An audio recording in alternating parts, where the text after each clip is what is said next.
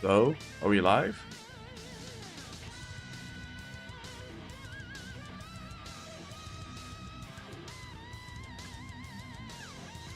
Yeah, we are. Okay. It's time. Today we're gonna biplane. For real. Oh, shit.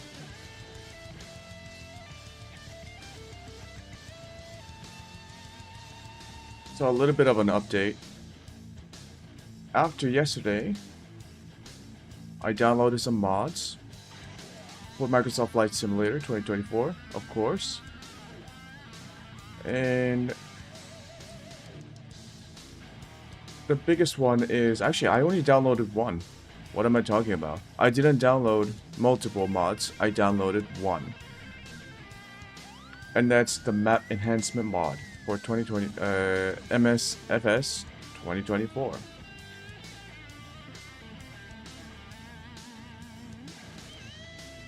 So let me show you what that looks like.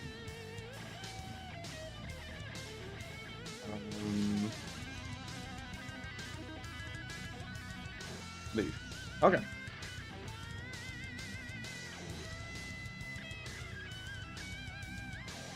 Wait, hold on. I gotta open up a whole bunch of stuff to launch the game now. I gotta open the map enhancement mod, which is a application that you need to open before you launch the game. I also need to launch GPU-Z, which the MSFS Auto FPS mod uses to manage VRAM. And then I gotta open Auto FPS mod. This is in addition to the Beam Eye Tracker and the OpenTrack softwares, two separate applications for head tracking. So in total, I have about 4 applications open dedicated to Microsoft Flight Simulator. This is in addition to OBS and Vtube Studio. Jesus. Okay.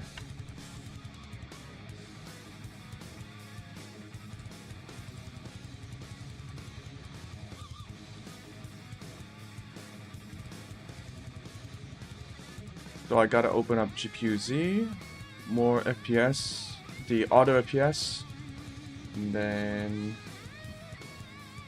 I have my map enhancement mod open. I believe I have to choose it right now, right?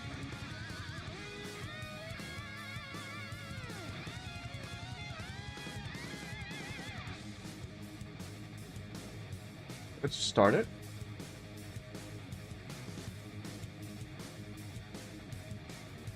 Yes, okay. I started the app. Minimize it. I also have my auto FPS enabled, and I will do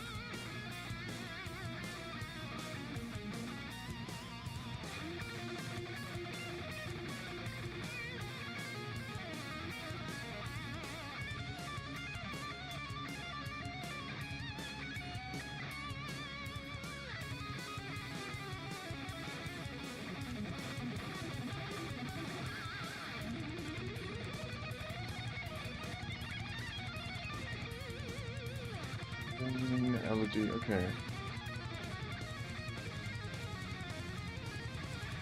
Sorry, I just have to make sure I got my auto FPS mod set up properly. I think it's set up right.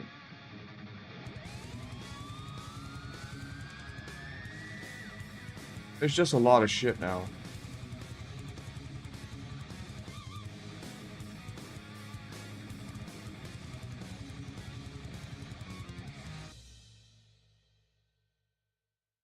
Yeah, I think it's good. Yeah, I think it's good. Okay, where's my...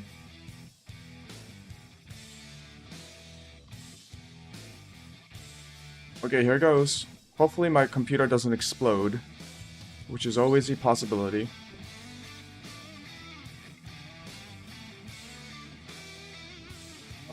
Gotta move all my shit around.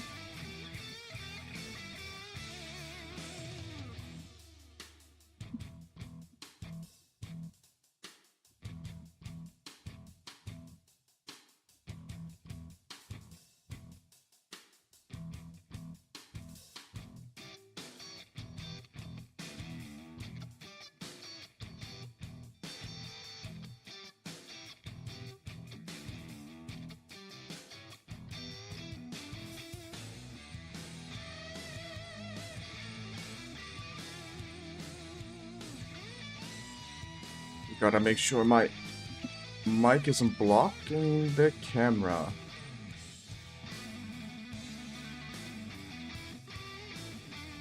Okay.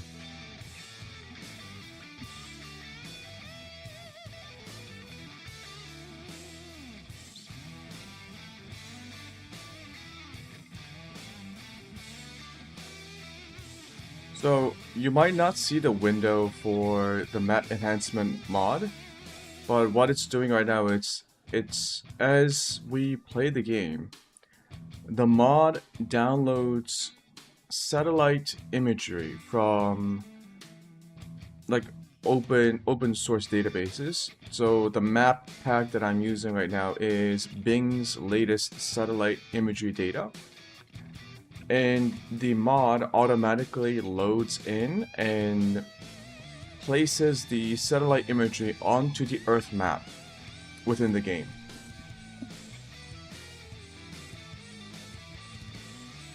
So hopefully it leads to slightly better terrain imagery. Yeah.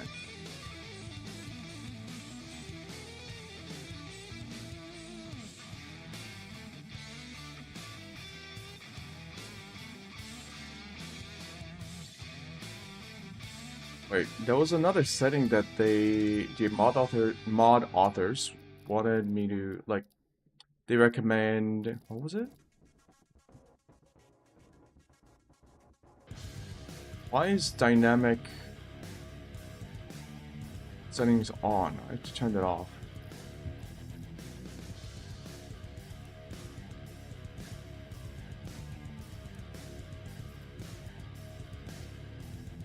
I think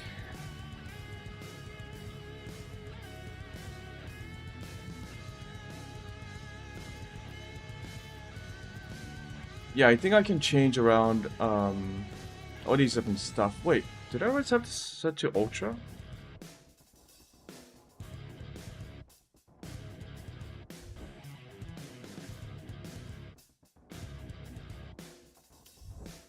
Yeah, I did have it set up to ultra, okay.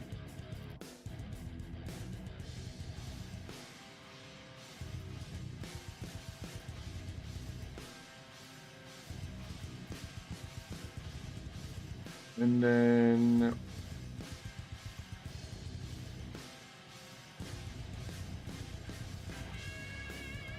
what I want to do is reduce textures a little bit. Reduce this.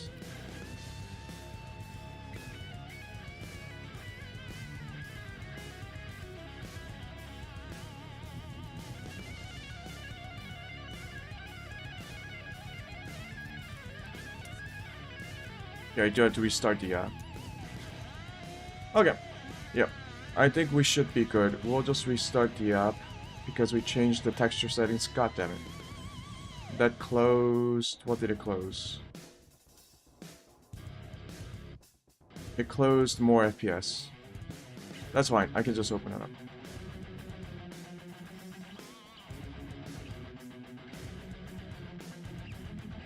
There we go.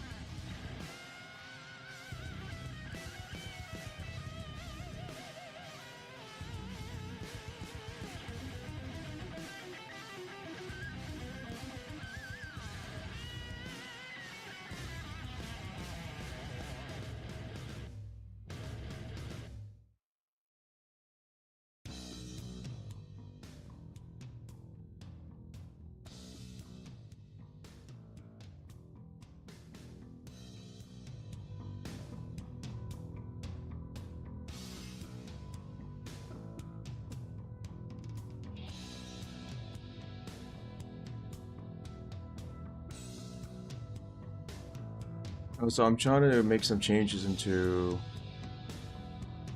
how OBS captures the YouTube audio library music. And it's a little bit janky. I actually found out today that just before stream started, the audio that I hear, the loudness, the volume of YouTube Music audio library is not the same as the audio levels that are being captured by OBS.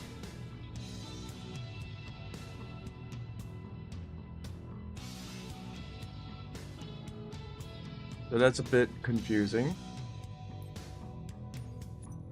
Which it effectively means I can't actually tell how loud the music is, except for looking at OBS's whatchamacallit. Oh god.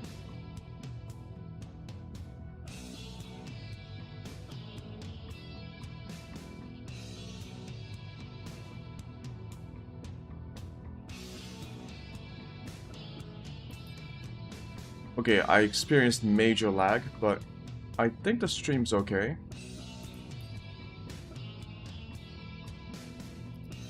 That was weird. But yeah, I can't actually tell if the music is too loud or too quiet, because all I have is the audio levels that I can visually see in OBS.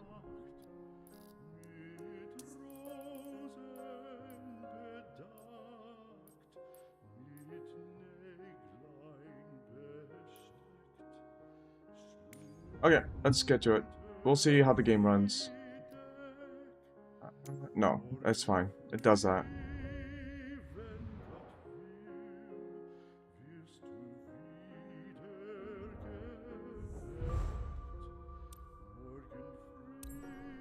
Okay.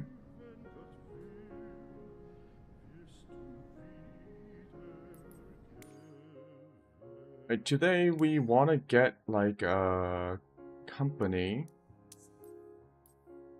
I think we can either go for a company or go for the airline certification.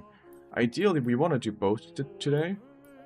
So the airline transport, and then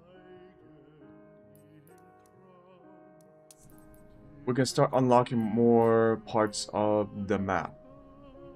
We do have all level 5 difficulty missions unlocked.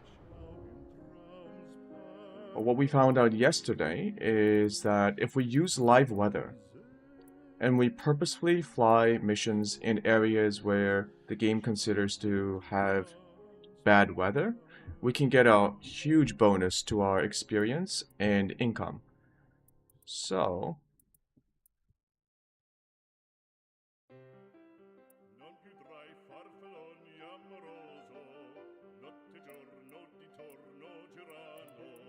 live weather.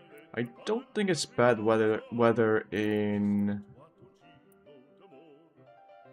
on the west coast of the United States. I do want to unlock more parts of the map though. And progress is very slow in terms of unlocking the map.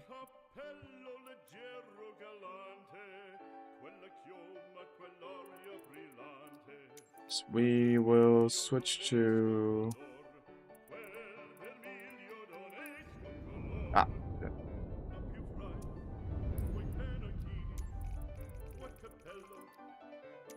Filters, model, DA62.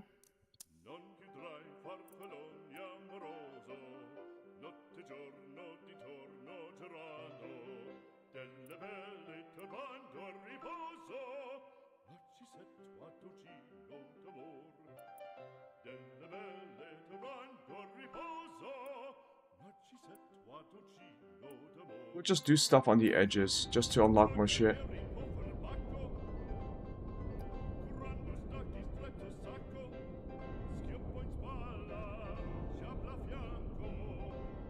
So we should actually start to see the effect of the map enhancement mod.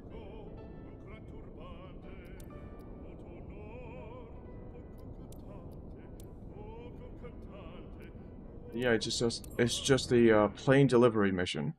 We should be fine.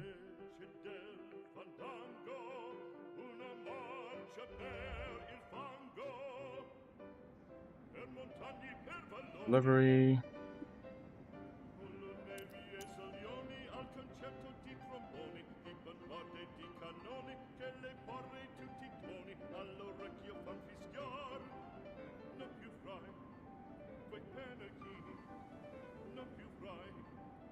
I don't think the weather's too bad.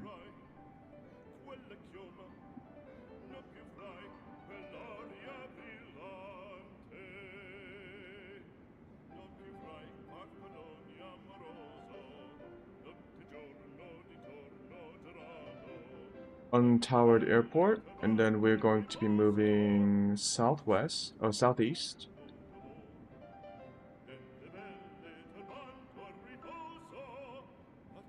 to another untowered airport. Okay, runway. What is this? Runway 9?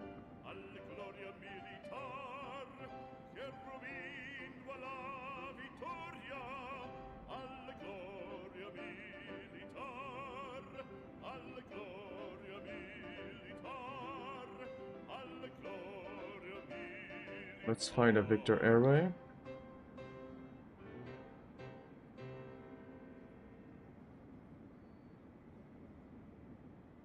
We will do... yeah, IFR flight rules.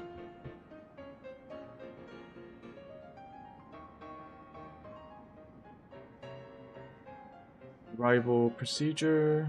Wait, what's the wind situation looking like? Okay. Weather, 12 knots from 250.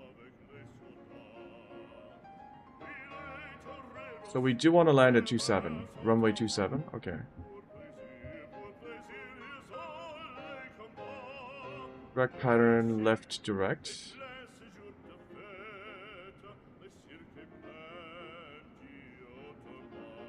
And departure, we will take off at 17. Do straight.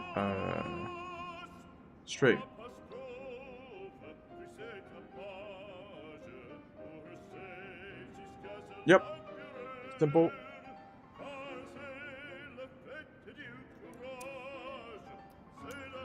Fuel. That should be enough. It's not a long flight. Okay.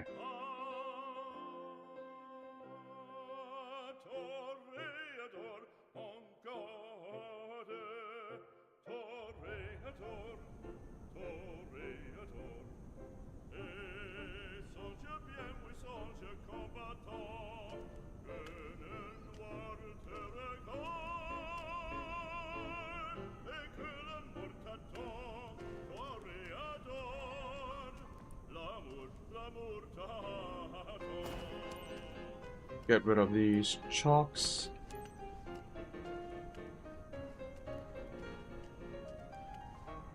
Alright, hold on. What is this?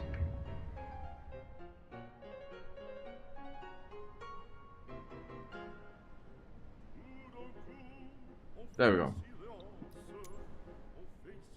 OBS wasn't connecting to my YouTube stream. And now it's fixed.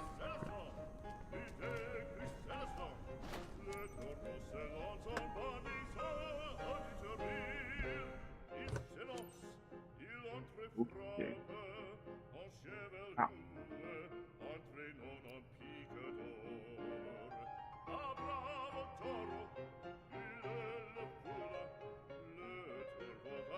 Okay.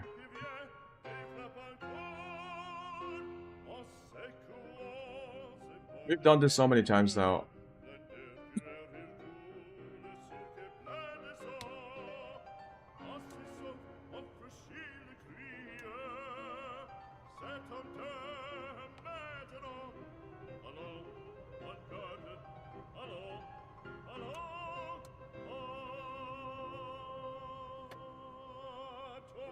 Just checking. Everything, like, unless we get our own plane, everything should be where they should be for takeoff. So...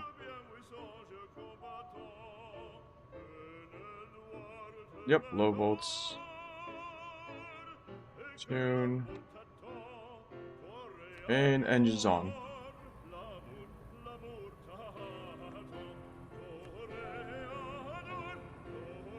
Captain, thanks for being available. I'm Lisa, the maintenance supervisor. Both engines are on. Today's plane on our to-do list for repatriation to Mobile is this freshly tuned DA-62. The owner had to get her aircraft repaired over there. Now it's ready, so she needs someone to fly it back to her. Mrs. Proctor, the owner, is expecting you at the destination on time. Treat this aircraft like a newborn baby. That's it for me. See you. I think the music is a little bit too loud.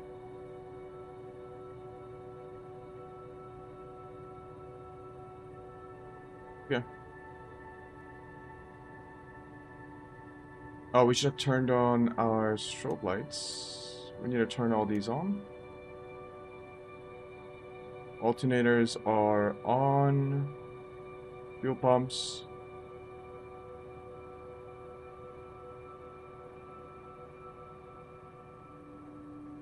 Okay, time to check our flight plan.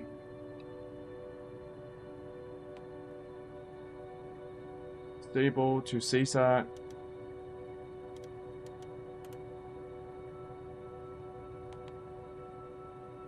Yeah, that's fine. It seems like we never get the VFR approaches loaded up into our planes. But we can kind of set it for the... We can set up the VFR approaches for our destination airports. But I never managed to get the VFR takeoff patterns, departure patterns. Loaded up into a flight plan. So I don't know why that doesn't happen. That's fine. We have clear weather today at... Where the fuck are we? Somewhere in either California or... Yeah, it's California. It's still California, right? I think so.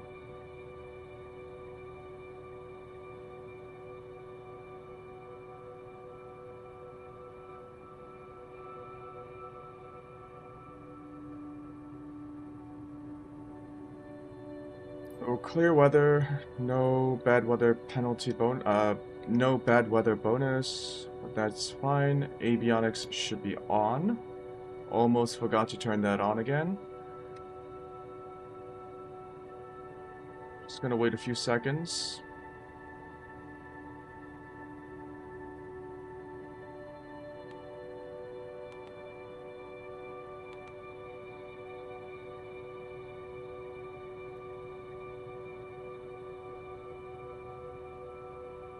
Okay. Let's taxi. 0 Alpha Zulu 2 traffic. Diamond November Tree 0549er is taxiing to runway 17. 0 Alpha Zulu 2 traffic.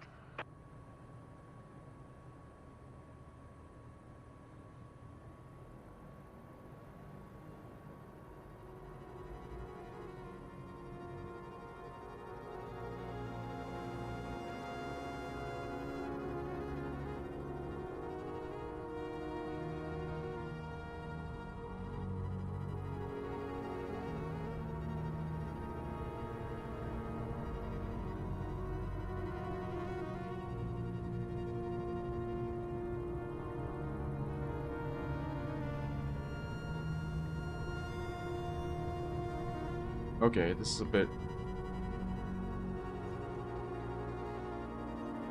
They really have to park it like right here? Jesus.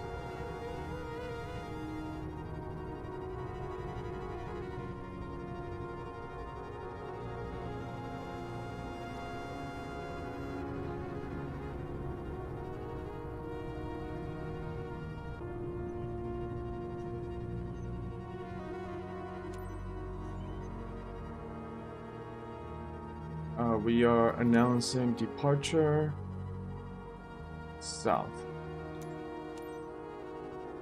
0 Alpha Zulu 2 traffic.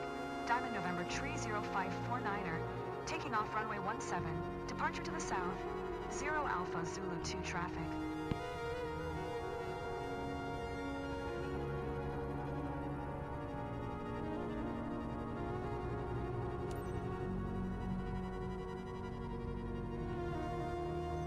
Alright, setting trims. Flaps. Turning off our taxi light, and then we are going to fly.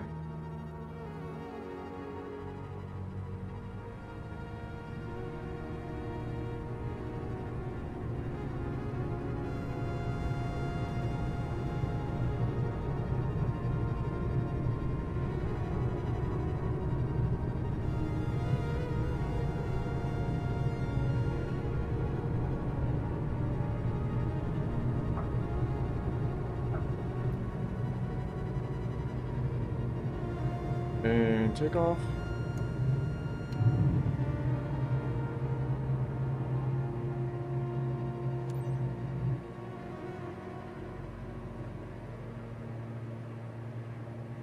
Okay, why do we only have 80% load on our thrust, on our throttle?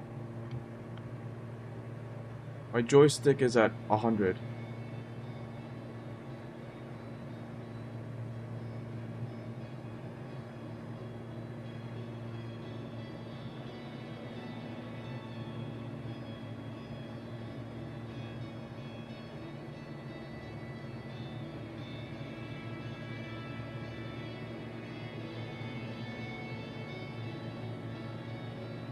Delta Tree 55. Maintain present altitude. Albuquerque Center. Diamond November Tree 0549er is type Diamond DA62. 2 miles southwest of 2 Alpha Zulu 1. 2,800 feet. Request flight following. Diamond November Tree 0549er, Albuquerque Center. Squawk Tree 055. Walk 3055. Squawk Tree 055. Diamond 549er. Diamond 549er, radar contact 2 miles southwest of 2 Alpha Zulu 1, 3,200 feet. Altimeter 2970. 2970. Maintain present altitude, Delta Tree 55. Southwest 705. You are 600 feet below your assigned altitude. Climb and maintain flight level, Tree 80. Roger. Diamond 549er.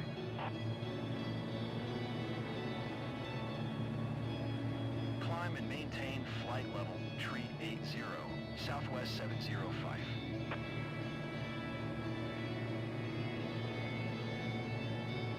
Albuquerque Center. Diamond November Tree 0549er. 2 miles southeast of Kilo India Zulu Lima Juliet. 4,100 feet. Request IFR to 1 Alpha Zulu 0. Ready to copy.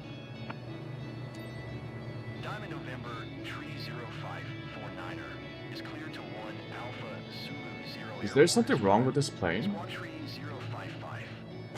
Why am I only getting like... Southwest Tree 77. Climb and maintain flight level 260. Diamond November Tree 0549er cleared to 1 Alpha Zulu 0 airport is filed. Squawk Tree 055.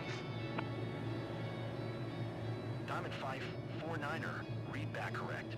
Radar contact 4,800 feet. Altimeter 2971, turn right heading 100. Resume own navigation. Climb and maintain flight level 210. Okay, that's a bit too high. We will ask Turn for right a heading lower 100. cruising altitude. Proceed on course. Climb and maintain flight level 210. Diamond 549er.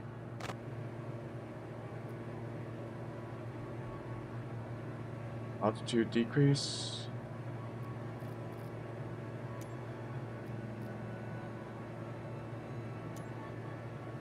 Albuquerque Center. Diamond 549er. Request 11,000 feet. Diamond 549er, climb and maintain 11,000 feet. Thank you. Climb and maintain 11,000 feet. Diamond 549er. Actually, can we get even lower? Because we're not traveling that far. 11,000 feet by 3. Okay. Albuquerque Center, Diamond 549er. Request 8,000 feet. Diamond 549er, climb and maintain 8,000 feet. Thank you. Climb and maintain 8,000 feet. Diamond 549er.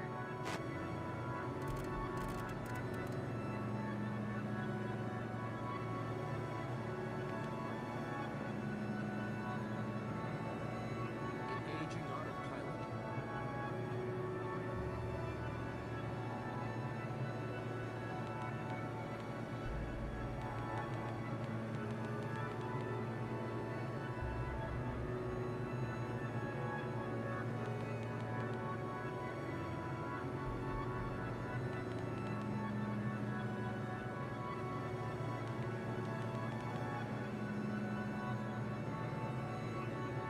Yeah, I don't know why our load wasn't at 100% before. Maybe we didn't wait long enough for the oil pressure to, the oil to warm up. Like the engines needed to warm up a little bit.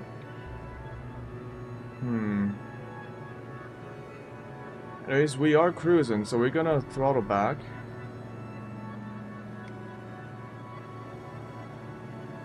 .75% cruise.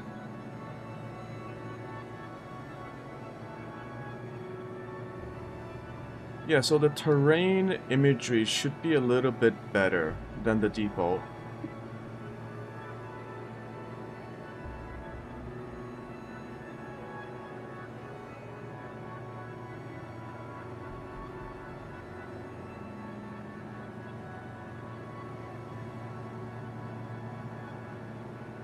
I did a little mission last night after stream ended just to test out the map enhancement mod. The area that I was in did look a lot better actually. 549er, you can cancel IFR. Continue VFR to your destination.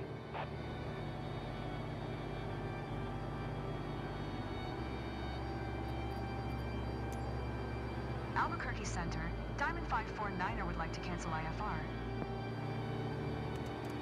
Delta 826, you are 400 feet below your assigned altitude.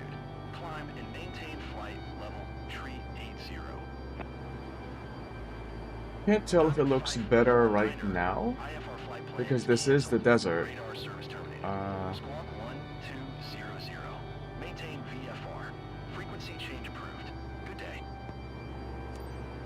But we should be using the updated maps. Climb and Let me maintain check the flight level mod. tree 80. Delta Yeah, it is 826. using the updated maps. I can see it downloading the images Sierra Charlie. Climb from like the and Bing maintain map flight servers. level tree 80. So that's working. Let's check more auto FPS. Auto FPS is working. Climb and maintain flight level tree 80. Generic 6 Sierra Charlie.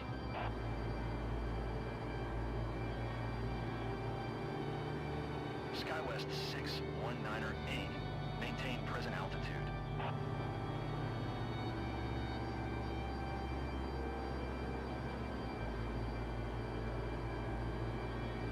Maintain present altitude. SkyWest 619er 8.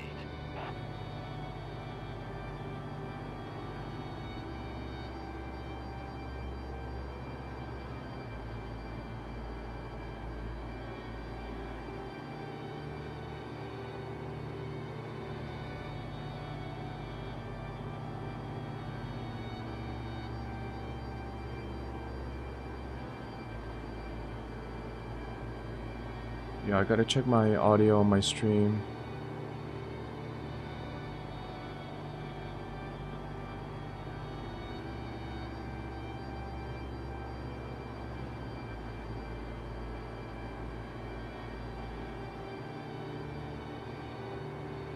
If anything, I think my voice is way louder than either the game sound or the music. So let me adjust my voice down a little bit. Climb and maintain flight level tree 20. So that it's a bit more on par with the rest of the audio.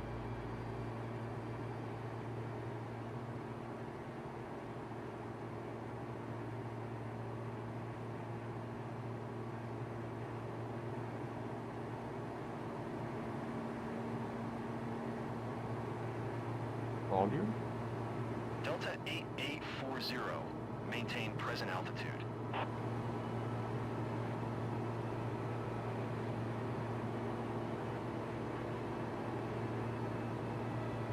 Yeah, it should Maintain be... present altitude. Yeah, the Delta game sound should be a little bit louder. 8840.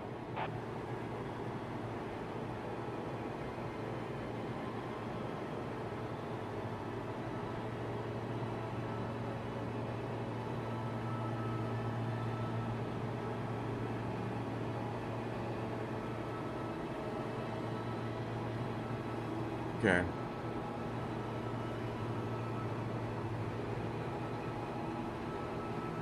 United 2730, maintain present altitude.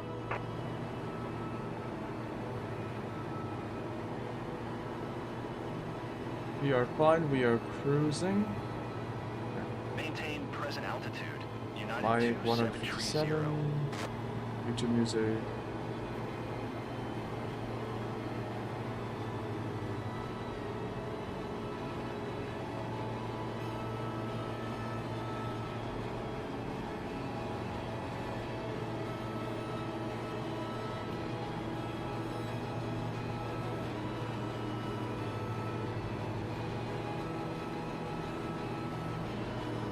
Why does this have to be so confusing? Like, why can't it just like match the audio levels of the speaker outputs?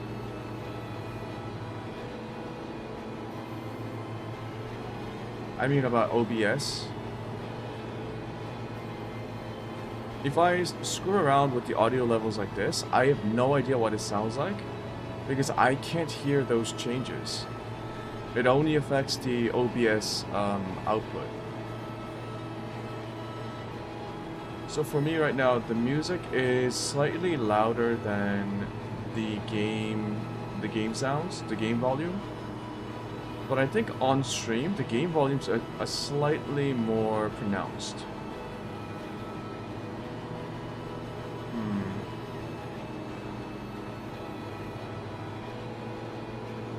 What's my game volume?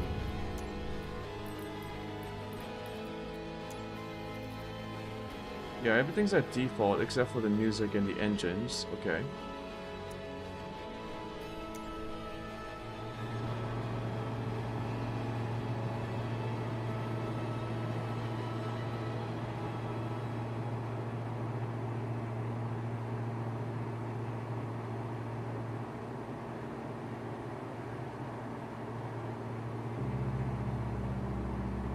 Climb and maintain flight level 230, southwest 43902.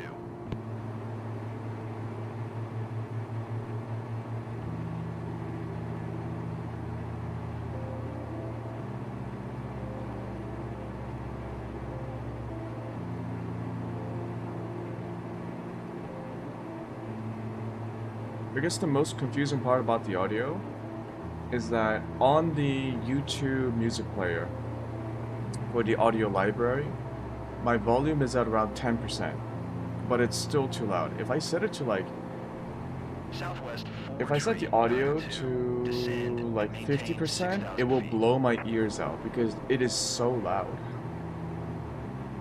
But compared to all other applications, Descend and maintain 6,000 it's like feet. the loudest. Southwest So I don't know why that 43902. happens with the music player in the audio library. Albuquerque Center, Delta 1053 is passing flight level tree 60, descending flight level What was tree that? 60. Was that the music or Delta the in-game audio? 1053, Albuquerque Center, radar contact continue. Delta 1053, Maintain present altitude.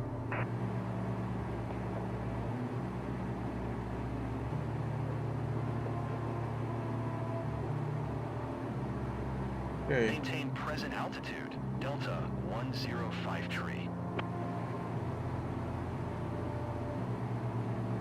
179 knots. True airspeed. That's not too bad.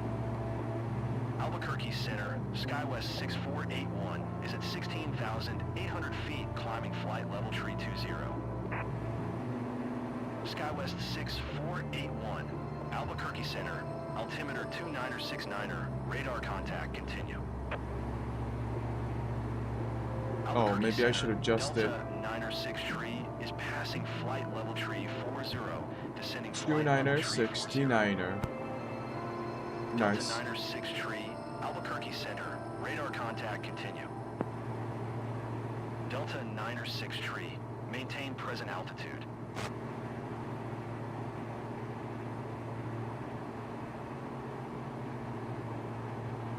You know what? We're on a time schedule Maintain today. present altitude. Delta Let's go 906 full tree. throttle. Which is only going to give us 10 more knots, maybe? Oh, maybe not. We're actually quite fast.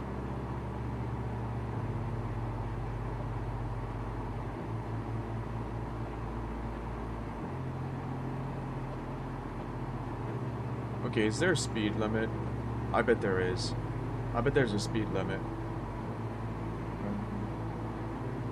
We're not gonna hit the speed limit, are we?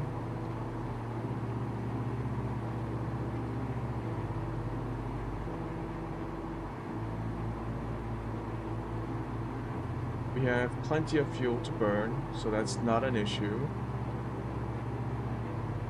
We are almost at 100. Okay, we are at 191 knots. True airspeed, not the instrument airspeed.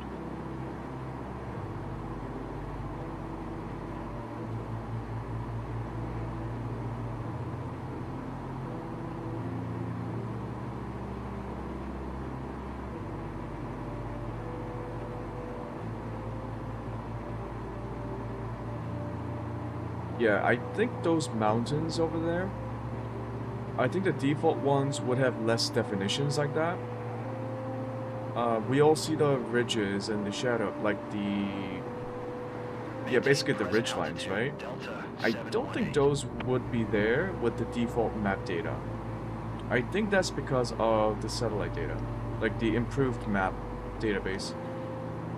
All it does is it just gets the more recent images from the Bing's map database.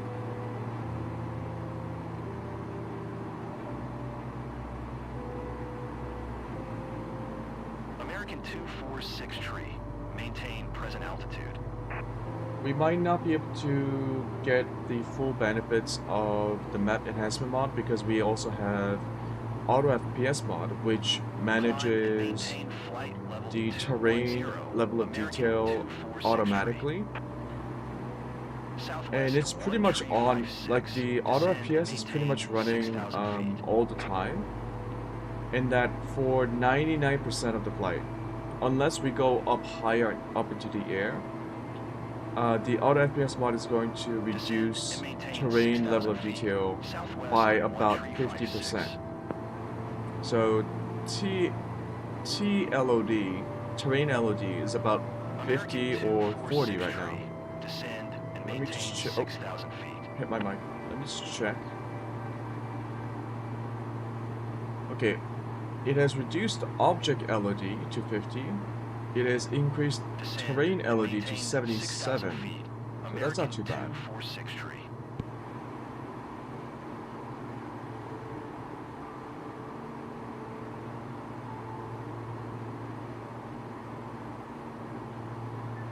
Albuquerque Center, SkyWest 4151 is at 15,200 feet, climbing flight level tree 00.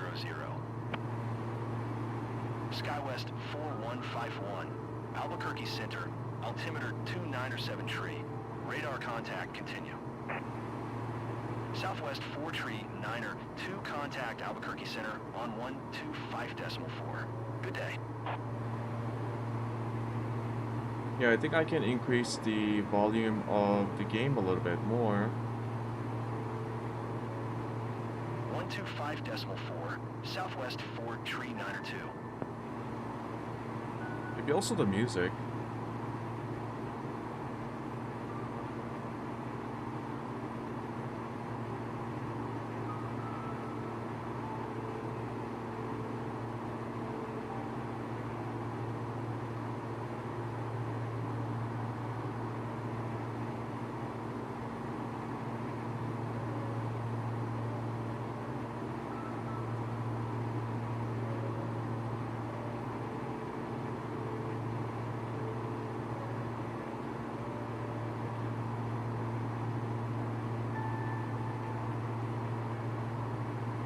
Okay.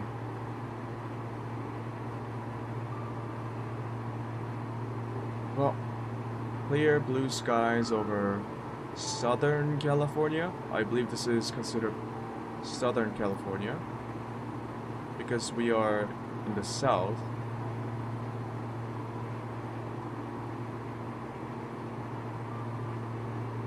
I think the flight planner itself, oh, that's a lot of planes in the air right now. Oh, that's a lot of traffic. Those are all based on live traffic data. Oh boy, that's a lot of planes.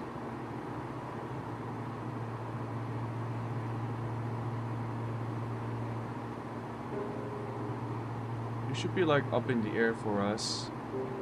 They might be too far away for us to see. They might not even have spawned in.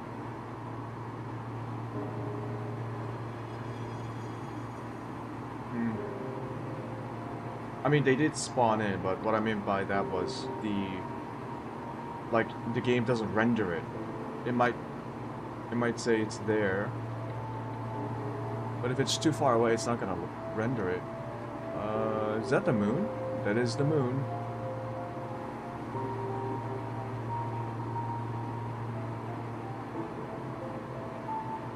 We are approaching our final waypoint, CSAT, and then from CSAT we'll see how long it takes. It should be quick, maybe 5 minutes. We'll see. Southwest 1 tree 56 contact Albuquerque Center on 125.4. 6 minutes 40 seconds. Okay, not too bad. We are cruising along at 196 knots, which is 125.4 quite fast. 1 tree 56.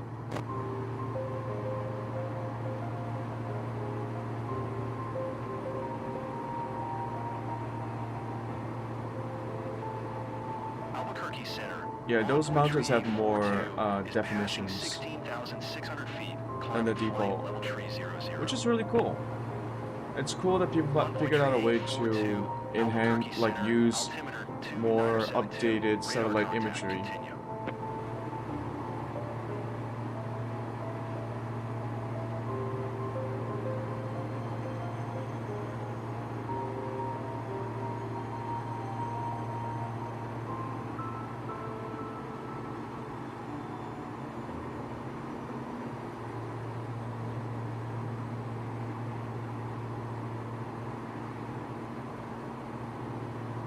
American 246 tree, contact Albuquerque Center on 125.4.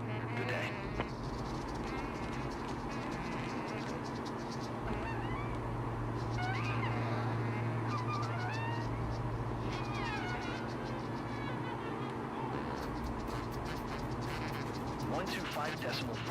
American 246 Oh tree. shit, I shouldn't shake my head like that.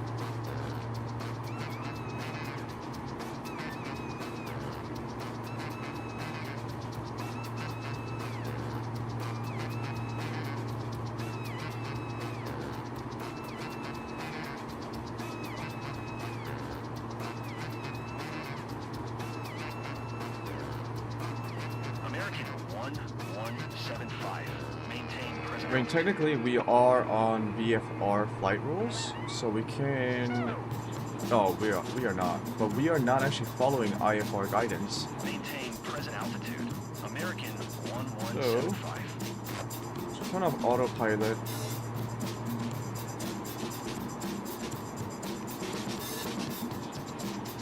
How do I turn off altitude hold?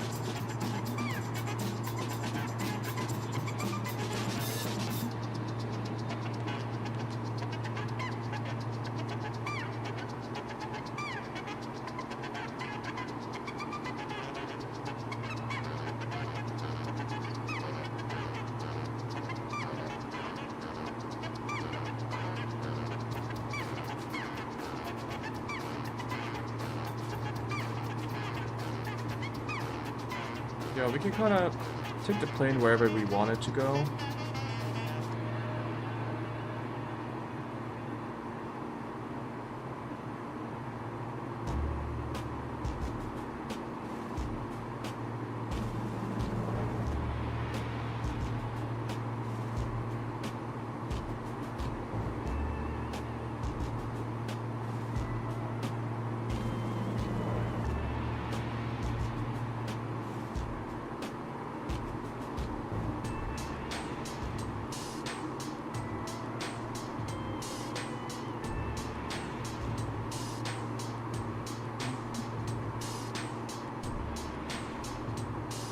I think that's the airport.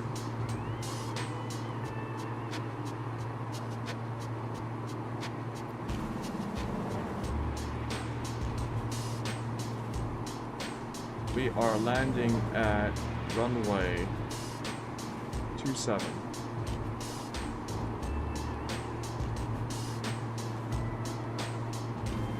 American 1175 contact Albuquerque Center on 125.4.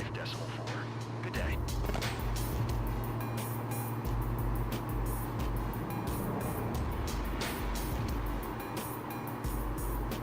Go to 125.4. American. Yeah, that is definitely the 175. airport. We're going to do a left-hand trap pattern.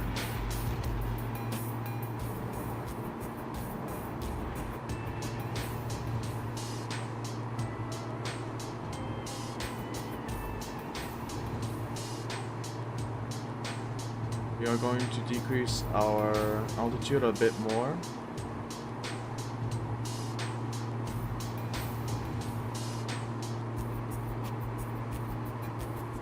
Oh, we are very fast. Holy. Let's throttle down. Yep.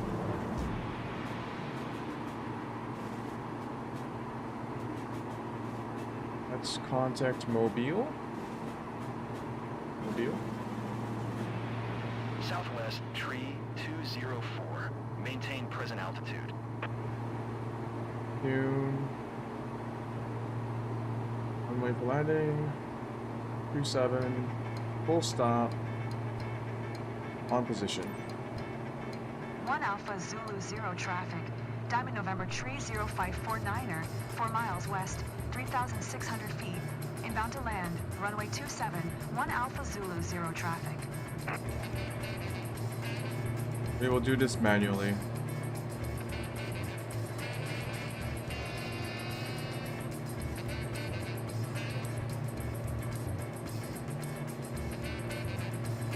I'd like to get rid of this while I'm trying to land.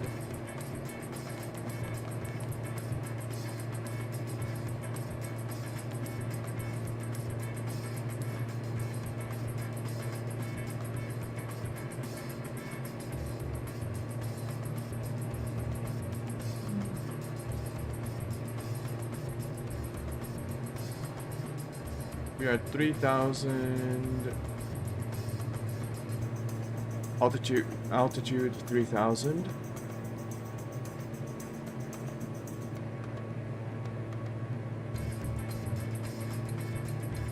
We are currently downwind. Here's number 5. 1 Alpha Zulu 0 traffic.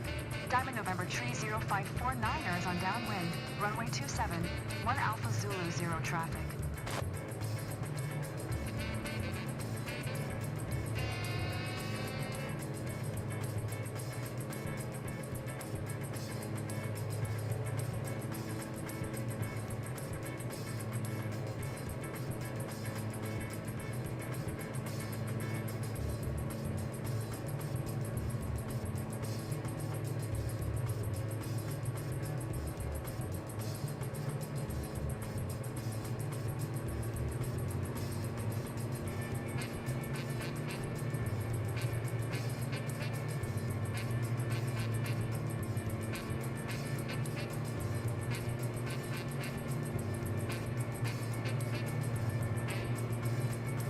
Let's make our turn. So base.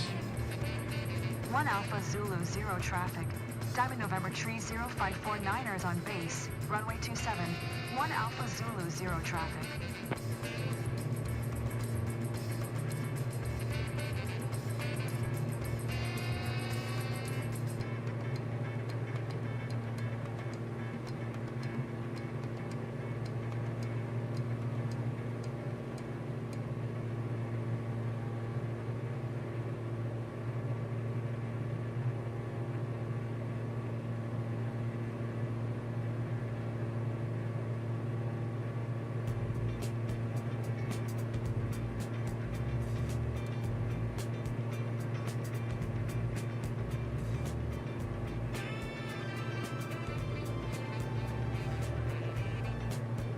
Turning to final.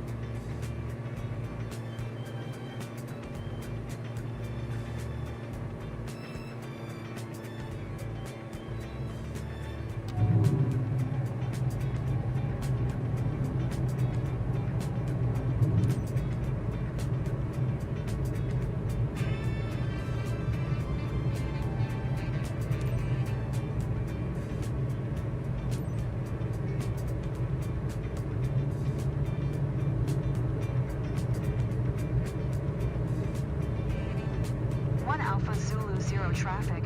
Diamond November Tree 0549er is on final. Runway 27. To land. 1 Alpha Zulu 0 traffic.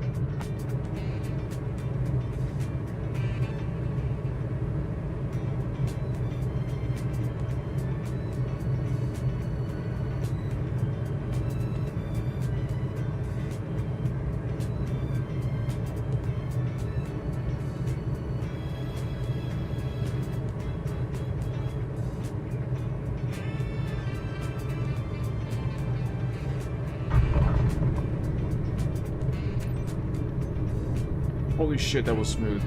Holy shit. That was smooth, right?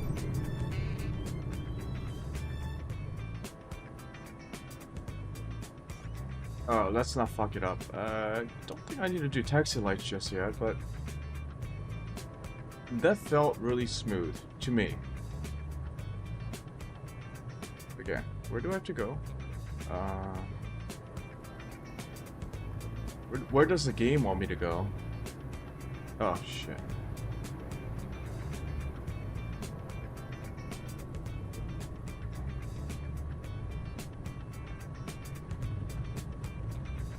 I feel like that was the smoothest landing I've done yet. Oh shit.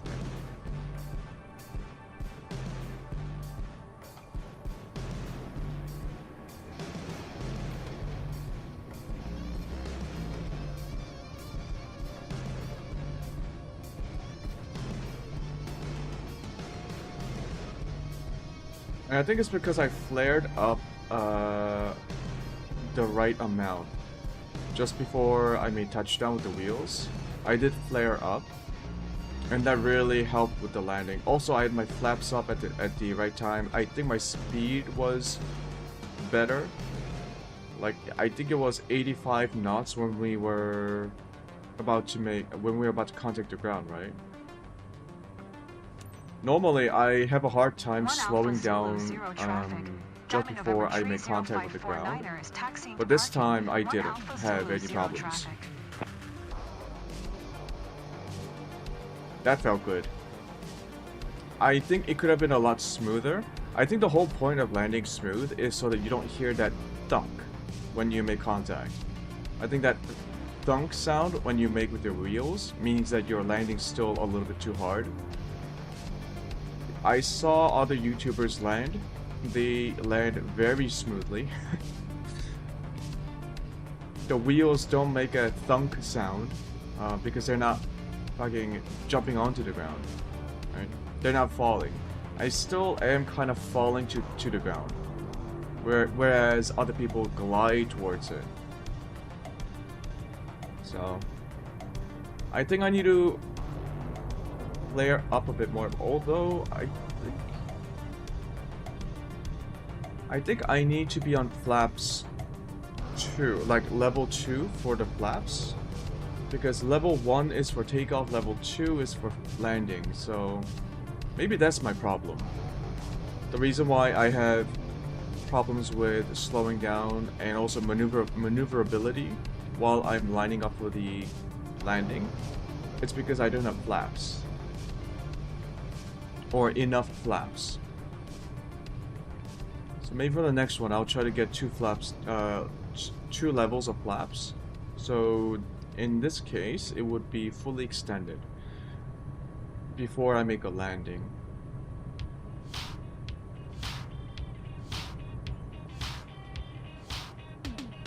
Just turn in.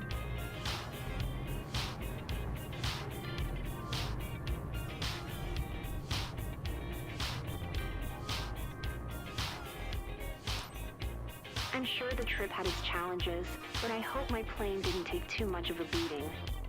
Thanks for your hard work.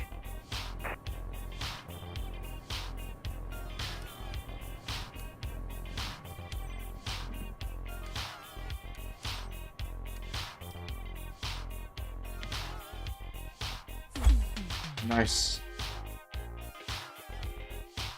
Okay, what do we get?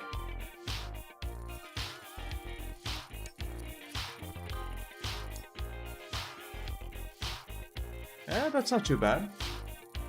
S ranking, nice.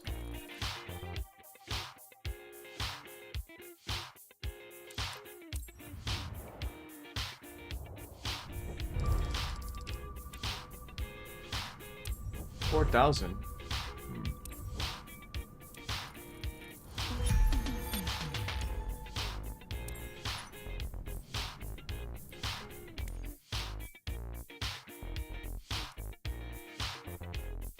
So I think we can also get the cargo transport, right? Yeah, we just need enough money for an aircraft purchase.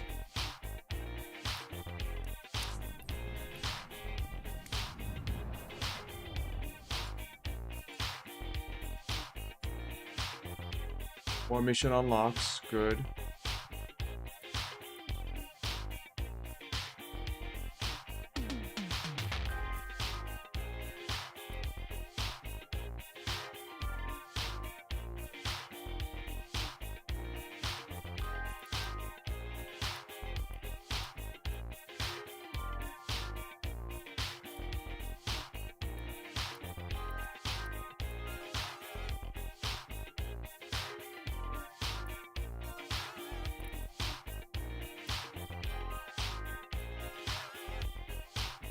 Cessna Skyhawk, standard cargo. Let's do a cargo mission with the Cessna. This is, I'm trying to move out towards new areas of the map. So now that we unlocked like longer, I think the missions are a bit longer too. Which means that if I look for missions like these, which lets us, which lets us like move into a undiscovered area of the map, we can unlock more parts of the map faster. Level 3 difficulty. 1 hour flight. Jesus. Okay. Good visibility. Weather's fine. So we won't be getting the bad weather penalty. I do want to find... I need to unlock the world map because I want to look for places with bad weather. That way we can make some real money. We'll just accept the mission for now.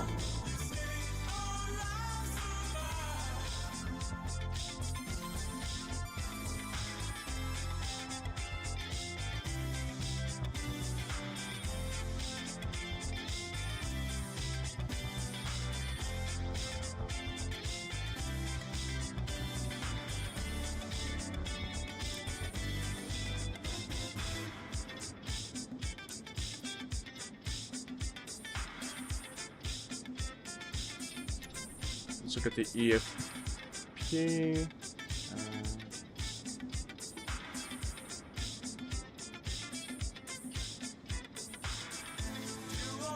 Alright. We are departing from Flagstaff Polium.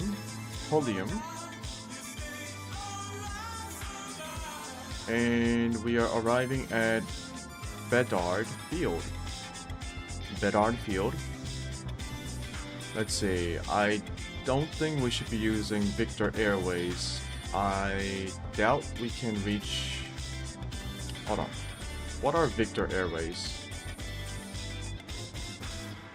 Probably should have looked this up. I know that Jet Airways mean planes with jets use the airways, but...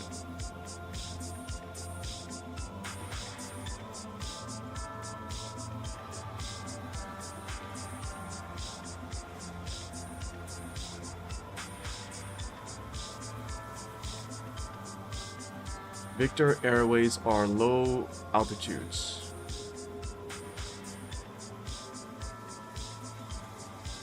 Yeah, so we want to be using Victor Airways. Good, okay.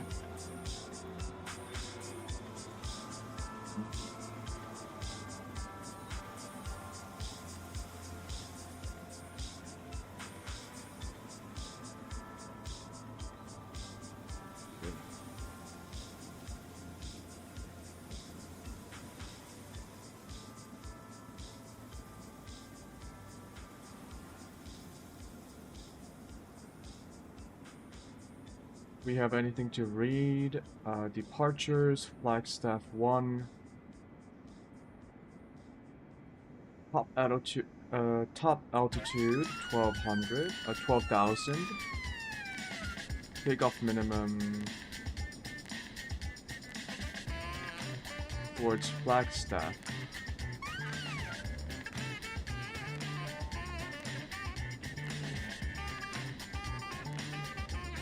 So we gotta go to Oats, okay. Like a right-hand pattern for runway 03, I believe?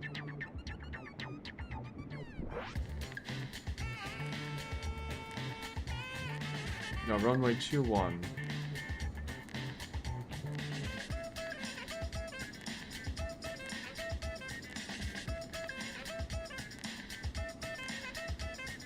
Takeoff runway 3, climbing right turn, heading 207. Cross at about 10,500. Okay.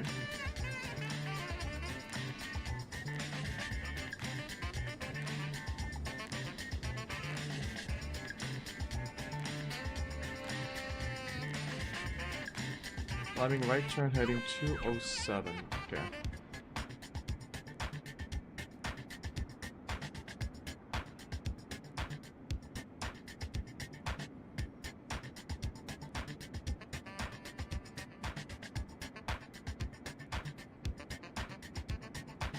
Cruising altitude, we want to be at around, with the Cessna, 75. So 7,500 feet.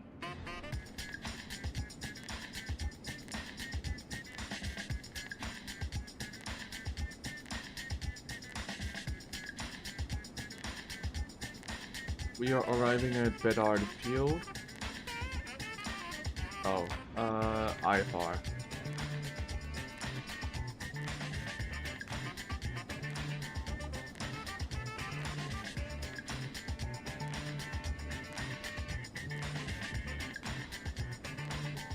"13 knots from 290. runway 20.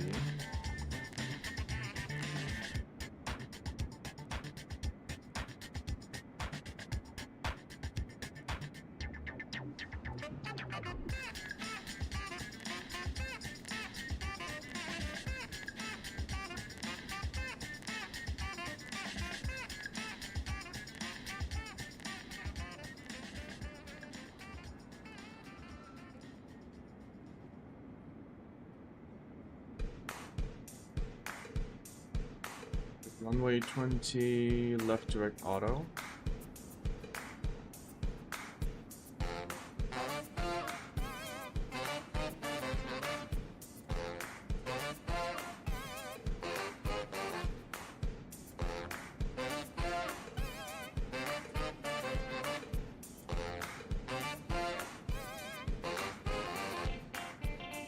Oh shit, they have RNAV approaches. Okay.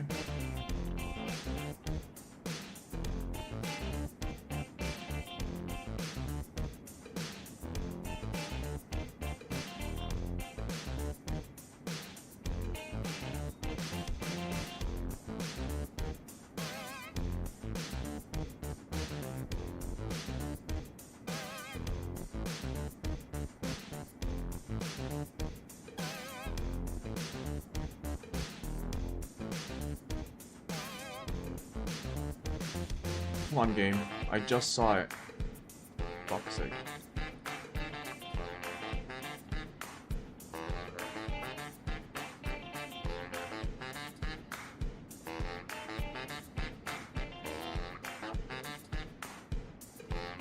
Was that a bug?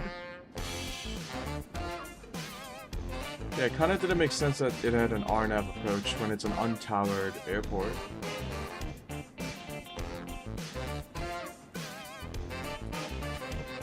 Okay, so let's go ahead and do... I mean, everything looks fine.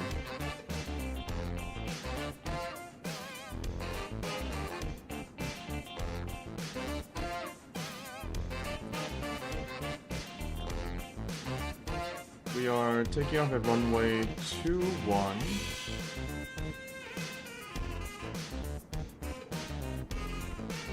And it said...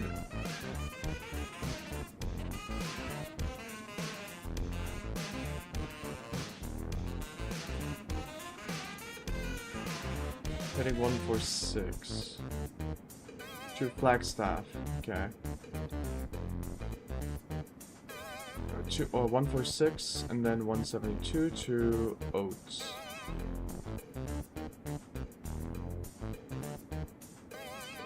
I think we already have waypoint to Oats, no?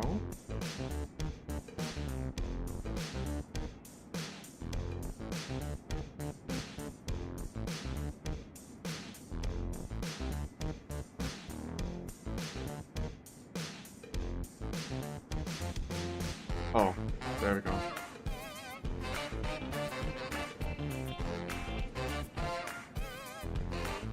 Yeah, let's follow the actual rules of the airport. And what was it again? And then cross at or above 10,500. I don't know if our plane can actually reach 10,000.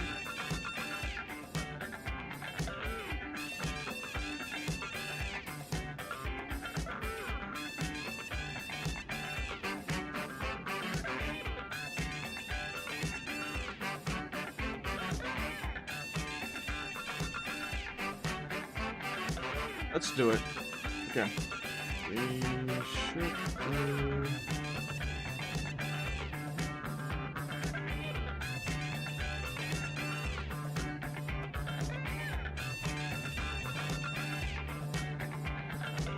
You know what? Let's pretend to be Delta Airlines.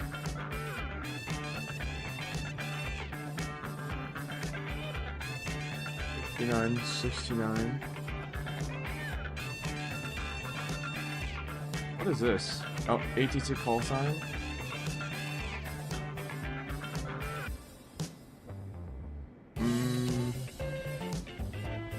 Call sign. Call sign.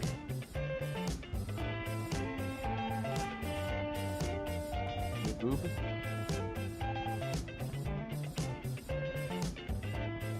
We will have a lot of cargo. 100 nautical miles, 88 pounds of fuel. But I don't think it takes into account our cargo.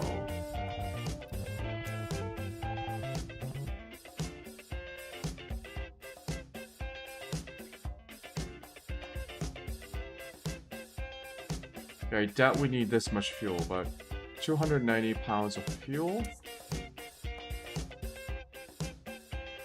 Yeah, we definitely don't need that much fuel.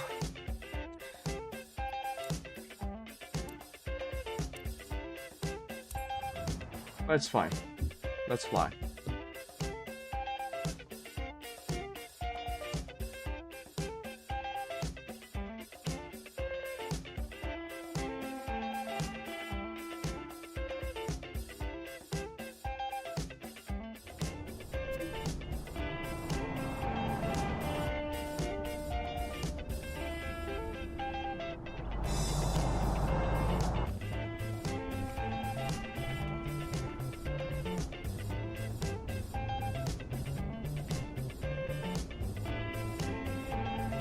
Just don't look at those terrains.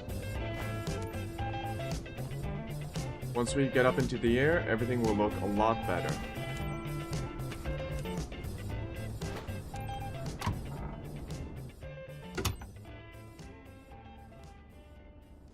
Get rid of these. Battery alternator on. Beacon lights on.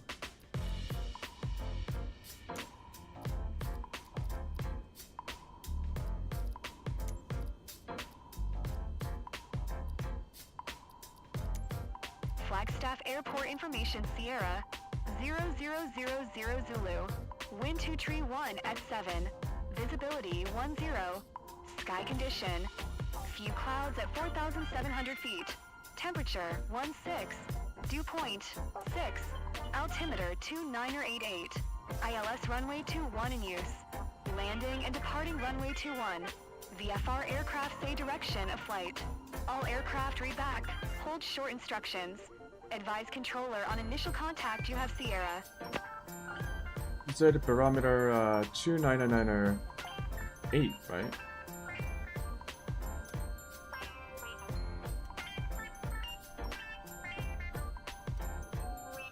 Ah shit, I was too late. Captain, are you ready? Great. It's Maggie, your dispatcher, you know? Just a quick reminder about today's job. You have boxes of goods behind you. Time-critical shipment for our client site. Expected in no time at Kayenta. Skids are designed to withstand turbulence, but keep a steady flight speed and adjust accordingly. A timely and secure delivery will ensure that everyone is satisfied. You have all the pertinent information in your flight packet as a reminder. Here's to a successful flight.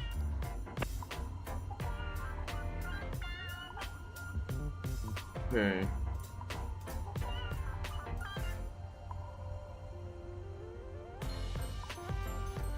Make sure everything looks good.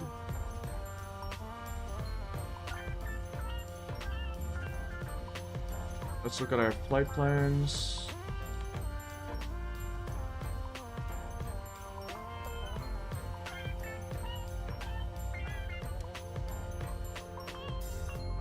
Oh, it actually loaded up the intercept plans. Yeah.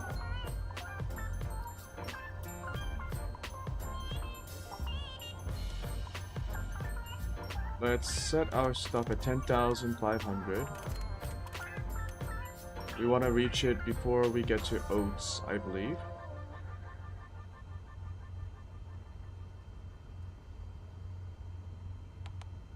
GPS.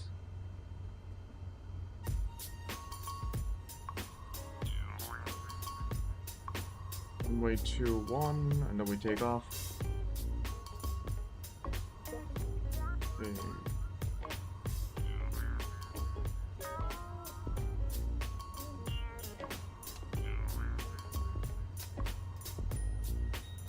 We're good to go.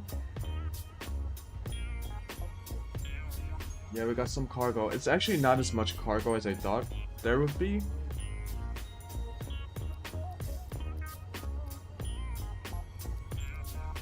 Taxi, we are departing south. Flagstaff ground. Cessna November 82859er with Sierra. Request taxi for takeoff. Departure to the south. Cessna November 82859er. Taxi to and hold short of runway 21 via taxiway Alpha Alpha 7 cross runway tree Alpha 5 Alpha Alpha 1. Contact tower on 134.55 when Oh, it is a tower at the airport. Okay. Taxi to hold short of runway 21 via taxiway Alpha Alpha 7 cross runway 3 Alpha 5 Alpha Alpha 1. Acknowledge. Taxiing. Hold short runway 21 via taxiway Alpha Alpha 7 cross runway tree Alpha 5 Alpha Alpha 1. Cessna 859er.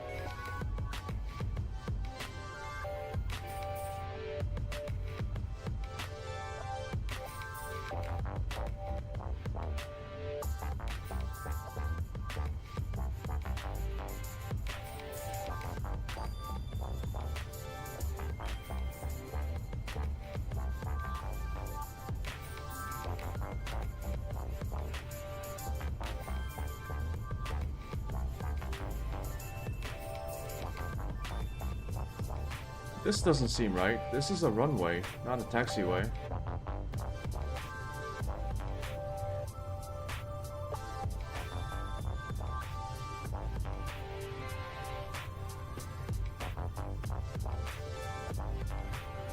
We might be in the taxiway?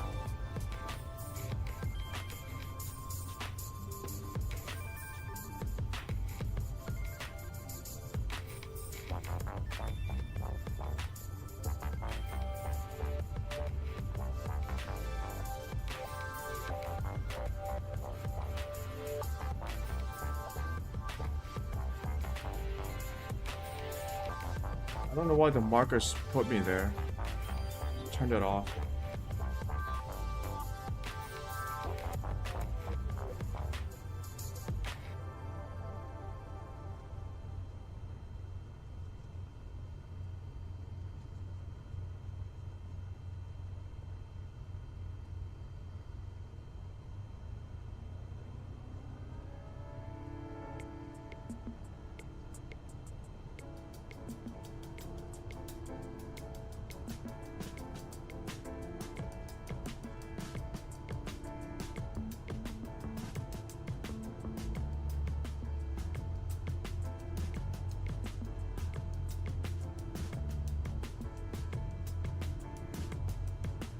Okay, just making our way to the end of the runway.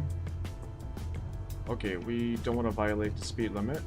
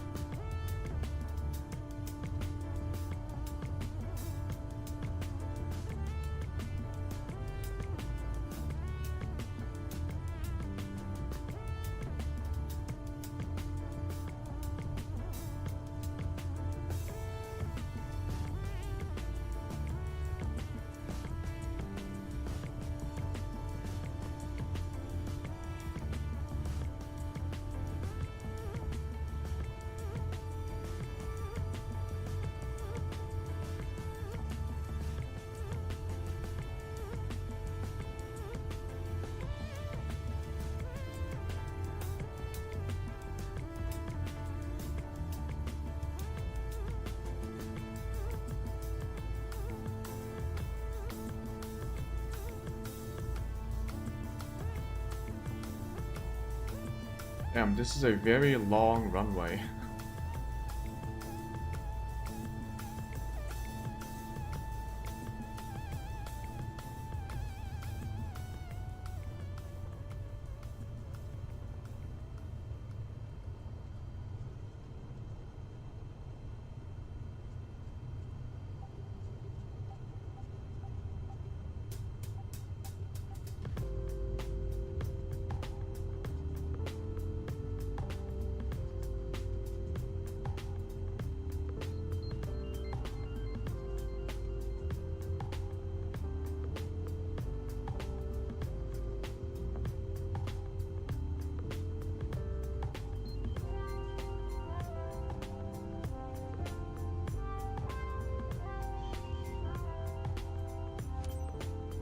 Stop.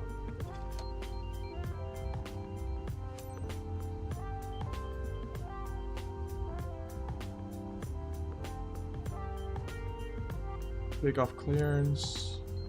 Flagstaff Tower, Cessna November 82859er, ready for south departure at runway 21. Cessna November 82859er, altimeter 29er89er, south departure approved. Cleared for takeoff runway 21. 29er barometer, okay. Clear for takeoff runway 21. Cessna 859er.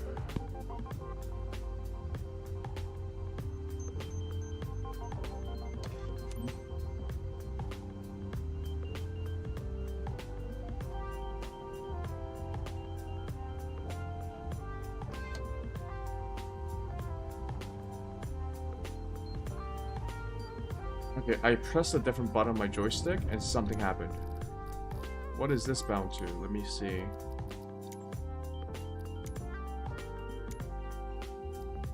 Search by input. What's this? Nothing. Okay.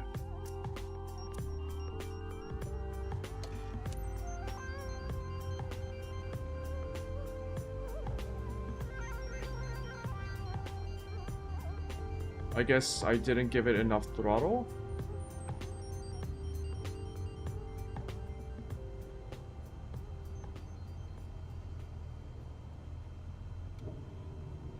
Flaps down.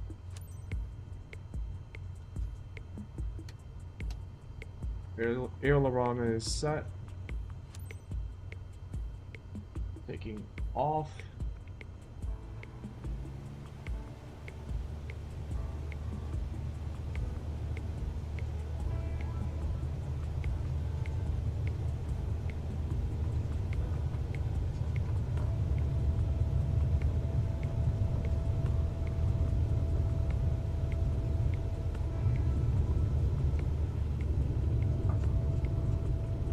Flagstaff Tower, SkyWest 49er55, 26 miles south, inbound ILS runway, 21 approach.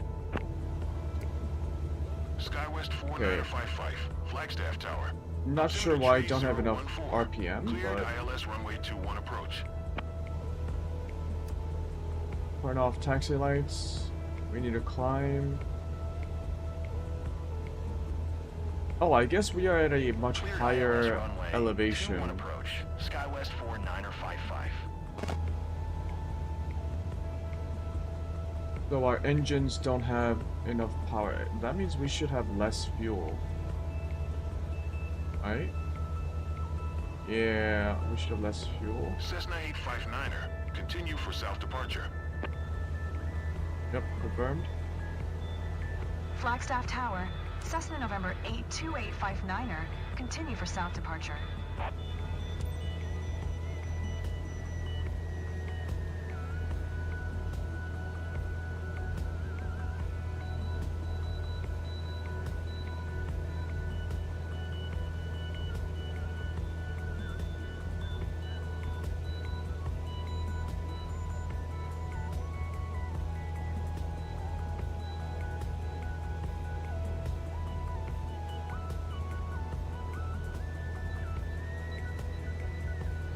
Okay, we do need a bit more juice.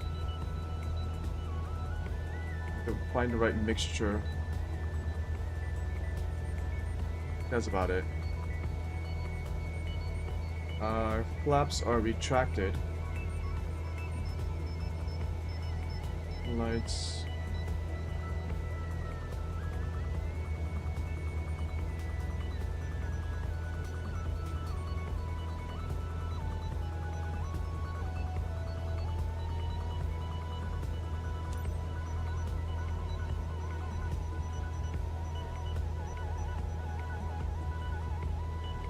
Just keep climbing. We'll have flight level change mode on.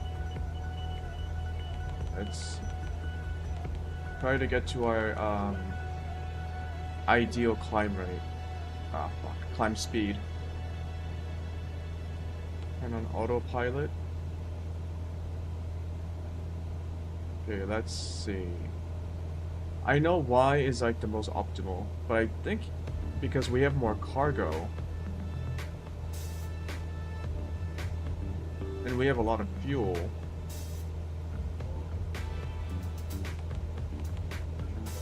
lower might be better. Or is it the other way around?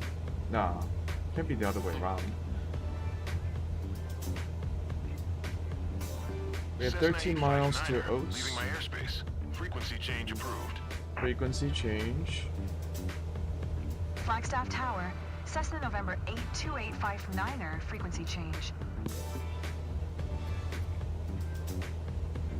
Albuquerque Center, 124.5. Request flight following. Albuquerque Center, Cessna November 82859er is type Cessna Skyhawk. For miles south of Flagstaff, 9,000 feet. Request flight following. Cessna November 82859er, Albuquerque Center. Squawk 0275. Squawk 0275, Cessna 859er. Squawk 0275. Cessna 859er, radar contact 4 miles south of Flagstaff, 9,500 feet. Altimeter 3014. Altimeter 3014.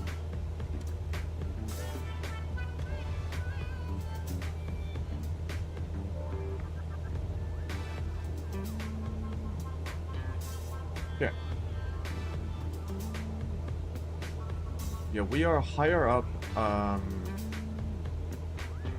Our departing airport was at a higher elevation.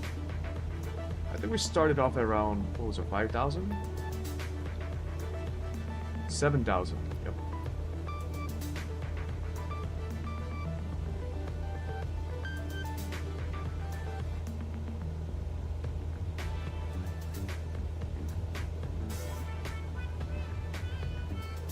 So we will be making our way to Oats and then hitting our airway route.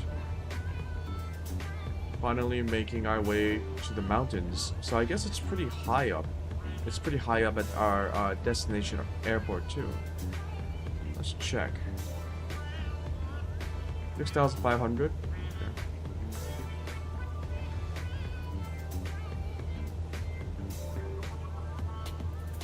Yep, our Cessna is struggling a little bit.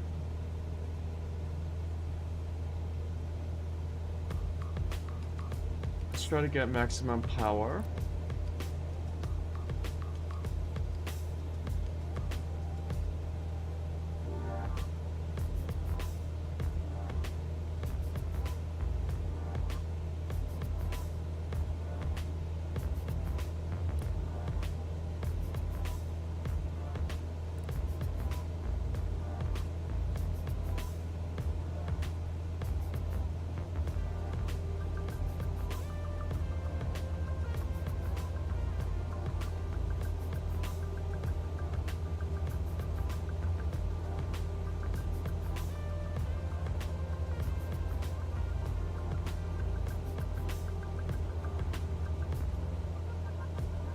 Some clouds in front of us, but I don't think we will be making our way into them. Yep, we'll be turning around soon. Ooh, got ourselves a nice little valley to our right. It's not little, it's quite a big canyon.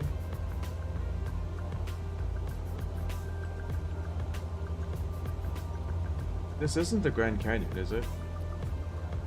I don't think so.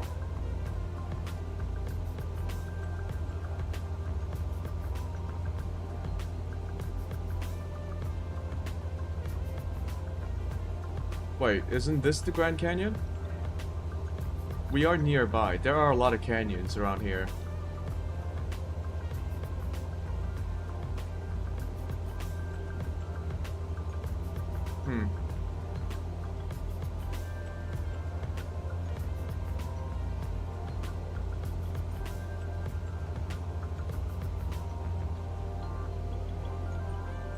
Considering that we are tuning into Albuquerque Center for our air traffic controller, we must be in New Mexico.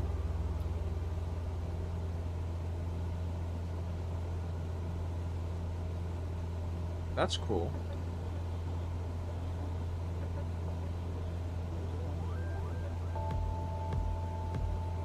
Yeah, we'll be seeing a lot of canyons on this flight.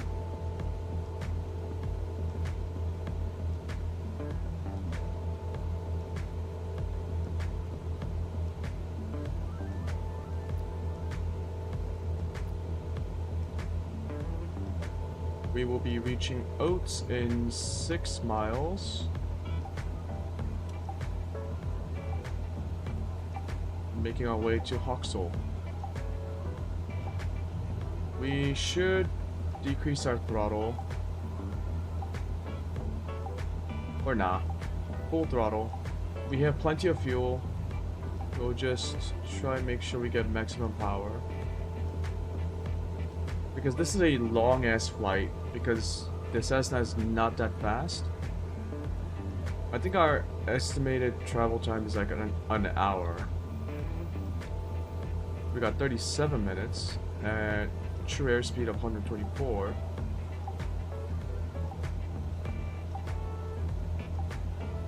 I guess it's not too bad. 40 minutes, so about 30 minutes left.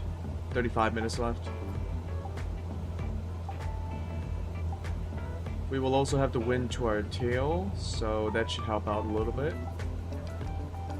20 knots, okay.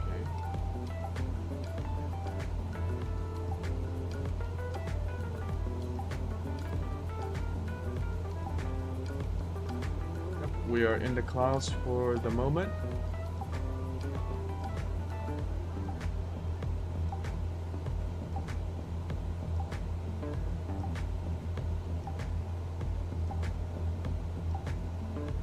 Outside air temperature is 5 degrees Celsius. That's pretty cold. Oh, did you guys see the did you guys hear about that guy in like China who got who was on a paraglider and then he got shot up into the air because of an updraft, and he was like, he almost died. Like almost asphyxiated because there wasn't enough oxygen. And there was like a video of him that he took. There was a video that he took of himself where he had all these like snow and ice on his clothes and on his face, on his beard.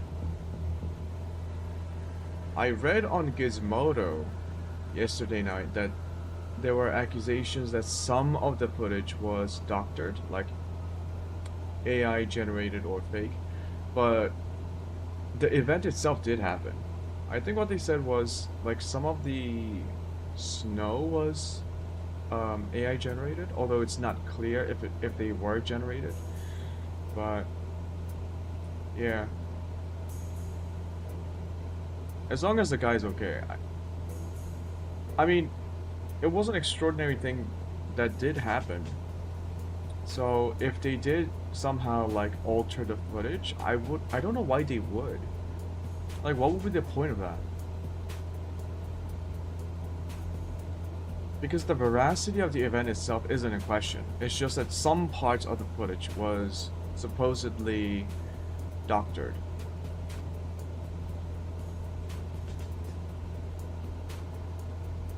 usually when you like alter a footage or when you change a footage, it's because that the actual event itself didn't happen, right? And you want to convince people, you want to lie to people that it did happen.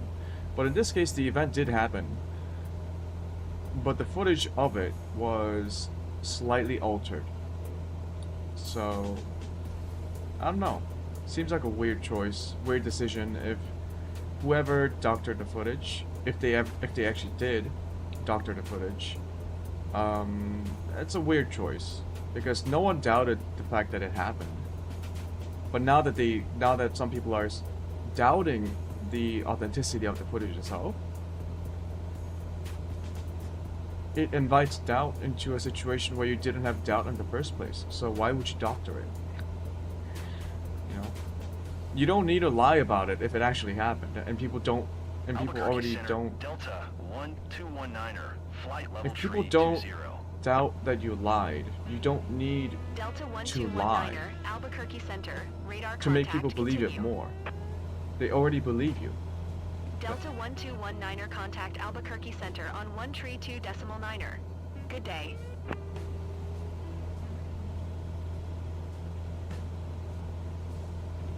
So that was a weird choice.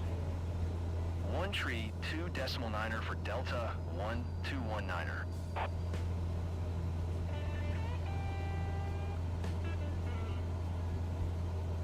We are not that far off of the ground, even though we are at 10,500 feet. I guess it makes sense. Albuquerque Center, Delta. We are higher up in the 1219er, mountains. flight What level is that? 320.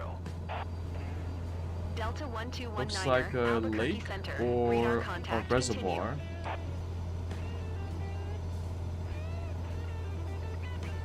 Interesting.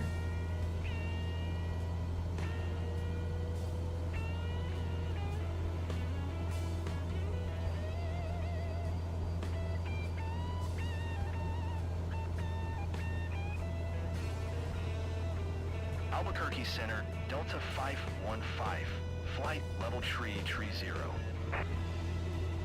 Delta 515, Albuquerque Center. Radar contact ETA continue. 5 minutes to Hoxel.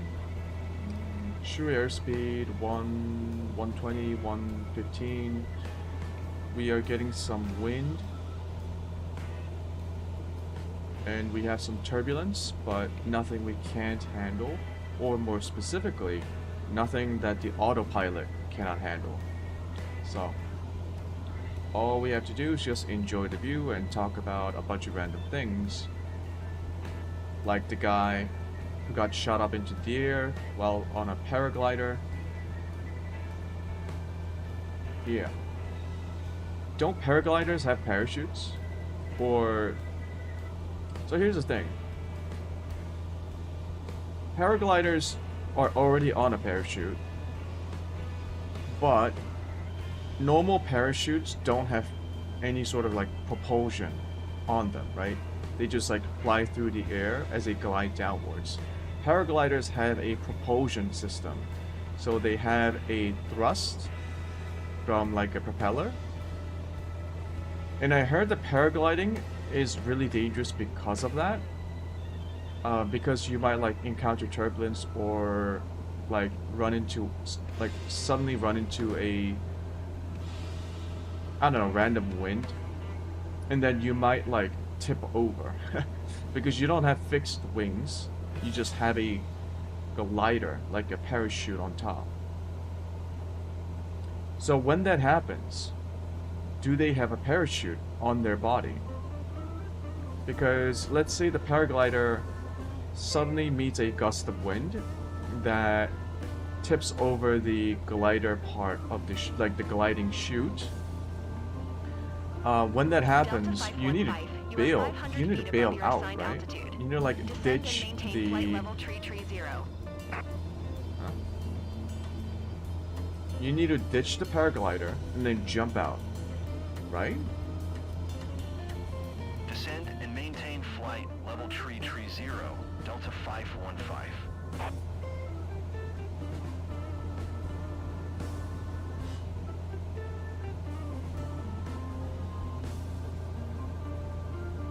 presumably you would actually wear a parachute when you're paragliding. Delta 515 In that, contact Albuquerque Center in the on case, 132.9. in case something Good bad day. happens. I think, don't people have like parachutes in planes like these too?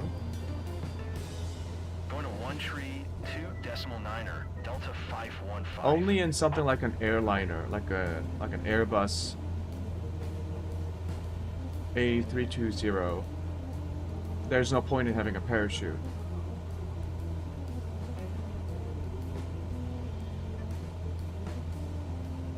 Yeah, this must be like a reservoir, not an actual lake. It looks man-made.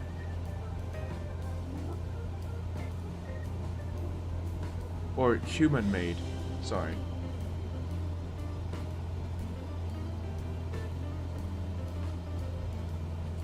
Actually, there are patches of water all around.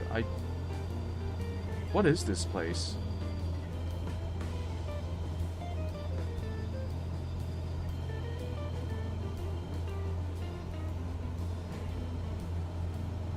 The little streams. I think that's a river. Huh.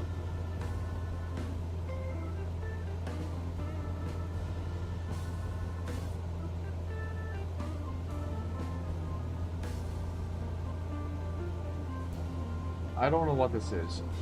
It looks like... I mean, it looks like a road, but that's way too big to be a road. I don't know who cut all those trees down, and for what reason, I don't know, but... The heck.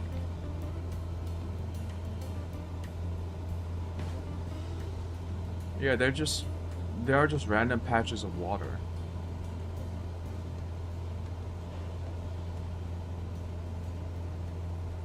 Huh.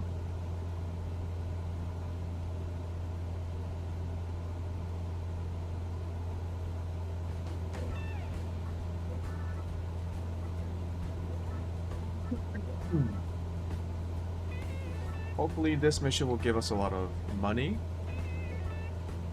because this was considered a level 3 difficulty, and it's a pretty long flight.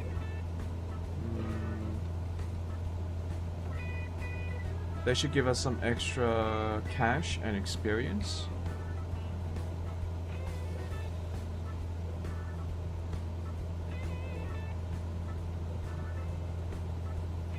We are turning into Hoxel. Okay.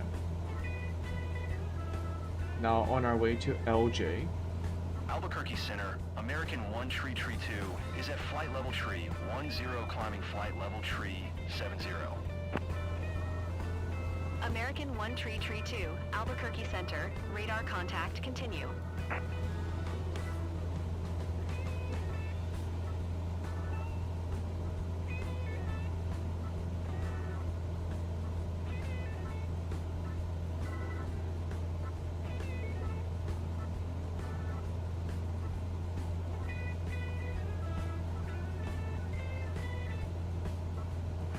I mean, it feels like we're on top of a mountain, but it's like a fucking pancake with no end in sight on the horizon.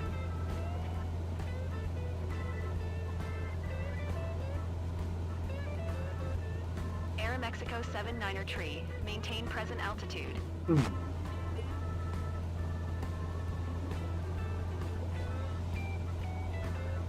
What was the Cessna's cruising altitude? Maintain Or maximum present altitude? Aeromexico 79er tree. 14,000.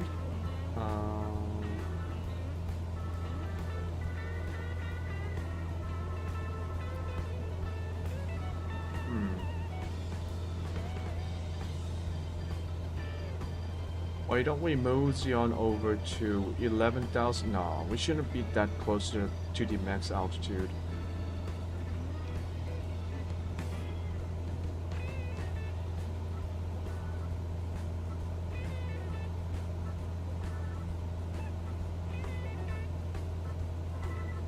Yeah, we're just going for max power we are burning a lot of fuel.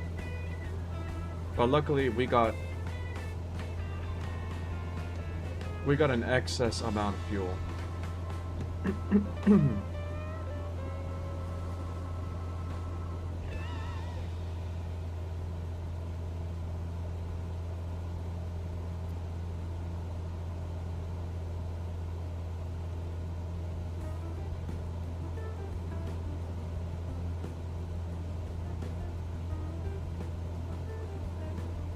About like 110.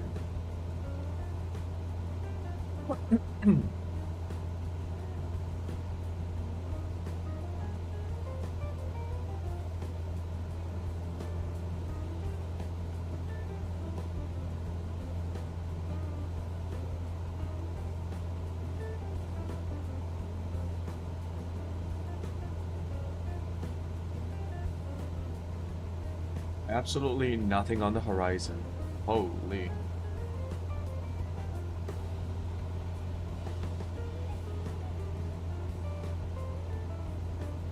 A little ravine.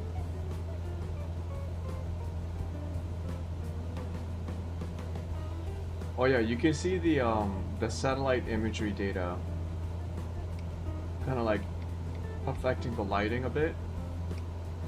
The satellite images are in grids, so if the satellite took photos at like a different light setting or lighting conditions, the map itself will reflect that. So that is,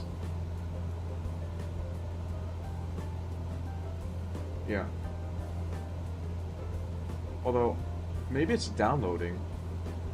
Now that I think about it, I think my computer's trying to download the map tiles. Climb and maintain flight level tree 00. Because we are at 10,000 feet, we are able to see a lot further, like further out into the distance. And so maybe the computer's trying to Climb and maintain flight level tree 00. download it as fast as it Exit can, but it 681. can't. I think that just popped in. So yeah. I think that's just the computer trying to download more map tiles from the satellite imagery database. I can check that by opening the map enhancement thingy.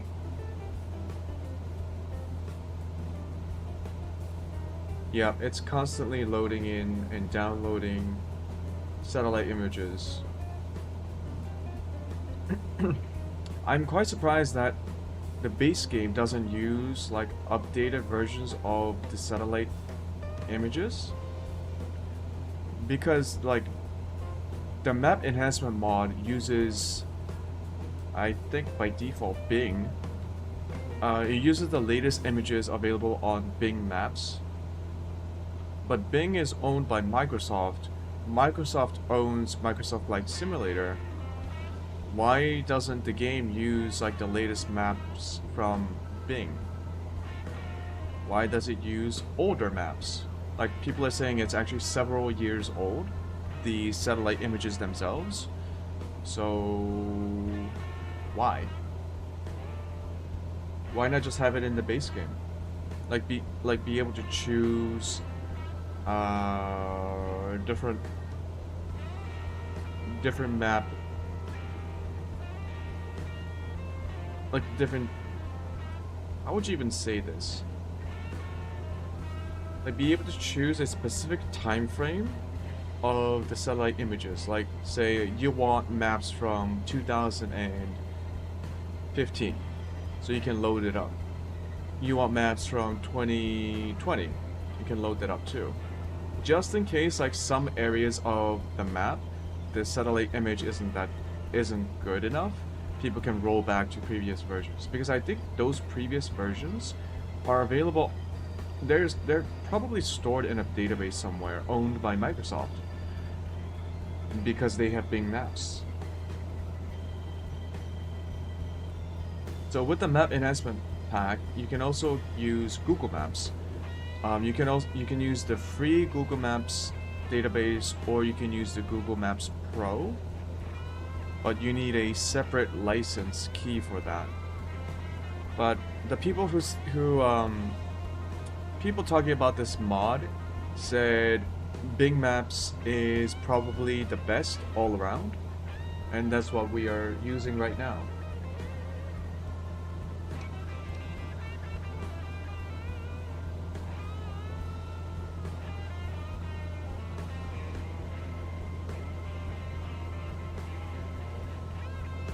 The reason the terrain LOD looks low is probably because of auto FPS. Oh yeah, we are very low on terrain LOD and object LOD. I wonder why.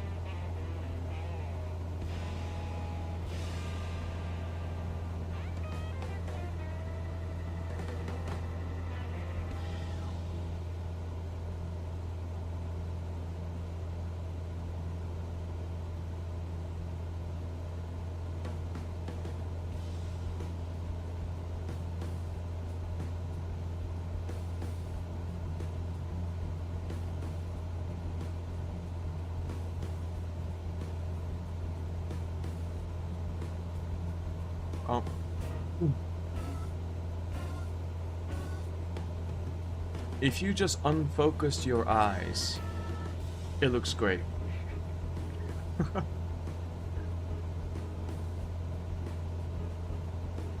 Okay, that looks great though. The color scheme, that's nice.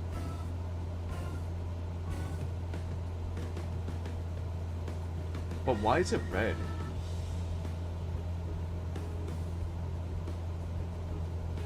Maybe it's like a wetter, like the ground is more wet? Maybe?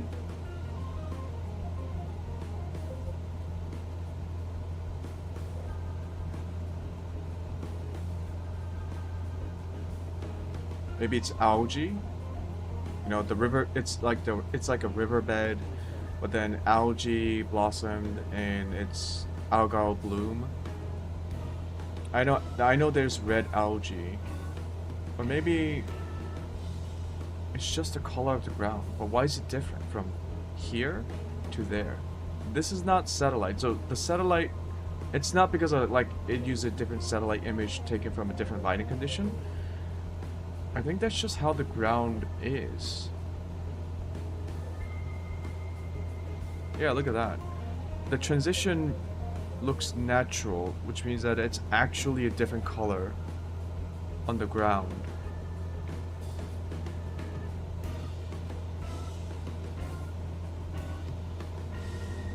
I guess it's kind of like the Grand Canyon, where the soil and the rocks are redder, and I think it's because of higher iron content. Was it? It's basically rust.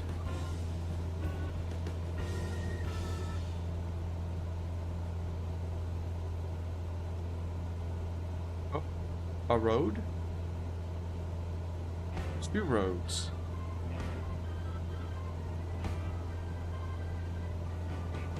Got some buildings over there. Maybe it's like a quarry. They're like mining and stuff.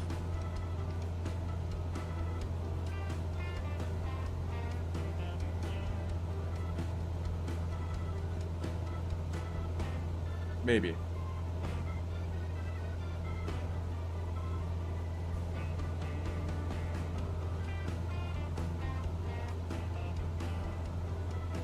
Oh, and the more I read about Microsoft Flight Simulator 2024 in like the different forums and Reddit, it seems like people are saying Microsoft 2020 is actually a much better game. Like, I read that the terrain texture is lower res in 2024, Microsoft Flight Simulator 2024, than in 2020, and that it's something that the devs for 2024 have to fix. If it's true, it's kind of weird why they would lower the texture resolution of the terrain compared to an older game.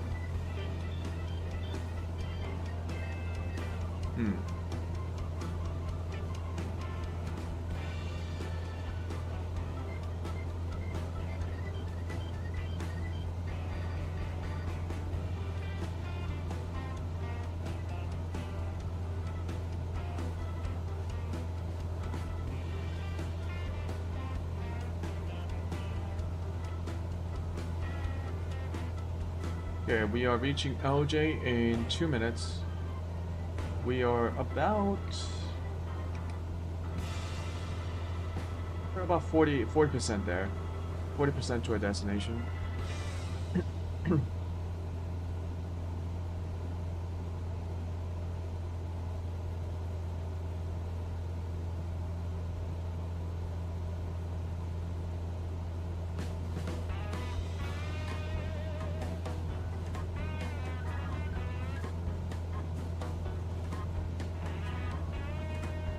I think we are in a pretty empty spot in terms of the airspace. Don't see a lot of planes around. Let's check the map. Ooh, that doesn't look good.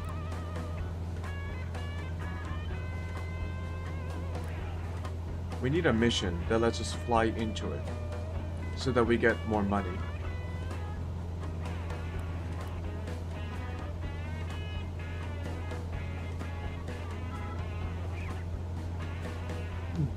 Yeah, for some reason my game is struggling to render this area because my auto FPS app is showing me that it's struggling really hard to maintain the 60 FPS by lowering terrain level of detail and object level of detail.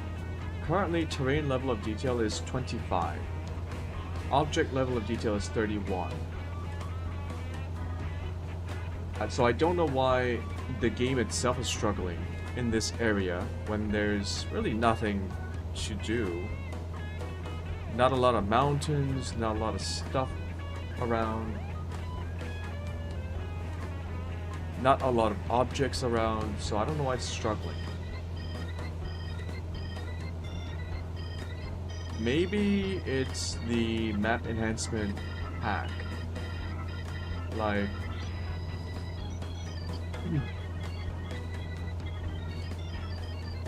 There is an option in the map enhancement mod Generic that 971. Climb and maintain flight level 450. there's an option in the mod that enables higher terrain LOD by stitching together 4 different images into one. So it composites 4 images into one, and it results in a higher LOD map tile. I do have that enabled. Now I'm thinking maybe I should disable that because my computer's already kind of struggling. And there's no point in having a higher LOD map tile if my computer can't handle it and my auto FPS reduces the terrain LOD anyway.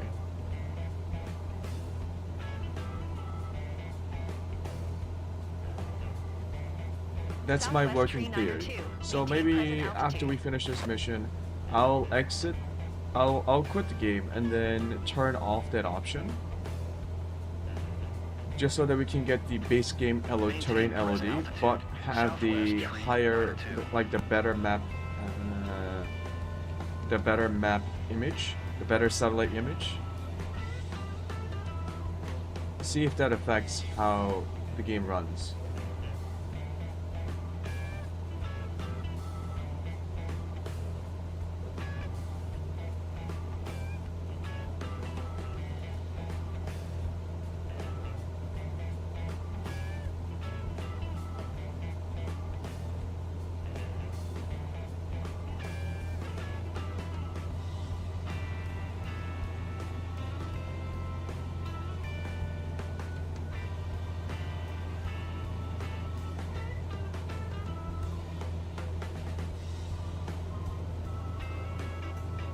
I do think that is because of the map enhancement mod.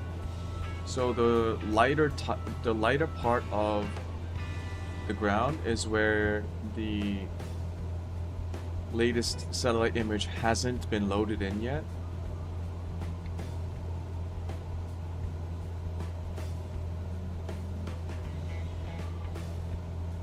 I might have to adjust some of the settings for that app.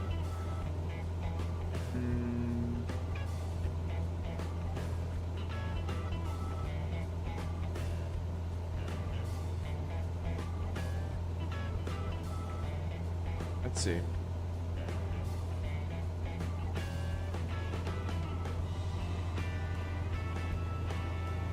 Settings.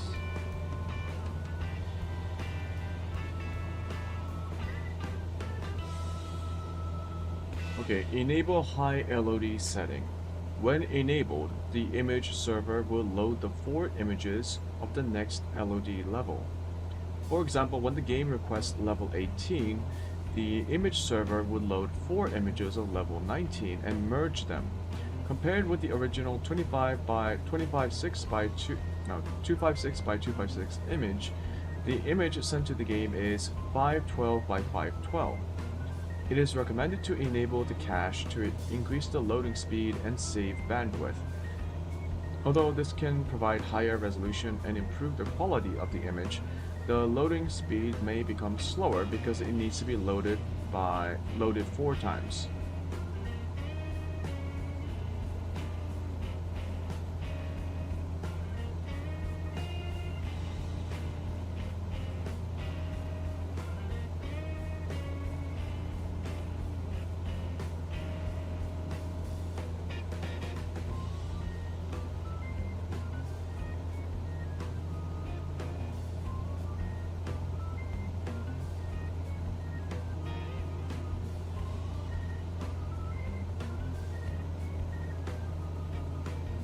I don't know, is that causing the problems?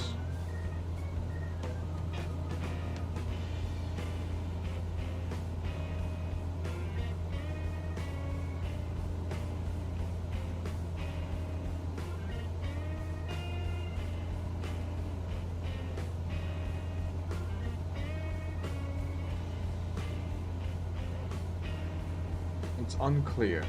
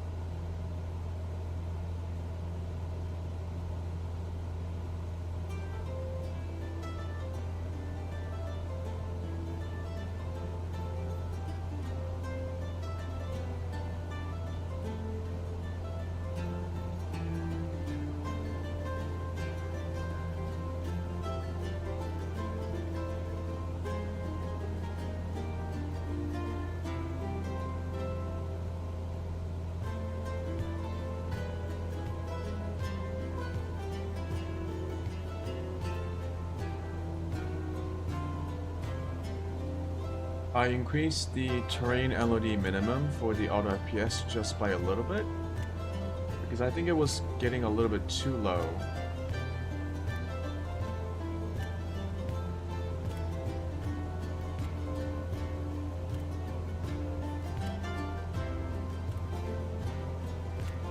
Those clouds, they look like rain. Oh, what the fuck is this? Exejet 906, you are 800 feet below Yeah, your assigned we are altitude. looking at Climb and some maintain flight level tree 60. precipitation. I think that's rain. They're like raining in spots. Climb and maintain Oh, this is flight good. level We might tree get the bad weather 60. bonus. Exejet 906. Yes, rain, wind. Come on, let's go. Give me terrible weather. Not so terrible that I crash my plane, but terrible enough for me to like earn some more money. Cessna 859er, contact Denver Center on 127.55. Okay, that's me. Good day. Okay, good day. Going to 127.55. Cessna 859er. Decimal 55.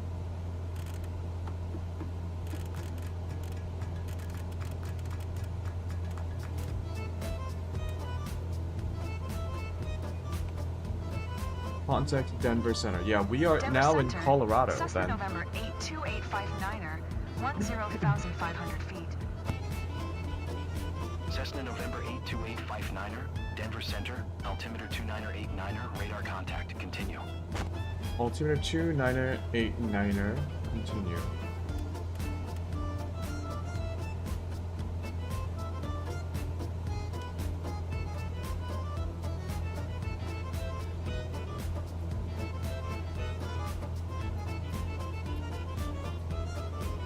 Radar contact, continue, okay. Yeah, the weather... I mean, I can see it. Those are rain clouds. That's rain. That has to be rain.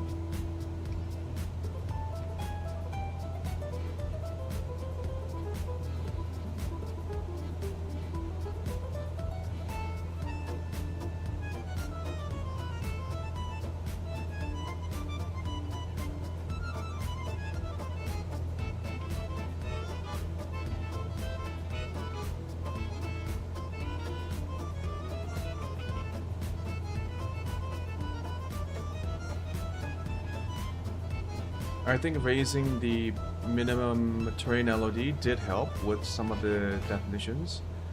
I don't think those like undulations were there until I bumped it up a little bit.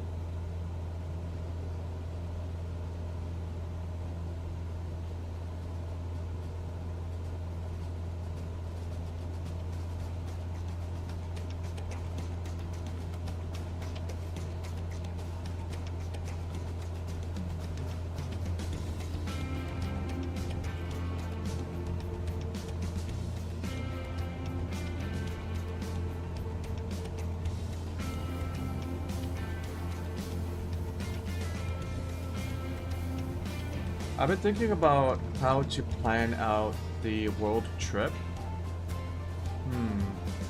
I don't want to be on a like an airliner jet, 20,000 feet up in the air, and just be staring at the clouds all day. I do want to be on a plane that has a lower cruising altitude, so that we can actually enjoy some of the scenery.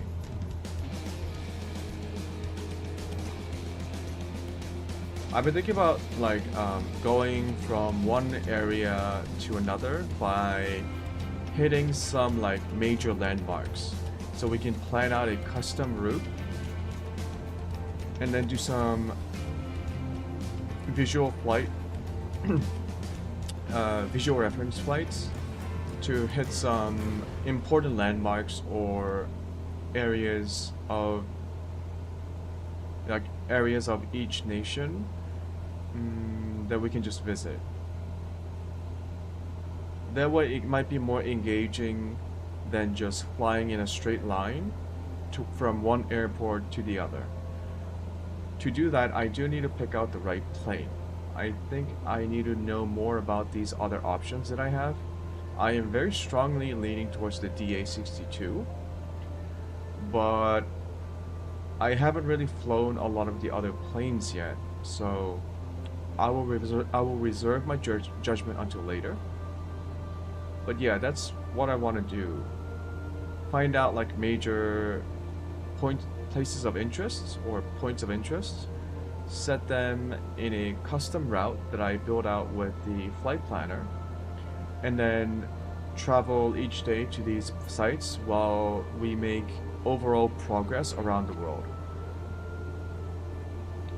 I might also just like pull up Wikipedia and just read interesting facts about each area that I'm in, and just kind of like check it out if we can. Like for instance, if we are flying in Egypt, we are going to the Giza pyramids, right? Like stuff like that. Visiting the Giza pyramids when we are flying through Egypt might be really fun. Or if we are in, say,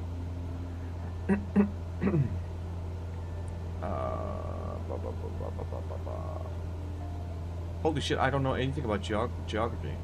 I don't know, if you're traveling through South Africa, we can visit Cape Town and look at the ocean, and the coastline. I've actually been to Cape Town in real life. They have a lot of seals on the coastline. They have a seal island, a lot of seals, and a lot of sharks because of that. But yeah, we can visit the seal island or something like that. Have that as a place of interest on a map, on our flight planner, and then just kind of like fly around it, read some things about it on Wikipedia, and then move on. It will be like a genuine world tour, and not like a let's set a straight line from A to B and then just fly on autopilot all day. No, I mean we are flying autopilot all. We are flying with autopilot on all day right now, but that's because we're grinding for mission, like grinding for experience and money, and we don't have a lot of interesting POIs to visit, right? This is a cargo mission. The POI is going from A to B.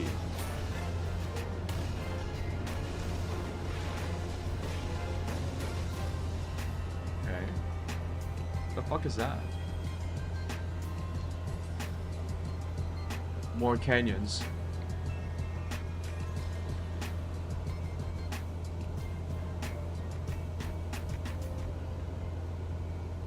See, these are the kind of roads that I've been talking about. Like, it's just a single road with no one on it for like hours at a time.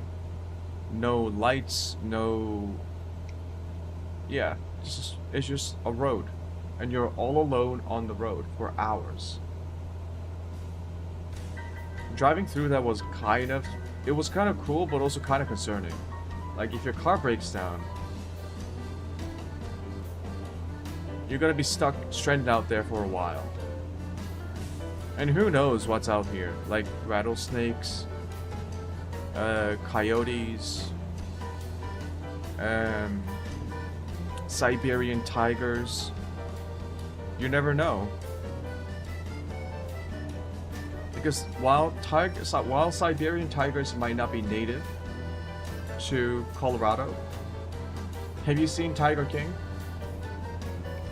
Maybe a Siberian tiger escaped like one of their cages.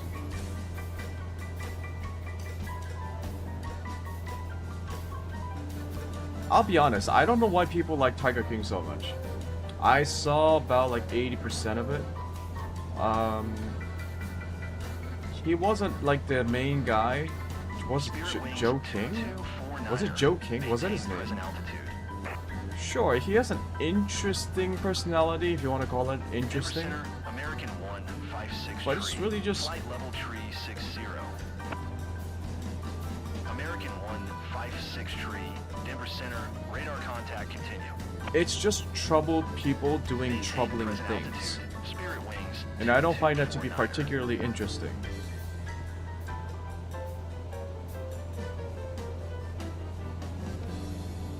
And then, oh, didn't the creators of Tiger King make another series with like a similar theme, but it was with like monkeys or something?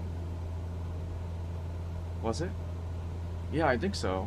They did make a sequel, like a.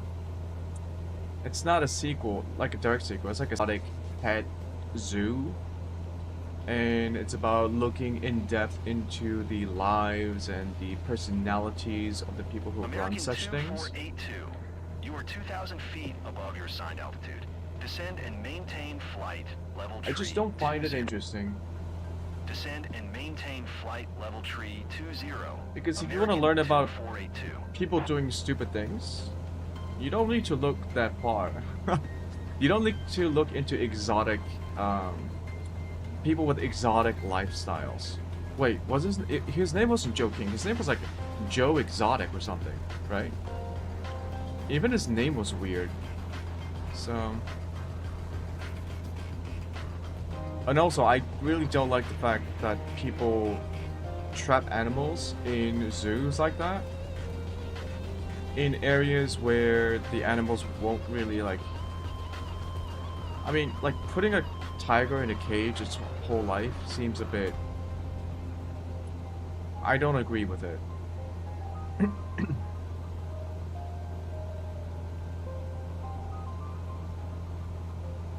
Unless it's specifically for preservation, like for preserving endangered species. But then the ultimate goal of preserving an animal species is that you can get a stable enough of a population so that you can re-release them into the wild. American 2482. Traffic is 1 o'clock. Okay, maybe this isn't rain. No, it looks like Report them rain. in sight. Maybe it's just like... SkyWest 4890. No, it's rain. Oh, it's Traffic rain, is alright. 11 o'clock. Tree miles. At flight level tree 5. Generic. Report them in I've sight. never done this before. I don't know if it actually functions correctly, but we will turn on pitot heat. Because we are at 4 degrees Celsius outside air temperature, and we are getting precipitation, and we are higher up in terms of elevation. So I'm gonna turn on pitot heat.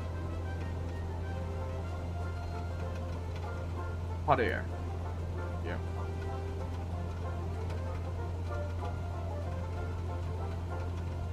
I don't think this is considered icing conditions, but you never know. Like, I literally don't know. Is this considered a potential icing condition?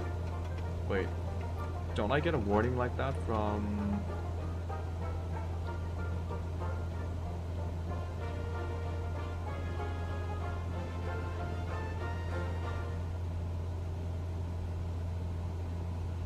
Gathered clouds...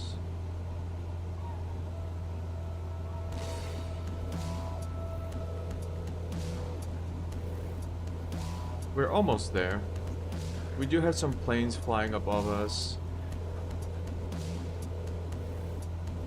It's fine.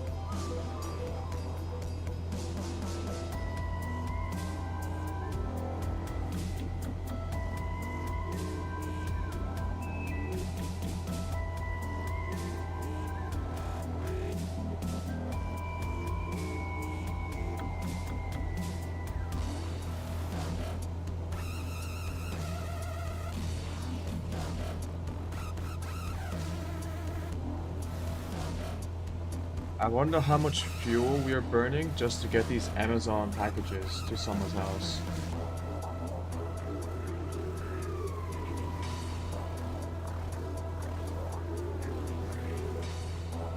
They wouldn't use, like, airplanes for Amazon packages, right?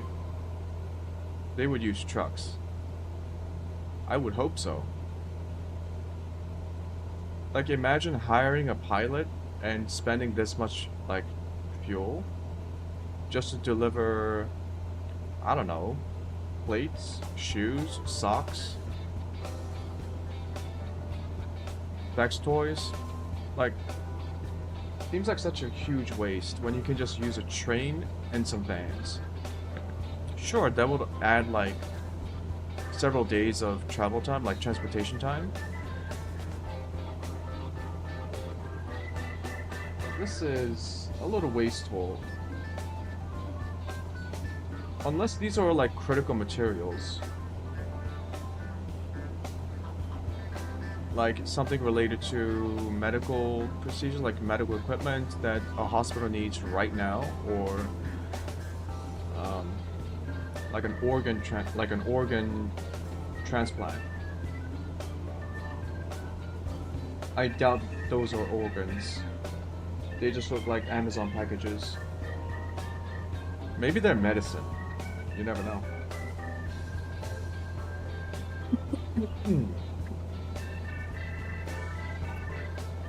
Okay, I might need to go get some... No, not water. Coffee. Coffee.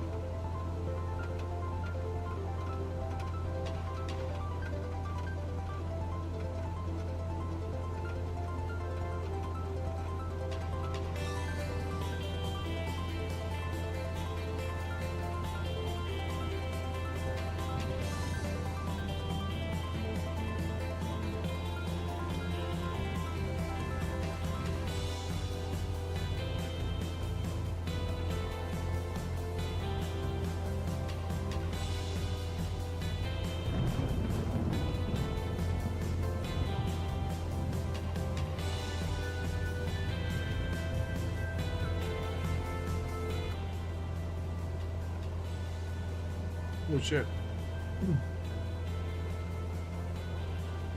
Visibility's not that great.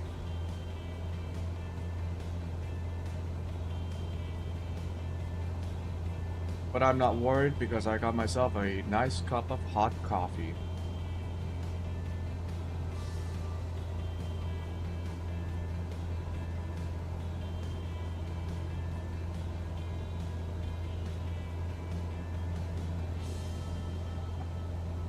Also nuts. Peanuts and almond nuts.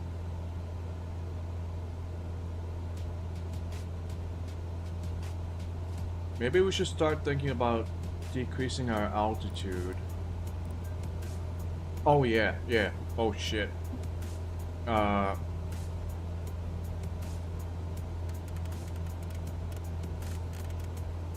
don't know by how much. Let's just try 8500. Decrease throttle.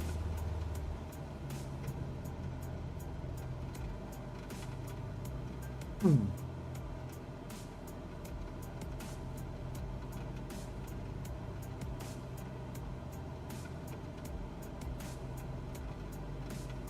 let's turn off the weather because I can't see shit with all these green dots on the screen.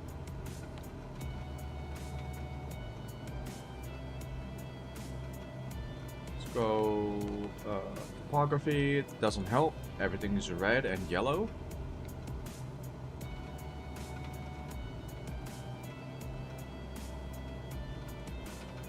I'm at terrible visibility. Wow. Okay.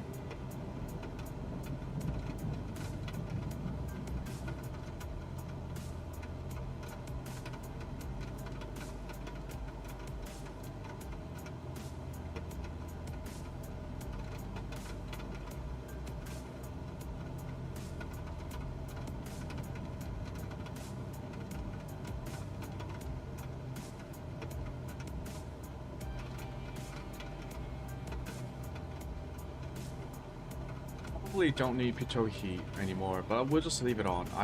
Nah, we'll just turn it off. I don't need it.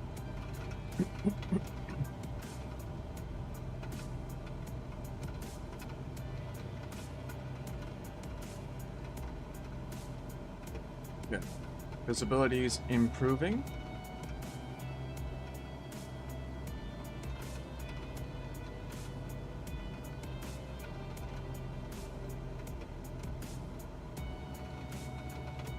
The map is saying it should be directly in front of us.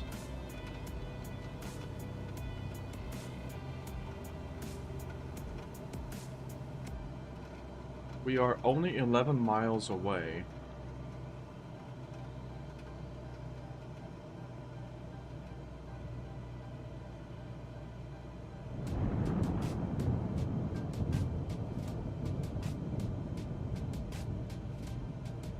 What the fuck was that? Was that a thunderstorm? What?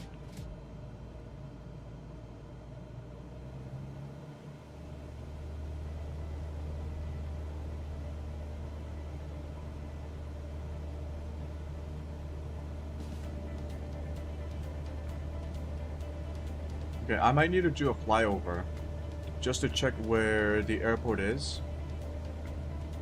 I think it's in that area in front of us with the rain.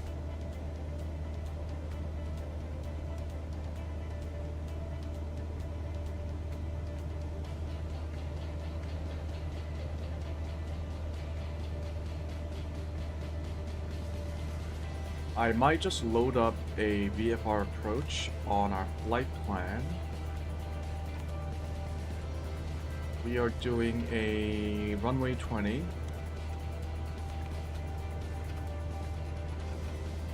We'll just do a straight. —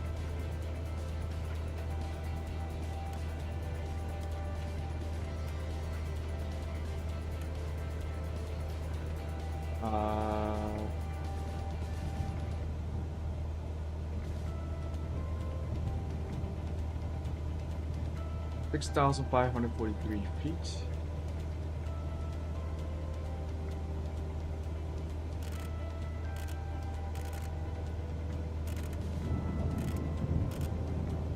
Yeah, that's a thunderstorm. Okay.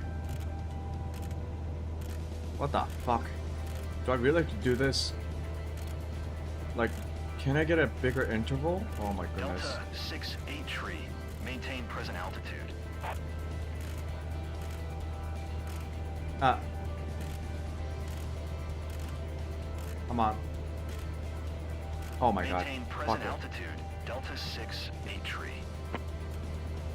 Turn it off. Okay. Load. Okay.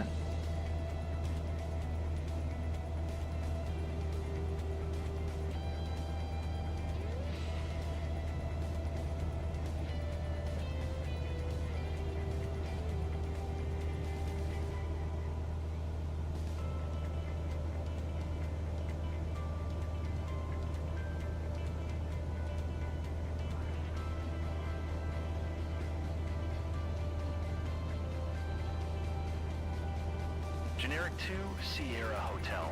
Maintain present altitude.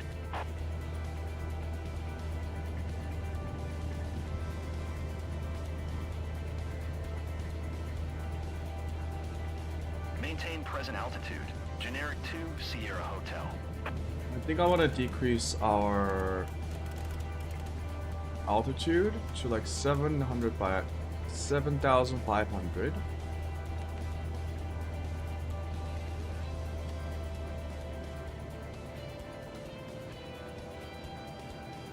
Yeah, I don't need flight following. Denver Center, Cessna 859er, cancel flight following. Cessna 859er, Denver Center, cancellation received. Squawk 1200. Frequency change approved.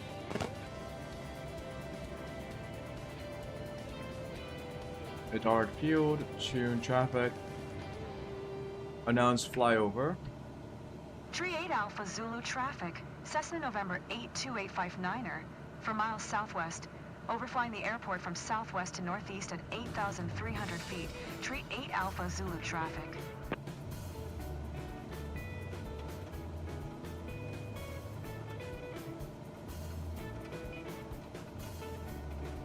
Yikes. This is really bad visibility.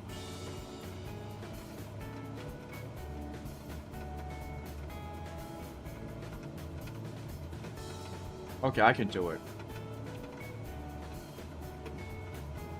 I believe in myself that I can do it.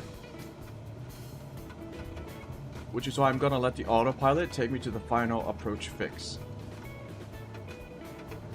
And I'll only have to worry about the elevation. I think we can lower our elevation a little bit more. 7,000 feet.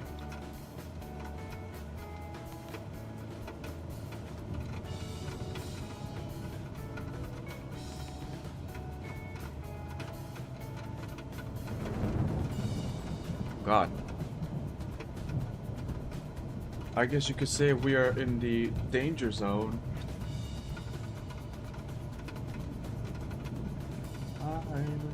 To the danger zone.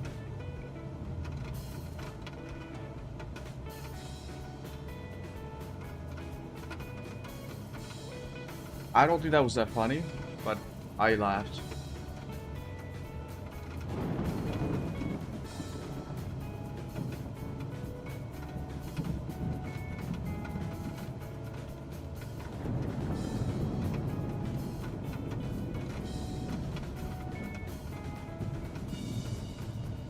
Oh yeah, I forgot. It doesn't automatically activate the fucking...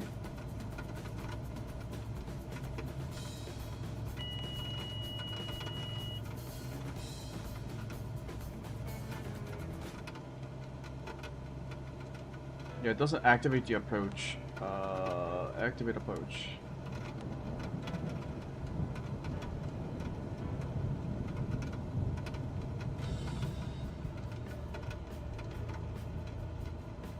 Okay, we don't need to be lower than this.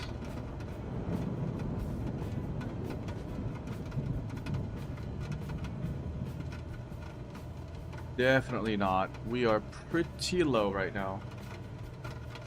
Okay, this is kind of scary. It's a bit difficult to judge how close I am to the ground. I know it's about 6,000 feet.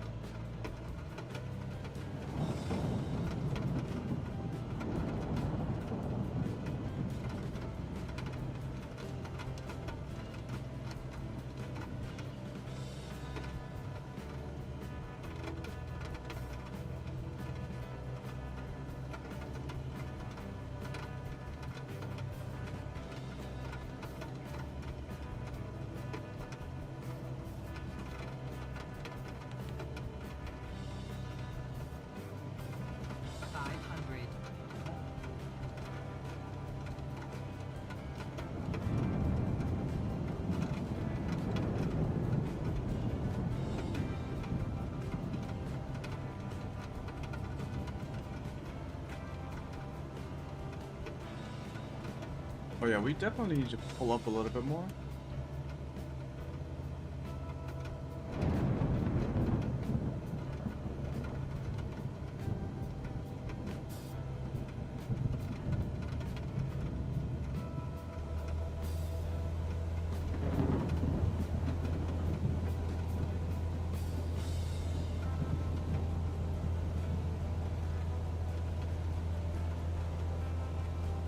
Yeah, we will approach at around 7,500.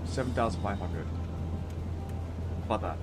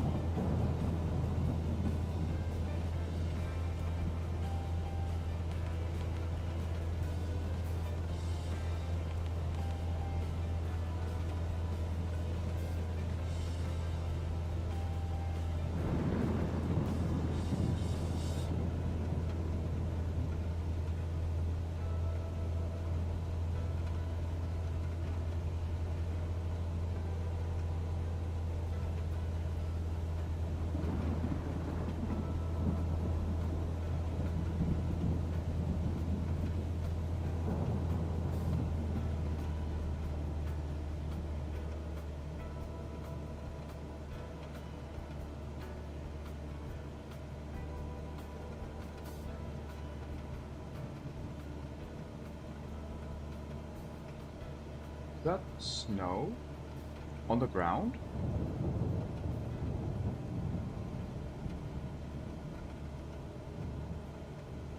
Looks like snow.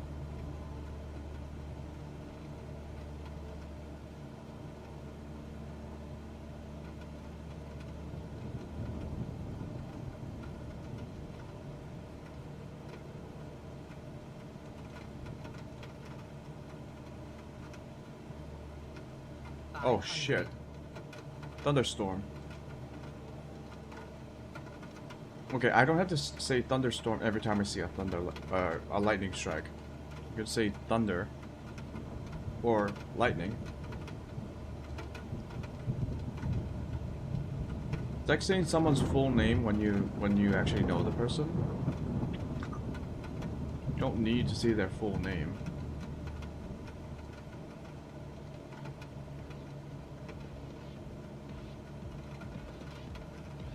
Let's take it easy and go slowly.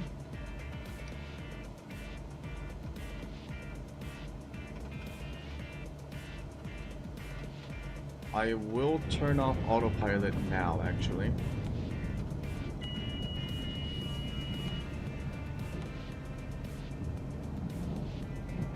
Because of this shit. Do not hold altitude. Thank you. Let me do it.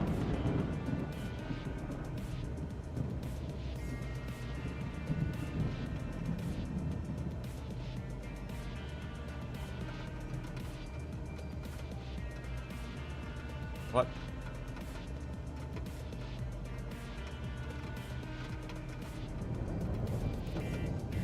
Wait. I'm confused.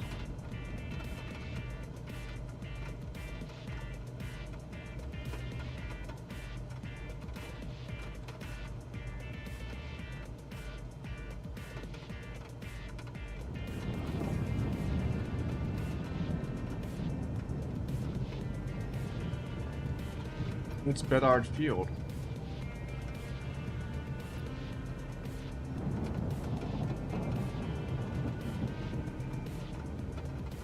Was it like bugged out? Uh-oh. Communication wheel bugged out.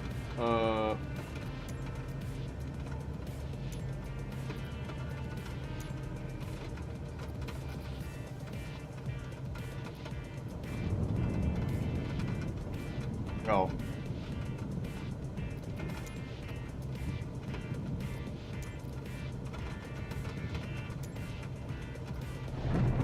Tree 8 Alpha, Zulu traffic.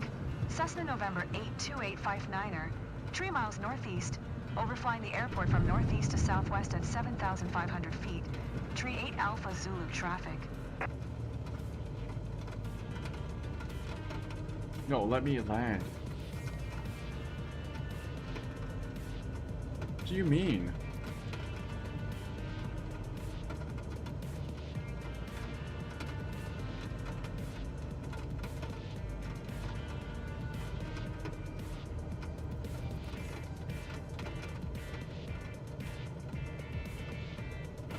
You too far away or some shit?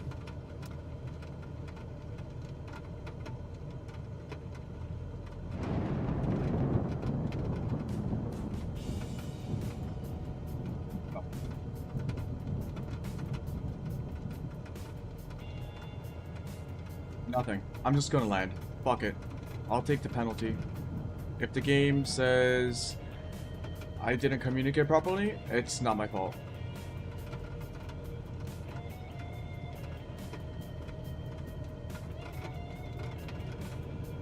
Okay, 2 levels of flaps.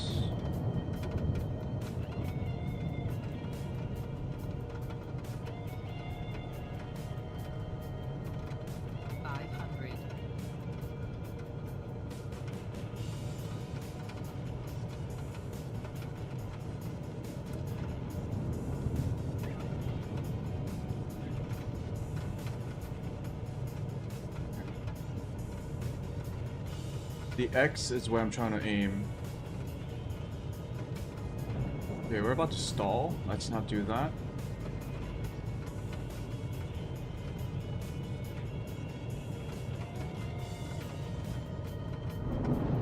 Okay. Throttle off. Layer. Kind of.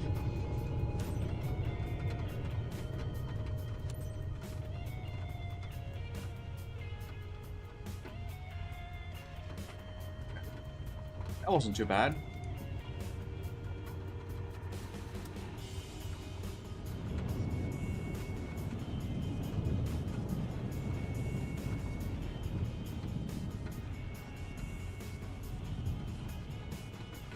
Okay, the weather effects are pretty cool.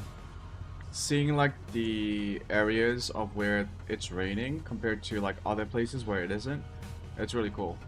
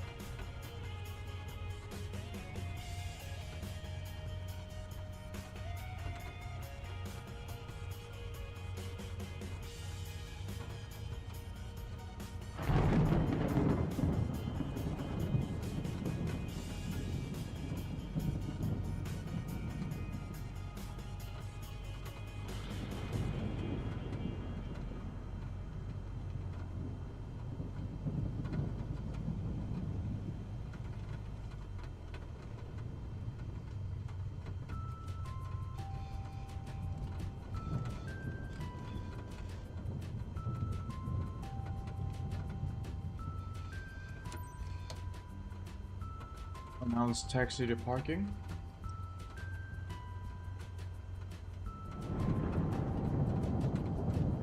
Announce taxi to parking.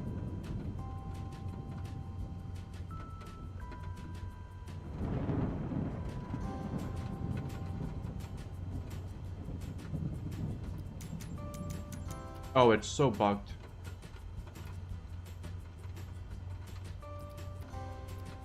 Not in use.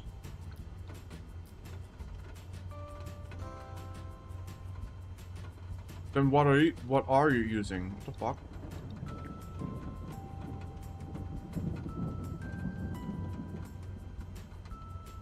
Ah shit, what was it? The default ones? The 1, 2...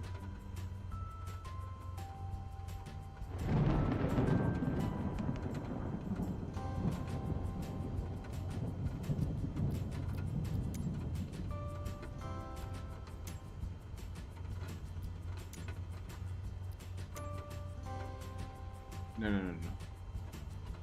I think it was 122, 9. 122.9. Frequency column 2.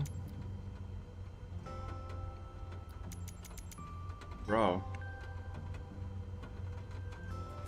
Game? At least tell me the airport's frequency. Game.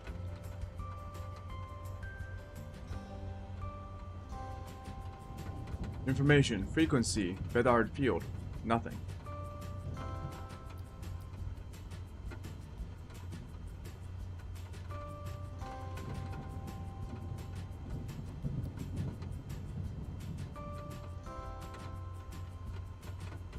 I didn't mess up a setting, did I?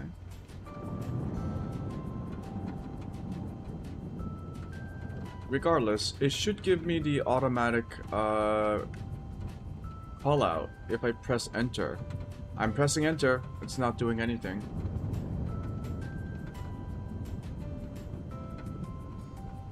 Alt N, skip.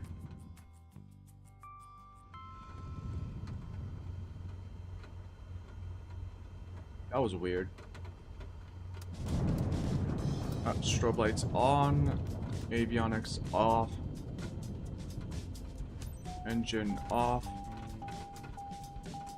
lights off, batteries off.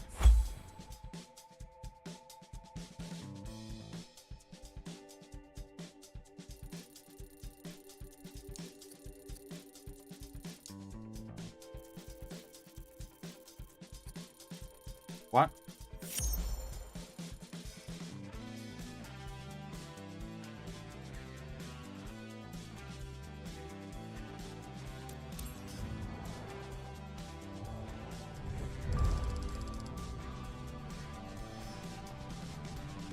$10,000.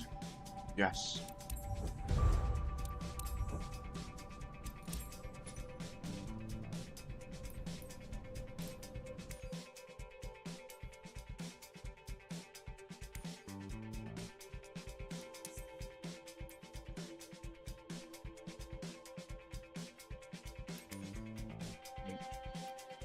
Create company. You are about to create your first company. It enables aircraft maintenance and failure options to provide a realistic flight experience. If you wish to continue your career without the maintenance system enabled, you can continue flying employee missions.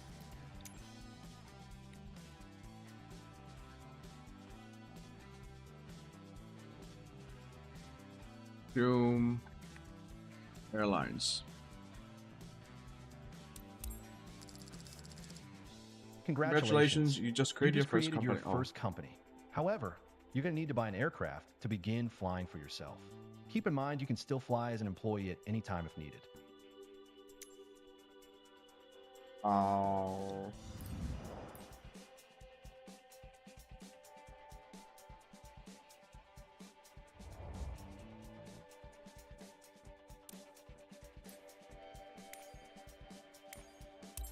At this early stage of a new company, you can only access used aircraft. Keep going, and you'll soon be able to buy brand new aircraft.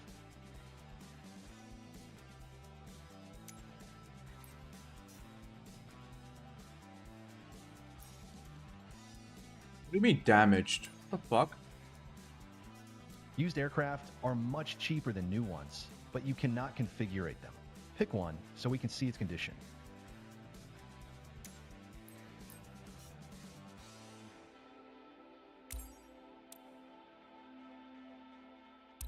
This is where you can see the aircraft's current condition before committing to a purchase. The way you fly drastically impacts aircraft condition and the associated maintenance fees. So take care of your planes. Okay. This aircraft looks good, but in future be careful as it's not always the case when buying secondhand. Okay.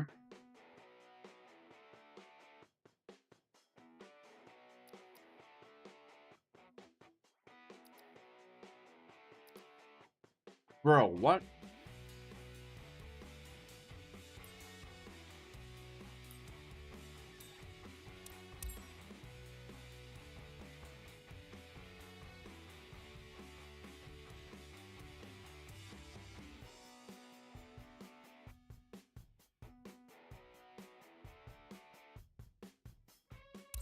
Now it's time to choose an insurance plan for your aircraft. Insurance plan. There are different options available, each with different levels of coverage but also different fees. Choose the option that best suits the type of missions you'll be flying.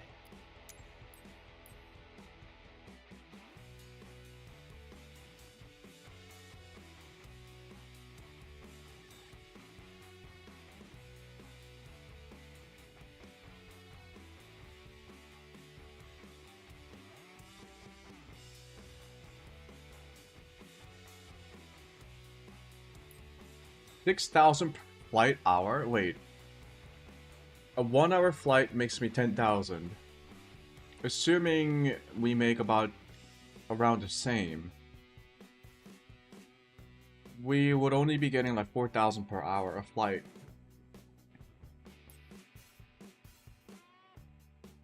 Although with this one, you can lose your entire plane if you crash. Fuck it, let's go. I bet we can change it, right? Later.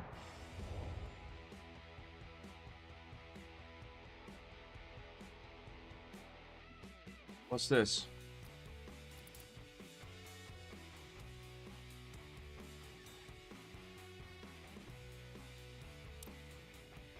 $25,000 Demi dollars? Yes.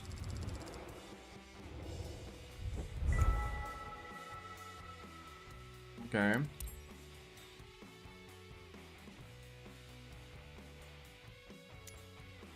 You'll want to regularly check on the condition of all your aircraft.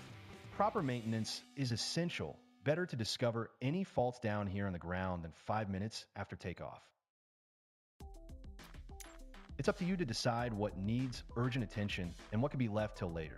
But keep in contact with the technician, as each system will need regular maintenance. Okay. Crew? What's crew?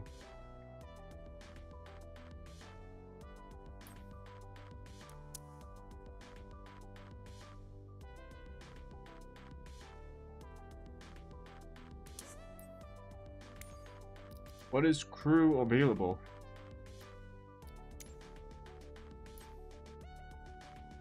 $30,000 credits? What?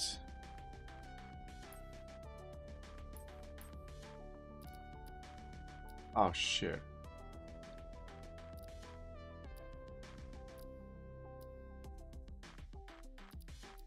Okay, engine first. Never mind. Oh shit. Okay, can I fly it though? It's not like broken, right? It's serviceable. What do I do now?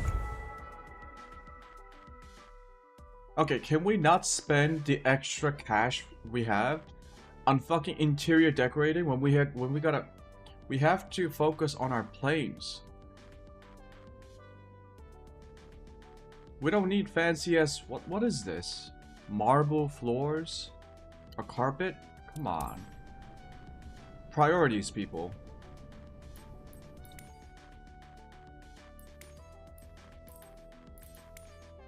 So how do I choose my company missions? Game, can you explain this to me?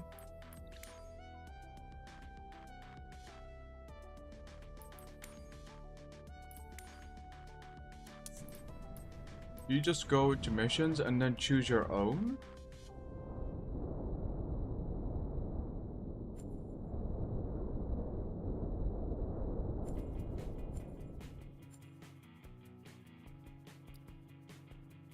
So now you have your own business and your own aircraft to fly.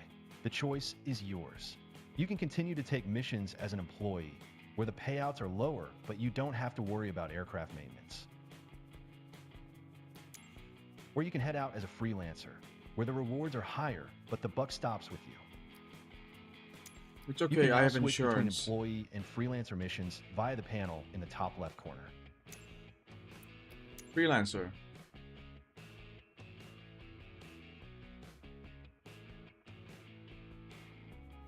Wait.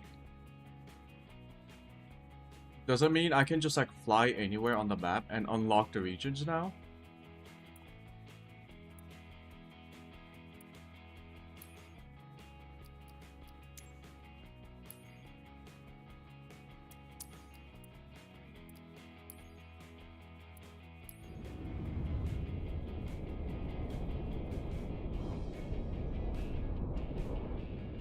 Oh no shit, I have to move my aircraft.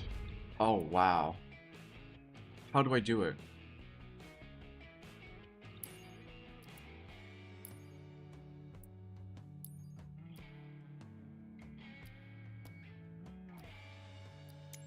How do I...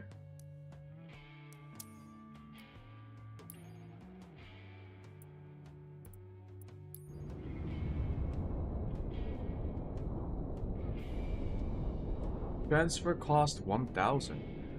What if I just like fly there?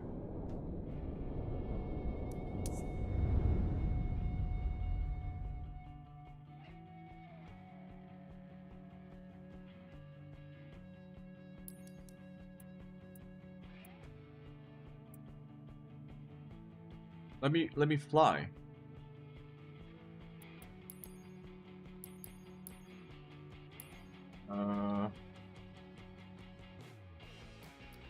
Is that not an option?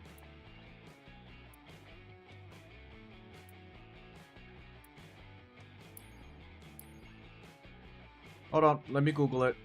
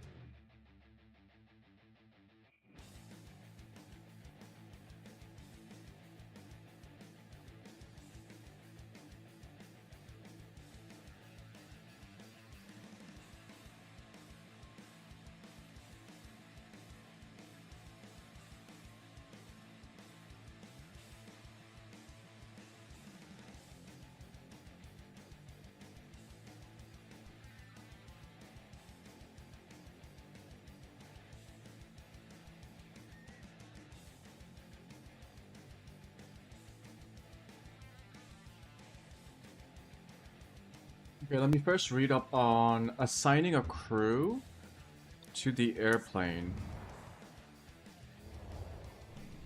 Because if we go back into the company airlines and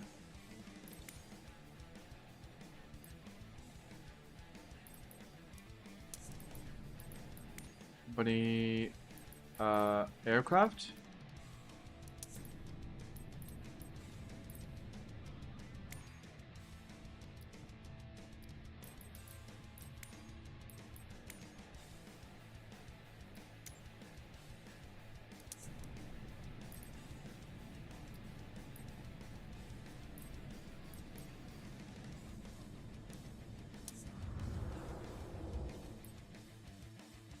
No, that's not it.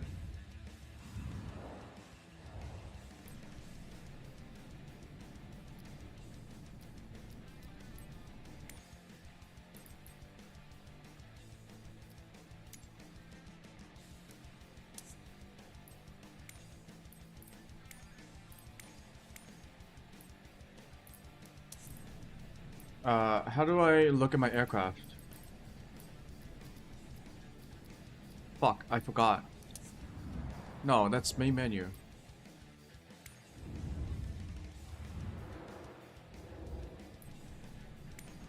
Emissions.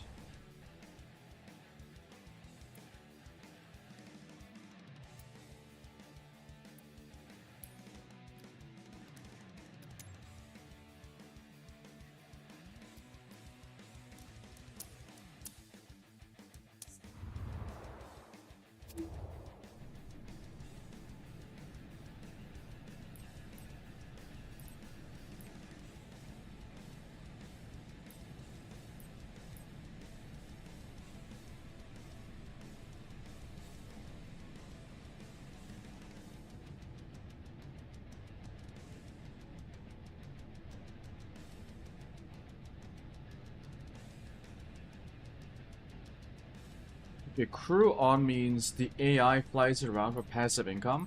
I don't want that. I want to fly it. Am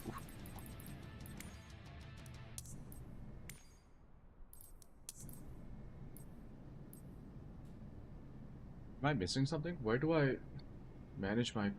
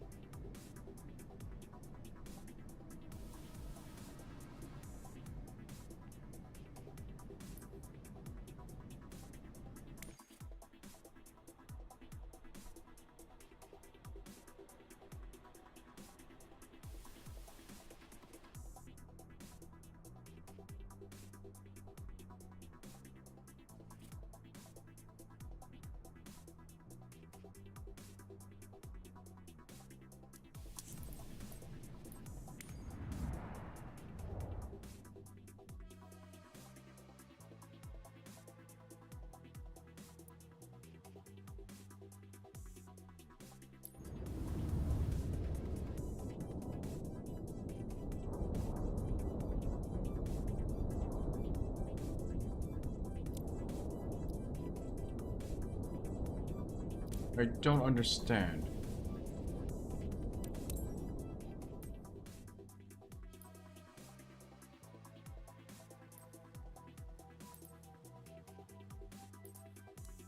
Why can't I just fly it?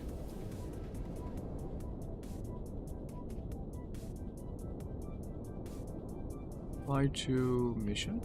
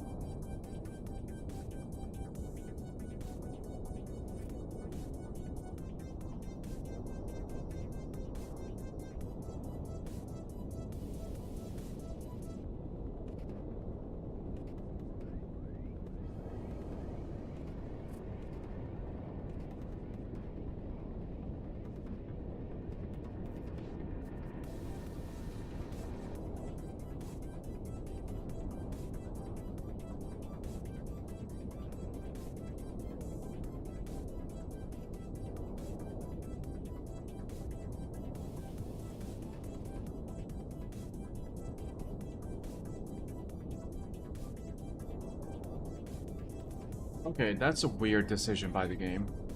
You cannot fly your own aircraft to the mission site. You can only teleport it, and you need to pay.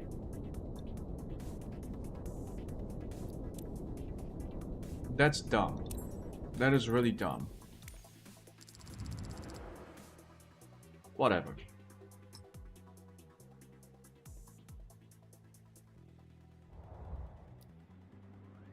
The hangar is even more useful for you as a freelancer. Management? Yeah, I got no money. It would have been nice if the game told me I could only buy a used aircraft in the beginning. That way I would have saved up more money.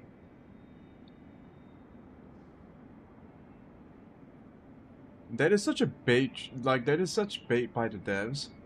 Who thought that was a good idea? Oh, what the heck?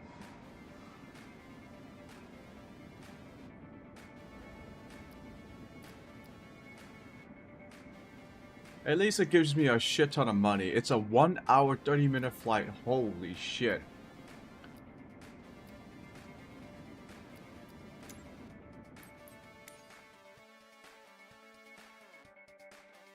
Max fuel. Okay.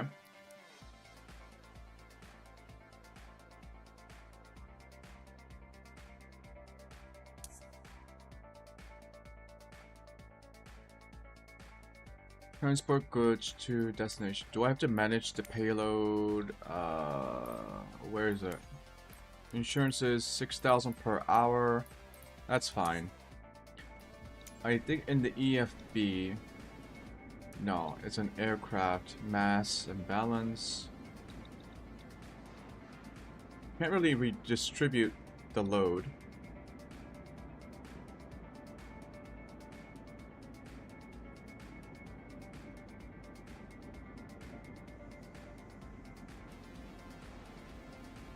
Okay, Grand Canyon National Airport.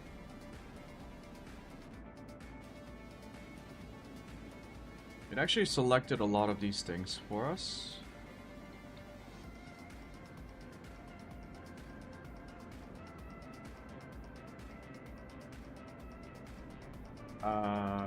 What's the wind situation?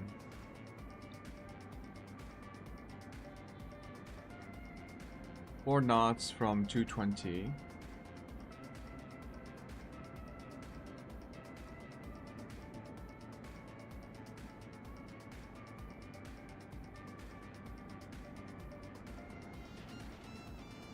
Then don't I want to take off at runway 21? Yeah.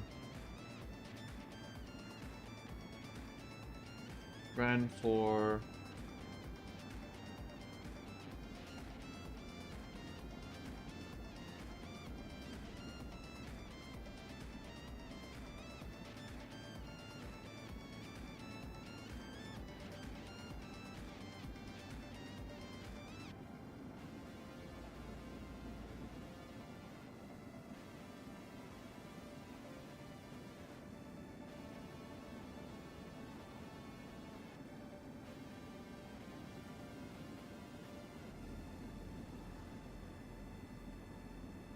I'm assuming there's like a big ass mountain in the middle.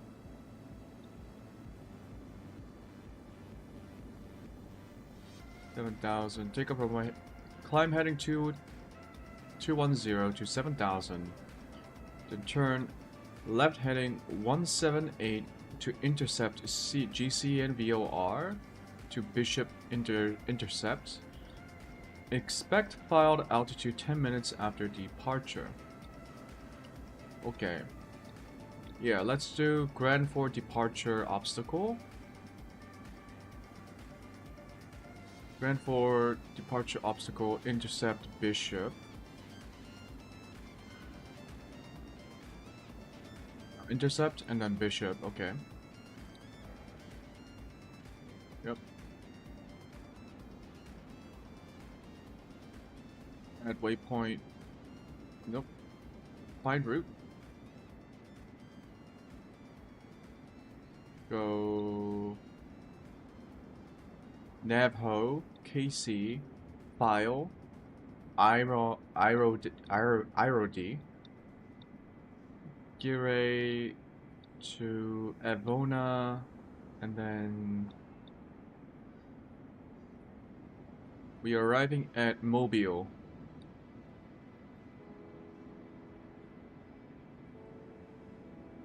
Two-seven. Yeah, runway 27. So runway 27. Approach VFR. Left direct. IFR rules.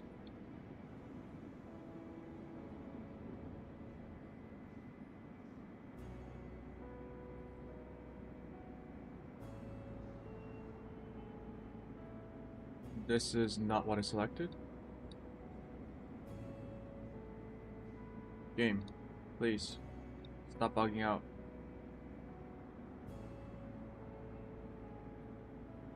Yeah, nothing. Okay.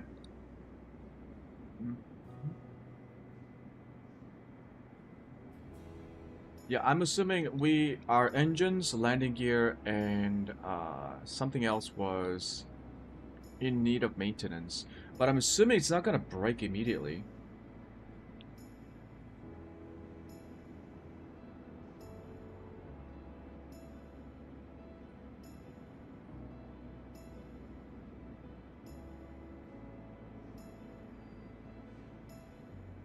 What is this? We're taking off runway 21 Grand 4 direct.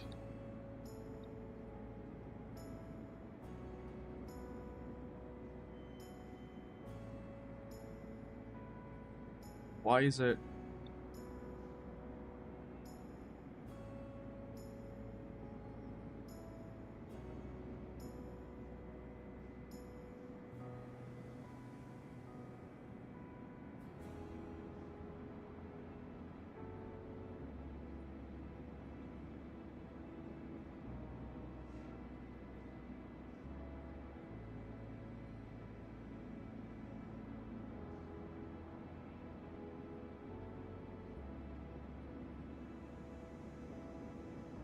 What the fuck is this?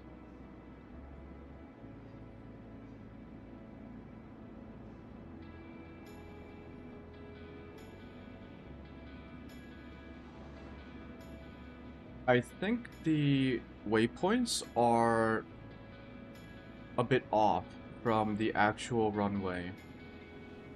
I think the waypoints are supposed to be down here. No way you're supposed to take off like here?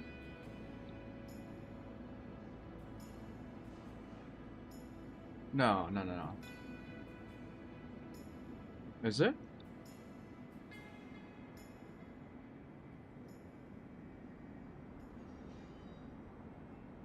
Let me read that one more time. Departure obstacle. Does it mean obstacle as in...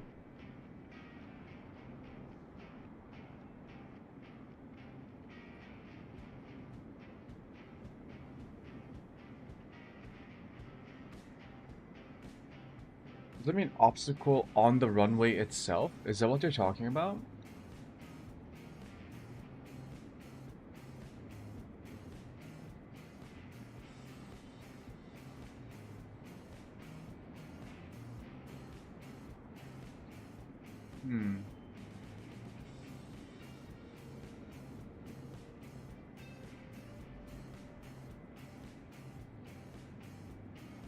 Okay, regardless, we have everything set up.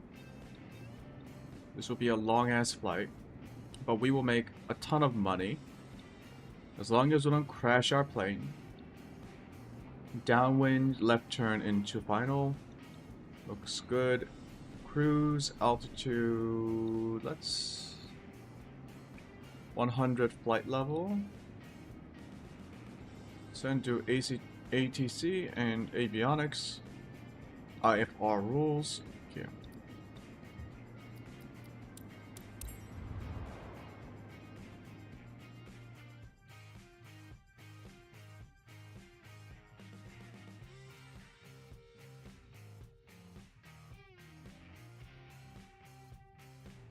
Bro, if this gives us 100, what was it?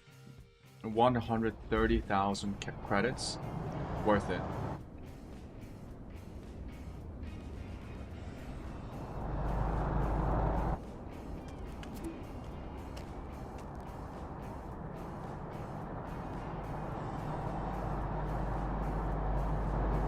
Oh, don't crash my OBS.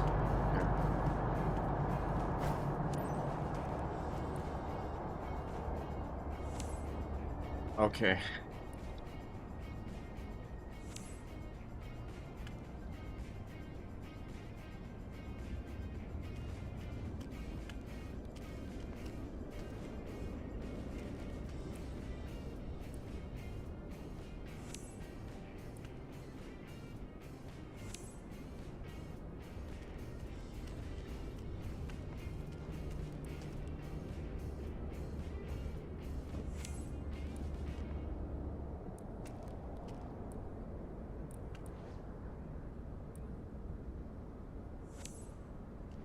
Everything's slightly...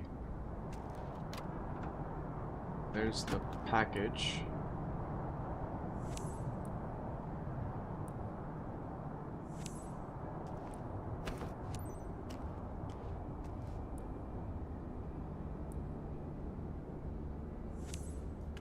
So, is there like a gradual,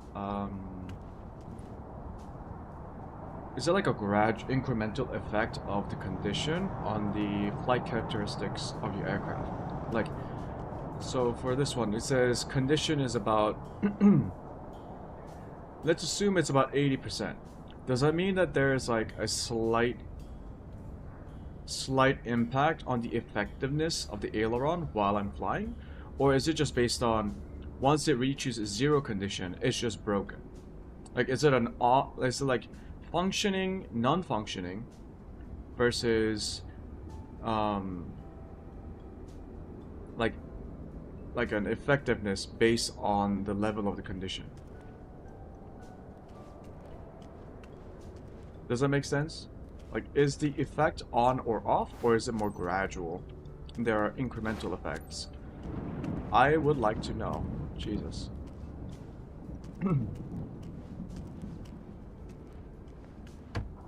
Asking for a friend. Okay, blah, blah, blah.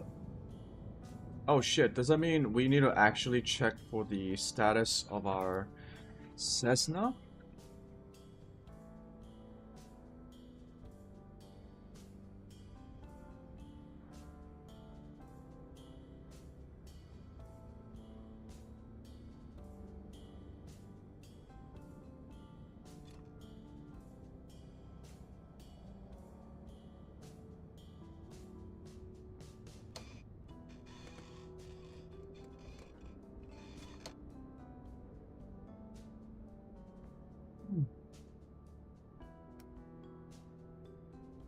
Valve.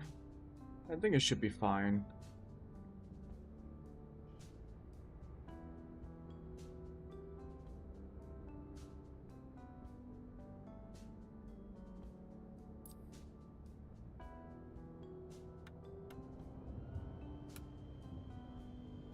Let's just turn this shit on.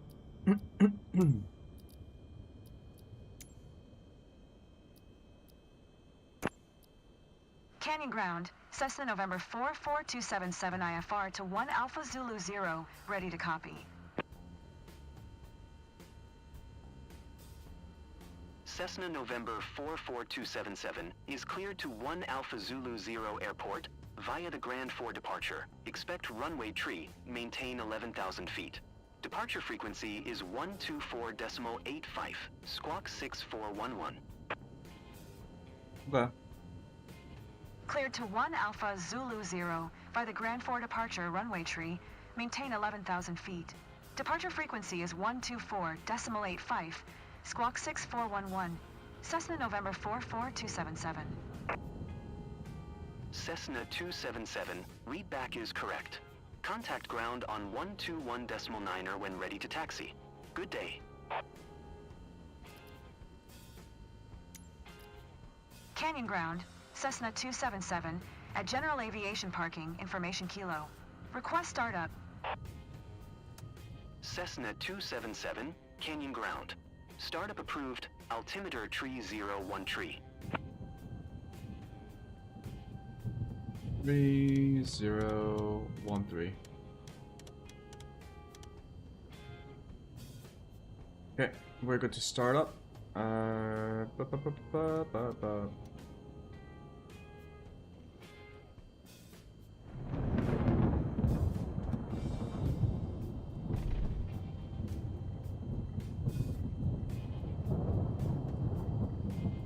Switch on the avionics and turn off all the lights. Get some heat going because it's probably chilly.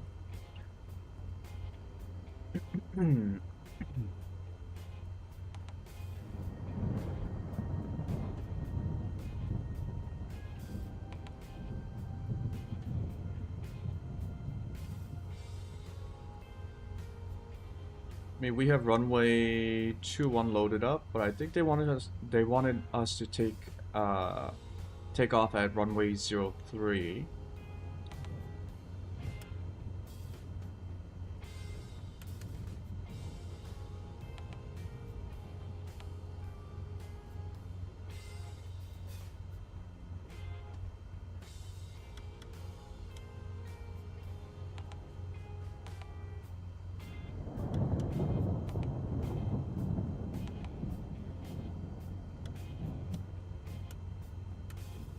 No, it's runway 21. Yeah, load. Okay, I don't know why ATC said we need to take off at runway 03, but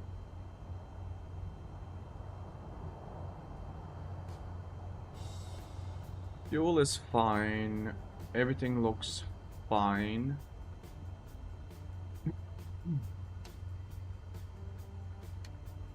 Let's actually check out our ailerons again. I can't really check my rudders, but I think they were fine. Okay.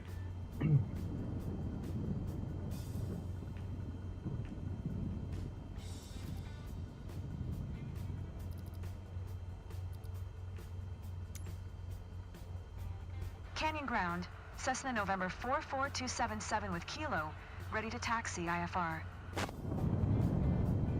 Cessna November 44277. Taxi to and hold short of runway tree using taxiway Papa Golf. Contact tower on 119.0 when ready. Okay. Taxiing, hold short runway tree using taxiway Papa Golf, Cessna 277. 119er. Set that up.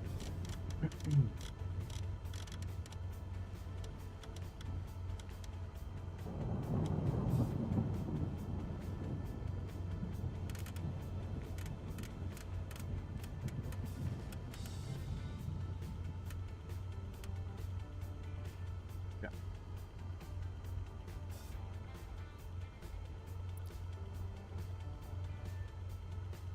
I should have done this beforehand. Let me check the airport map.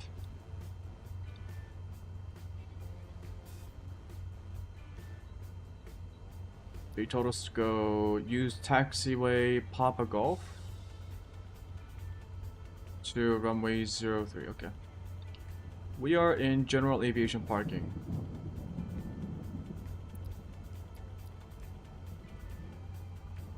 Go ahead and switch our radio communications. I want to do a lot of these manually by hand, just because I think it's fun.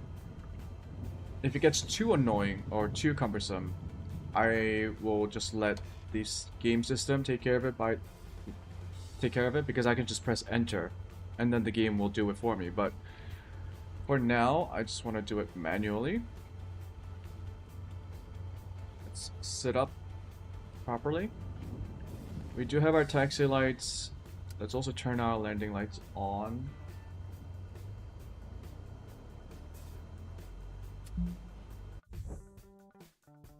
What? Mission failed. What the fuck?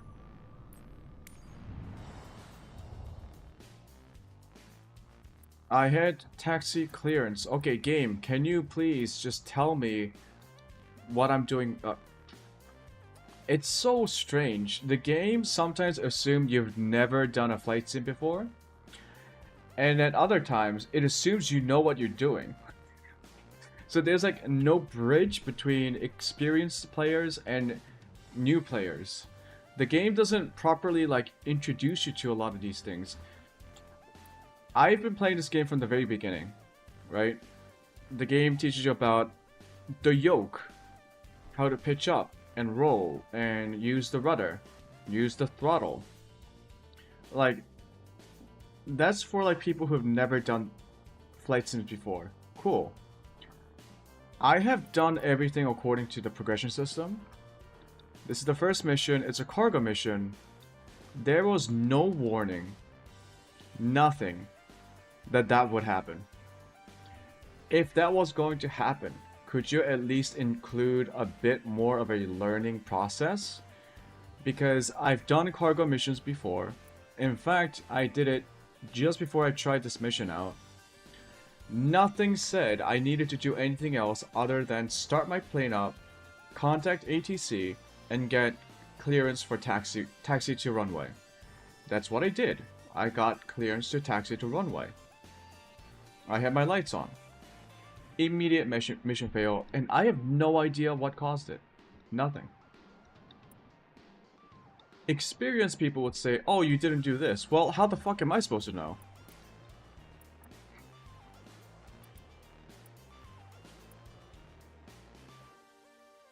Bro. Like, I wish the game would either assume that the player knows nothing, which I think makes sense, Or it should assume that the player knows everything and just like tell people like, oh, you need to know this stuff before you try it. Like at least a warning or something. That had no warning. It ended. I wasted 1,000 credits. And now I need to move to a different location and pay 1,700 credits. What the fuck? Great.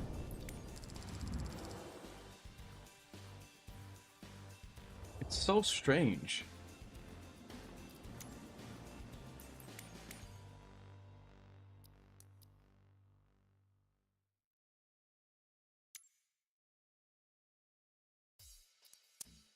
Yeah, I don't need that much fuel. 111 pounds of fuel.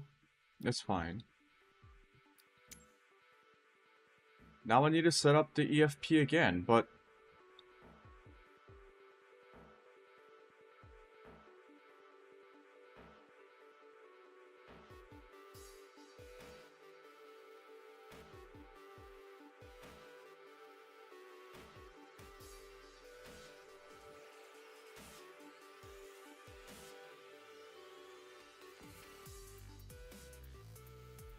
Yep, for...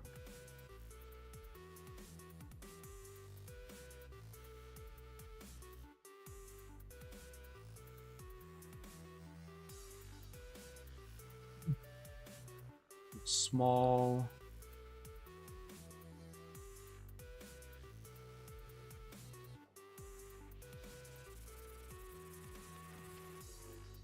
We should runway 35. Pattern, right 45 auto. Yeah. Hey. Approach RNAV 27 via direct.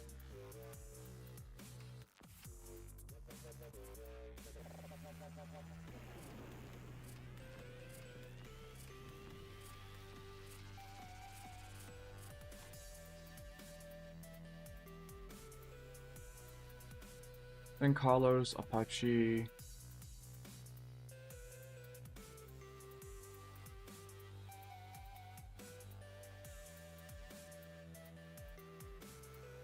Still an RNAV. Runway 03.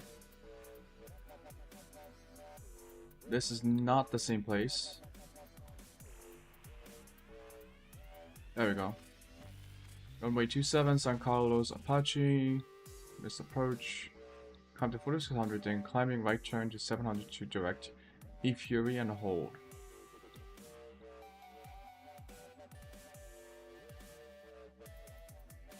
Hmm. 3262 floor. Procedure not applicable for arrivals at Grind on V190 southwest bound. Okay. Offset 9.98.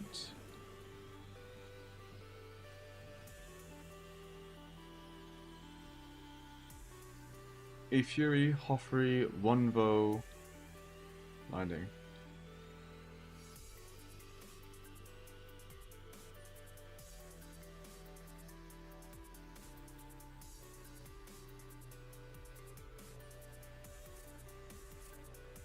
Yeah, we'll do runway 27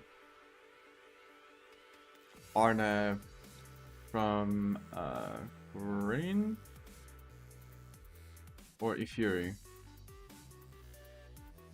Grind, yep.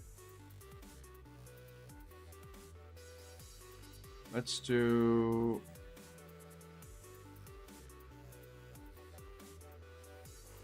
We don't need to transition from tags. Can we get rid of this? Do that. We should get rid of this.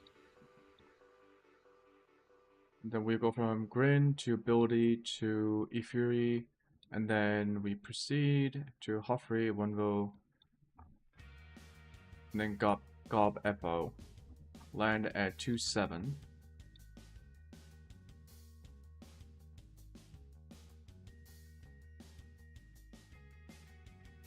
Yeah, okay. Send to ATC and avionics.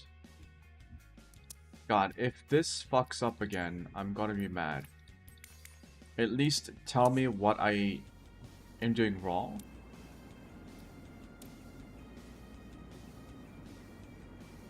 Fly.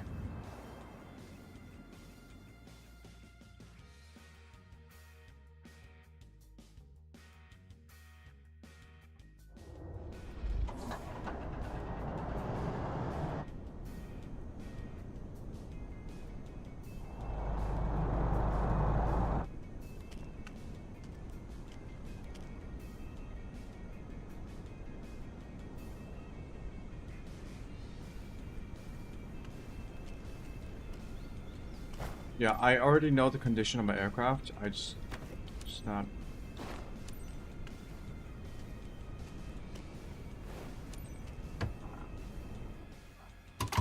Okay.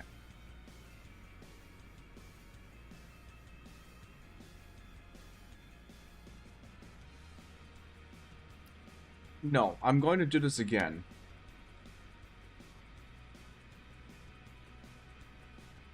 Fuck you, game. Okay. Batteries on.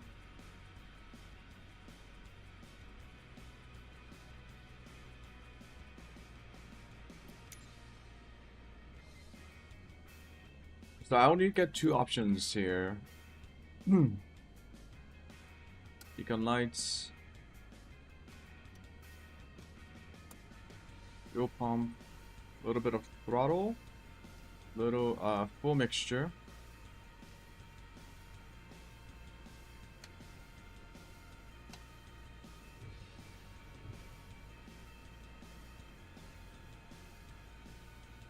Turn off fuel pump.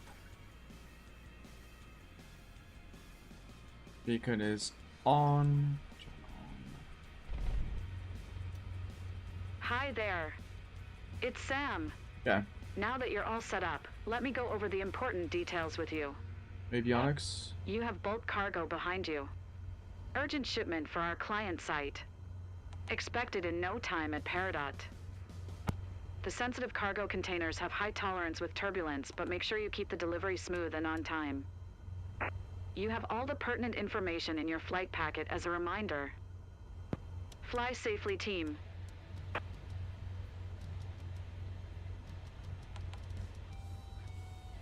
I'm super confused about why I failed the previous mission.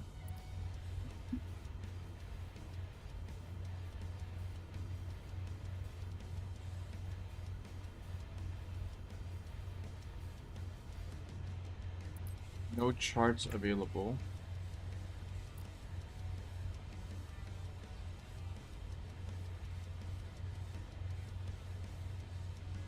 Take off at runway 35. Okay.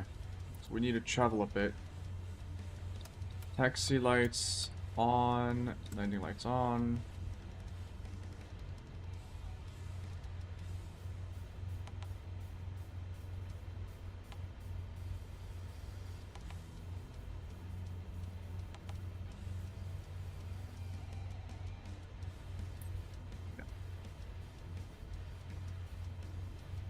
Are we on Albuquerque Central? We might be on Albuquerque Central. Anyways, fuel mixture throttle should be at 0. It should be set to both. I should have done that before starting up the engine, but that's fine. Flaps are retracted. Everything looks good to go. Announce taxi. 0 Alpha, Zulu 2 traffic. Cessna November 44277 is taxiing to runway 17. 0 Alpha, Zulu 2 traffic. Right? This is it. Was there like a completely different procedure for starting up in that airport? Because this is what I've been doing all this time. You start up, you ask for taxi, and then you do this. Like, Oh, strange. We are departing north. 0 Alpha Zulu 2 traffic. Cessna November 44277. Taking off runway 17, north departure. 0 Alpha Zulu 2 traffic.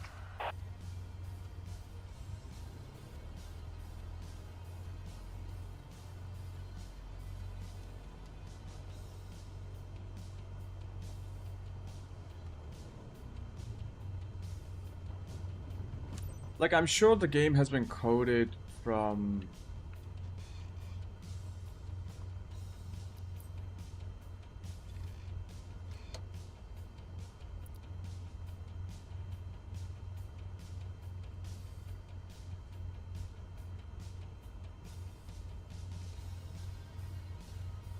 Why am I taking off from runway 17?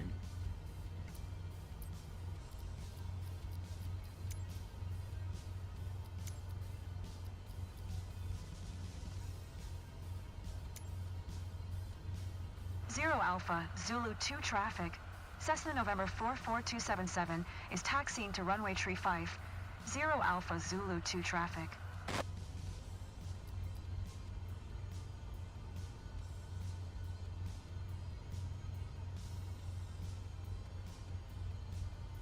Okay, at least that changed. Okay. We'll just get to the end of the runway, turn around, and then do a proper runway 35 takeoff.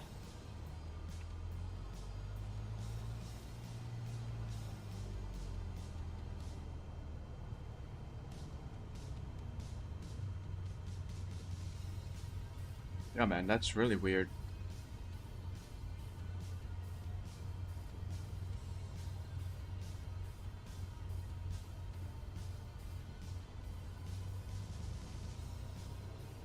I was kind of looking forward to that flight because it would have been in the rainstorm too. Man.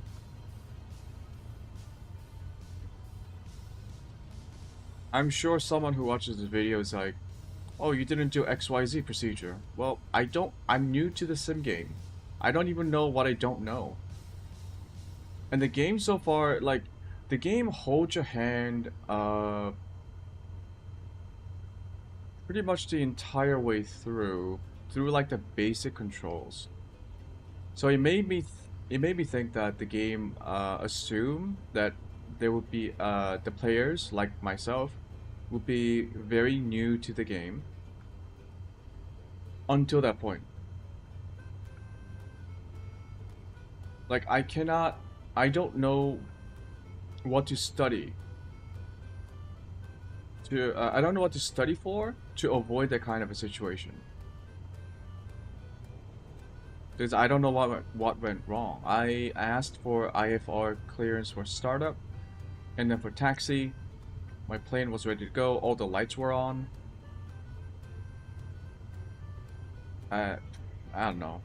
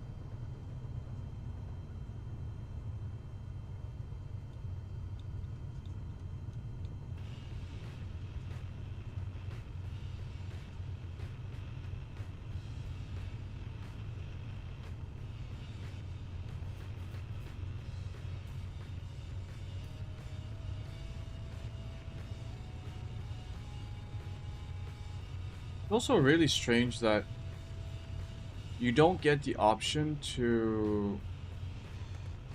Okay, I'm afraid of going past that line because the game might think I'm going off the runway.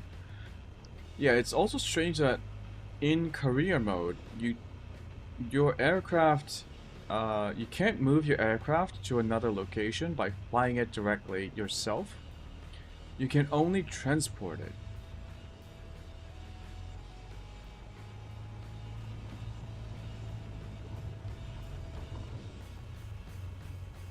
Flaps. Trims are set. Take off.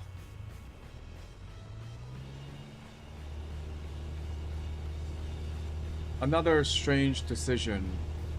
In a game about freedom, like you can fly anywhere you want. You have the entire world literally ready for the player to discover. And it's like you create your company, you buy your aircraft, you cannot fly it unless you have a mission picked out.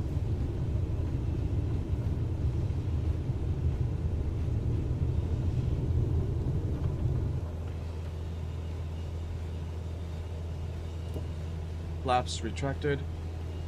Oh my god. Turn that shit off. Yeah.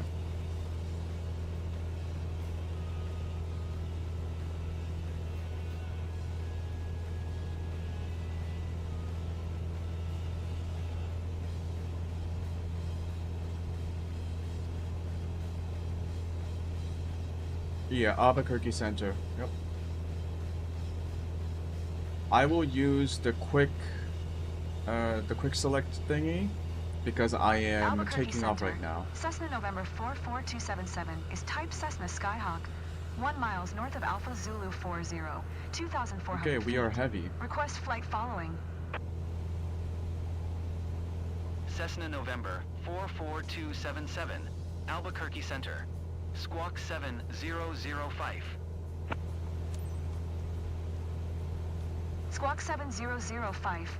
Cessna 277. Cessna 277. Radar contact 1 miles northeast of Alpha Zulu 40. 2,500 feet. Altimeter 2978.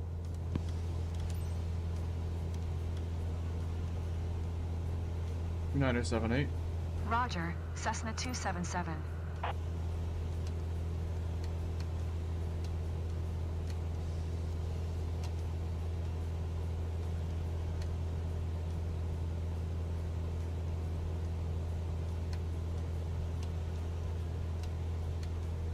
Okay, that's a bit too slow. Yeah, we are heavy. We have so much fuel.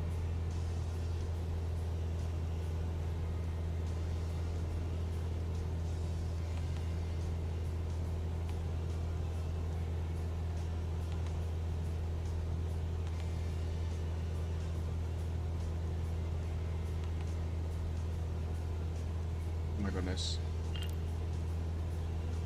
What the Cessna fuck? November 44277 is cleared to Papa One Tree Airport as filed. Squawk 7005. Cessna 277. Climb and maintain 5,200 feet. Climb and maintain 5,200 feet. Cessna 277.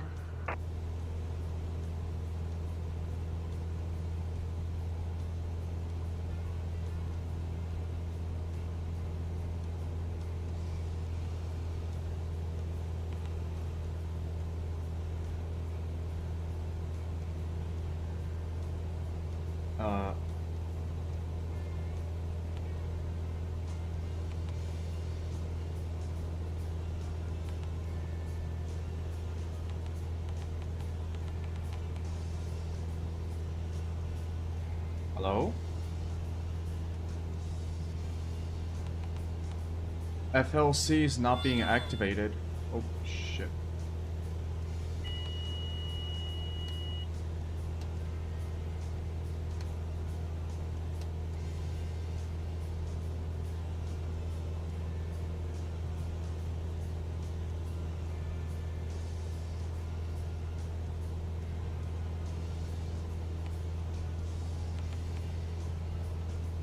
GPS is on. I mean, my avionics are on. What?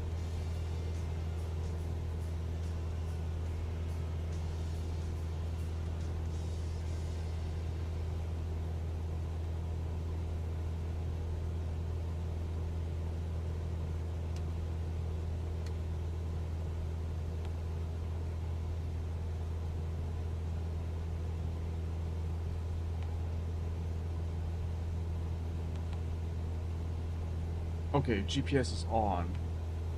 FLC, not on. Oh, it's because I didn't set my fucking altitude. What a fucking dumbass I am. Jesus.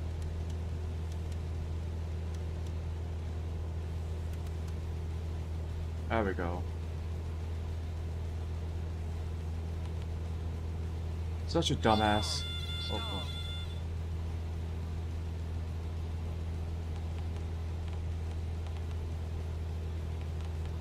Okay, I need to clear my head. Oh, gotta reset. Gotta reset.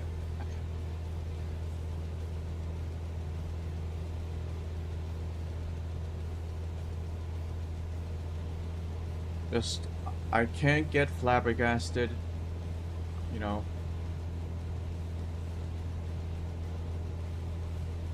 Keep a cool head. Focus on what I already know, which is how to turn on the autopilot. Okay. FLC is set to 5,200. I did mess up the communication, but it's fine.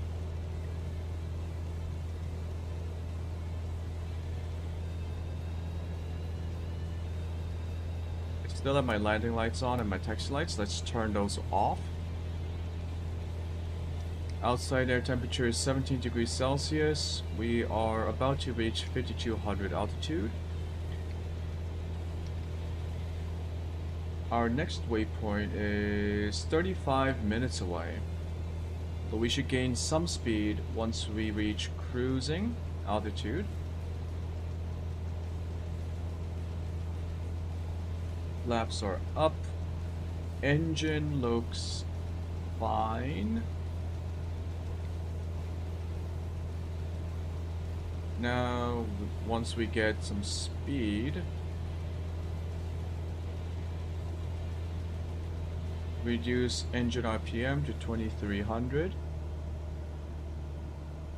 Then we will increase some air, like make the fuel more lean,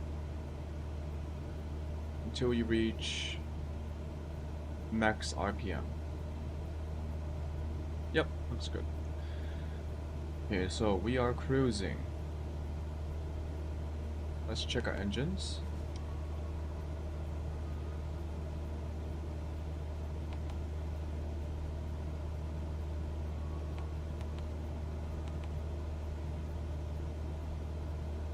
EGT 1385 Fahrenheit. Okay. Everything looks okay.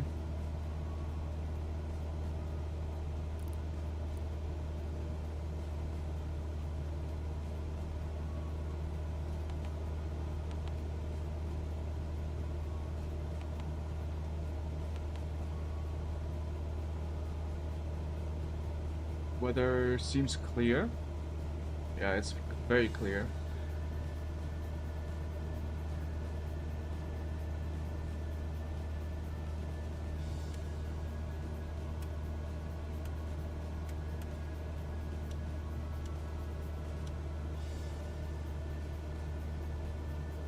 Flight plan is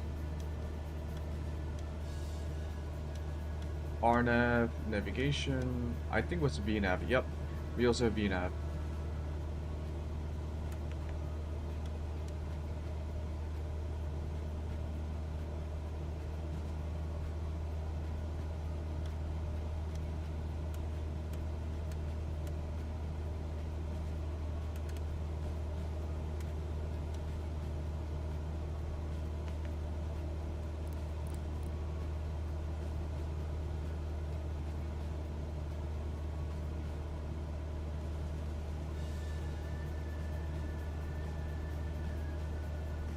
Okay, let's just enjoy the scenery. We have 1 hour left. Well, actually,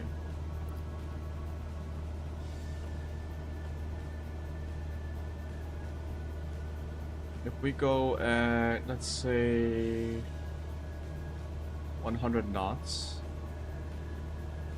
Yeah, we got maybe 50 minutes, 45 minutes left. We still haven't hit Ocel.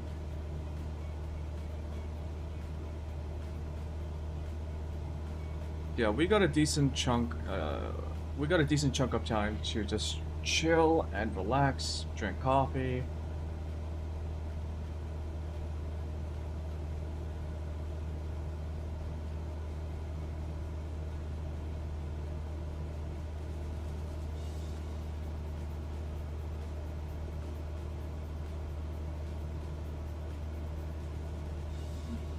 I'm thinking about asking for an altitude change.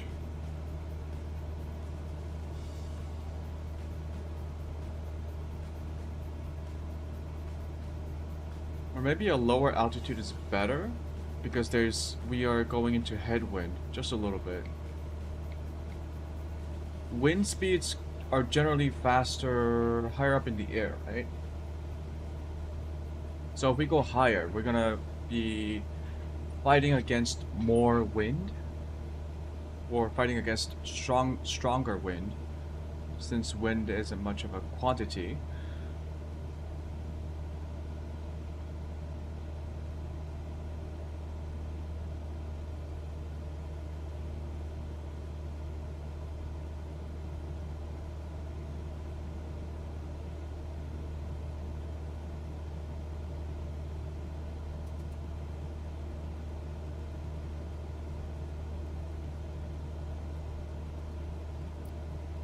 We do want to check our cargo. How much weight do we have from our cargo?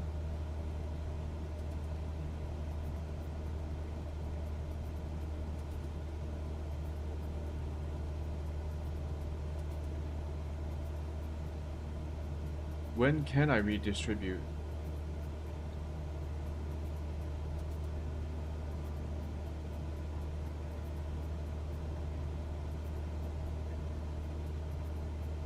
Hmm.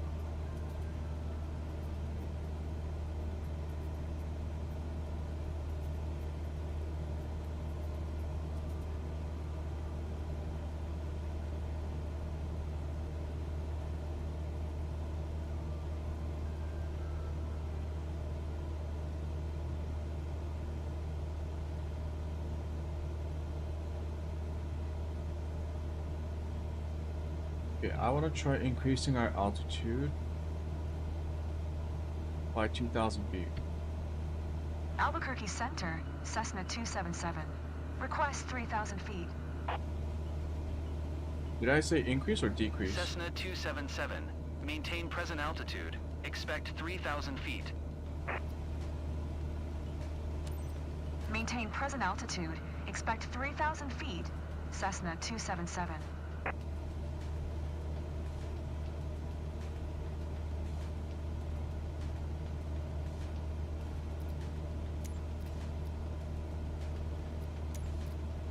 Albuquerque Center, Cessna 277. I guess I pressed the Request wrong thing by 7,000 mistake. feet. Okay.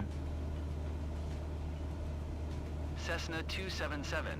Climb and maintain 7,000 feet. Okay.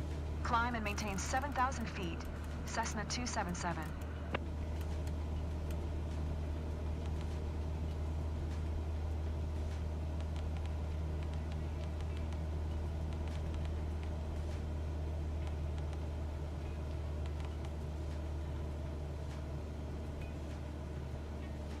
we were traveling at around 100 knots at 5,100.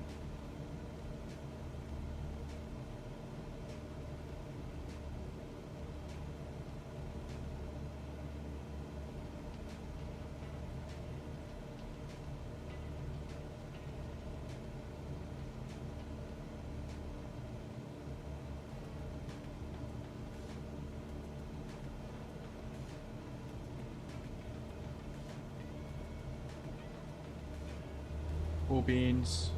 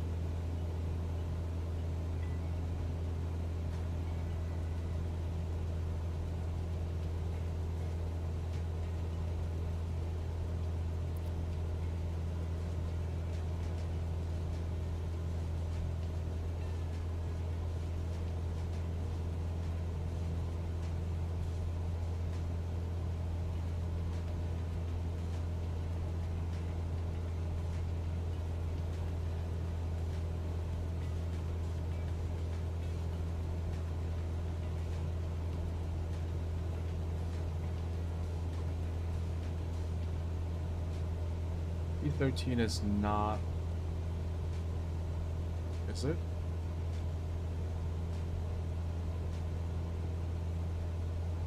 Oh boy. This is super buggy. There we go.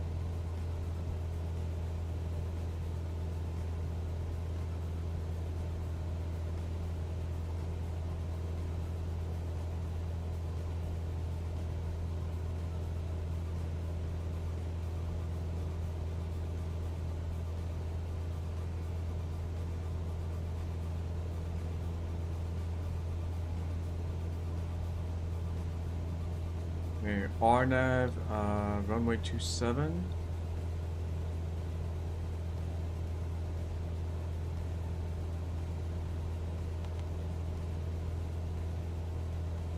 I think it specifically said procedure not applicable for arrivals at Grind on B190 southwest bound. I think we are southwest bound from Grind.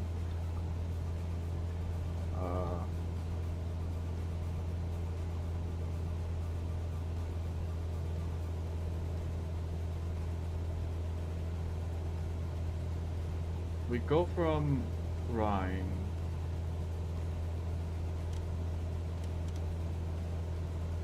to Bildy, then to Ifuri.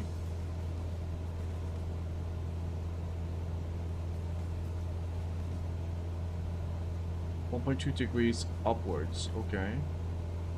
3,261.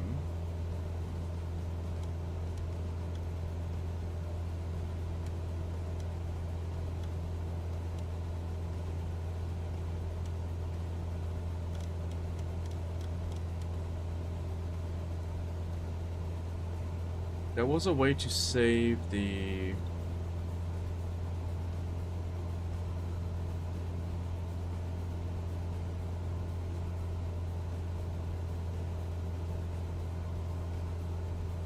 There was a way to like save the chart.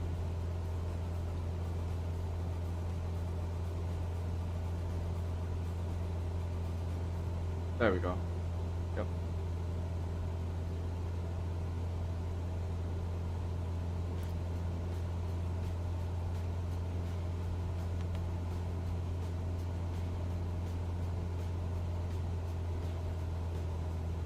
Let's go down to 2300 RPM.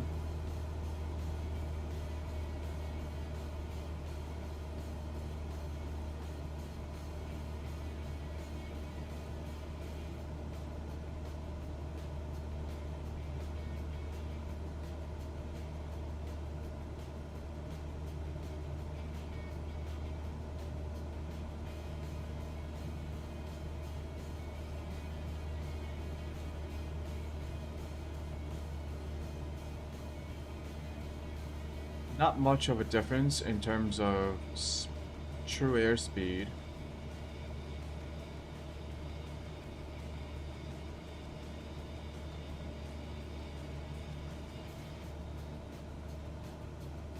We are just ever so slightly higher.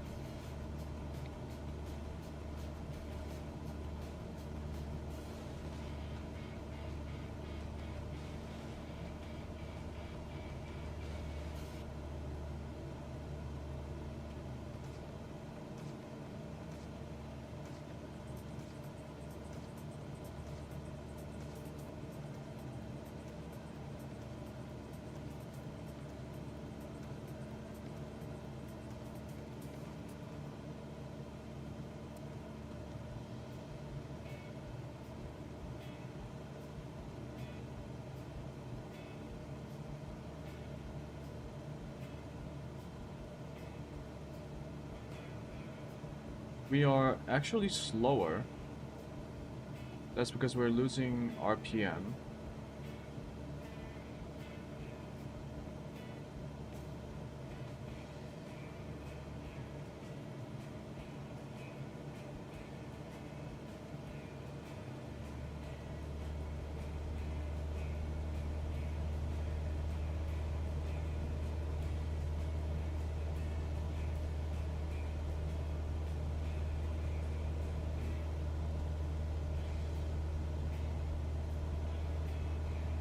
I don't think we pay for fuel, right?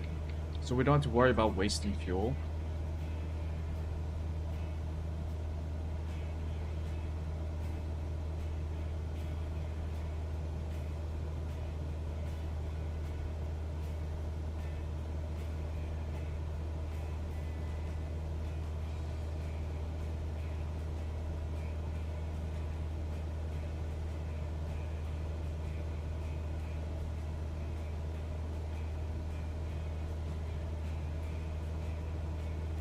If we get the full credits, the full credit reward for this mission, we should be able to comfortably repair all of the parts that require maintenance, and have money left enough to buy another Cessna or something of the kind. I don't think we can buy a brand new vehicle yet, although it did make it sound like... So that's another part of the company system that I just don't understand what the point of it is.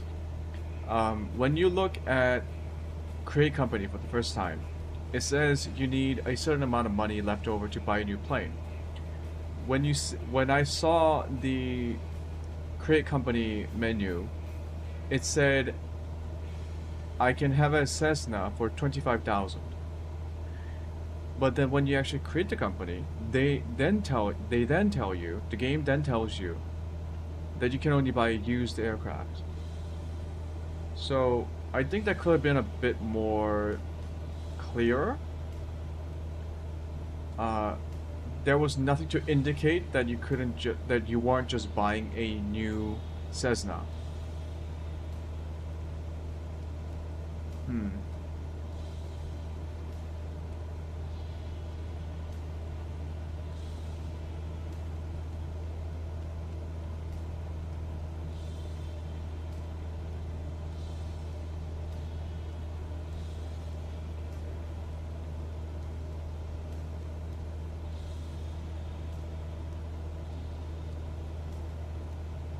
The fuck is that? Is that a racetrack?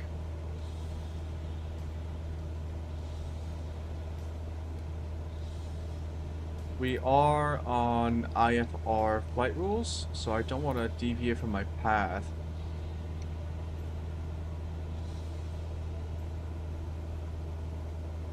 What is that?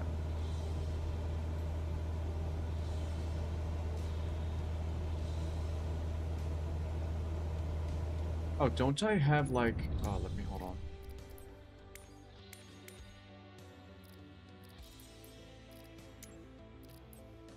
No, it was in general, I think.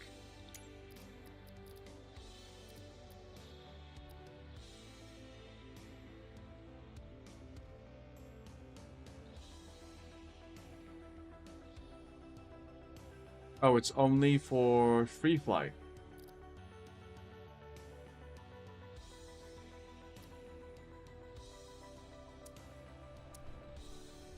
Okay.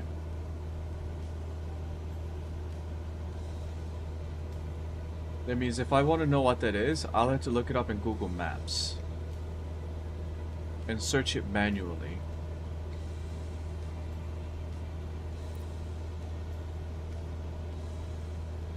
What's my current position?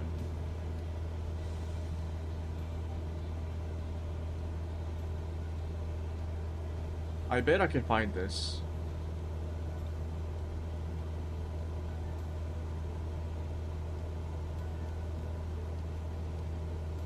We are west of KLUF apps.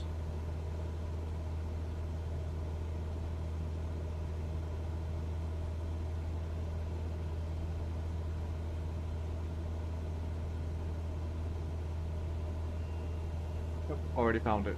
Okay. We are in Arizona. Okay.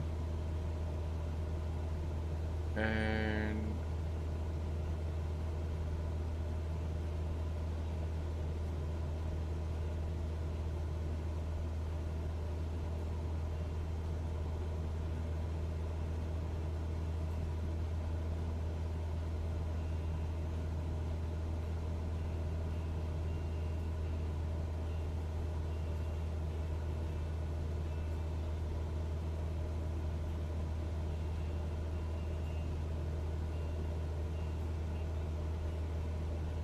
Toyota Arizona Proving Grounds. It's a Toyota test. Is it a Toyota testing center?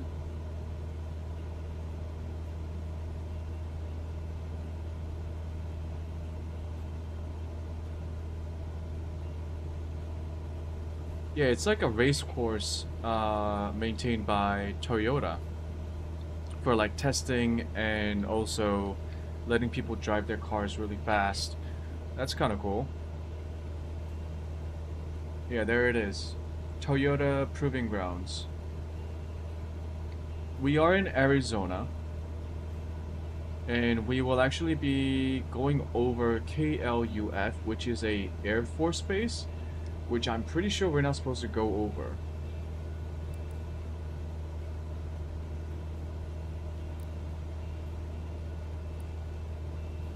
We have some traffic. Yeah, KLUF is a military Air Force base.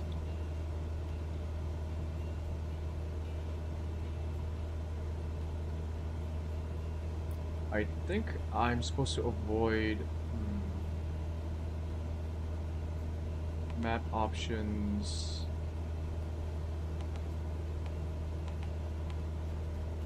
There was like a way to see restricted airspaces.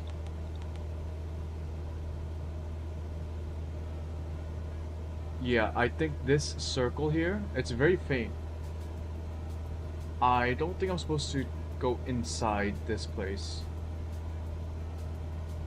Common sense dictates that private airplanes cannot go over military Air Force. I cannot just fly over a military Air Force base.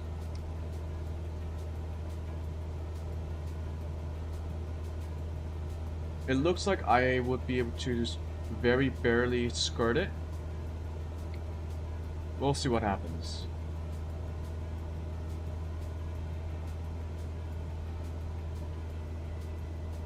That's a big ass, like, testing track. Holy.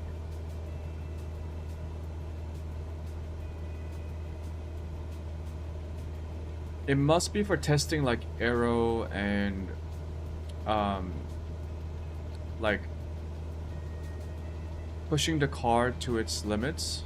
Like, maintaining a high top speed for a long period of time.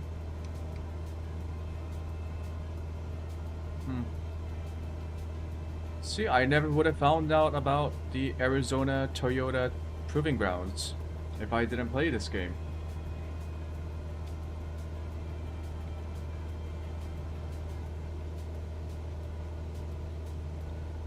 This reminds me, this is the stuff, this is the kind of stuff I want to do in the World Travel Challenge. I'll call it a challenge. Like, look for weird places of interest and then visit them.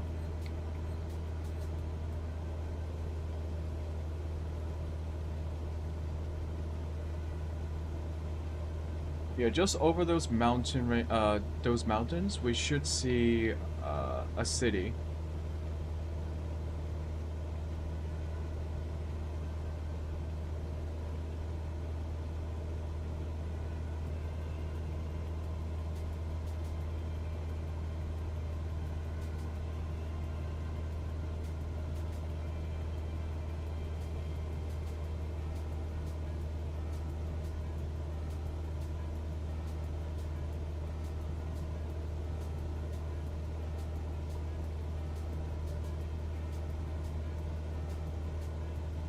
KLUF is the Luke Air Force Base.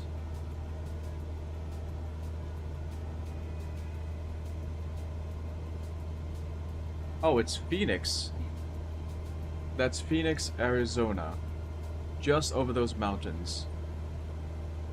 Yep, just over these mountains, that is Phoenix, Arizona. Cool.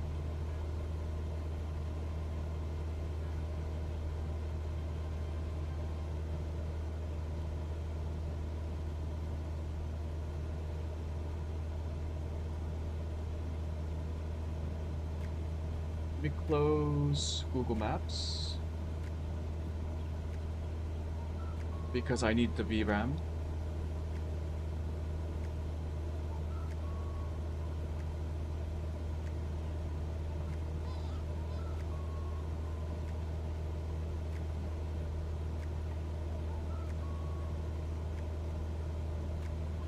One minute till we hit Osel waypoint. Engines are fine.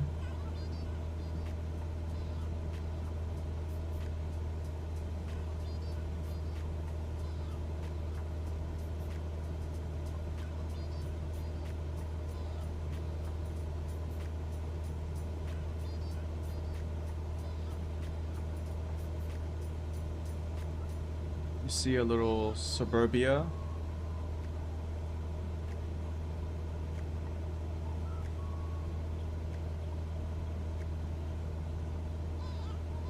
The city might kill our frame rates. We'll see. Yeah, we can see the entire city from here.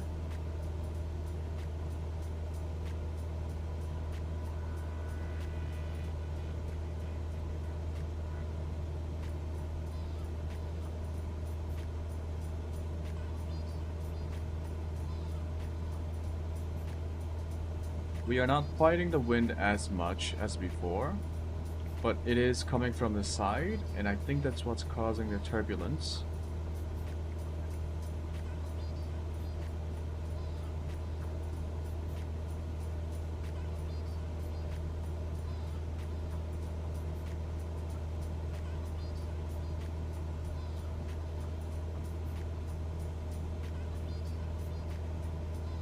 We have nothing on the weather.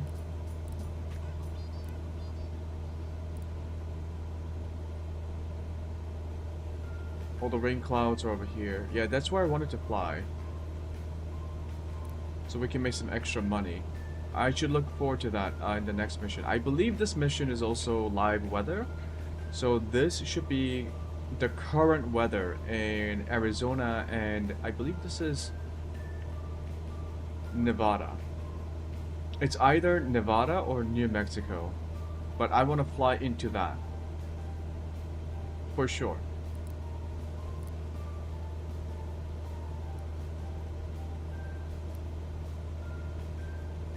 Okay, I never used this inset map, so I'm just gonna...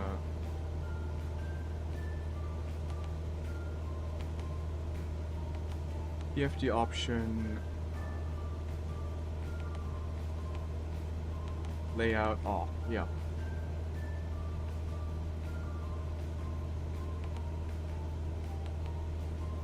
And then...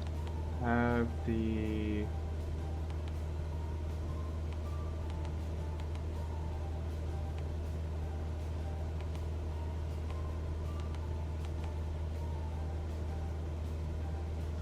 I don't need that.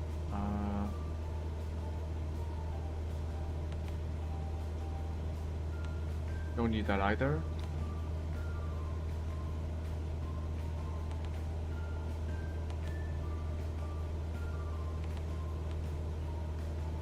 Yeah, everything else looks fine.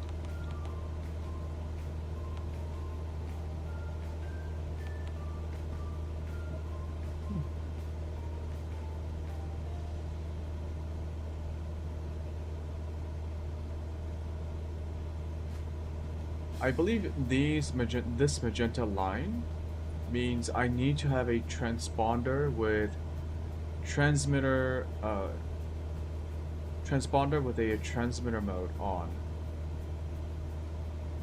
I think I remember reading that when I was reading up on transponders.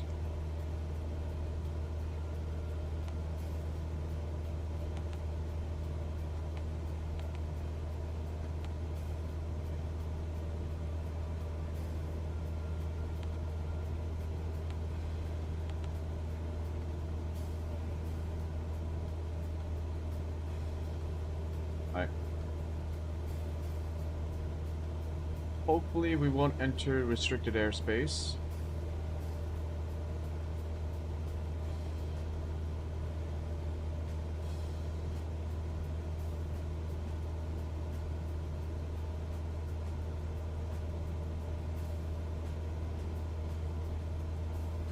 That is Phoenix, Arizona.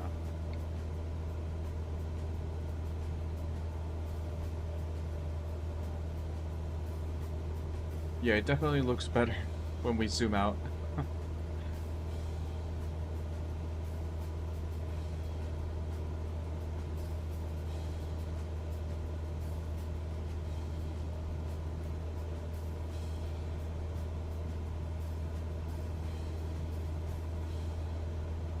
We should be heading over into those mountains at the edge of the city.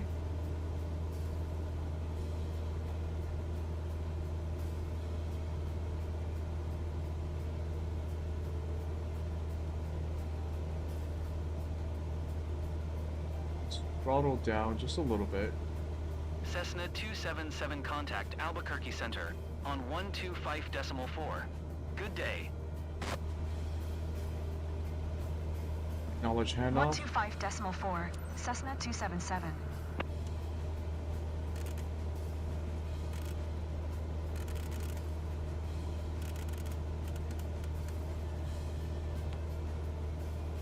Albuquerque Center. Albuquerque Center, Cessna November 44277, 7,000 feet. Southwest 4502. Climb and maintain flight level 280. That is impossible. I cannot reach 28,000 altitude. 44277, Albuquerque Center. Altimeter 2980, radar contact, continue. Oh, I guess it was for someone Climb else. and maintain flight level 280. Yeah, Southwest that's for someone else. 4502. Cessna 277. Climb and maintain 8,500 That's feet. us. Climb and maintain 8,500 feet, Cessna 277. American 697 contact Albuquerque Center on 125.25. Good day. Hey, what was the altimeter setting?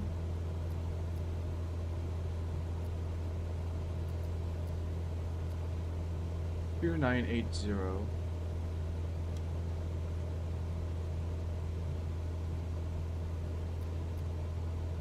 Climbing to 8,500 feet.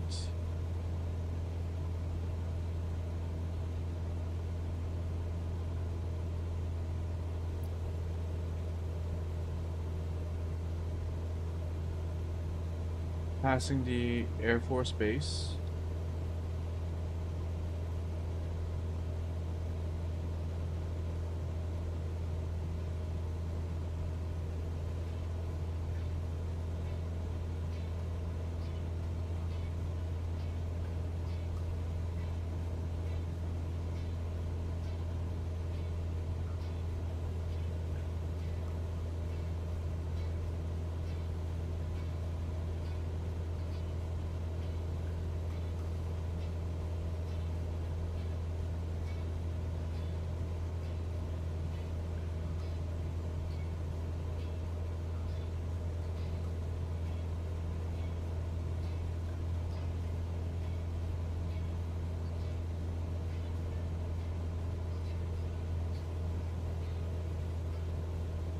That looks like the Air Force Base. You see the runway.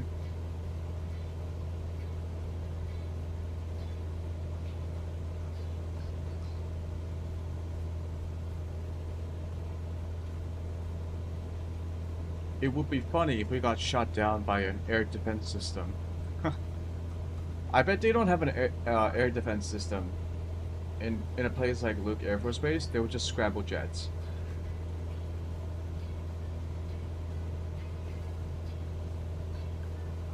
Ugh.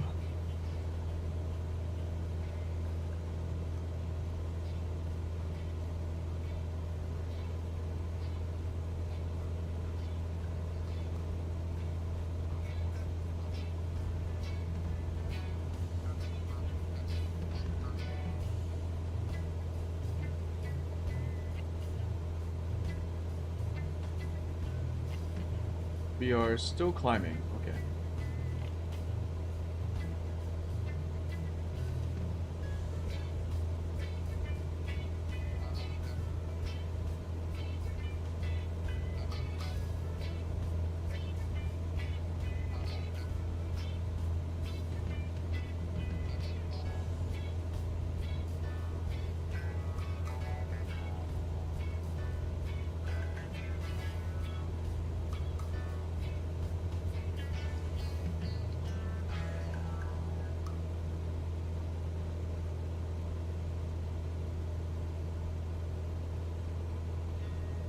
I only briefly visited Arizona in passing.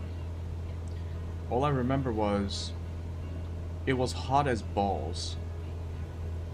Like, I remember waiting outside of a gas station for the car to be filled up. It was hot. It was really hot. And very dry.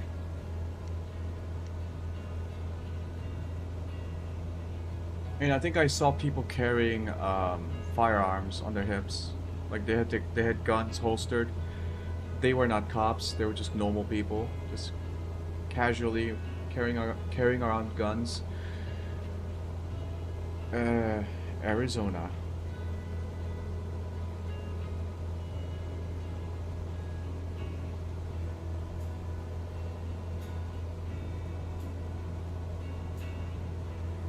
They got some weird designs. Got a little bit of green zones in these suburban districts. They got this little like circular pattern going on.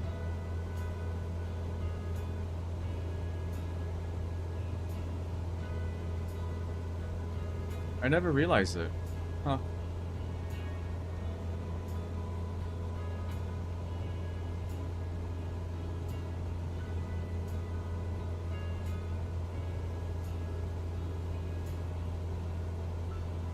Why do they have a circular pattern inside of a square, like a rectangular district? Like, look at that. Oh shit, there's something there.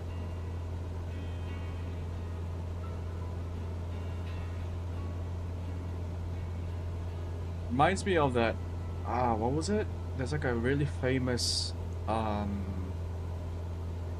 it's like a historical monument, and it's like big ass.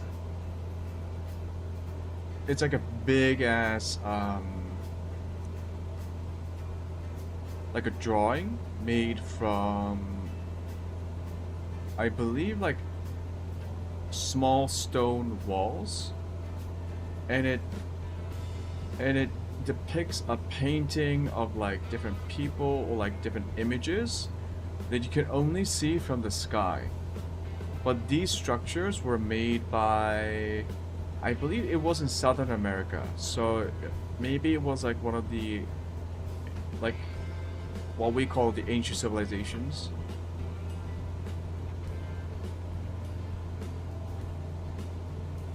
Yeah, those lines in the ground, they become pictures only when you view them from very high up in the sky. What were they called again? Me.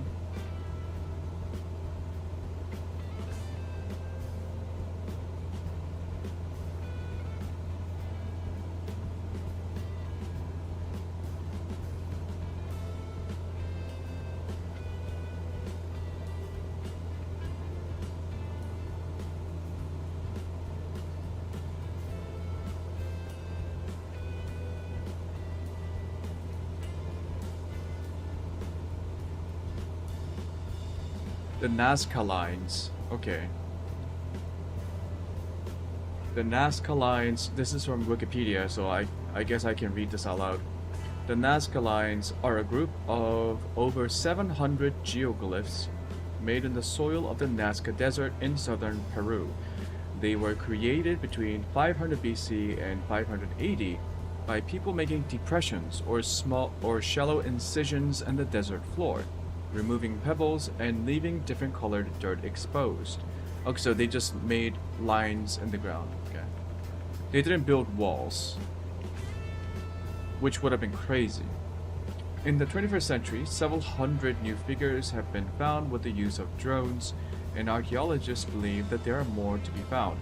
I bet if we go to Peru, we might be able to see this in-game, because the lines should be visible from satellite imagery, and the game uses satellite imagery.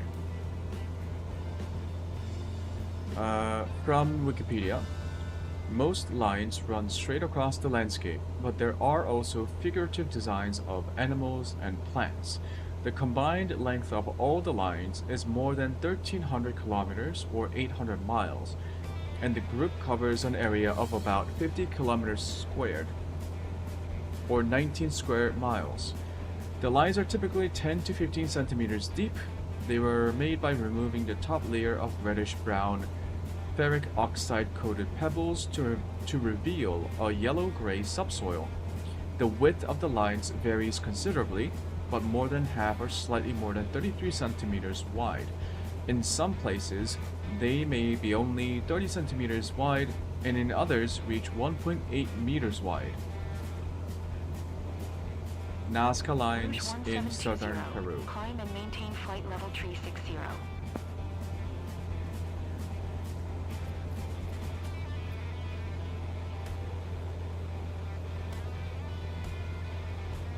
Climb and maintain flight level tree 60, Rouge 1720.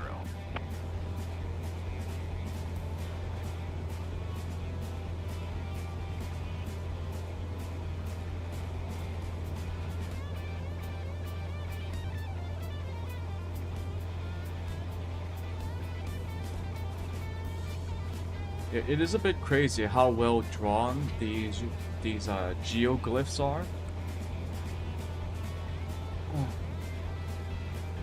When people discovered them using drones, I bet some people on the internet went, aliens, which vastly underestimates the competence and the technological achievements of whoever were living in Peru at the time, like 2,000 years ago. Was it the Aztecs or the Incas or some other nation or kingdom or tribe?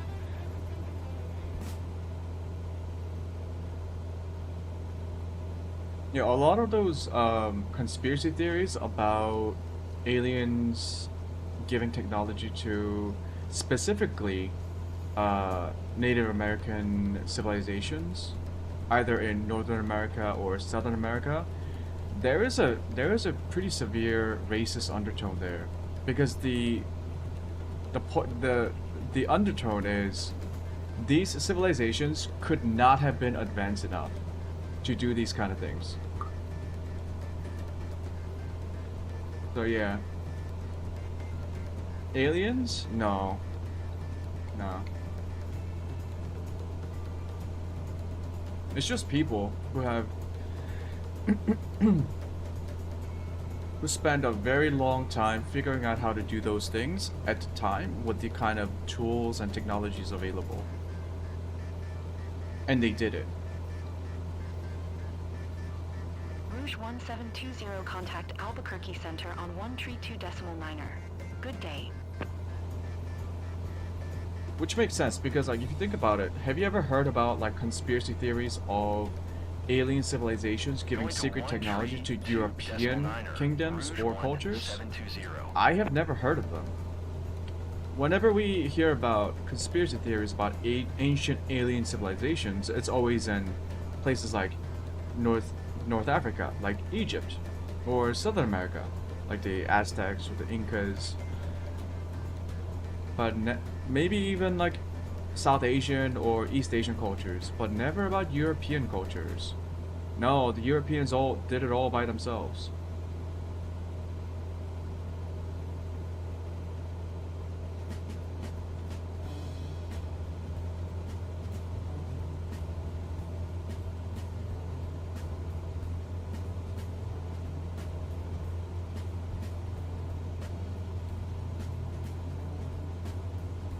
That's not politics, by the way. That's just a very general discussion about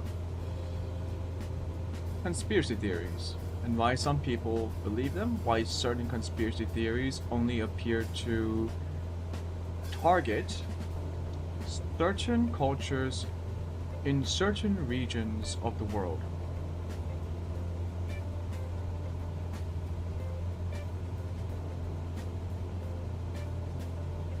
Not politics at all.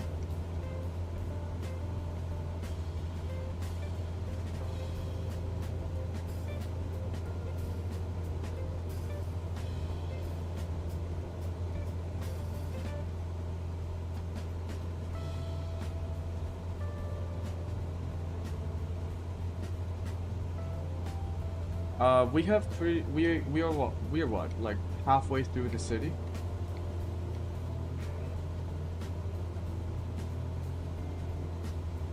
I didn't know that Phoenix, Arizona had some mountains in the city.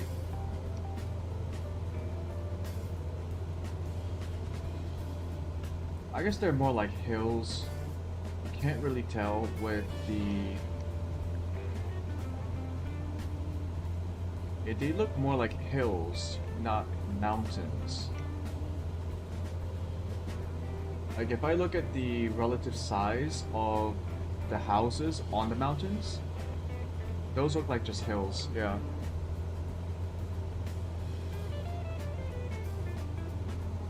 Dude, that's a mountain.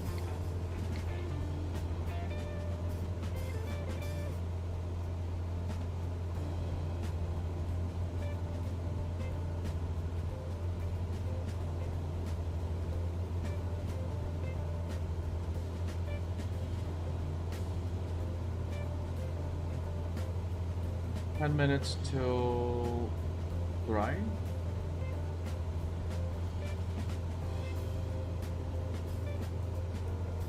Oh, we are maxing out our engine. When did that happen? Albuquerque Center, volunteer Tree 44 is passing 2,900 feet, climbing flight level Tree 60.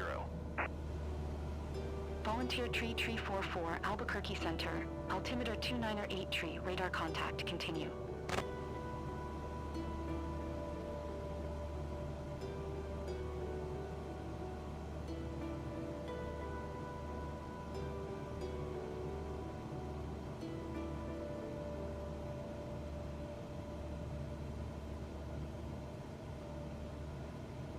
We might start getting some tailwind.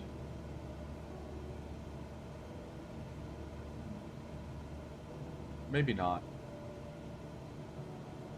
The wind is blowing from 185.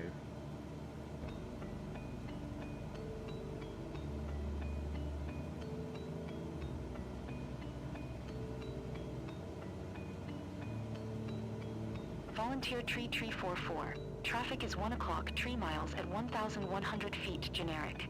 Report them in sight.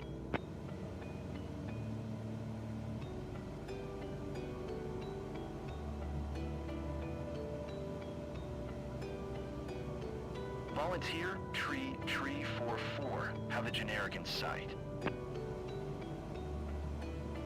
Volunteer Tree 44, traffic alert. 9 o'clock, less than 1 mile, 1,100 feet, Uh-oh. generic. Report them in sight. What's going on?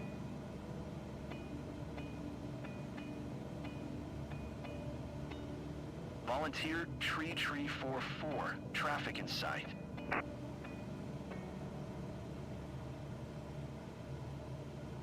Can AI traffic crash into each other in this game?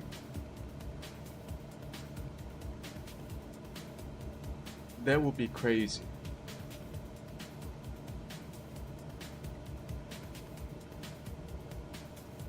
I mean, they probably won't, right? Because the traffic data is based on real flight data, so... No. If there's a plane crashing in the game based on live traffic, that means the plane actually crashed in the real world. So, no. Unless the player, because the player is, you know, obviously taking control of a plane. If a player crashes into a AI traffic, like an AI plane, that might cause a crash, right?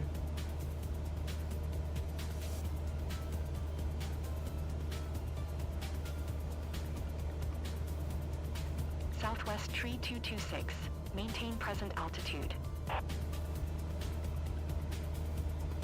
Albuquerque Center, Frontier Flight 1099er is at 7,900 feet, descending 7,000 feet. Frontier Flight 1099er, Albuquerque Center, altimeter 298 radar contact, continue. Frontier Flight 1099er contact, Sky Harbor approach on 119.2. Good day. So here's the thing. I just heard the AI traffic controller tell the other plane about the altimeter. Maintain present altitude, Southwest Tree 226. Can I just change my altimeter based on what I hear? Or do I have to like formally ask them? I'm not talking about in-game procedures, I'm talking about like real-life procedures. Can you just like eavesdrop on other people's radio traffic and then just adjust your altimeter settings?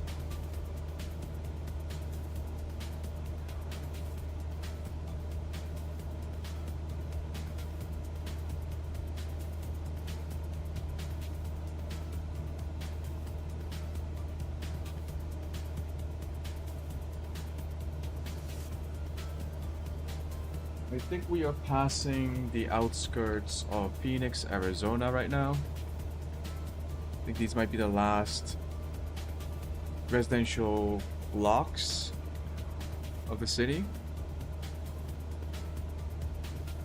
We are heading towards the mountains,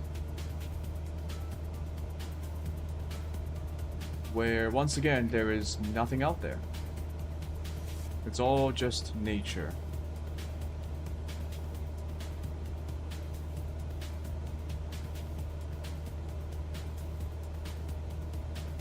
Seven minutes till grind. Engine RPM 2300. Temperature looks fine. Fuel flow looks fine. Our speed is 85 knots or 84 knots. True airspeed is 97 knots. We have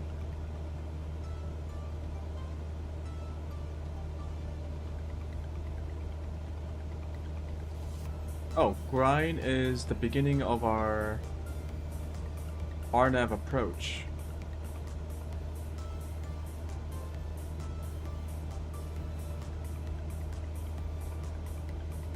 Once we hit, I believe it's iFury, we will be doing a holding pattern and then we will set a RNAV approach here down to Q-free. We won't have to manage the pitch because this is a VNAV approach. So our autopilot will be able to automatically descend along the glide path. Okay. The only thing I have to worry about is the throttle control.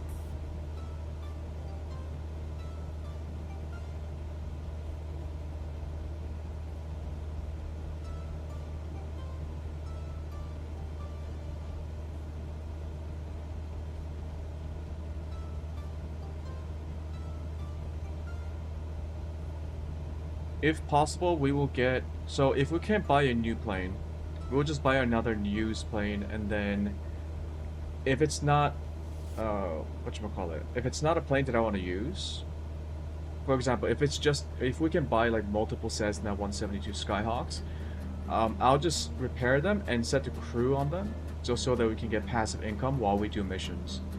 Because I believe that's how the crew system works. Crew just means the planes get used by the AI to do missions. Oh shit.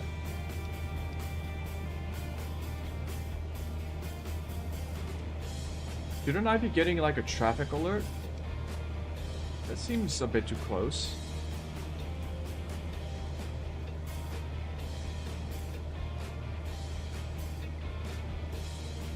Southwest 146. Climb and maintain 14,000 feet.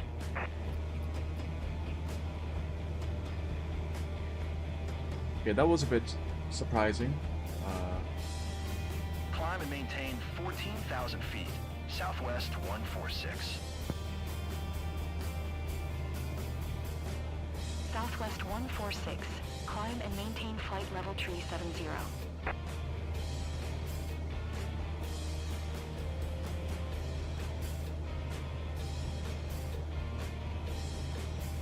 Climb and maintain flight level tree 70. Southwest 146. I want to Google this. Hold on. MSFS 2024 AI ATC prevents collisions.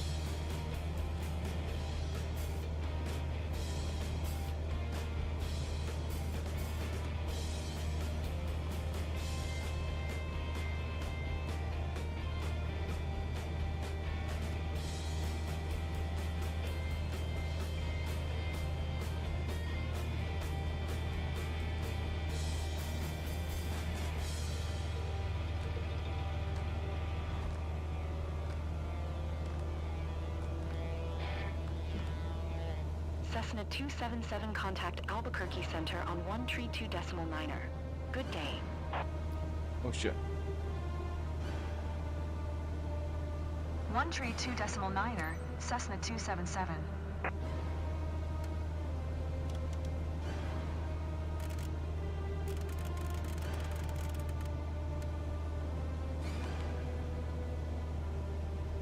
Albuquerque Center, Cessna November 44277, 8,500 feet.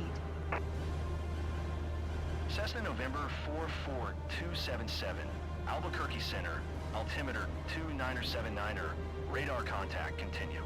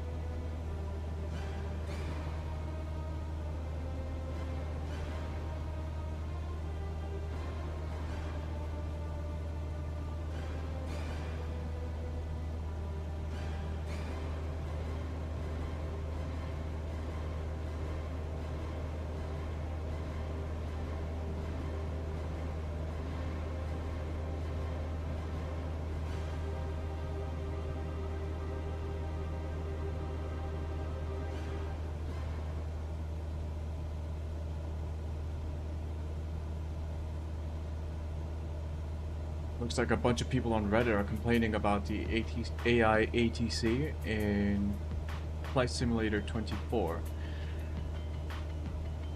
I'm not surprised that people are complaining on Reddit. Seems like Reddit is the place to go if you want to complain about something.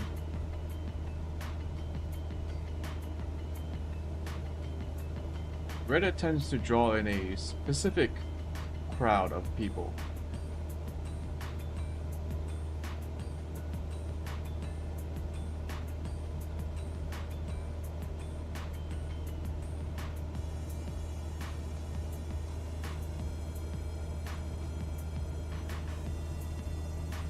Okay, we have hit grind. We have hit grind. We are now on approach 2. Cessna 277, contact Albuquerque Center on 125.4. Good day. Yeah. 125.4, Cessna 277. Albuquerque Center, Cessna November 44277. Why are we switching back and forth between ATC controllers? Cessna November 44277, Albuquerque Center, altimeter 2978, radar contact, continue to buildy. Altimeter 2978, continue to buildy. Okay. Yeah, we will be holding our pattern at buildy. No. After buildy, we will be holding at... God, the resolution's not that great. E-Fury. Nice little water there. Ooh, maybe not nice. The texture is loading in.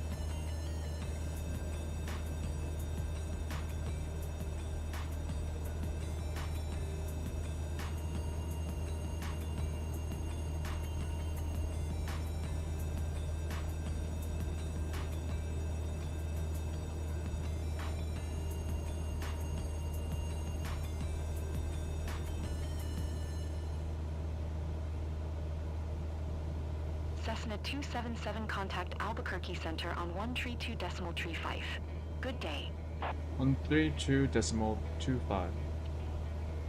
132.35 for Cessna 277.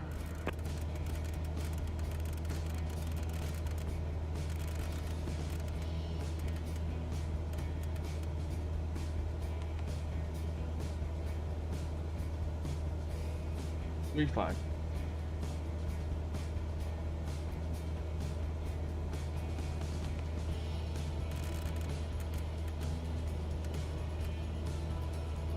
$132.35.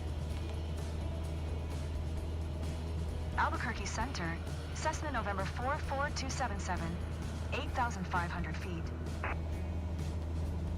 Cessna November 44277, Albuquerque Center, altimeter 2978, radar contact, continue to buildy.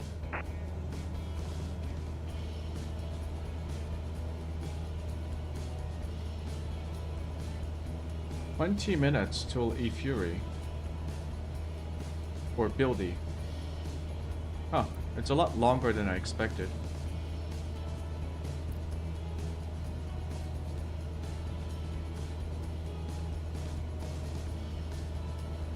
We are definitely carrying way too much fuel.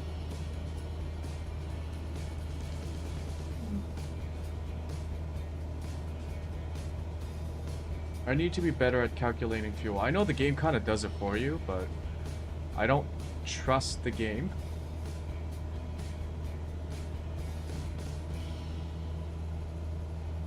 I think I've read multiple forum posts where people said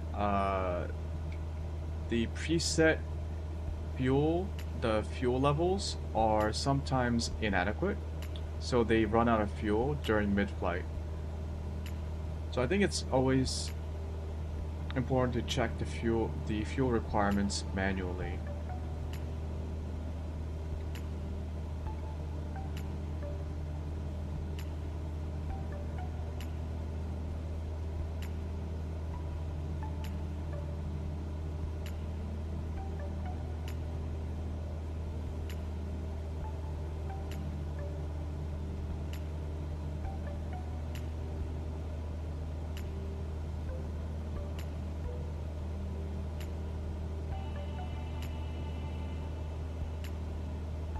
This isn't the Rocky Mountains, is it?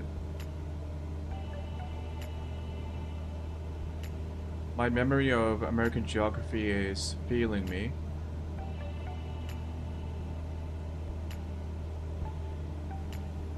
Phoenix, Arizona, mountains. The mountain range in Phoenix, Arizona. Phoenix Mountains are a mountain range located in central Phoenix, Arizona, with the exception of Mummy Mountain. What the fuck is Mummy Mountain? Mummy Mountain is a mountain situated in Paradise Valley, Arizona, United States. The slopes of the mountain incorporate primarily suburban Wait, I think this is the one I saw. Remember when I said, oh, that doesn't look like a mountain because it's too small compared to the houses? I'm looking at the picture in Wikipedia and it looks exactly like it. I think we were looking at Mummy Mountain. Not mommy as in M-O-M-M-Y, like mummy, like M-U-M-M-Y. Although Mommy Mountain sounds funny. Why is it called Mummy Mountain? The guy who bought it was a miner and businessman, Charles Meig, who purchased the mountain for $12,000. Gee.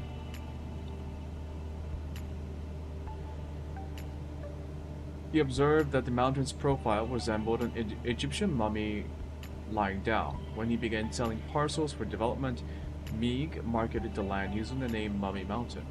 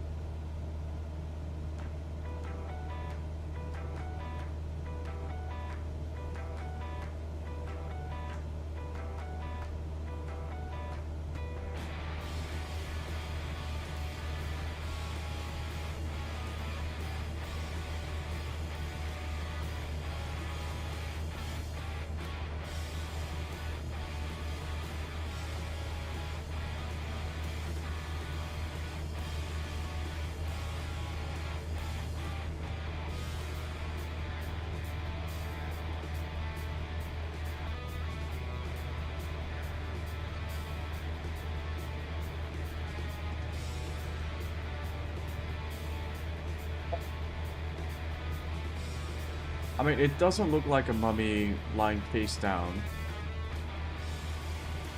But, okay.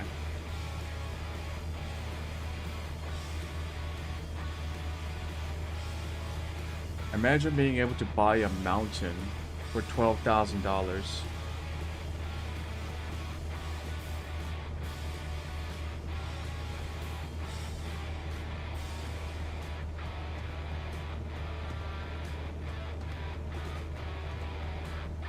What do you even do with a mountain?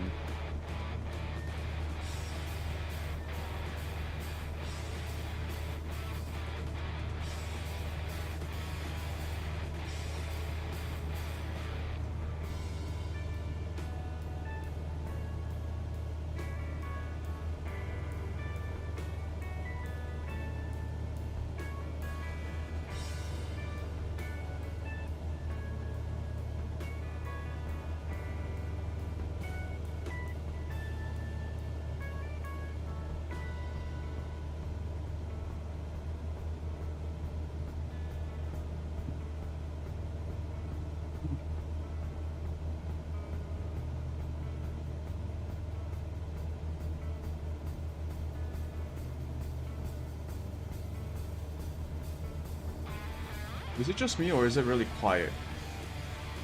Also, why are we losing so much speed?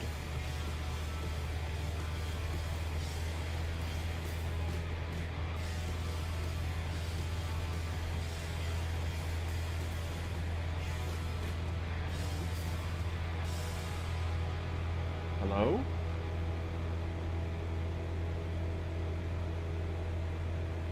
It's not the wind. My engine RPM was at 2300. I don't know why we were slowing down so much.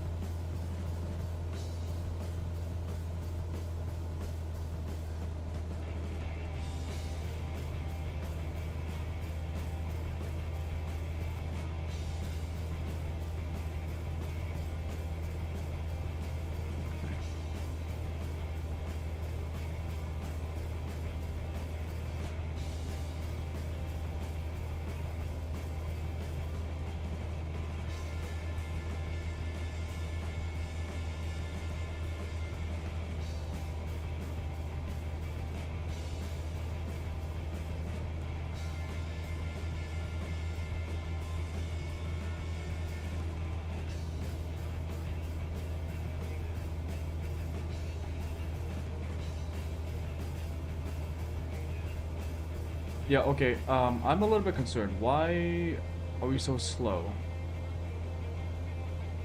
I need to figure this out. It's not the wind. Once again, it's not the wind.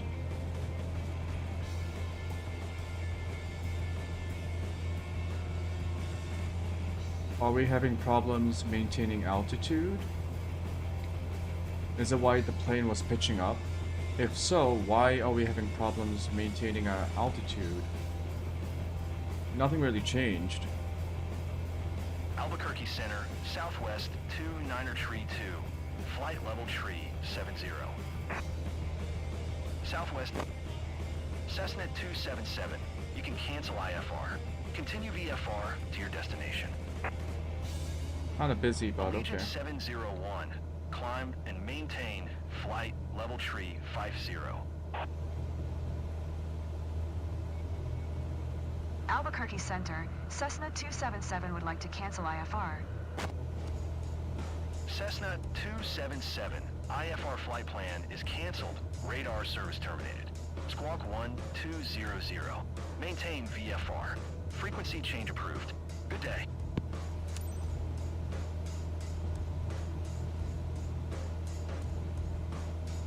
Climb and maintain flight level tree 50. Fly to plane Allegiant type 701. propeller. What the fuck?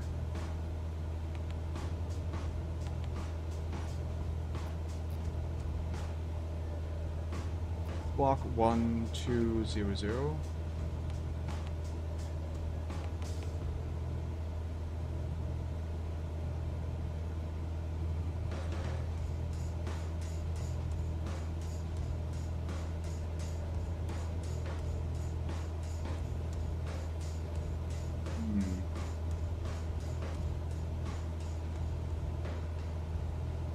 Was that because of engine wear and tear? The engine is one of the parts that I needed to maintain.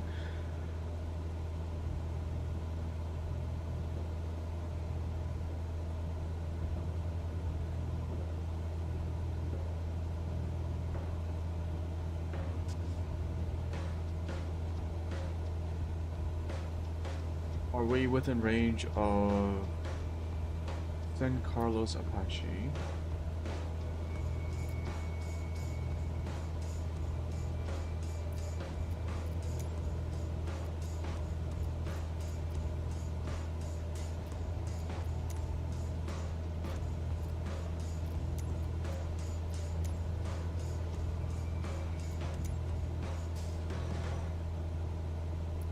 We are landing 27.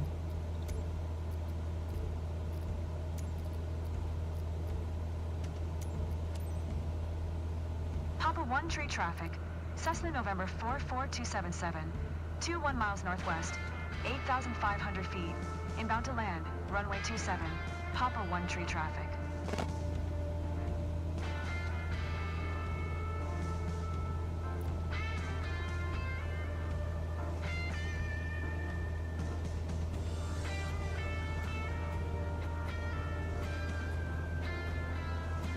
Approaching building 7200 to Ifuri. 8,500 and then we set to 7200 while traveling to Ifuri. Okay.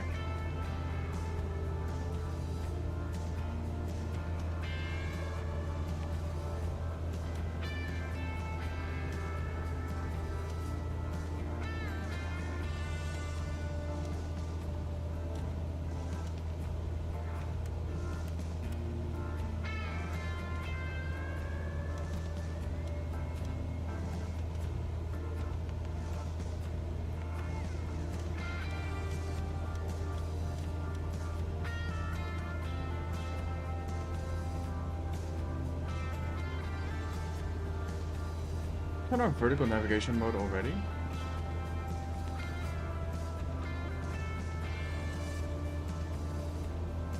I don't think so. We have to have the approach mode enabled to enable vertical navigation mode, right?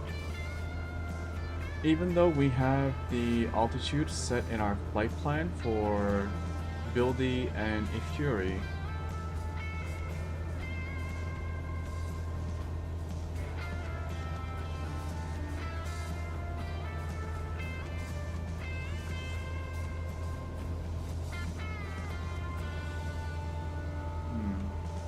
Well, we are essentially at our destination. We just have to do the approach. Once again, this is a VNav approach, so we don't have to do anything else other than manage our throttle and make sure we extend our flaps to the landing position, which I believe is like full flaps. The Cessna 172 has 3 levels of flaps, so I think by the time we make our final fixed approach final, we should have 2 flaps or maybe even 3, and then we can land. I believe we're not going to be making a direct turn into Puffery.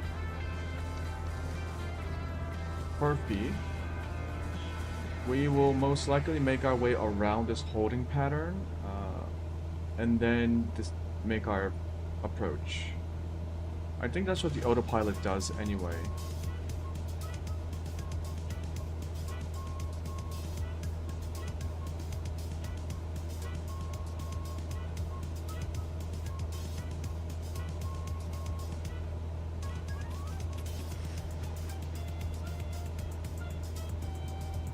What?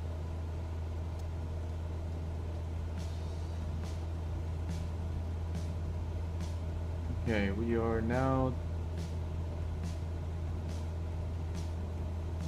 4 minutes away from Buildy.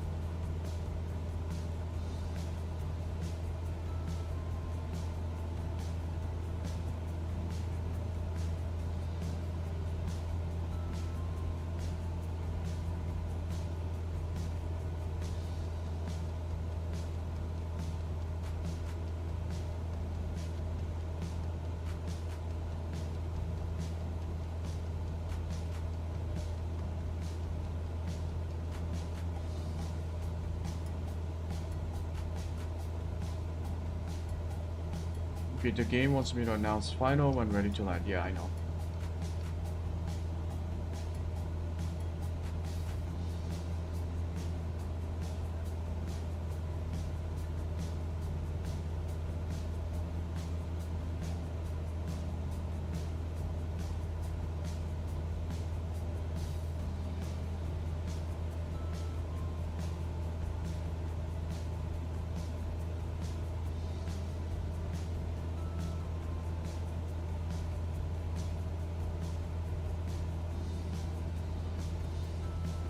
Okay.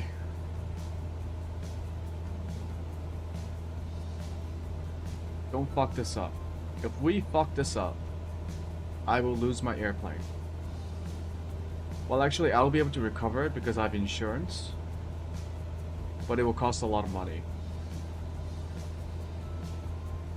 That's not how insurance works. We've already spent 6,000 credits per hour for the insurance that we have, which gave us 100% salvage rate. So it's fine. Even if we crash this aircraft, we can make more money by flying contract missions, or what the game calls employee missions. And then we'll gather enough money for another insurance plan, and then we can take out the same plane, I think. Actually, if you crash an aircraft and then salvage it, does it deteriorate the condition of all the parts to like critical? Or do you get like the same condition as will it have like a save state system for like the conditions for the parts just before you crash? I don't want to find out. I don't want to crash my plane. So we're still waiting to reach Buildy. We will reach it in 30 seconds.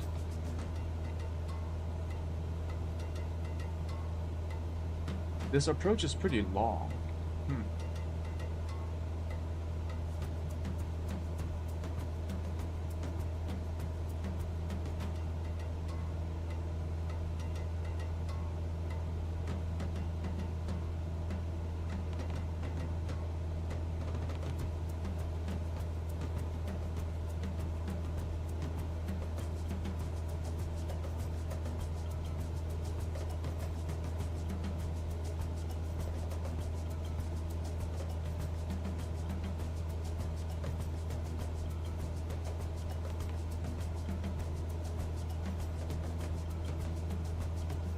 Can't tell if VNav activates or not.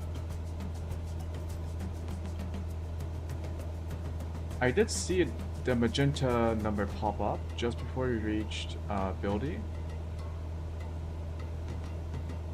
but clicking it made it go away.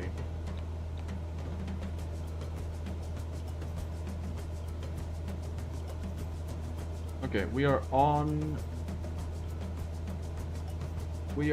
a path towards Efury. Efury was 7,200 feet.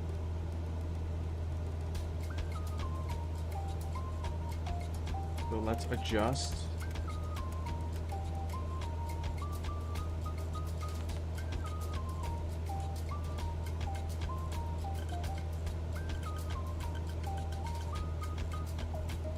Is it now? No, definitely not. GPS.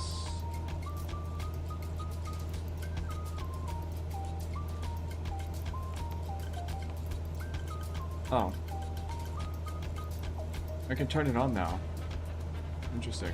That's not what we need. We need flight level change. Increase the speed up a little bit so we start descending.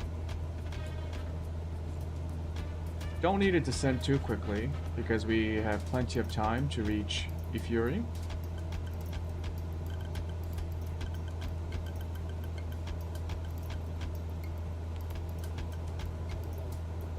Might be better to use vertical speed mode.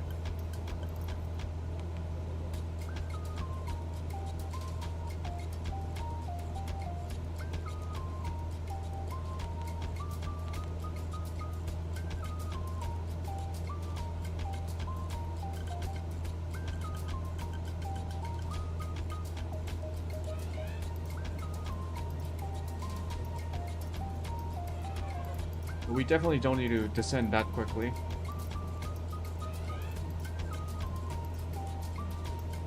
We have 5 minutes. So when we are on the glide path from, I believe, Efury to Hoffrey, beginning with 5,800. Yeah, beginning from Herfey, we need to be descending at negative 318 feet per minute. Waypoint Fury, which the game will do automatically.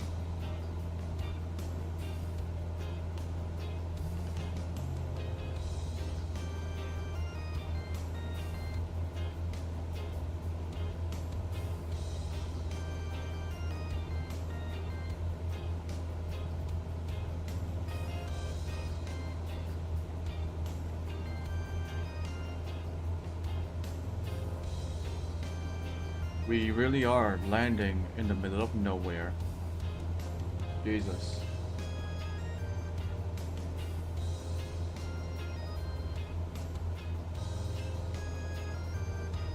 Let's throttle down just a little bit.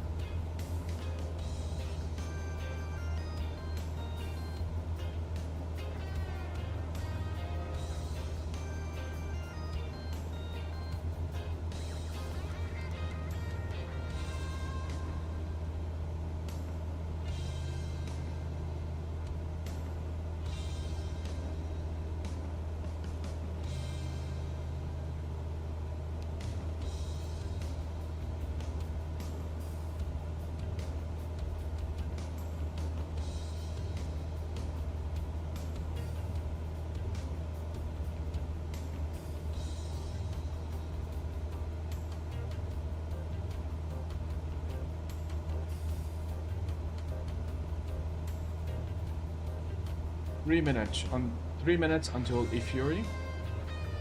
Then once we do a holding pattern, we can begin our final approach. Fix. Fix the final approach or final approach fix? Unclear.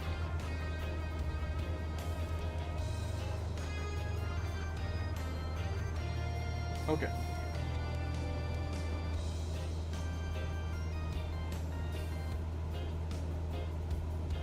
We are at 7,200 feet. No, we are reaching 7,200 feet.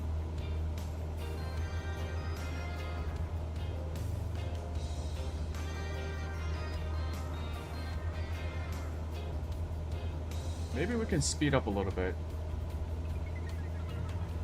These legs are a lot longer than I expected.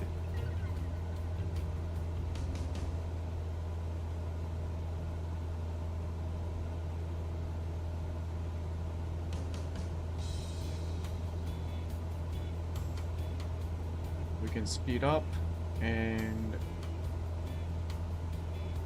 hopefully that will reduce our travel time. We're 1 minute 30 seconds.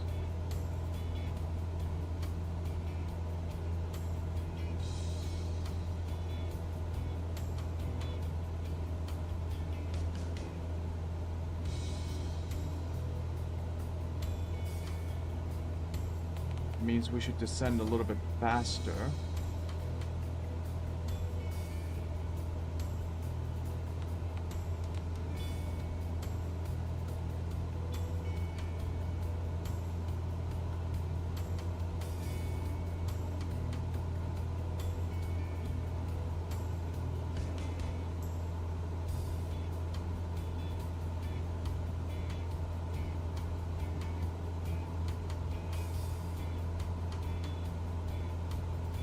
Level out at 7,200. Good. We will reach a Fury in 30 seconds.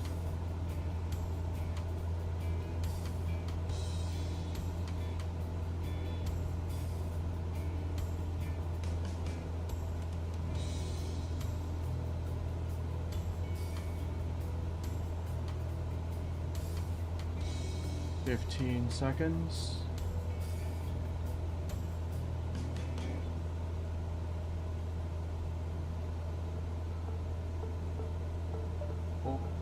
3, 2, 1. Okay.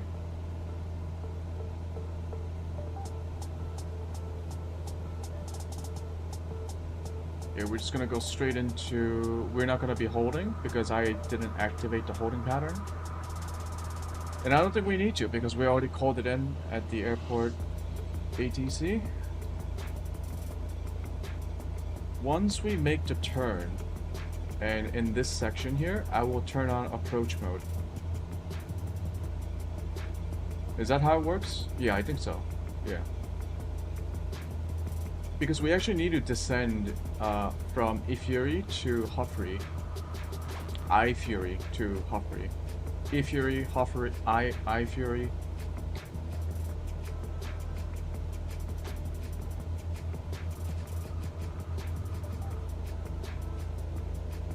So we're just gonna...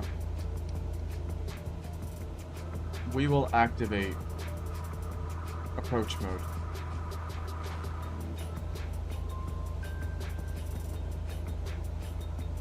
Okay, we are turning into iFury, back again. Speed's okay.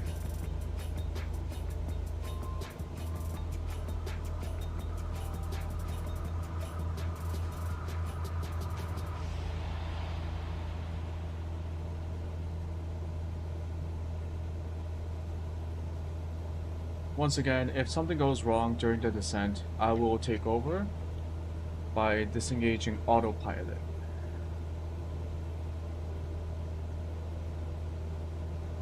I think I should have autopilot and flight level change mode bound on my joystick for quick access, because there were times when I wanted to, when I did disengage autopilot, but the flight level change mode didn't disengage with it. So I had to like fumble around with the right buttons, which is not ideal when you're trying to make a landing.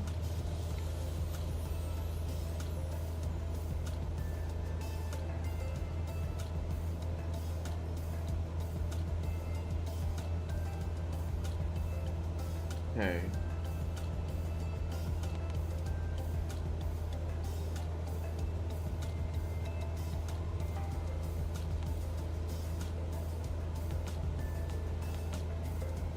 It's not localizer. No, it's GPS. RNav is GPS navigation.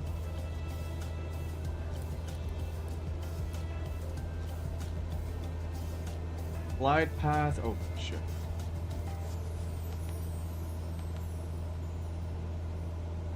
The VNav was armed.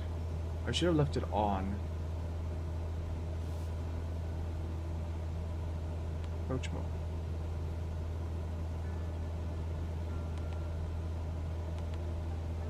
Glide path, armed.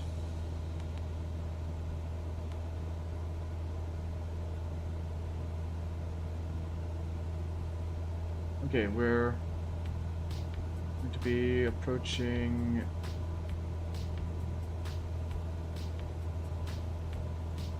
the glide path.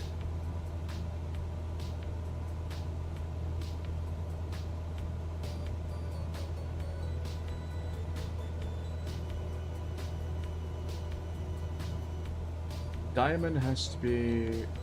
There we go. The diamond is now activated. Once the magenta marker reaches our altitude, the plane should automatically descend. The GP glide path is armed. It is armed. Okay, it's engaged.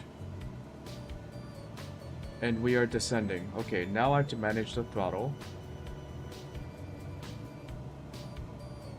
If we are too fast, the plane will pitch down. If we are too slow, the plane will pitch up. And I think we want to maintain a level plane.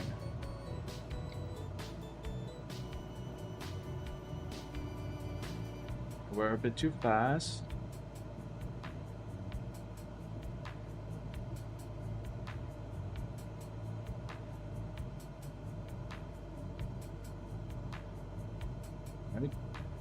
Okay, slowing down pitches our plane back up.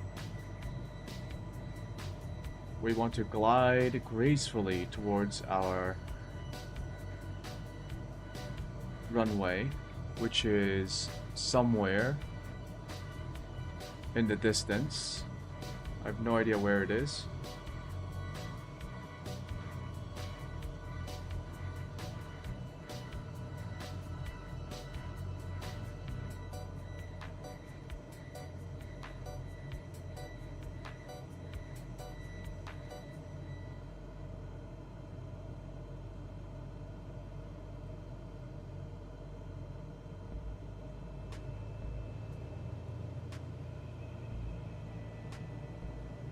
Maybe we're a little bit too slow, too fast.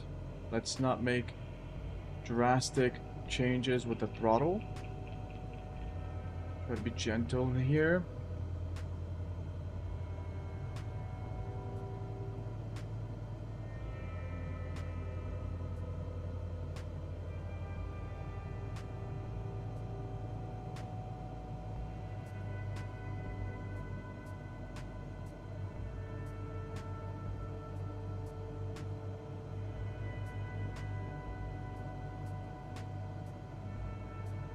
Okay, concentrating. It definitely helps out when you're trying to concentrate to say the word concentrate out loud. That's how it works. Oh, shit. Speed up. Yep, concentrate.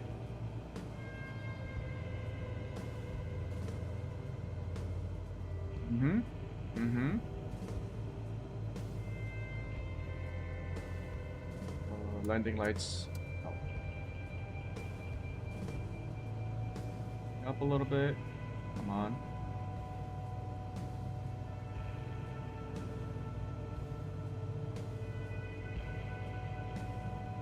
Yo, I don't see this airport.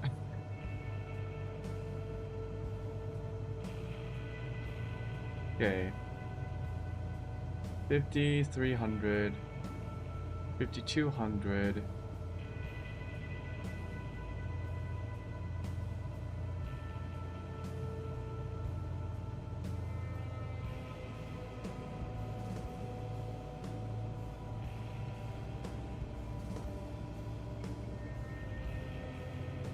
$5,000.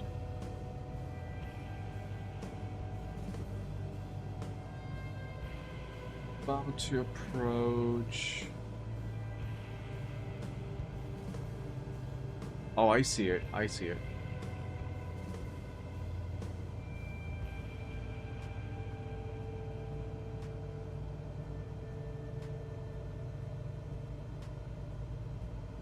Yeah, it's over there.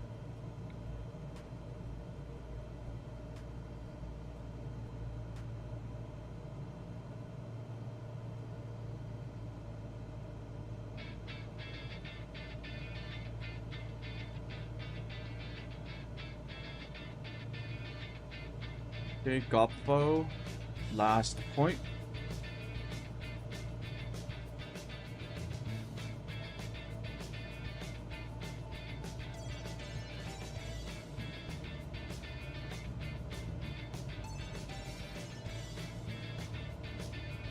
Definitely didn't need to turn on the landing lights that far away, but better to be safe than sorry.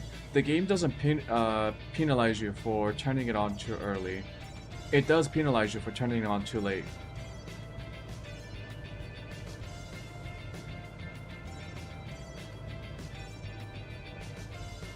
I think once we reach Gopfo, I will start using flaps.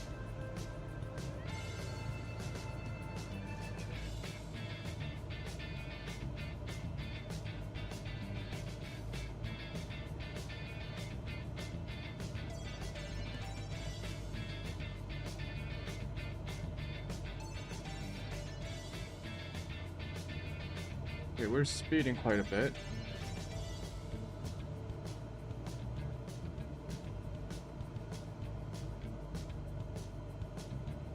Okay.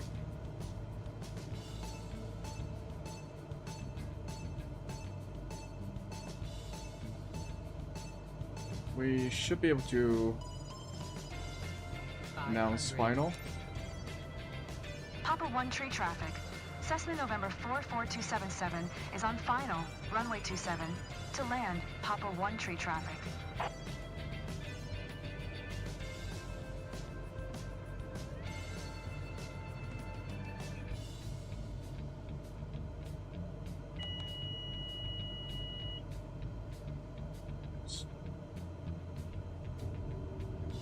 Flaps.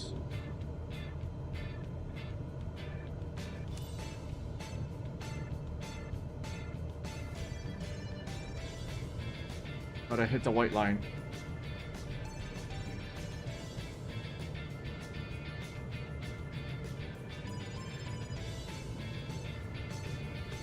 Ups.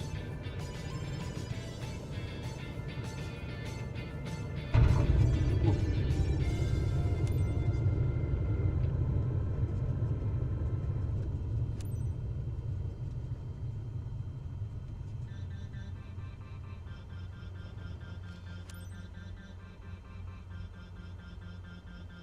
Okay, taxi to parking.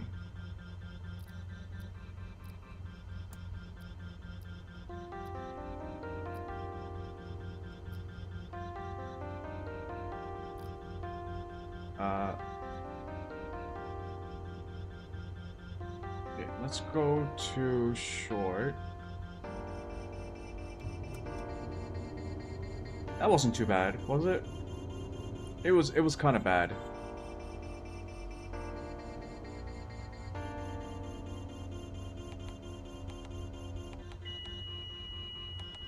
Turn off.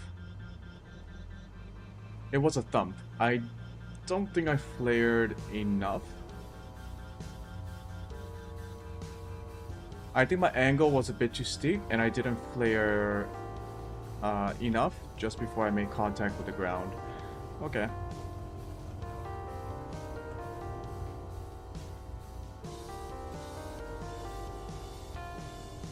Can I get taxi to parking?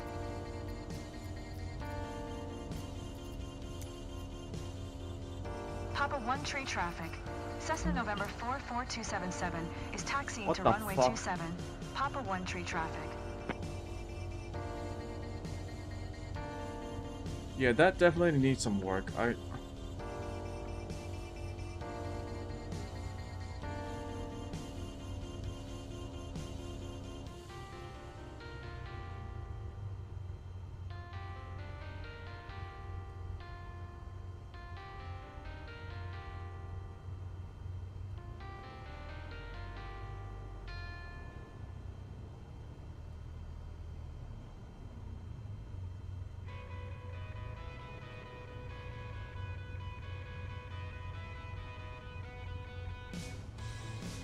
All in all, not a bad flight.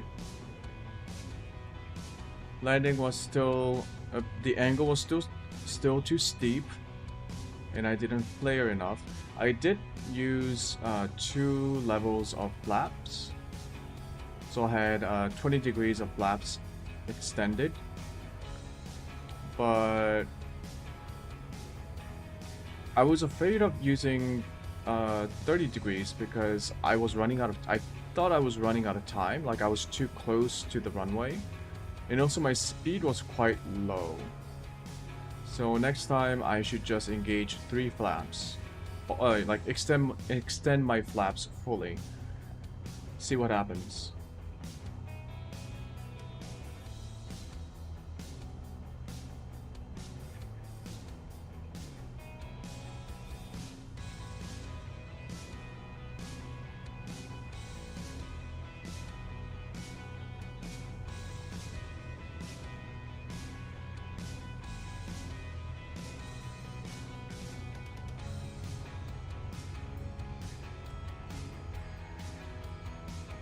I'm just gonna park it like this.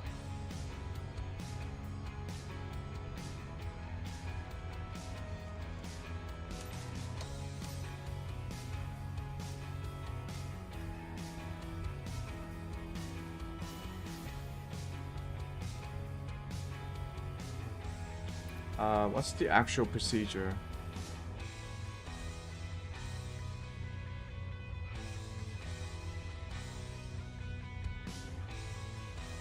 Throttle, turn off all electronic equipment.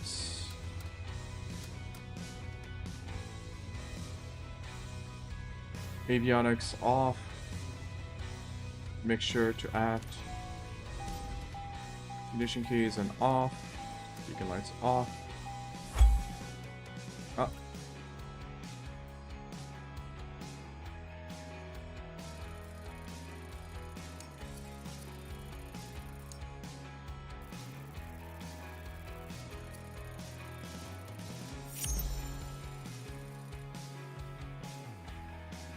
Oh, we didn't get S. Oh.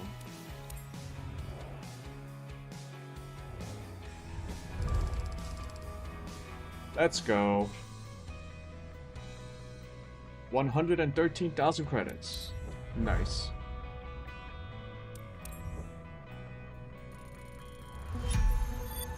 Almost leveled up twice. Nice.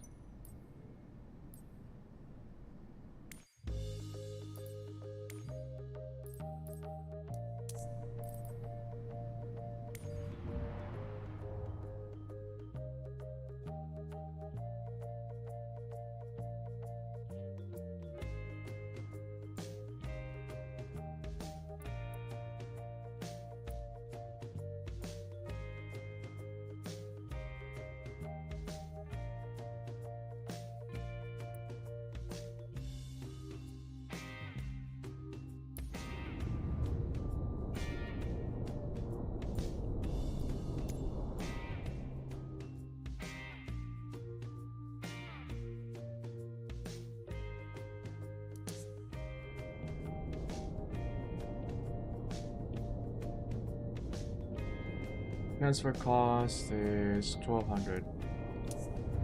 Actually, if we can find a storm or bad weather on the map, that would be nice. Wait, these don't use live weather?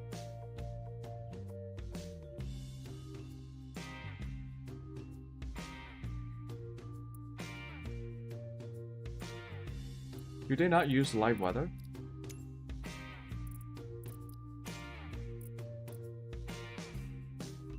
Really?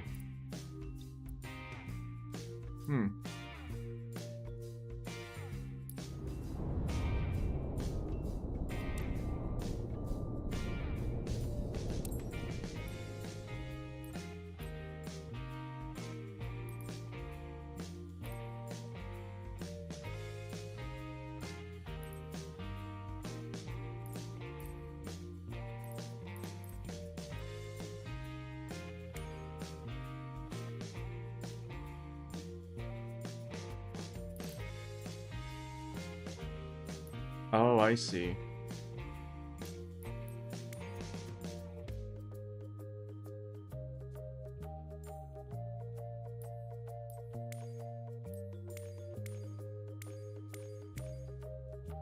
What's the point of buying a used one if it costs almost the same as a brand new Cessna? What?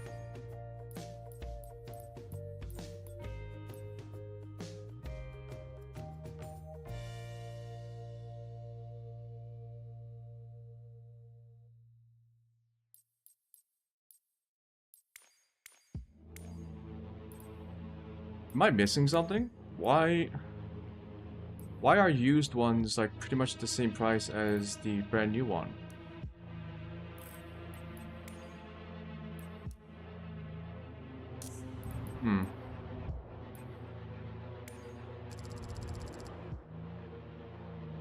Anyways, we'll use the money to fix up our aircraft.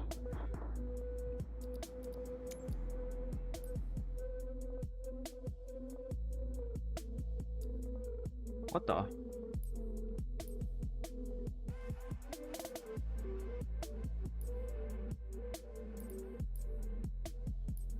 Huh?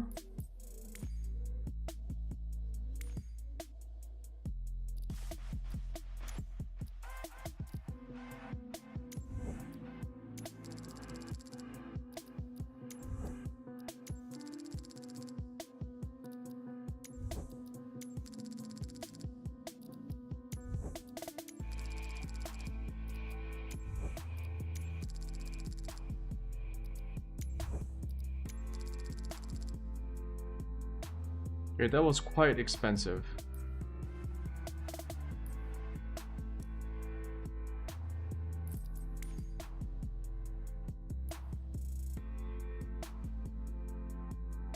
Crash coverage 45%, salvage coverage 100%. Yep.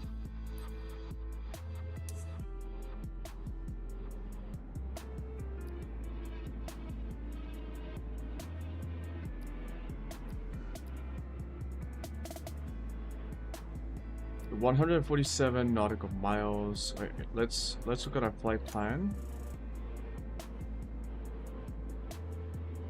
Get rid of this.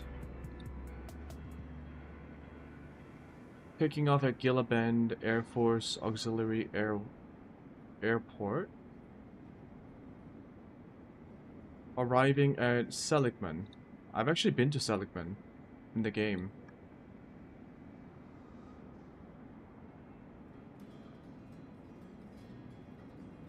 Let's open up this airport. 3 knots from 320. Runway 35 is recommended. We will do IFR rules again.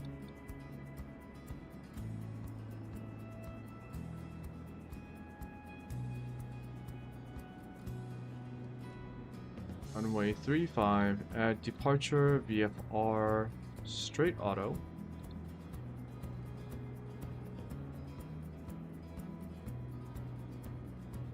Victor Airways. Arrival procedure, VFR pattern. Runway.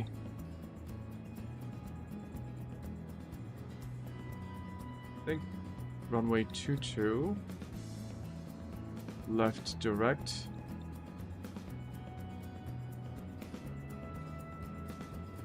Because the weather was 3 knots from 320. I want to run into the wind as much as possible when landing or taking off.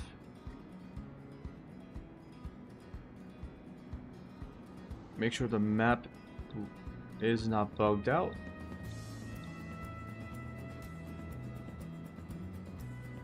Runway 35, taking off. Yep.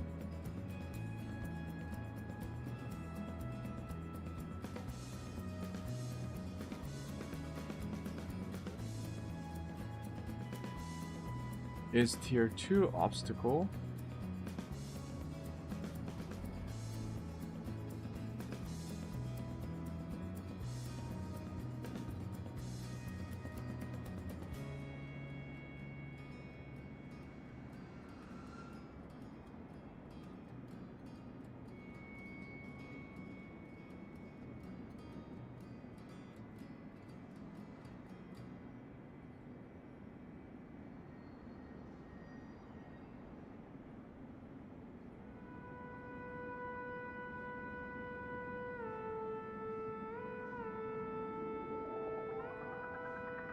Losing altitude of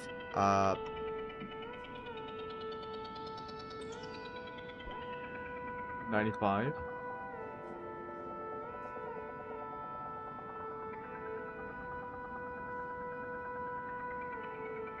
So our flight plan is 151 miles. Probably 110 knots. About 45 minutes of flight time.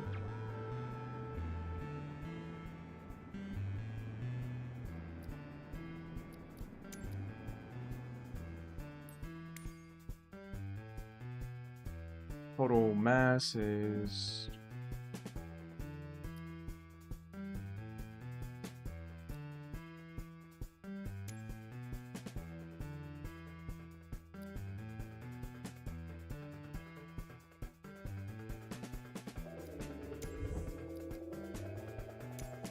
oh, I do have to pay for fuel.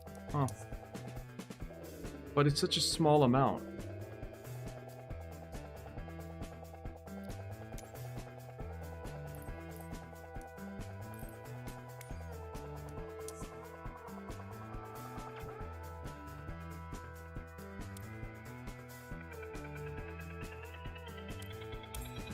Let's do it.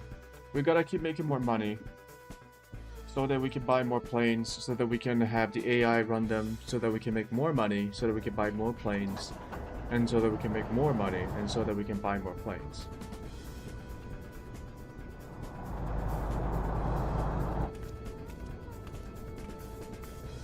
Capitalism.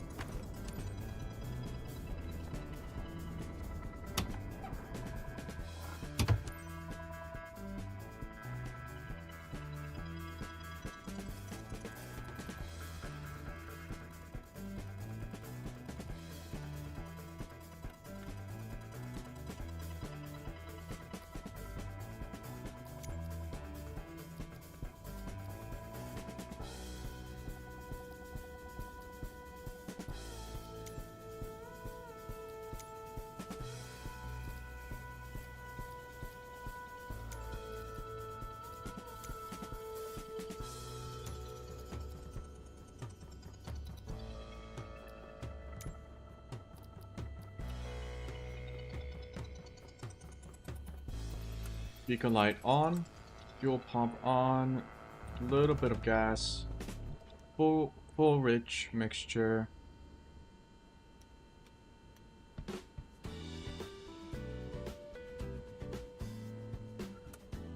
Oh.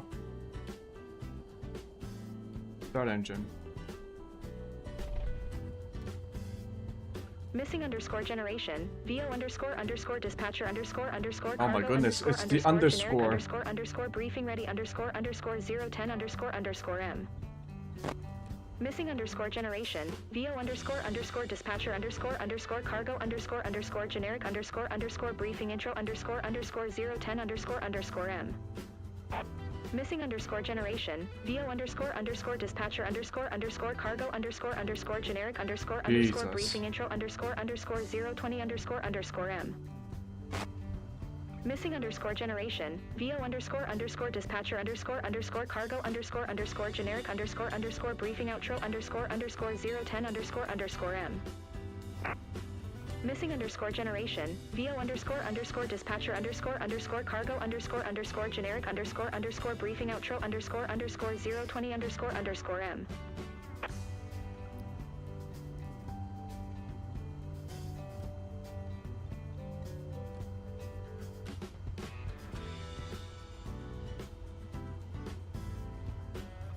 I swear we had charts available.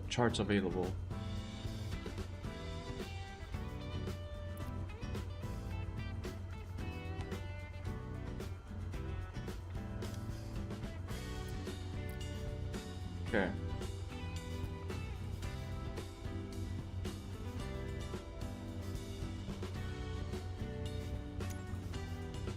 Tower, Cessna November 44277 IFR to Papa 2 Tree, ready to copy. Cessna November 44277 is cleared to Papa 2 Tree Airport as filed. Expect runway 17, maintain 10,500 feet. Departure frequency is 125.25, squawk 0265. Squawk 0265. Cleared to Papa 2 Tree, as filed, runway 17, maintain 10,500 feet. Departure The game doesn't frequency update is your flight plan. 125.25, squawk 0265. Cessna November 44277. Cessna 277, readback is correct. Contact ground on 122.775 when ready to taxi. Good day.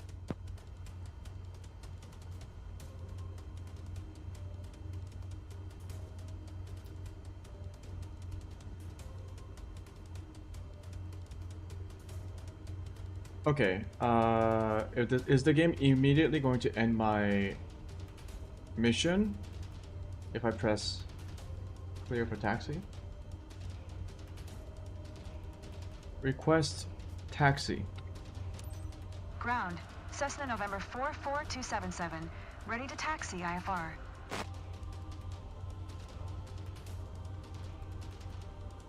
Cessna November 44277. Taxi to and hold short of runway 17 via taxiway Alpha. Contact tower on 127.75 when ready. Hold short of runway 17 via taxiway Alpha. Taxi to and hold short runway 17 using taxiway Alpha, Cessna 277. Choom Tower.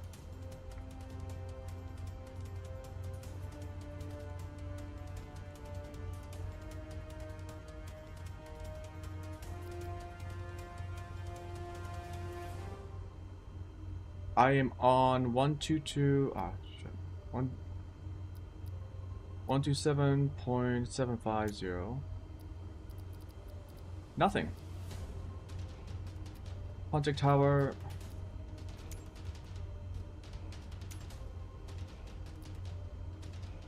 Okay, now here's the thing.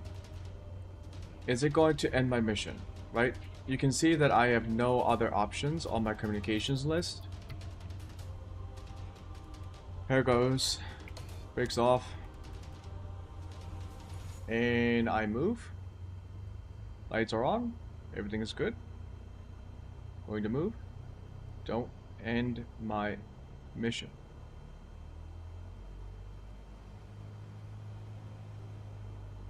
Didn't end my mission. Good. Jesus.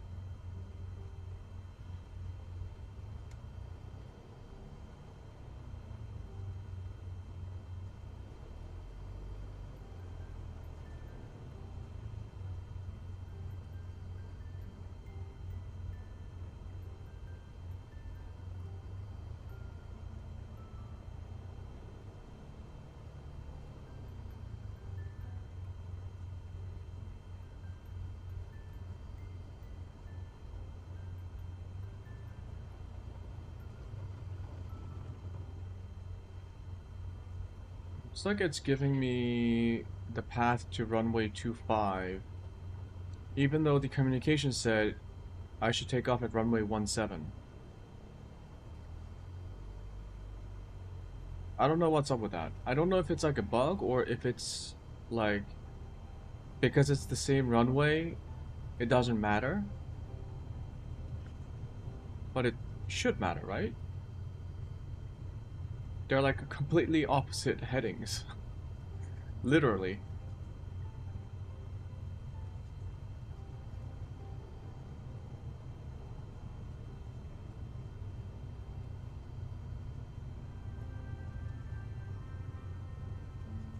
Well, I'm not complaining.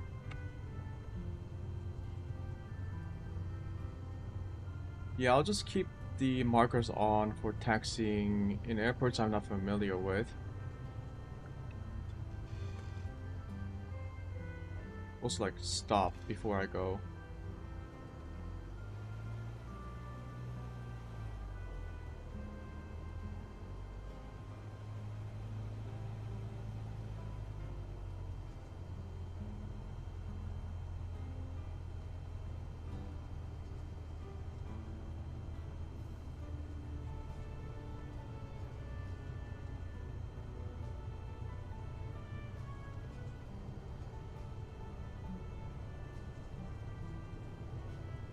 I'm kind of surprised that the career missions, like the company missions, are not using live weather. Because I feel like they should. They're meant to be like this more involved and engaging mission types compared to employee contracts.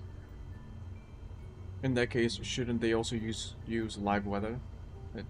Hmm. At least give the player the option to turn it on.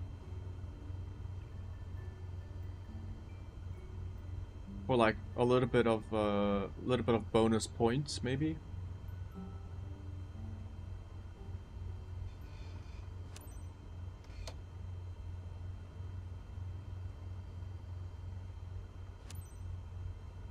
Tower, Cessna November 4427. Yeah, I said ready I for was going to departure, take off at runway 17. 27? Cessna November 44277. 35. Altimeter 2982.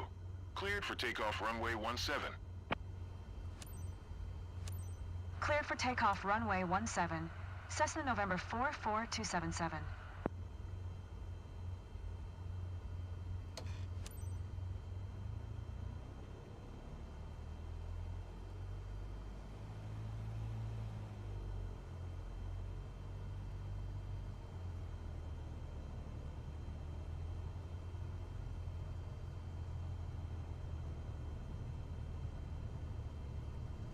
It's gonna make me go. I got nuts stuck in my throat. Yeah, it's gonna make me do a U-turn all the way down there. Why can't I just take off at runway 35? This is...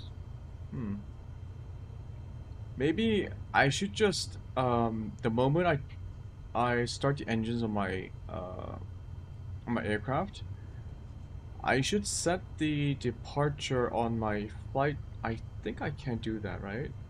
It's in the procedures, select departure.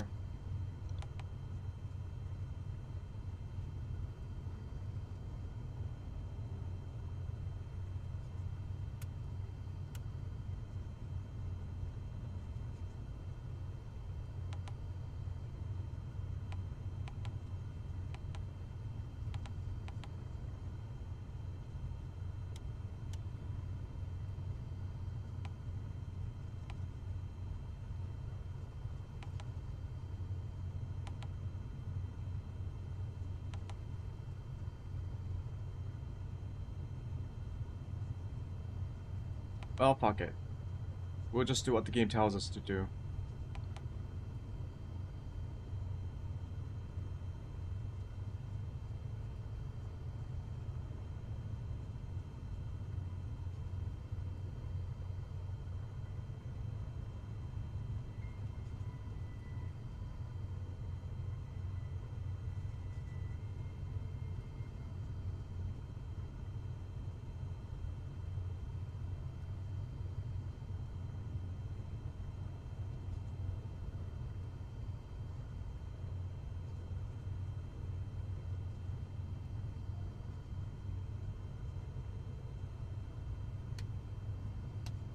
Set my aileron trims.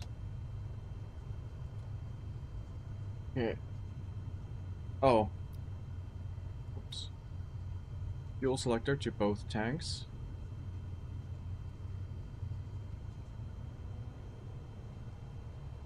What happened to my music?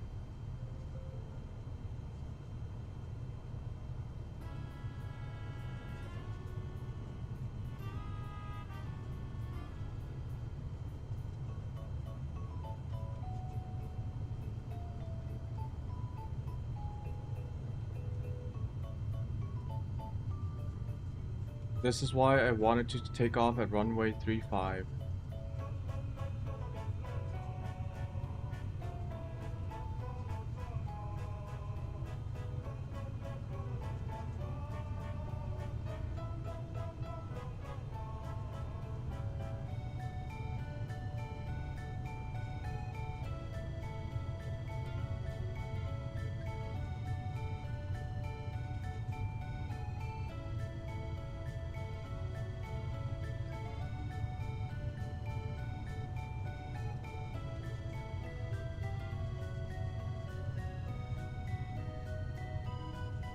Okay.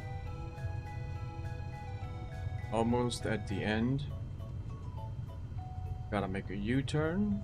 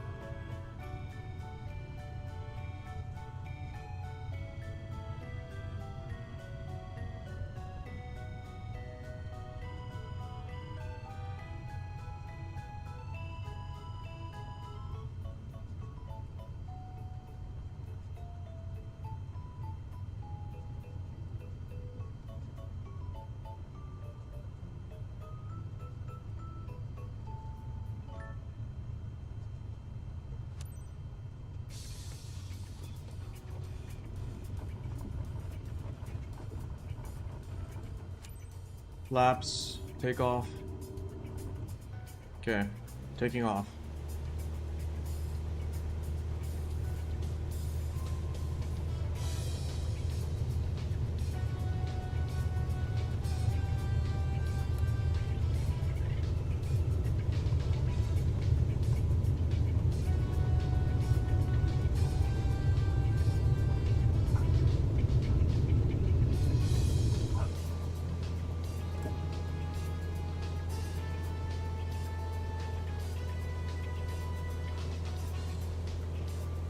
Don't hit the tower. Okay.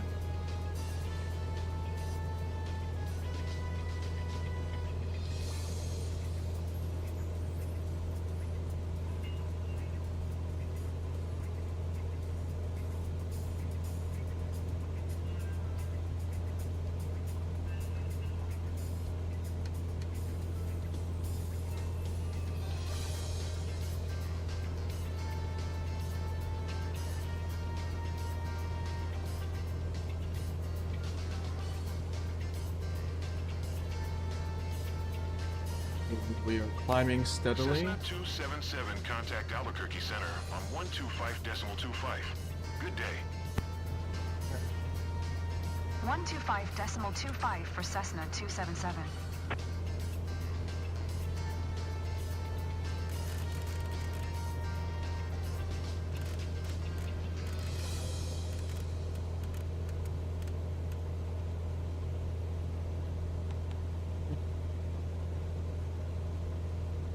Albuquerque Center, Cessna November 44277 is passing 1,800 feet, climbing 10,500 feet. Cessna November 44277, Albuquerque Center, altimeter 2982, radar contact continue. Clear okay, we got IFR.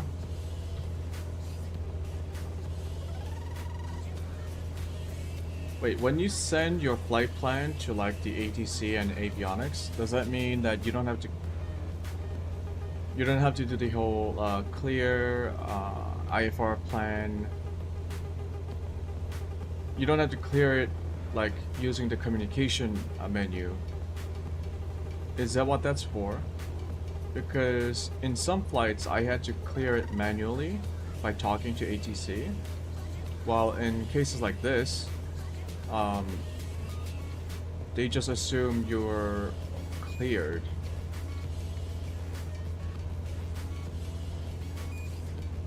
Anyways.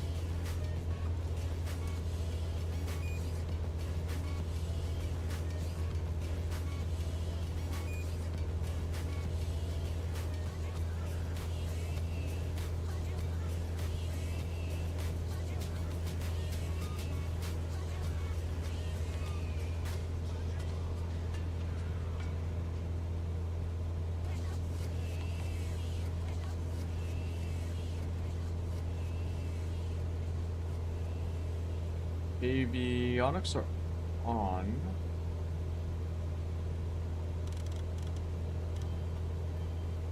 $1,500.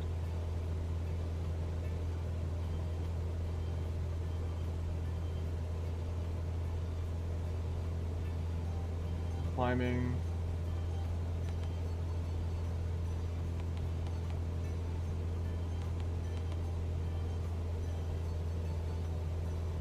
Why is GPS not...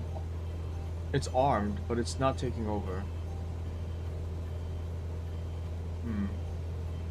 Maybe I should get to intercept.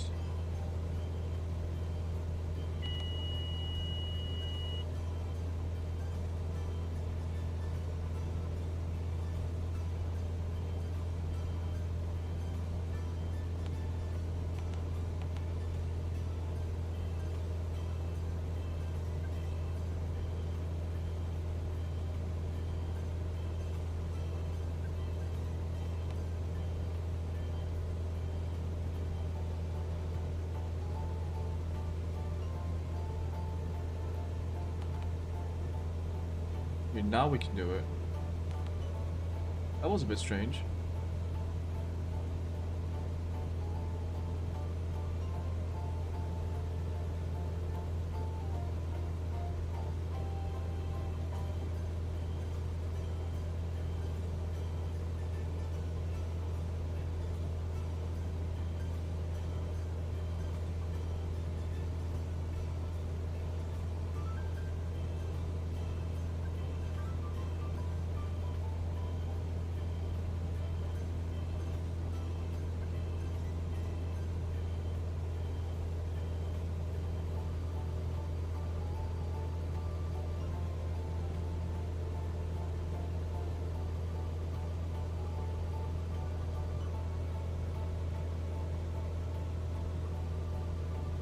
Cessna 277, climb and maintain 11,000 feet. Acknowledge. Climb and maintain 11,000 feet. Cessna 277. I'll get to 11,000 like a good little boy.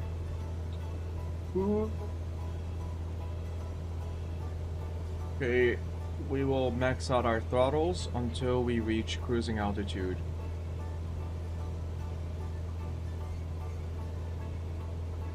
Let's make the fuel mixture a bit leaner and a little meaner. No, not meaner, just lean. Okay. Make sure our lights are turned on. Yep.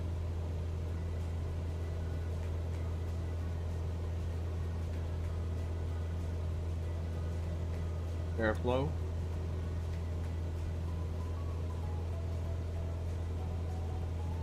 Okay.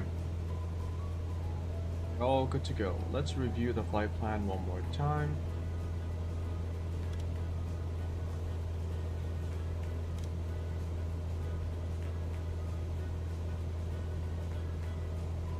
En route T-Gold to Doodle in Mesa.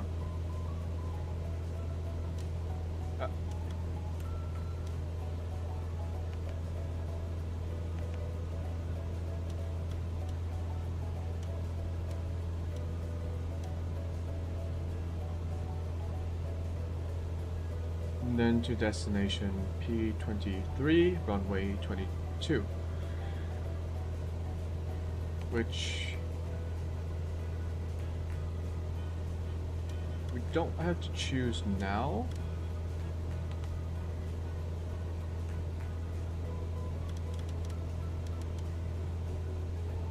We only have VFR flights. I believe we are doing VFR left approach. So we don't have to set it. We'll do it manually. Too much of a hassle. Too much of a hassle.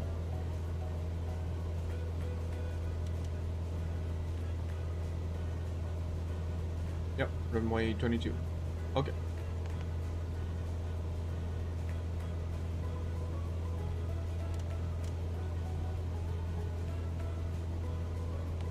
Options, terrain, relative, yep.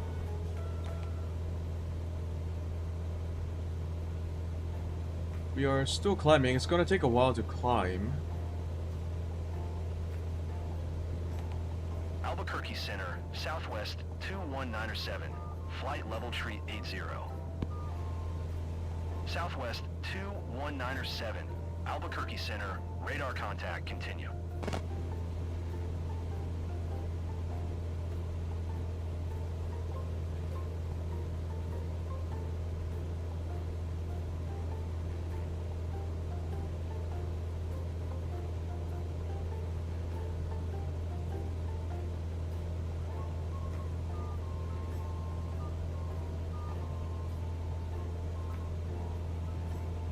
Outside air temperature is at 12 degrees Celsius.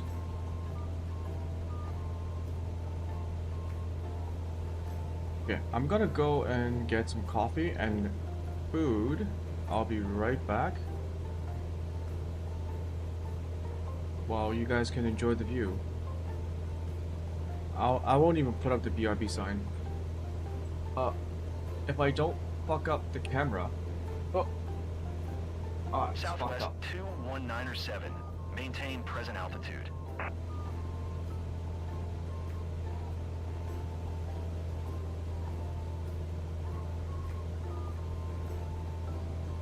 Maintain Fucked present up. altitude. Southwest 21907. Delta 521, maintain present altitude.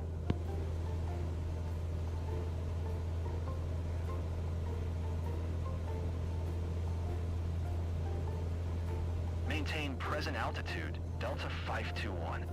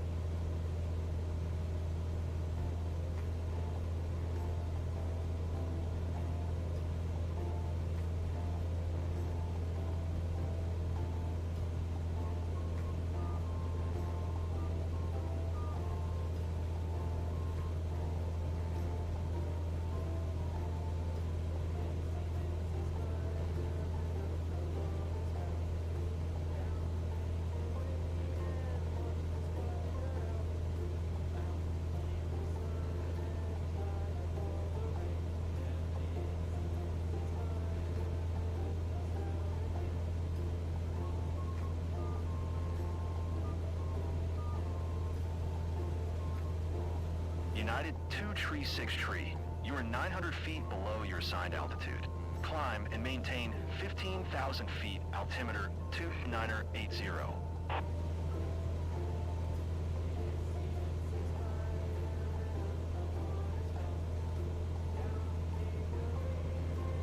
Maintain present altitude, United 2140.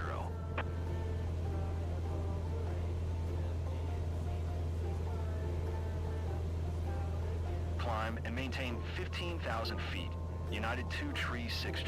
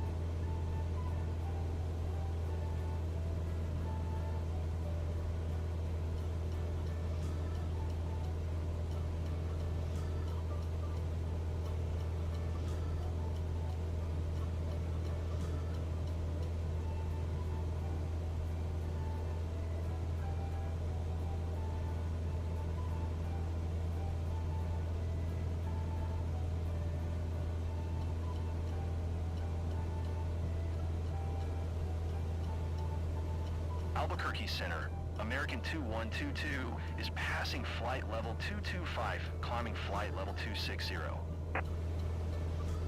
United 2 tree, 6 tree, contact Albuquerque Center on 125.4. Good day. American 2122, Albuquerque Center, radar contact continue. Going to 125.4, United 2 tree, 6 tree.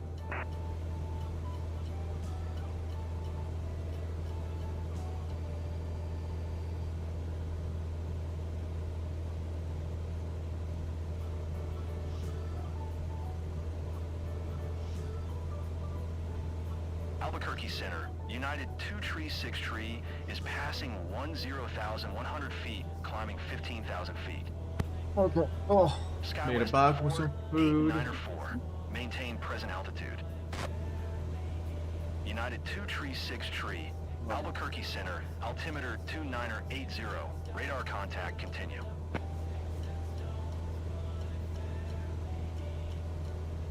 Oh shit, it's all fucked up. Maintain present altitude. Skywest 4894. Skywest? 2 tree, 6 tree. Contact Albuquerque Center. Wait, what's the one? What's 125.4. which airline was considered the worst airline in the United States? I think Skywest Southwest 4894, was contact Albuquerque Center on definitely a nominee 125.4. for like one of the Good day. worst airlines. But I think there was another one that was even worse. Just can't remember what it was. 125.4 for United 2 tree, 6 tree. Exigent 264. Maintain present altitude.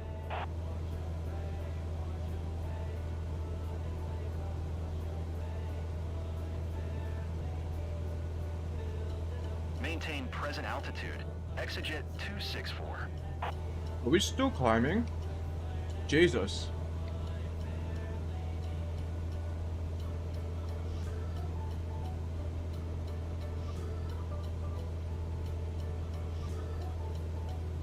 Oh yeah, isn't the Cessna 172's max altitude 12,000?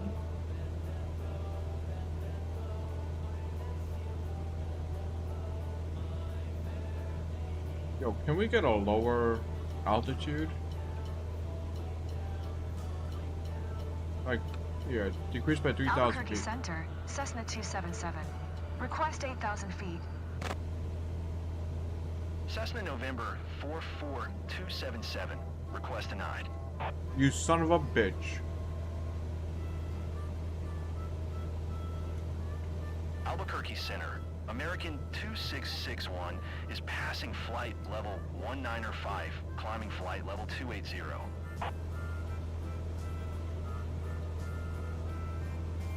Oh, it's gonna move my camera pretty severely every time I eat.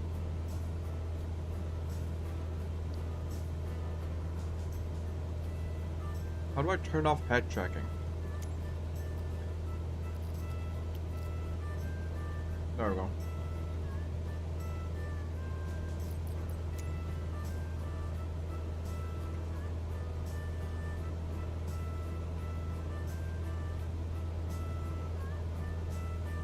So that you guys can look at the beautiful sky and land and farms. Yeah, it looks like farms.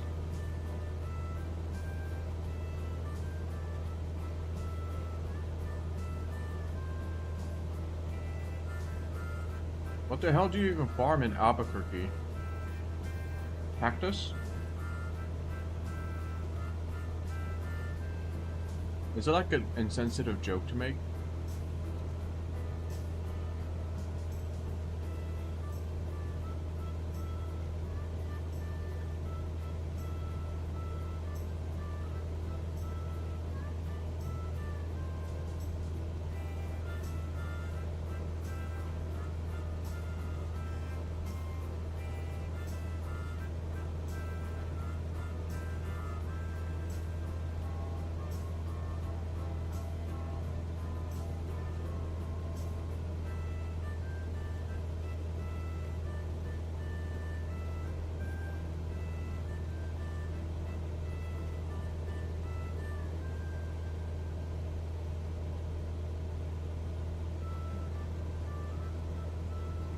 Albuquerque Center.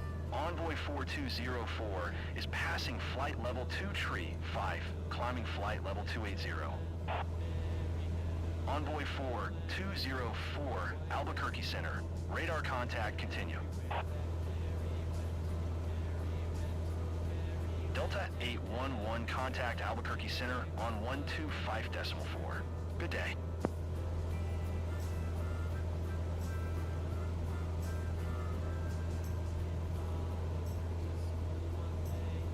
125.4 for Delta 811.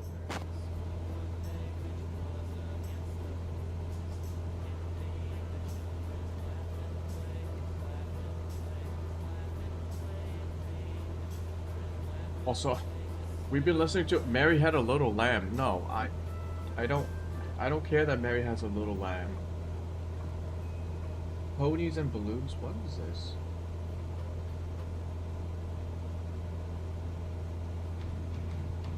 That's more like it.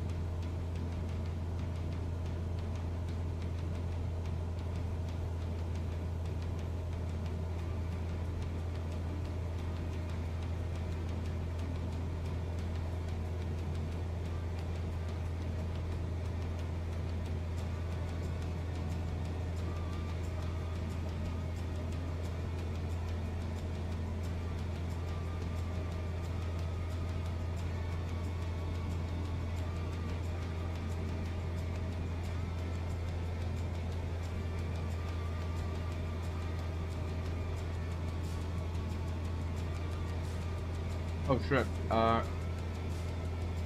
we should be cruising. Albuquerque Center, American 242 tree is at flight level 205, climbing flight level tree 40.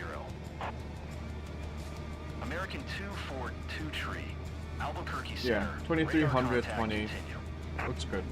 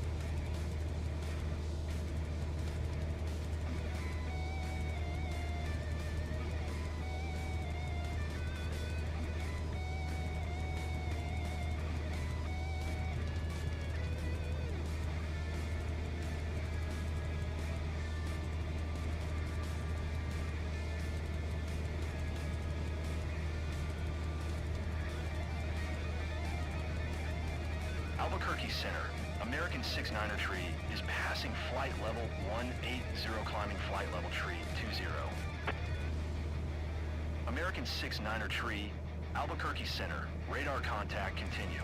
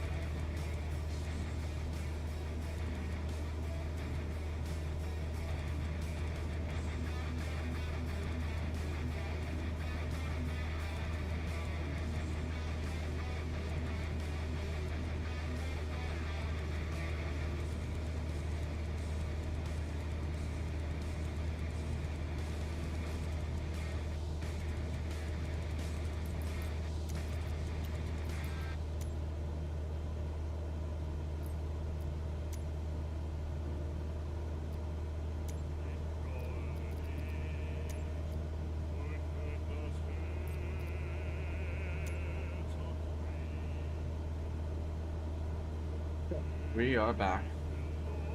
I should eat my food a little bit slowly. I wolfed down my food pretty fast.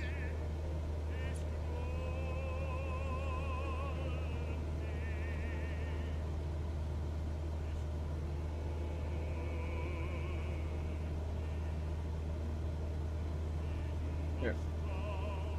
7 minutes till doodle. The more farms. I'm gonna keep my eye out for anything that looks interesting on the ground.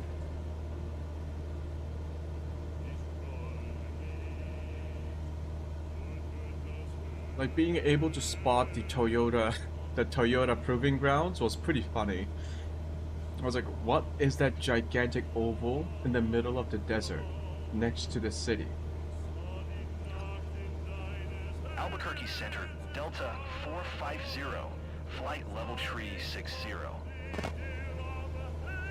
Cessna 277 contact Albuquerque Center on 125.4. Good day. Oh, okay. Delta 450, Albuquerque Center, radar contact continue. 125.4, Cessna 277.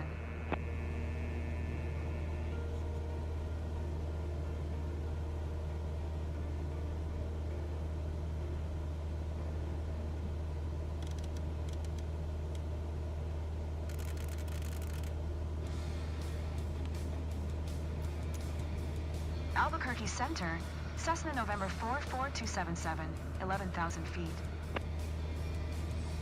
Cessna November 44277, Albuquerque Center, altimeter 2982, radar contact. Continue to DOODL. Altimeter Delta 2982. 665 contact Albuquerque Center on 125.25. Good day. Proceed to Cessna 277 contact Albuquerque Center on 128.45. son of a bitch, I just tuned in, you motherfucker. Okay. Going to 128.45, Cessna 277.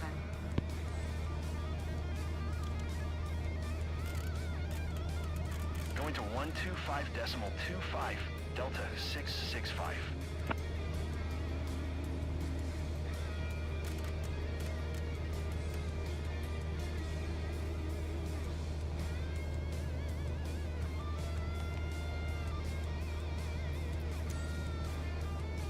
Cessna November 44277, Albuquerque Center, altimeter 2981, radar 2981. contact, continue to DODL. Okay. Don't change. Okay. I think I switched back and forth until we ended up with the same one. So no more changing. Stop jerking me around, ATC.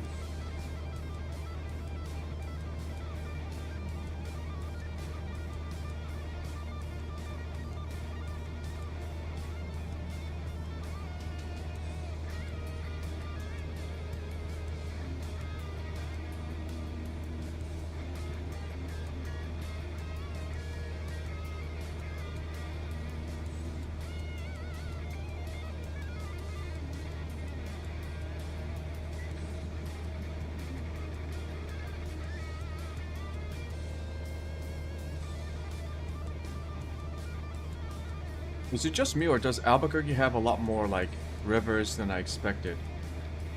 Granted, these aren't, like, big rivers, but it's water.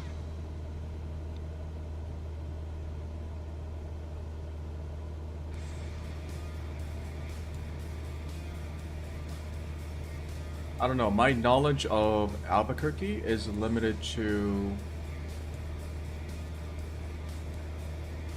having watched Breaking Bad. That's an Albuquerque, right? Yeah.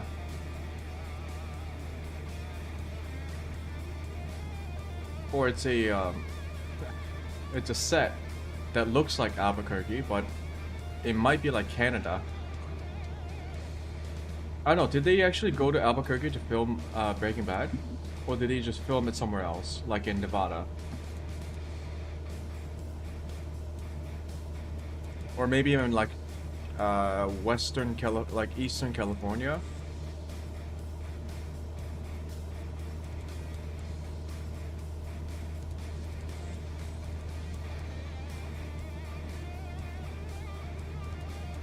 Maybe they filmed it in Australia. A lot of the desert scenes that people might think is Western, like Western United States, can actually be Australia, because Australia has a very active film production industry. Same thing with Canada. A lot of the American cities, a lot of the scenes in many films or TV shows that look like American cities or American suburbs might actually be Canadian cities and Canadian suburbs, because Canada also has a very active film production industry. I believe Canada is like one of the more popular destinations for film crews.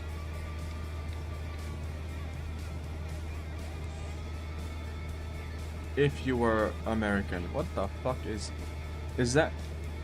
Oh, they must be the same thing.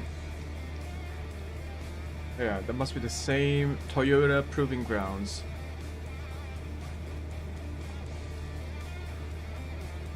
Yep.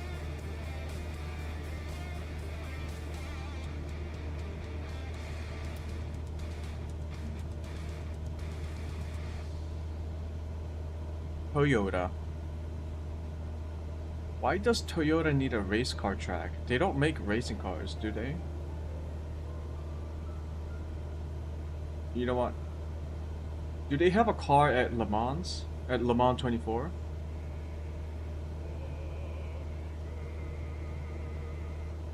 Was it Toyota or Honda? No, I think Toyota has a car. Yeah, Toyota has teams on 24 Hours of Le Mans. I believe they won once, right? They beat Audi and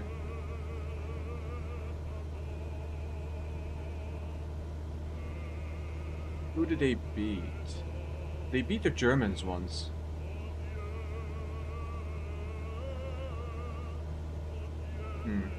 Yeah, I had a friend who really loved to watch 24 Hours of Le Mans.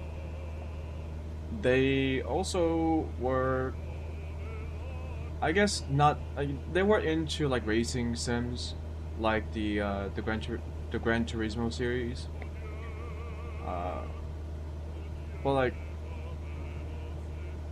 they weren't like that deep into it, but they just enjoyed playing it. I guess he did tell me that he played 24 Hours of Le Mans on the Gran Turismo. On Gran Turismo 5 or something, for real. Like, he played Le Mans 24 for 24 hours. He said he played it with a friend, and so they switched drivers like they do in real life, because you cannot drive 24 hours in a row. But yeah, that's crazy. Nice guy. Yeah. A good friend. But crazy. When it comes to 24 Hours of Le Mans, like I remember I was in college and I think I saw I remember him trying to watch 24 Hours of Le Mans during one of the years in college. Man, when was it? It was like 2015, 2016. I think it might have been around 2016.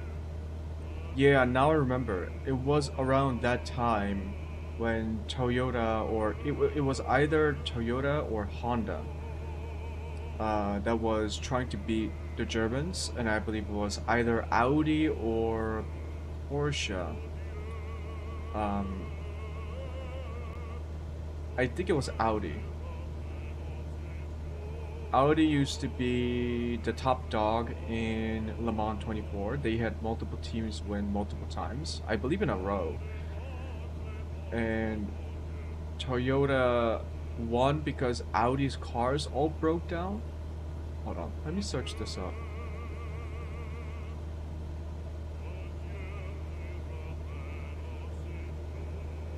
When did Toyota win Le Mans? Google autocomplete. They won in 20... wait, hold on. I don't want the AI answer. I want an actual article.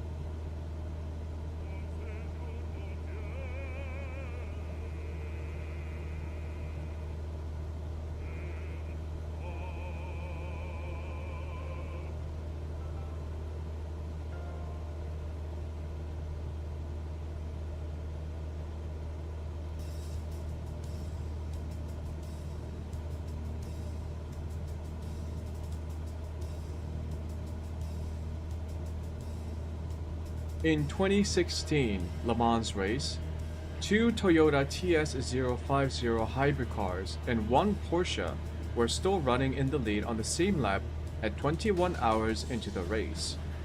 With 1 hour left in the race, the Toyota car number 5 in the first place had a 30-second lead over the Porsche in second.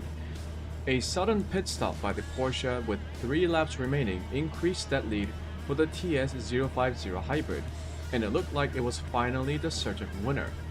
But with just 5 minutes left in the race car, number 5 began to slow down. Then, on the final straight before entering the last lap, it came to a stop.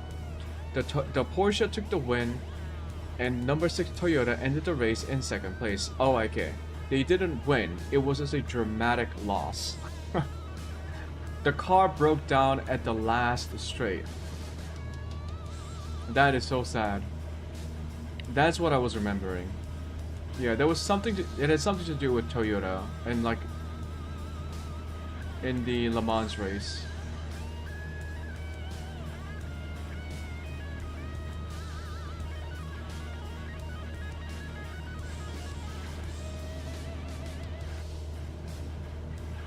AeroSun 247 contact Phoenix approach on 120.7. Good day. 120.7 for AeroSun 247.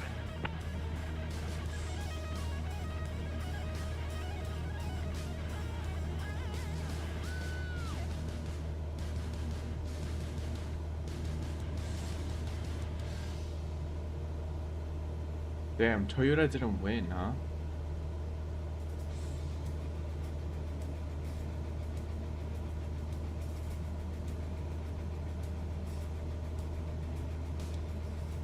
But it looks like Toyota went on to win 5 years in a row. Beginning when?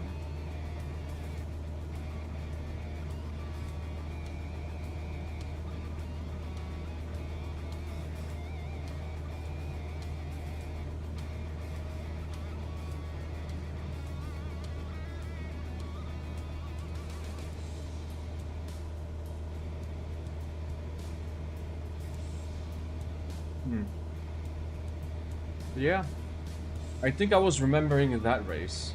So Toyota sadly didn't win. They actually had a dramatic loss where the car broke down at the last second. Rip.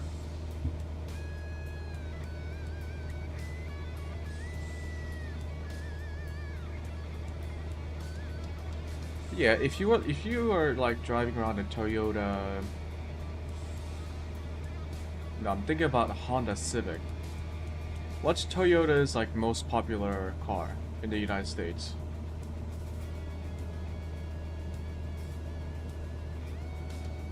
If it's an SUV, I'm gonna cry.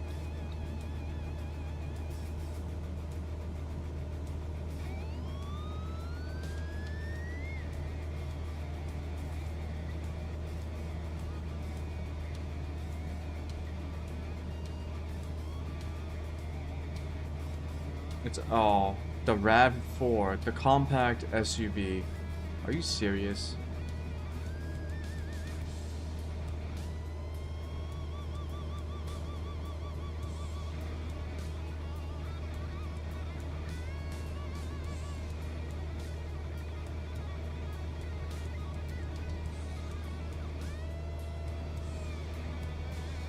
Oh, good for Toyota. In 2024, Toyota sold 1,006,000 electric vehicle sales. It represents 43% of total sales volume. Okay. But is it battery, pure electric or plug-in hybrid?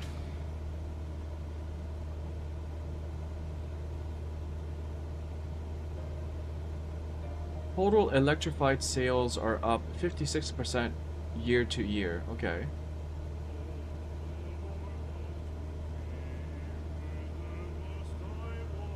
Damn, Toyota is selling a lot of electric vehicles now. Good on them. They were a little bit late to the scene, but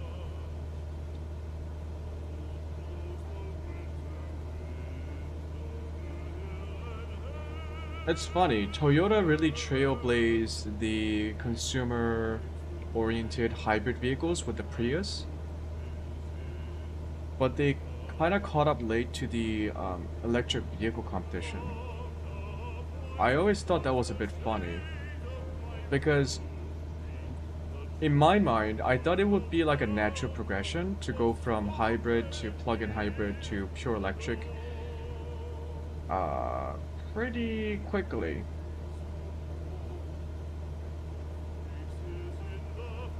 I mean, Priuses were showing up as early as the mid 1990s, right?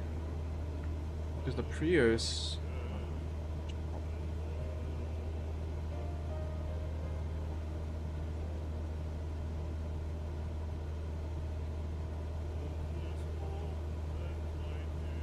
yeah, production began in 1997. So Toyota has a very long history of producing hybrid vehicles. But like, why were they so late to making electric vehicles? I guess they jerked off a lot around hydrogen powered vehicles in the early 2000s. I remember Toyota, Honda, Hyundai, and some of these car companies dabbled around in hydrogen power, and I think it was because of Bush. Bush at the time introduced this concept of transitioning to a hydrogen economy, which was silly. It still is, and I can't believe so many car companies just bought into it.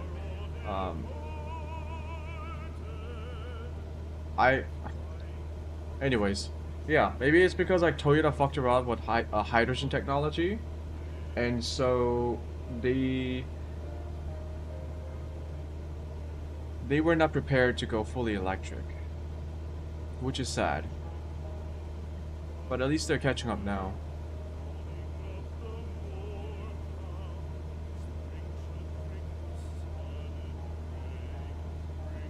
Get some better music.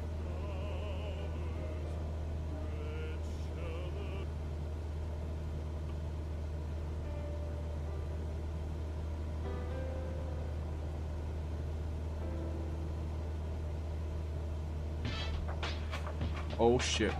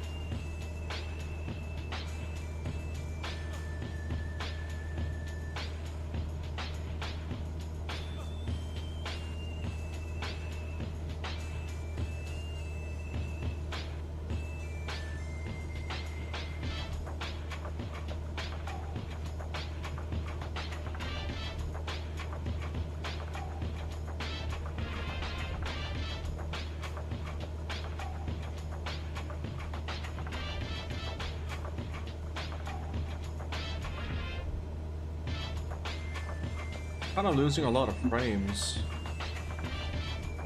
What's going on?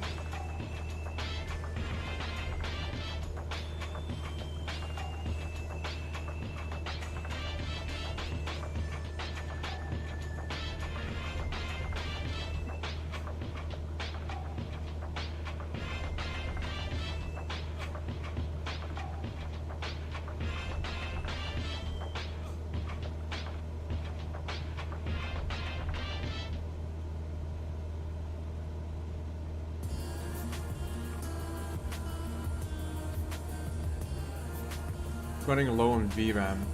Hmm.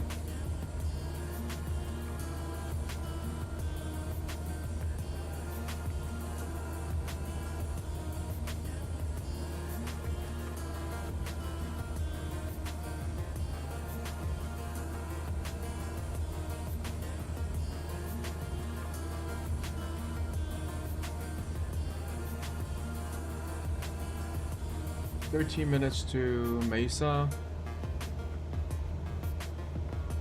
After Mesa, what do we have?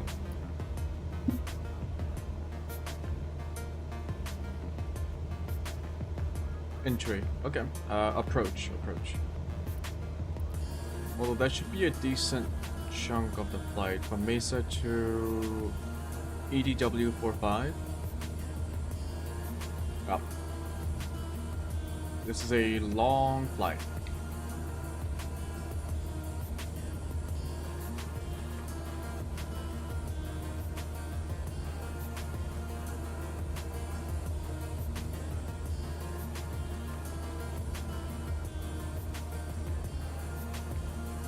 We got some turbulence. I don't see anything on the map.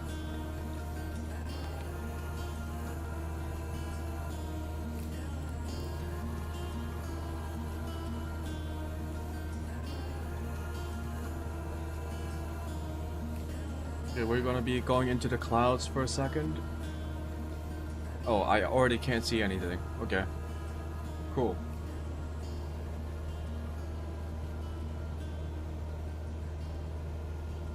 3 degrees. Oh, let's turn on pitot heat. It's a bit cold.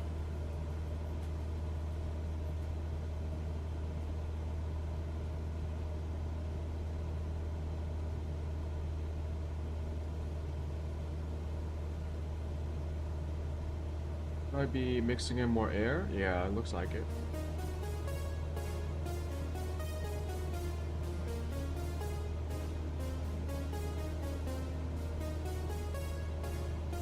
Oh boy. I have 0 visibility. It would be funny if there's like suddenly a 737 pops out.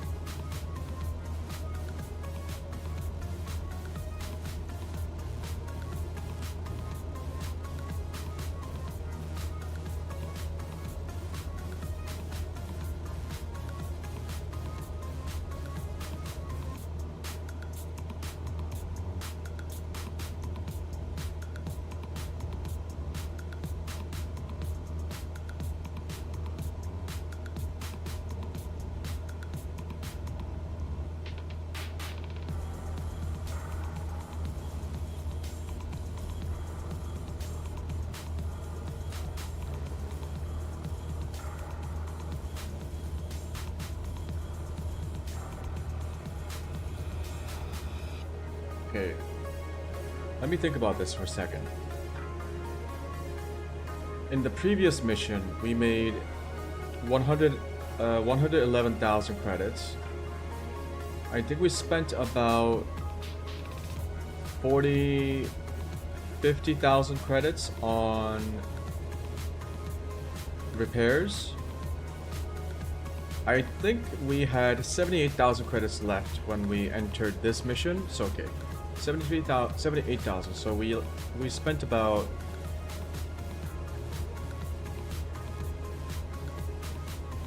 spent about 35,000 credits, right? a little bit more than 35,000. Okay, let's say 40,000. So we're about to get 111,000 credits again from this mission. But I don't think we will have to spend that much on maintenance. So let's say we get about 100,000 back. For 2 missions, that's 180,000 credits. A brand new Cessna costs 550,000 credits.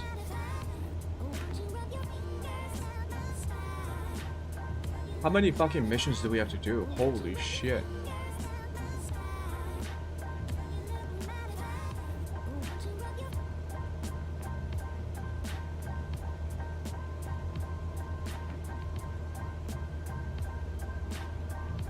I guess one way to speed it up would be to like skip the flights.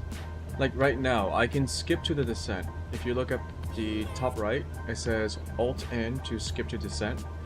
And then I'll only have to do the landing. But the thing is, if you skip, you don't get the no skip bonus at the end of your score calculation. And I don't know how much of that is worth it. I think in terms of experience, no skip, full no skip, so you do the whole thing without skipping, gives you like almost double the XP. So let's say I get 100,000 XP, I think I get an additional 100,000 on top of that. I would have to check, but you do get a substantial bonus for not skipping any of the procedures. But you do complete fewer missions if you don't skip.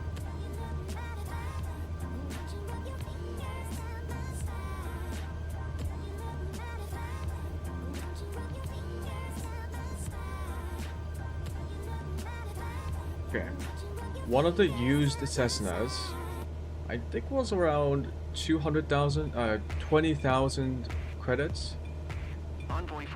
Or was it 200,000 credits?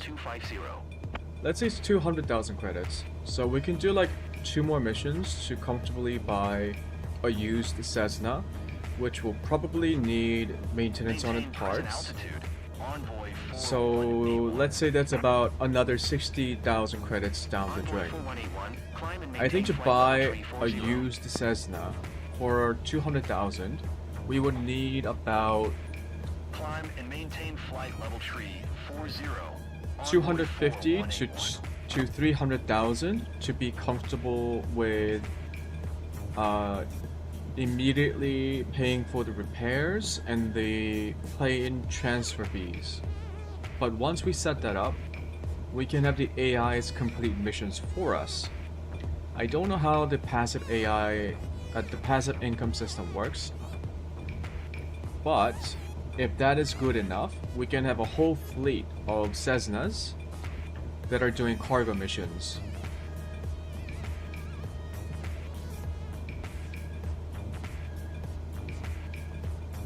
But the biggest time investment will be in acquiring a second Cessna, which we would need to do like 2 more flights of equivalent length or difficulty to get enough credits to buy that. So this mission took 40, let's say 50 minutes, right? With all the procedures and stuff, 50 minutes. That's about 3 hours. Oh. That's like 2 to 3 hours more of flying in a Cessna doing this. Which isn't bad. If I get bored, I can just change the scenery. I can go somewhere else.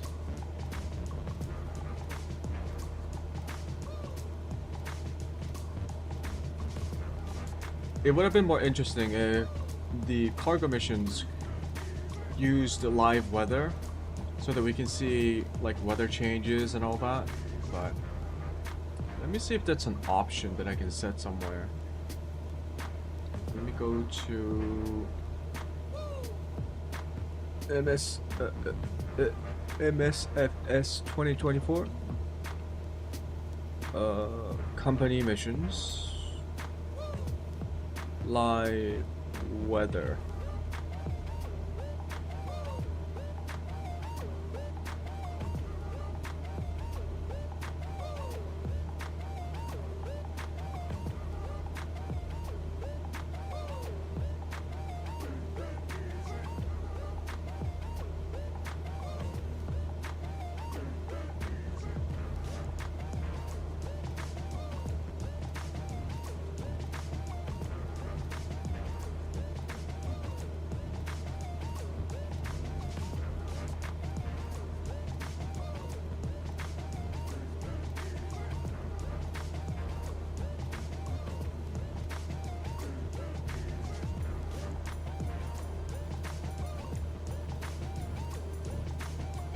Freelance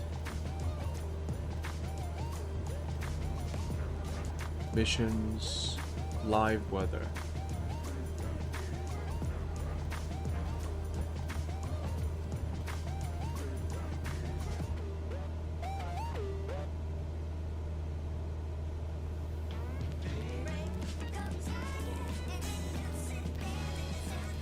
Exigent 152, maintain present altitude.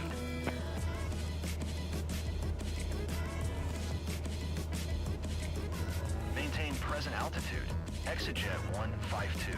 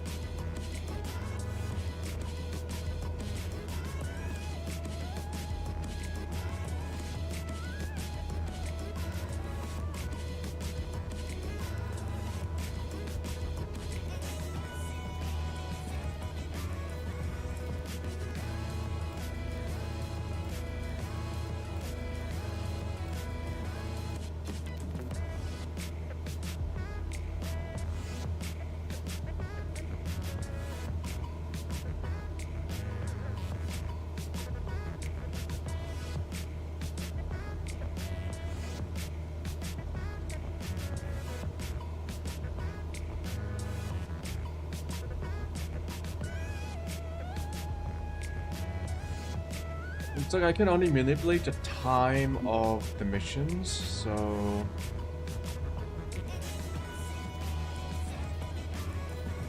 Why are we pitching up? What's going on?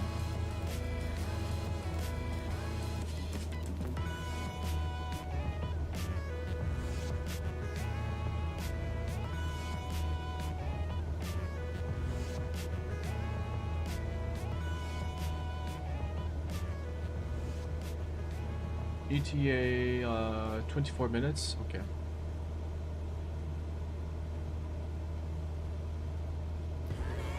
Can I get an altitude decrease by 3,000? Albuquerque Center, Cessna 277. Request 8,000 feet. Cessna November 44277. Son of a bitch. Request denied. I'm gonna keep asking you. Decrease. How about 4,000 this time? Albuquerque Center, Cessna 277. Request 7,000 feet. Cessna November 44277. Request denied. You son of a bitch.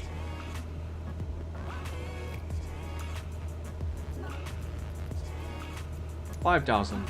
Albuquerque Center, Cessna 277. Request 6,000 feet. Cessna November 44277. Request denied. Huh. There must be a reason why they're denying my request. It better be a good one. Aero Enlaces 532. You are 500 feet below your assigned altitude. Climb and maintain flight level tree 40.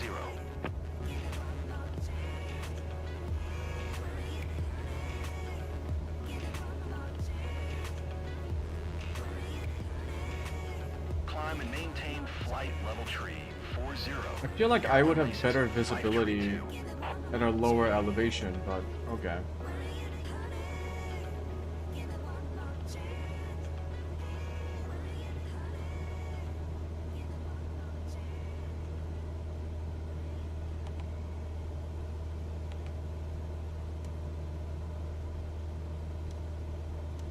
What we do here is go back.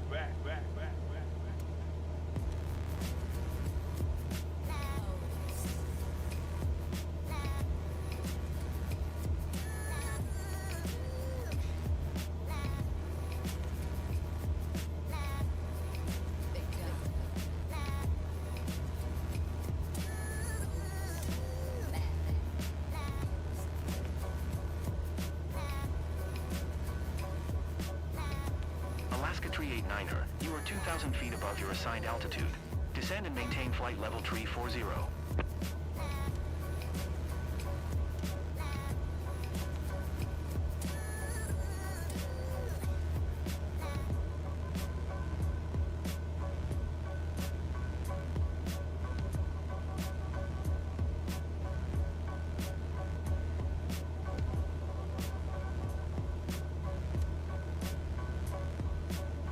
Yeah, visual 2-2.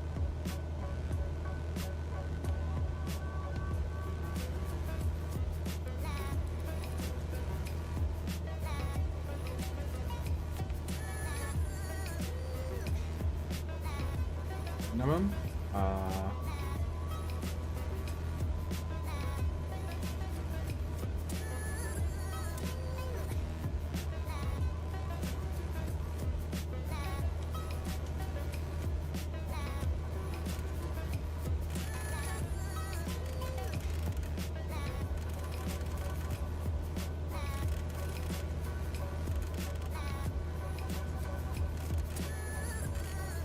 5,000.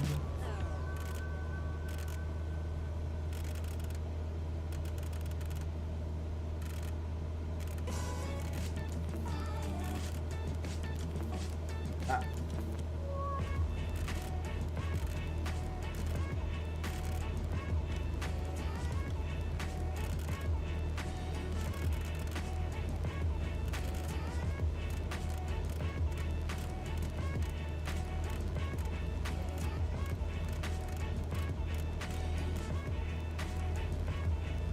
Okay, 5,240.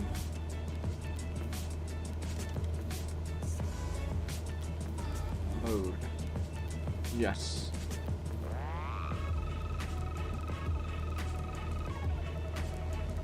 We are still on IFR guidance, so I don't think we should deviate from our path.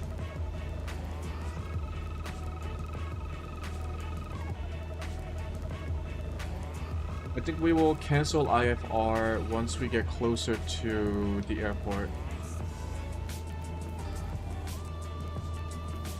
Yeah, we're still 35 miles away.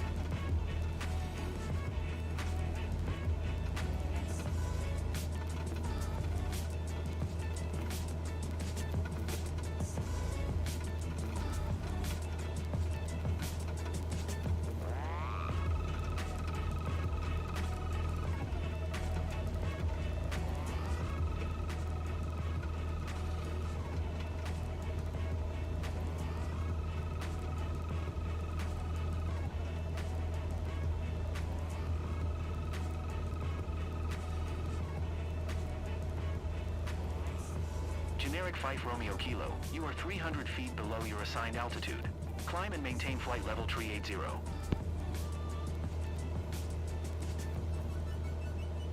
Yo. My ass is starting to hurt. Climb and maintain flight level 380. Generic 5 Romeo Kilo.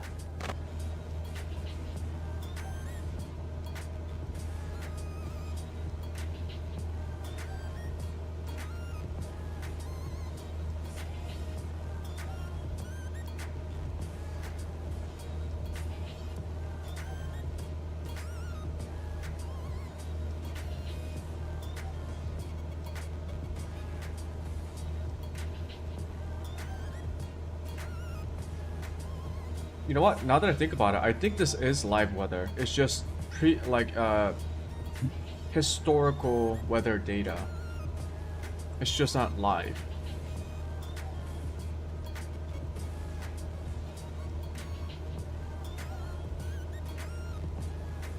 Because I don't think it's daytime in Arizona, Albuquerque right now. Yeah, it shouldn't be daytime.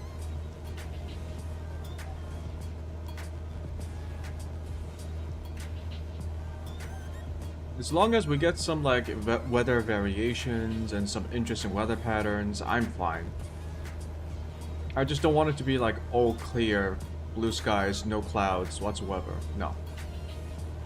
And those are some rain clouds over there.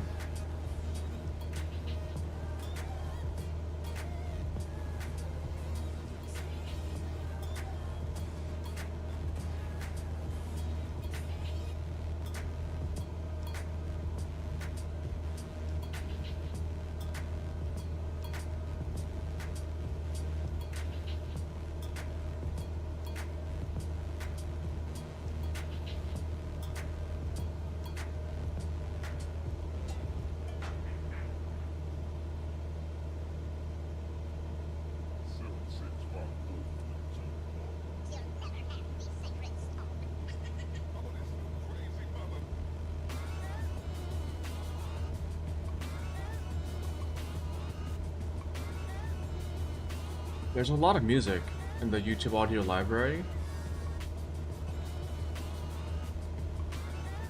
Like a lot.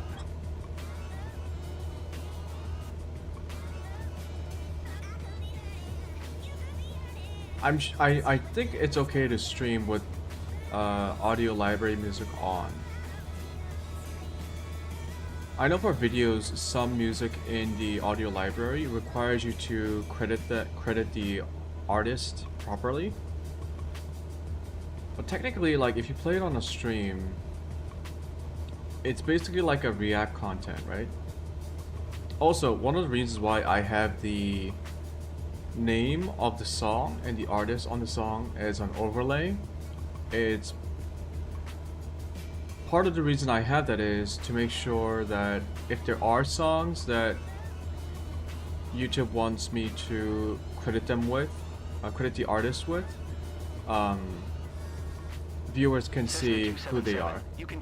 Right, you can see the song name and the song artist.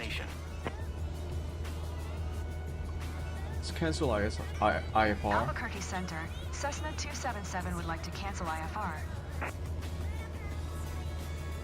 Cessna 277, IFR flight plan is canceled, radar service terminated. Squawk 1200, maintain VFR. Frequency change approved. Good day. Good day. Okay. I'm going to change my altitude to wait, the minimum was 5,000 feet. So why don't we try reducing our altitude to like 8,500.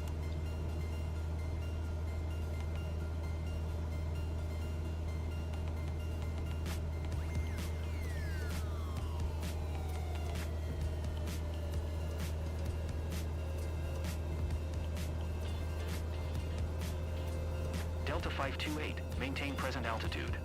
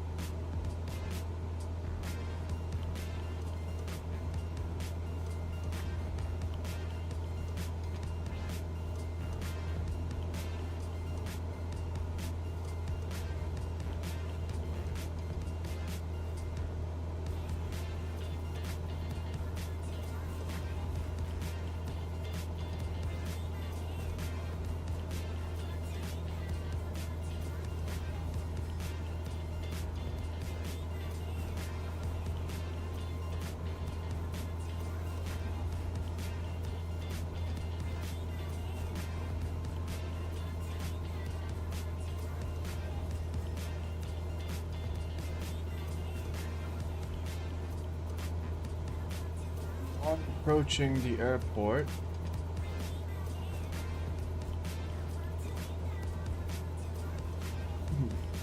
It will be very difficult to see it with our eyes.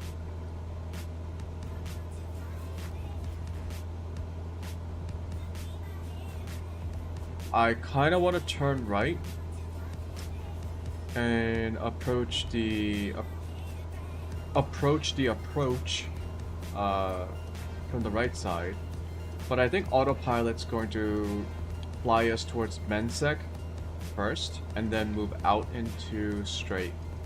I think it's going to do a 180 at the end of the white line. Maybe not even at the end of the white line. I want to see how autopilot does this. This was the vector approach, and I'm not sure what the difference is between a vector approach and a straight approach if the vector looks pretty straight.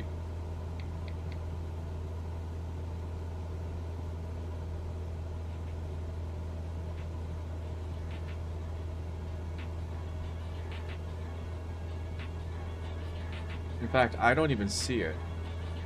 Where is the airport?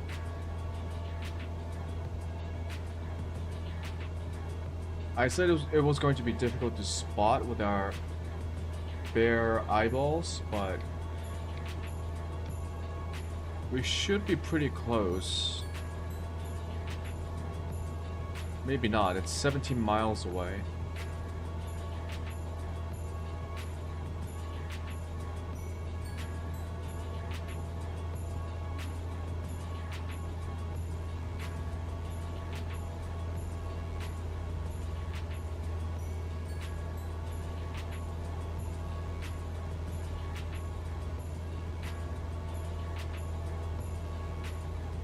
Okay, that's a road. No? No. It's either a very straight ravine or it's a road. I'm betting it's a road. That's a ravine. That's a road. And that looks like an airport. Like this.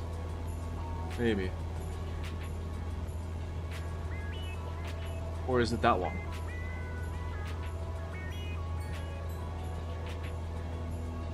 Maybe it's that one. No.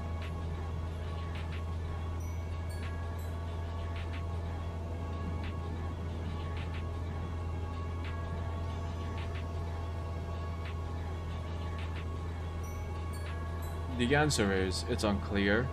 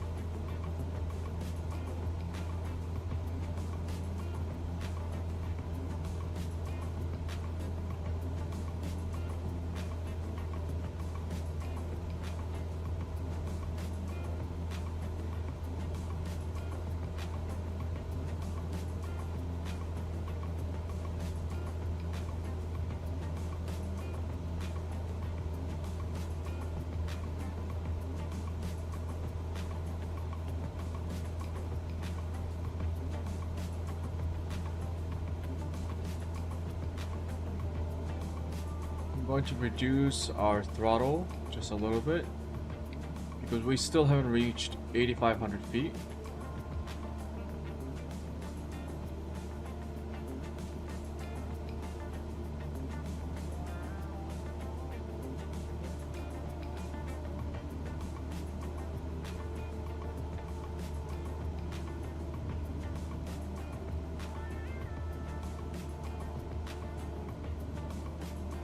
Looks like something's over there.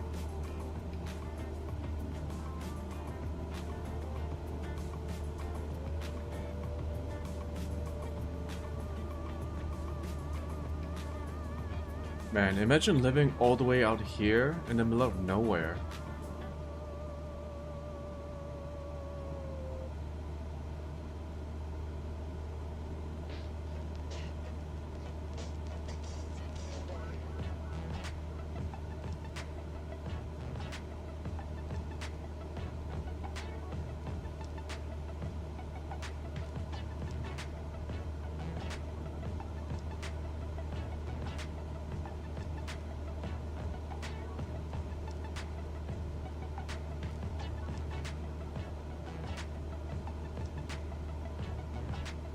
Albuquerque Okay. Center, Southwest Tree, Niner Tree 5. We reached 8,500. 70.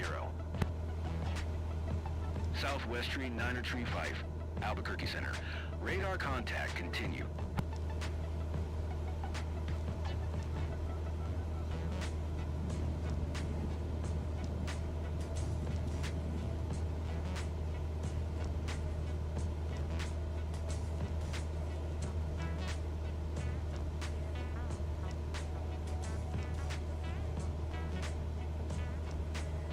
Seligman.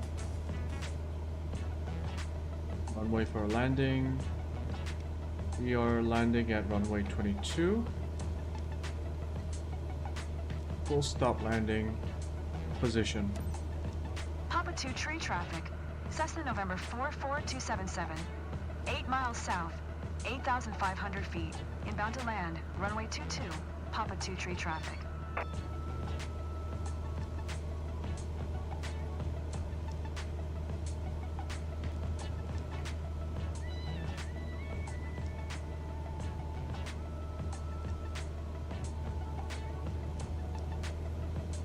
A little struggling to maintain speed.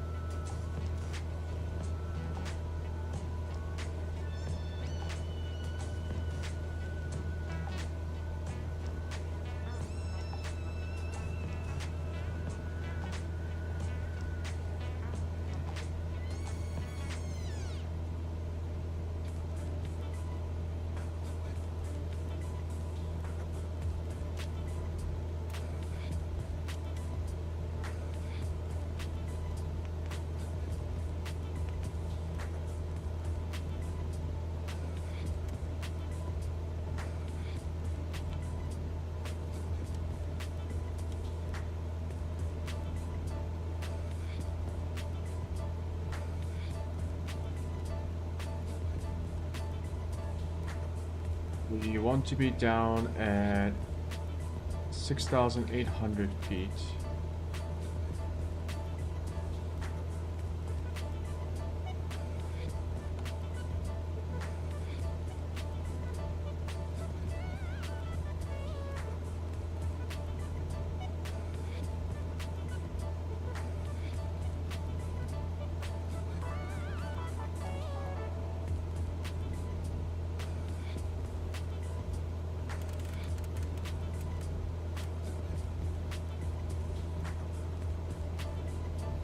Let's do vertical speed mode.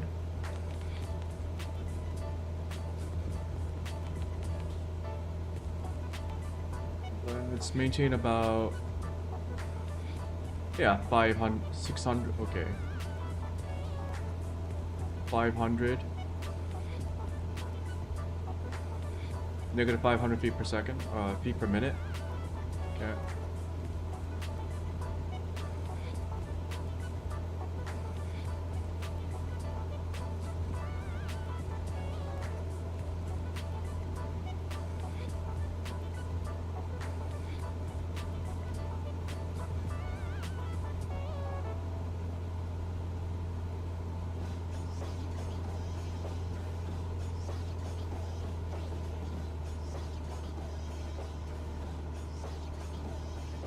We are over the airport. I believe this is it. Yep, eyes on. Okay. Time for the approach and landing.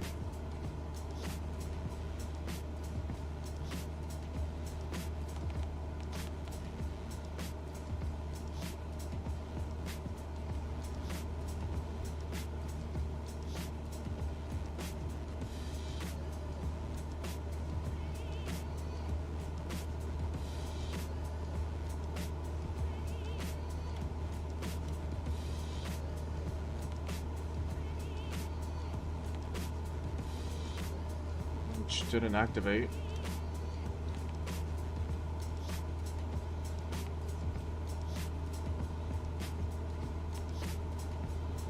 Activate. Yes.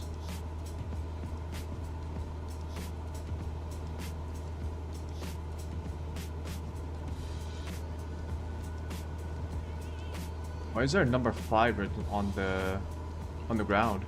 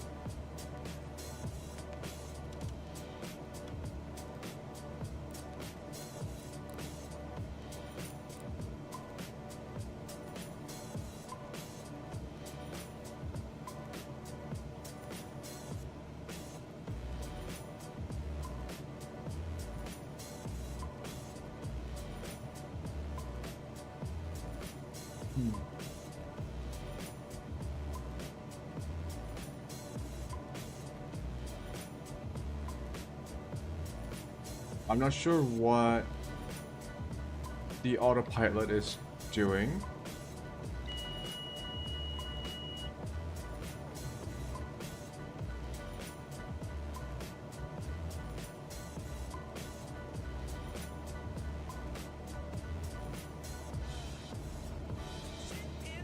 We will do this manually.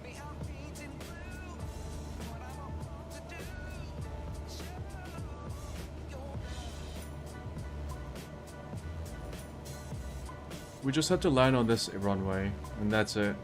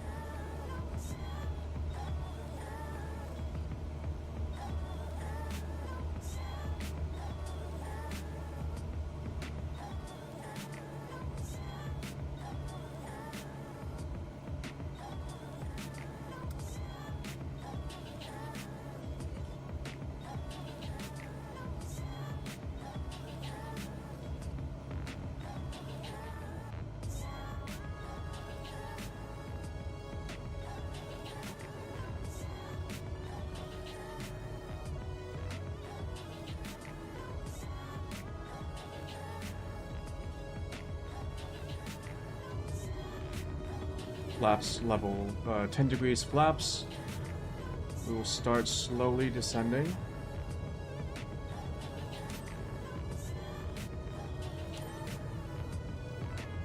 Papa 2 tree traffic. Cessna November 44277 is on final, runway 22. To land, Papa We are 2 high. tree traffic. We are way too high.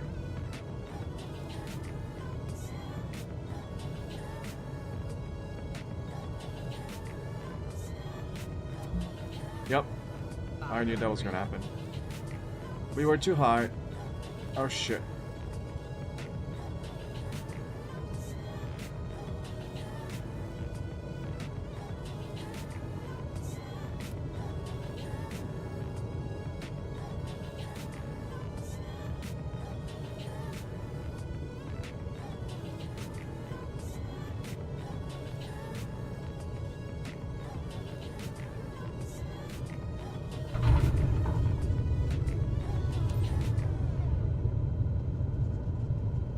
At least we didn't crash.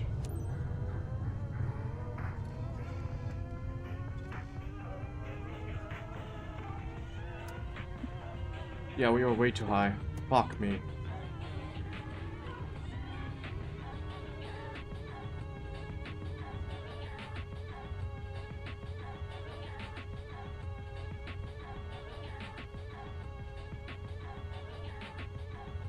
Papa 2 tree traffic. Cessna November 44277 is taxiing to parking. Papa 2 tree traffic.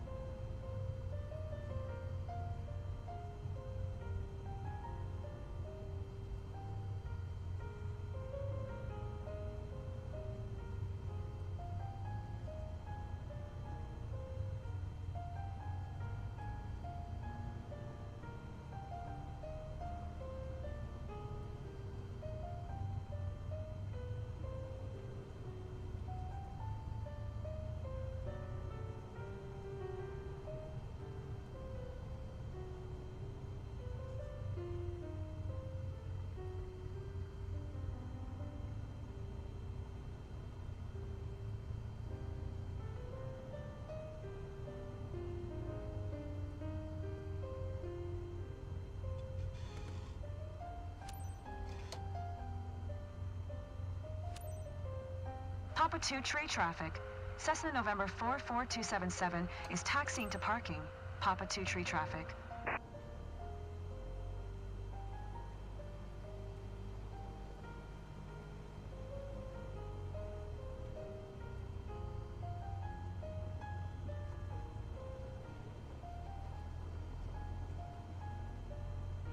Okay, good. Oh.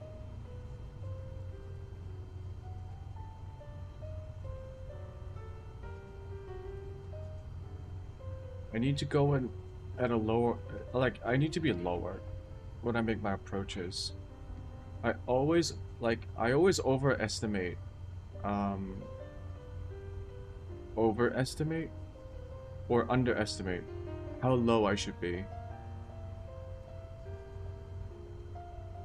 Underestimate.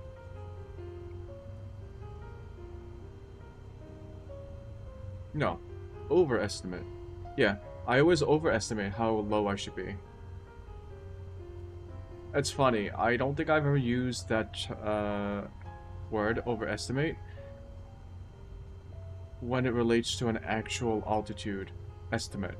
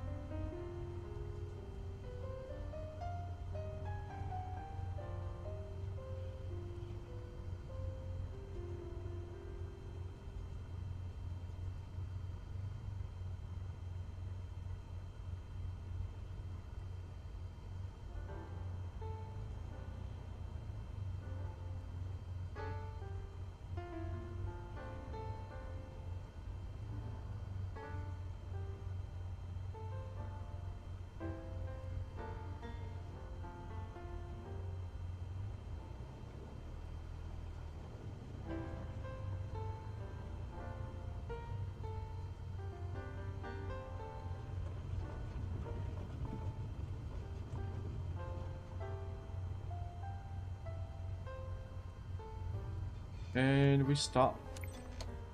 Okay, shutdown procedure.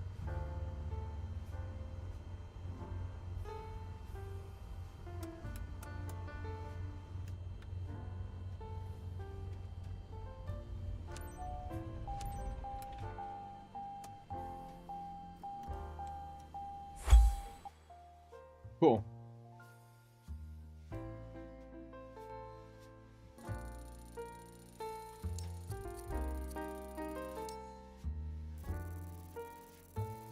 Oh, that's actually not bad. Yeah, we got an S ranking, 31,000. Oh, look at that no skip bonus. That's a lot.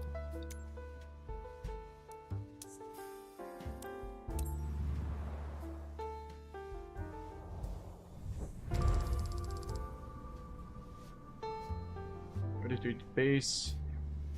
Reputation 10,000. No skip bonus 68,000. Yeah, no skipping is the way to go. Oh, we got the bad weather bonus. Nice. Although I'm not sure why. There were some stretches of the flight that had some rain clouds. But it didn't feel like it was that bad. What do we unlock?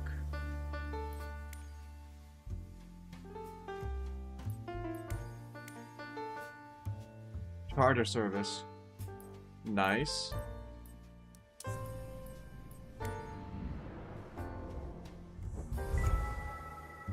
Cargo transport medium.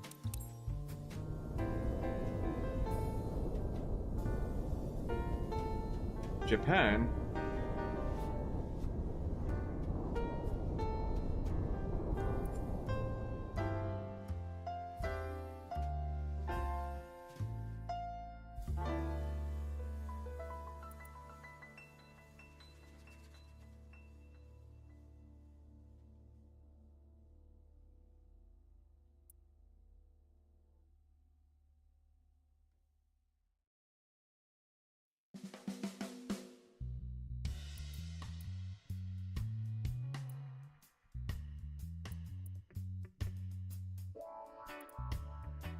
I think this is based on distance. This is 148,000, 2 hours of flight.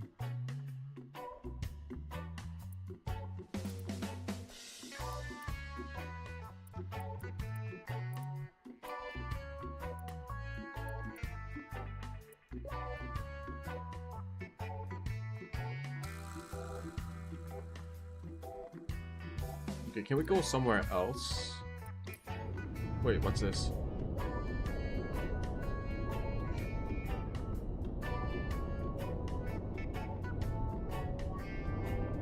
Cessna 208B Grand Caravan EX.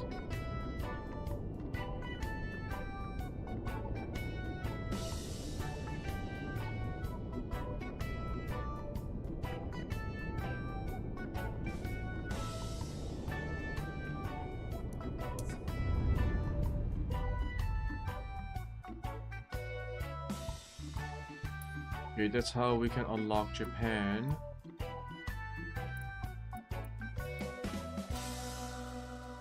I think right now we should do...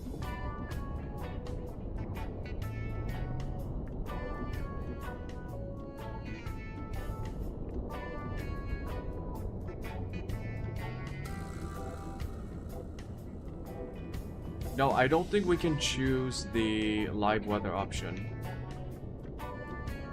This isn't live weather.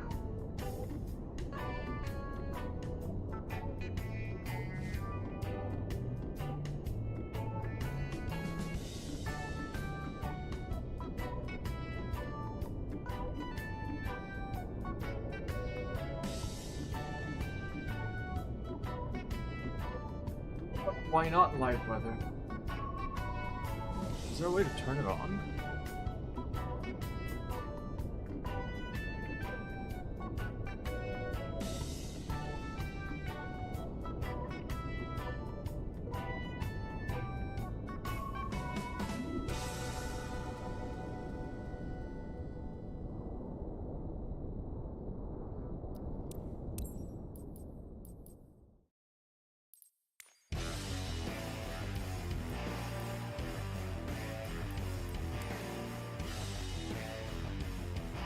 The cheapest Cessna we can get is the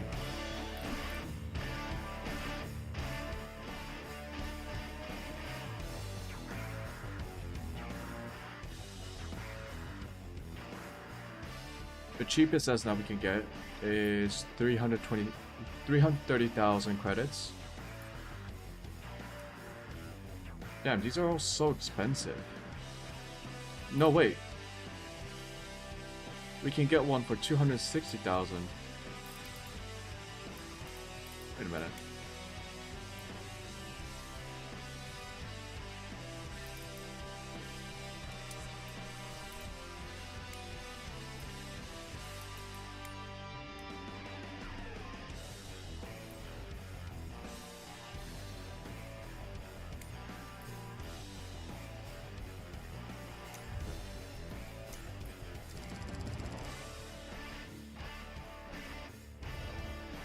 I mean, we should be going for missions that give us the most amount of money.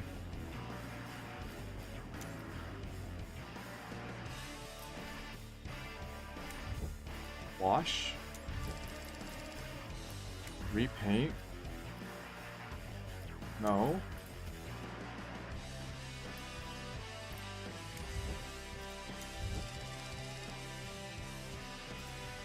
Holy shit, what do you mean?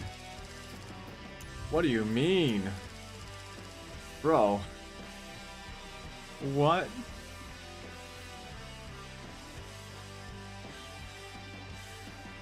Wait. No way. It's that expensive to maintain? What?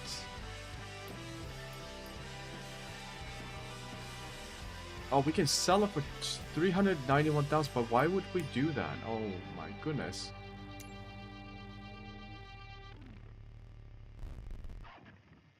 I don't think we need that much fuel. No. Let me see the EFB. Okay. So.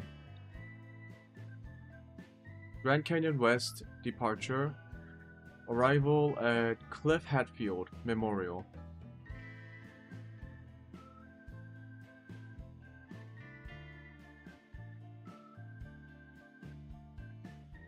Wind issues.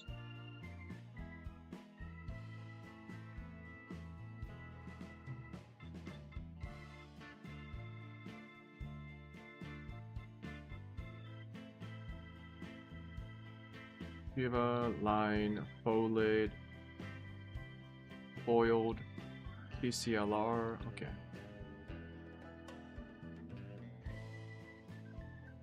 Routes at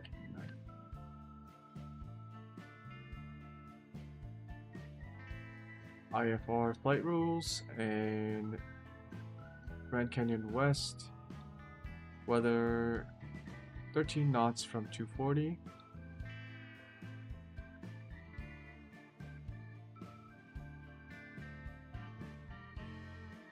Oh, okay.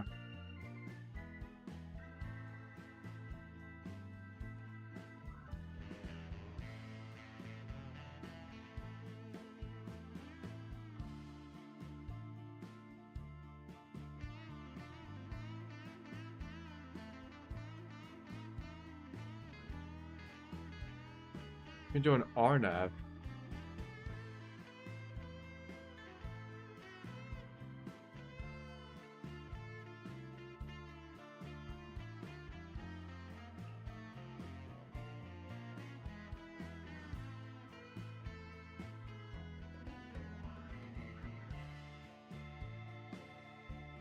Negative 182 altitude, okay. 300. Avare, Bouvme, and then runway.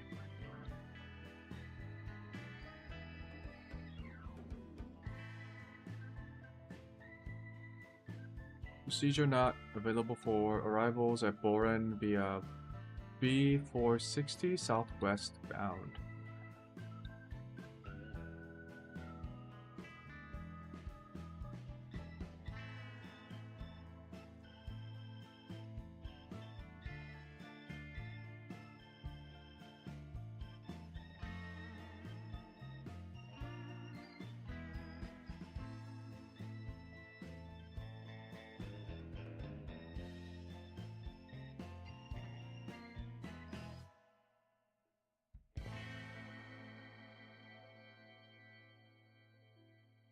308.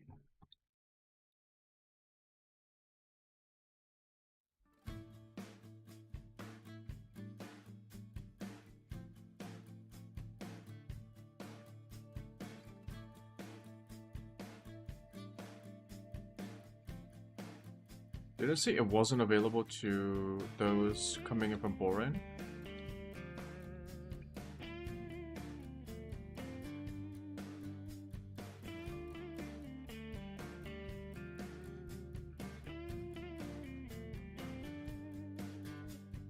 Okay.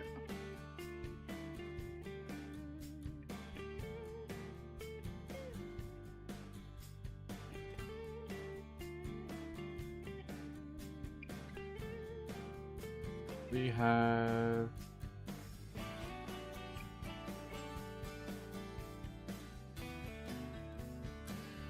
this is not the same airport,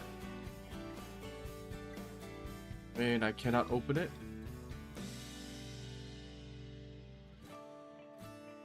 Game? Okay, well. 225 nautical miles.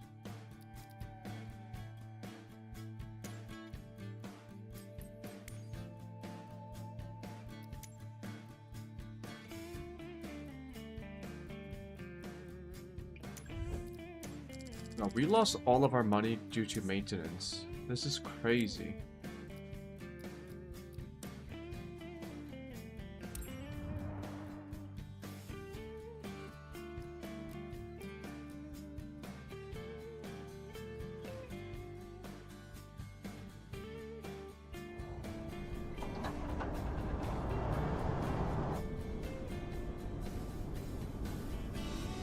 Oh shit, it says Choom Airlines.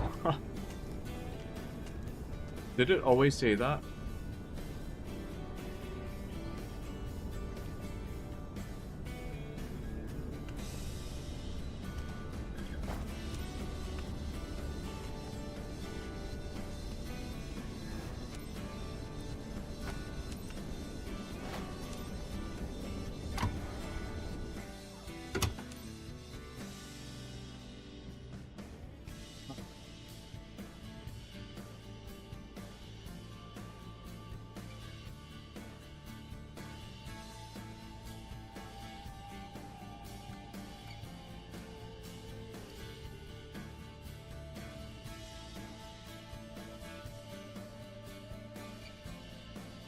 Beacon on. Throttle just a little bit. Fuel pump mixture in. 2, 1. Fuel pump off.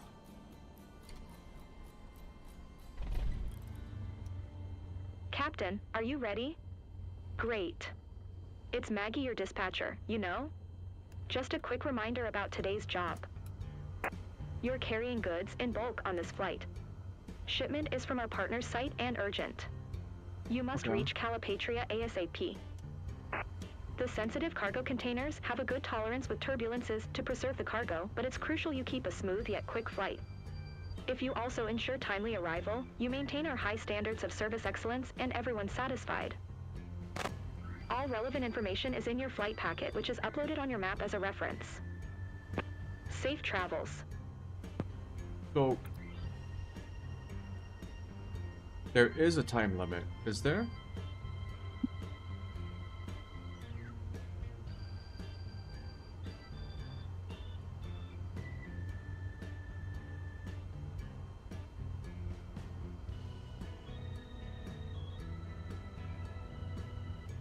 Oh shit.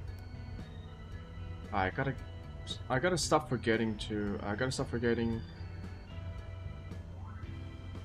about this.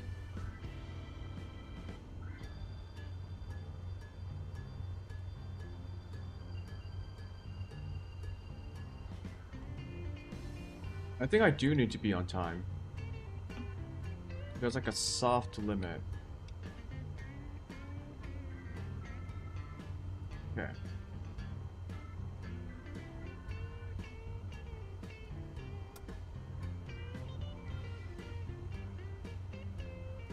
Everything is good to go.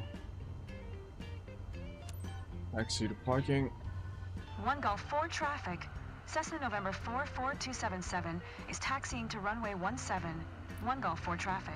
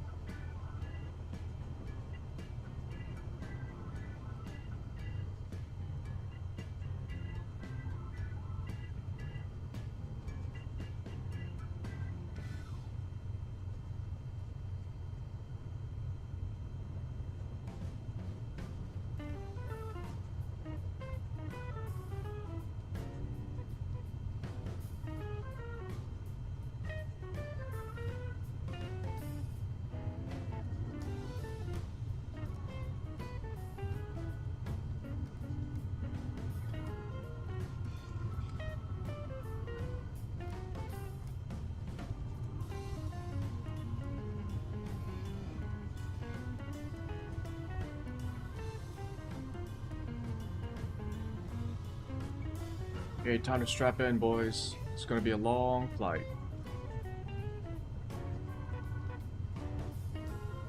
Not too long, though. Actually, it might be the longest flight we've done so far.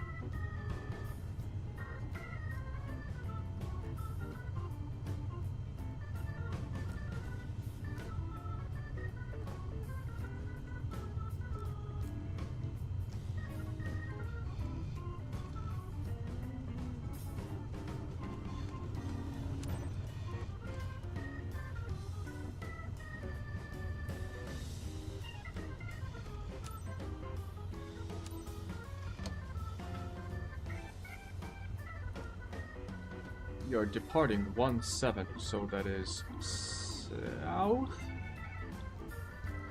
Yes, south.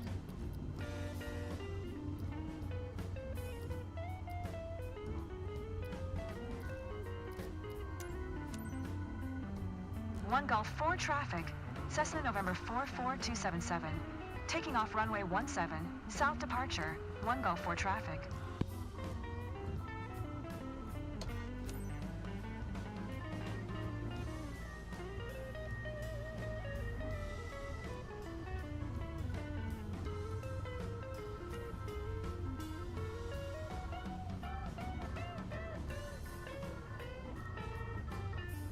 I'm actually a little bit shocked at how much it cost to fix the 2 parts of the plane after the last mission. Like, we ended up with less money than before. Flaps 10 degrees extended. Taxi lights off.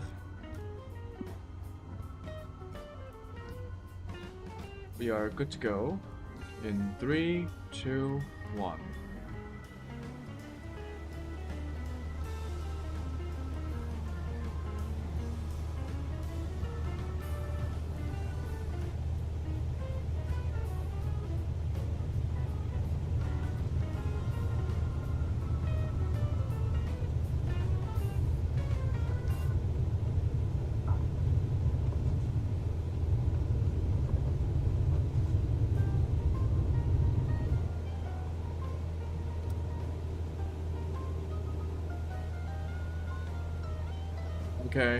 Okay, that was a bit scary.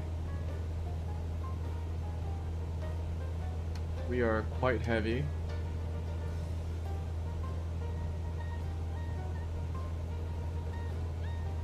Yo, I almost crashed.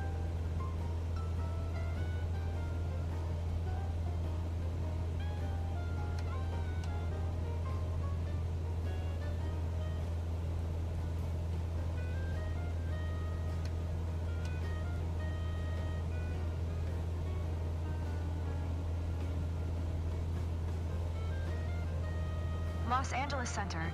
Cessna November 44277 is type Cessna Skyhawk, 1 mile south of 1 Gulf 4, 5,100 feet. Request flight following. Cessna November 44277, Los Angeles Center. Clock 2137. Clock 2137.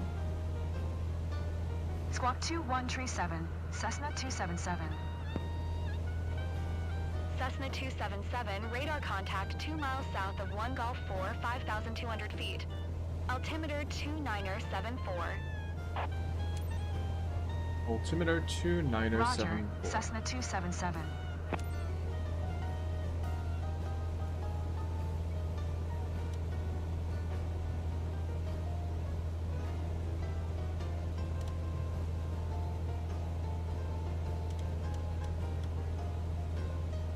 .2974. Request IFR clearance. Los Angeles Center, Cessna November 44277, 3 miles south of 1 Gulf 4, 5,700 feet. Request IFR to Kilo Charlie Lima Romeo, ready to copy. Cessna November 44277 is cleared to Kilo Charlie Lima Romeo Airport as filed. Clock 2137. Squawk 2137. Cessna November 44277, cleared to Kilo Charlie Lima Romeo Airport as filed. Squawk 2137. Cessna 277, read back correct. Radar contact 6,000 feet. Altimeter 2974, turn left heading 185. Proceed on course, climb and maintain 10,500 feet. Turn left heading 185. Resume on navigation. Climb and maintain 10,500 feet. Cessna 277. Cessna 277, climb and maintain 11,000 feet. I got it, Jesus.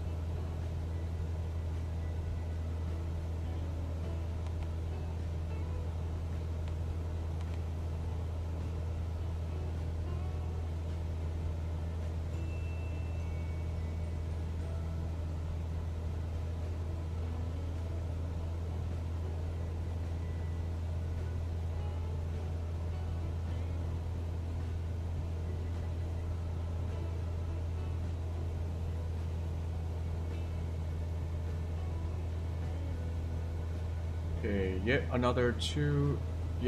another flight. I think towards...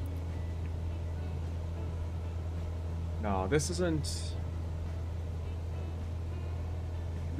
Arizona. Is it Mexico?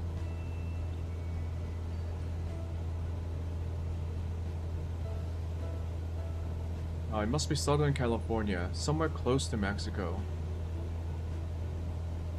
Does California own this little peninsula?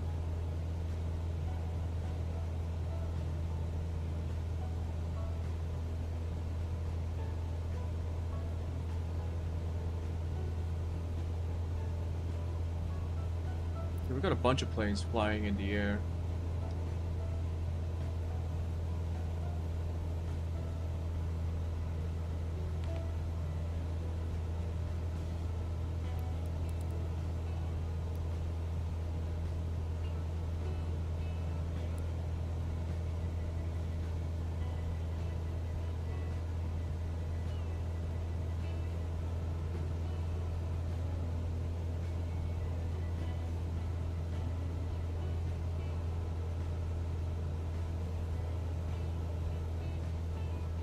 That must be the Grand Canyon. Like, I'm near the Grand Canyon area.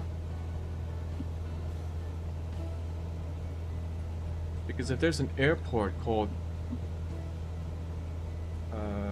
maps.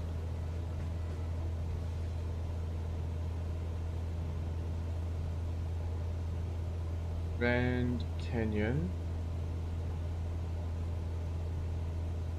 Cessna 277, contact Los Angeles Center on 134.65. Good day. No, we are a bit... Wait, actually, we are very close to the Grand Canyon. Acknowledge handoff. Going to 134.65, Cessna 277. 134 decimal 35.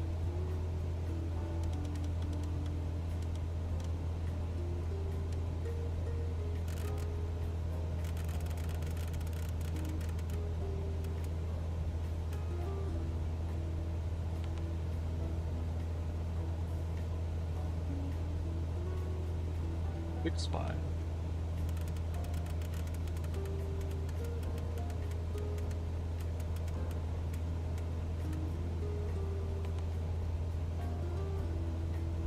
Los Angeles Center, Cessna November 44277 is at 8,200 feet, climbing 11,000 feet. Cessna November 44277, Los Angeles Center, altimeter 297 tree, radar contact continue.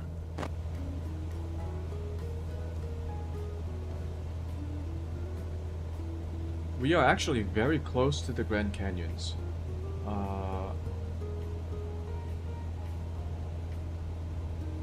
I'm looking at Google Maps right now, and it's, I think, I'm trying to find this feature on the map.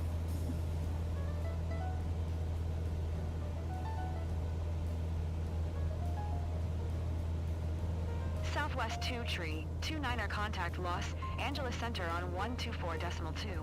Good day.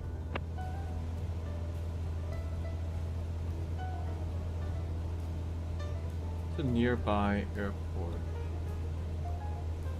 Actually, why don't I just Google Southwest 2 tree 29er. Grand Canyon West Airport?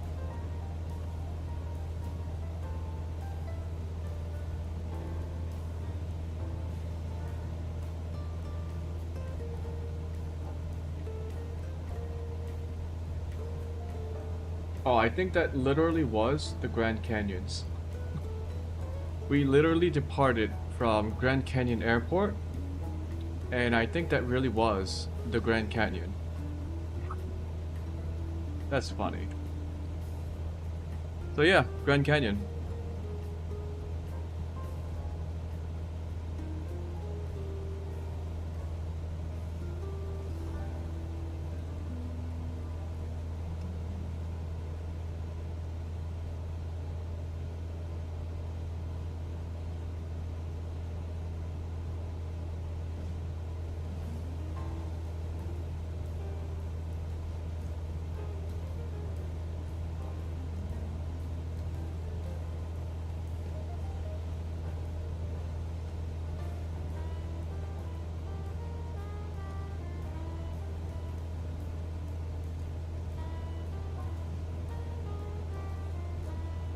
"15 minutes until Kilo Lima 33 Mike.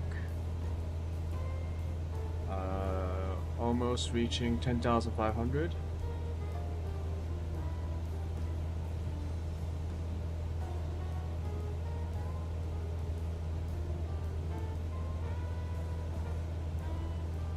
Lights are off. Good.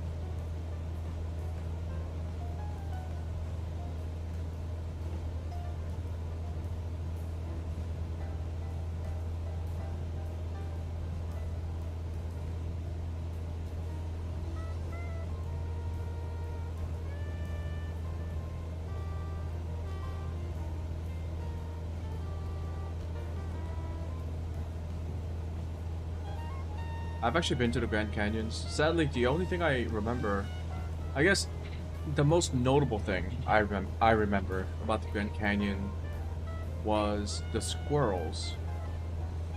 Me and my friends were walking along the trail, like hike, the path along the Grand Canyon. It's not one of those off-road paths. It was one of those like paved, like guided paths that's easy to walk on for the tourists. So we were walking along that path, and we came across a bunch of people surrounding a squirrel, and the squirrel was on its hind legs, standing upright, and like clapping its hands together, and then like extending its two arms outward, like clap and then extending, almost like it was begging for something. And so people were giving it like water and like food, like little snacks, right next to a sign that said "Don't feed the wildlife." But it was pretty startling to see a squirrel learn that kind of behavior, because I bet it's not something that squirrels normally do, which is like make specific gestures with its body that would increase its chances of getting food from other humans. It clearly learned how to do that behavior, and it was startling because I was not expecting to see a squirrel act like that on the path in the Grand Canyon.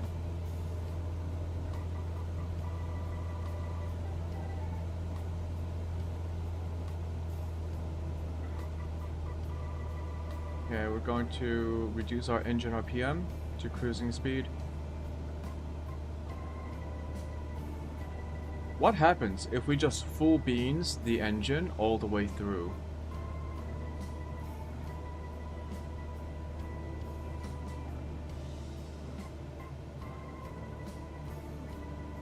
Is the simulation complex enough to be able to increase wear and tear, stress and wear on the engine?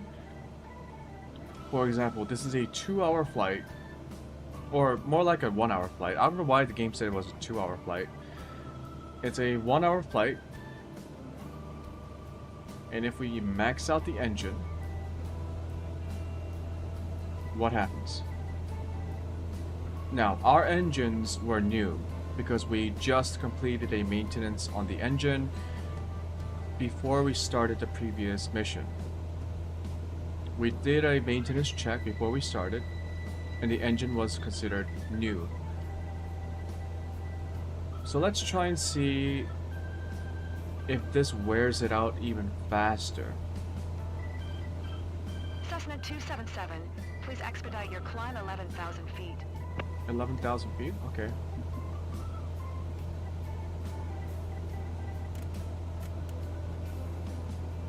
Since when did we get... Was it always 11,000? Oh shit, okay. We did get an order to go up. Flight change mode.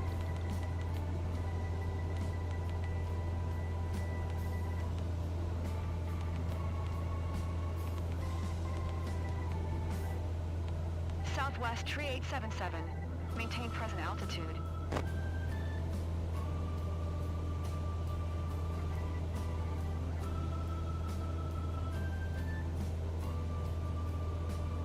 Maintain present altitude. Southwest Tree 877.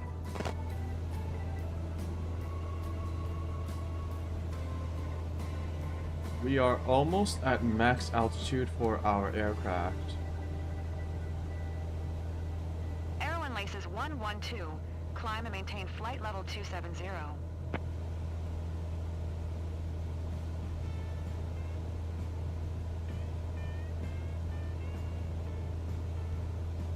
Climb and maintain flight level 270. Arrow and laces 112.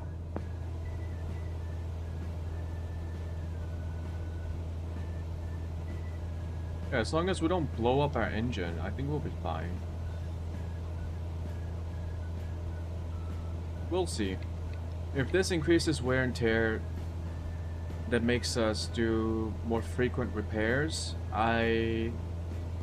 we'll just have to take that into account.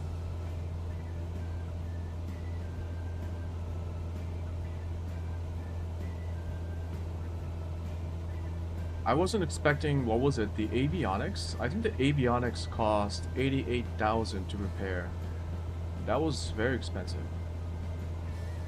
I don't think the engine cost that much to repair. I think the engine was around 22,000. So I think it's worth it if we can cut down our flight times, even if we have to repair the engines more frequently. Aero and Laces 112. You're 4,200 feet below your assigned altitude. Climb and maintain flight level 270. So we full bean it.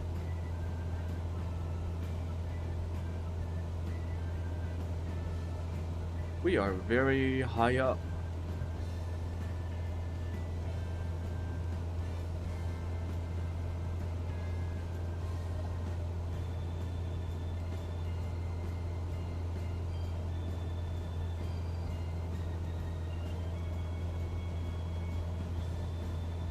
Southwest 16901. Climb and maintain flight level tree 90.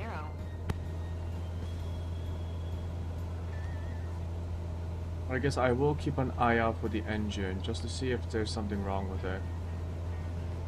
Climb and maintain flight If level anything, tree our 90. engine, Southwest our exhaust gas 1691. temperature is not as high as I thought it would be. I thought it would be over 1500. It's like 1400. Let's turn on pitot. Outside air temperature is 3 degrees Celsius. I guess it's cooler because we are higher up in the air.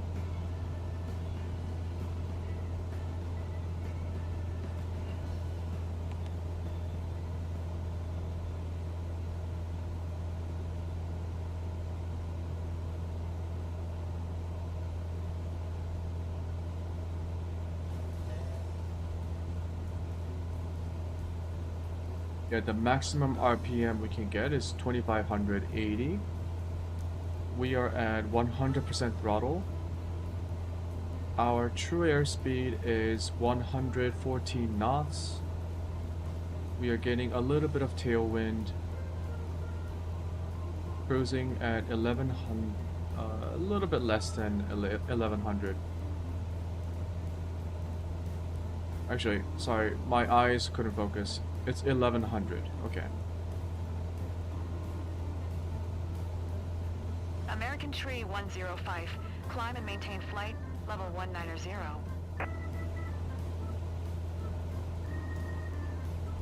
What do I do in case of an engine failure?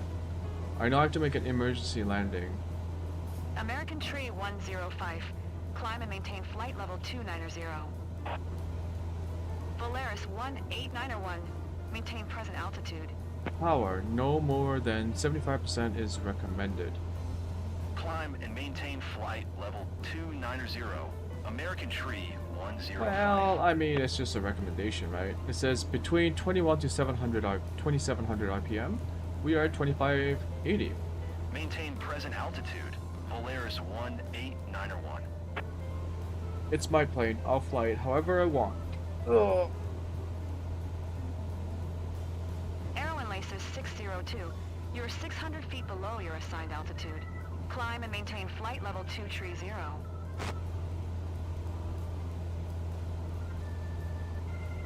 Oh, aliens.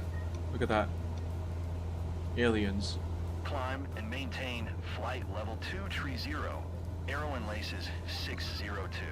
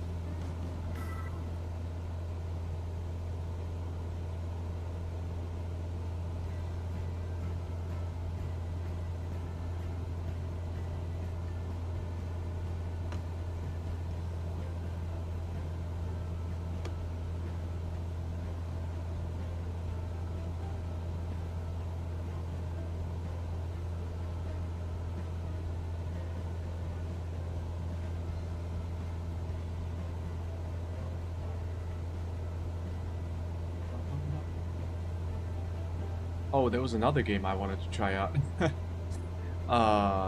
Space Trucker. Drive a truck in space. Actually, before that, maybe I should try out Truck Simulator. Was it Euro Truck Simulator? That's the most popular one? Or is it just called Truck Simulator? I know Truck Simulator is very popular in Europe. Because apparently a lot of Europeans play simulator games. I'm not getting a wheel for it, no. It's too cumbersome. I mean, the joystick, this one is fine because it's quite, it has a very small form factor compared to other joysticks.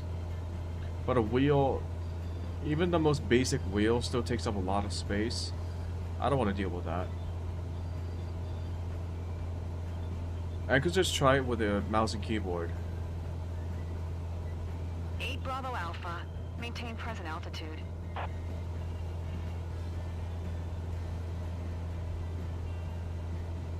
Generic 9er 2. You are 400 feet below your assigned altitude. Climb and maintain 16,000 feet altimeter 2986.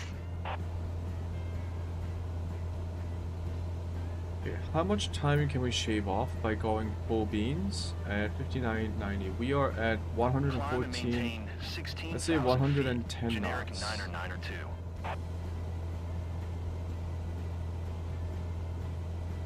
Maintain present altitude. 8 Bravo So Alpha. 63 minutes.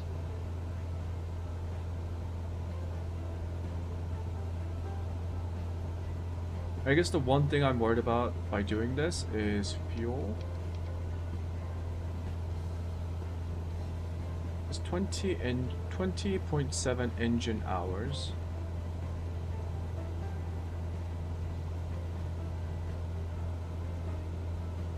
Our fuel flow is 10 gallons per hour.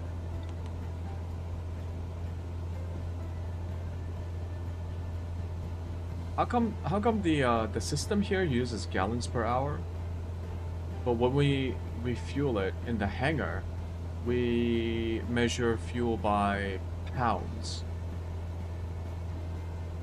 Why do we have to use two separate systems that I'm not familiar with? Can we just use the metric system? Liters, people. Liters. It's unified. You put in 100 liters of gas, you spend 10 liters per hour, you get 10 hours. But now I have to convert pounds into gallons, and then gallons per hour. Jesus.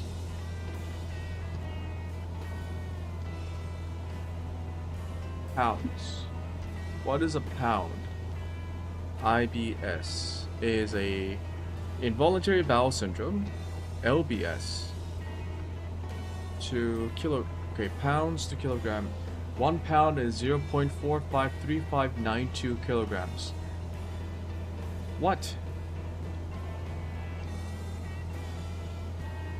Pounds to gallons.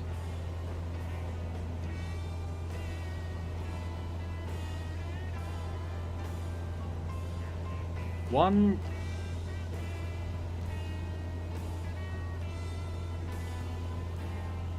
pound equals 0.11983 gallons.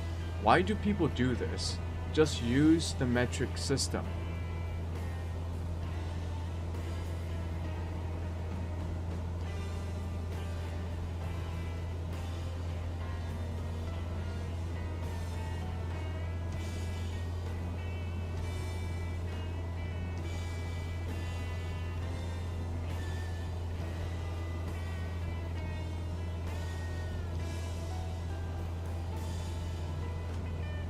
I think we put in about 220 pounds of fuel. So let's say 200 pounds of fuel. That's 25 gallons. Wait, how come there are 2 gallons? There's the Imperial gallon and then the US gallon. Cessna 277. Gross. Traffic is 7 o'clock. 4 miles, at 10,100 feet generic. Report them in sight. Generic 9er 9er 2. Traffic is 9 o'clock, 4 miles, at 11,400 feet. Cessna Skyhawk. Report them in sight. Generic 9er to 9er 2. Have the Cessna Skyhawk in sight. 7 o'clock? What the fuck?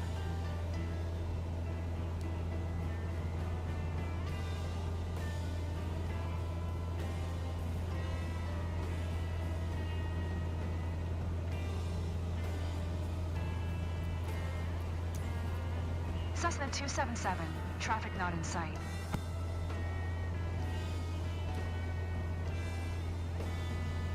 Well, how am I supposed to spot that? I'm suddenly playing DCS World. Where is the other plane?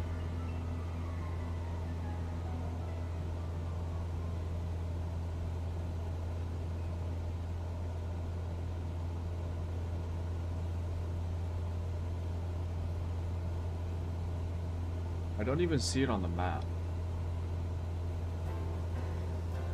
I think it's at 7 o'clock.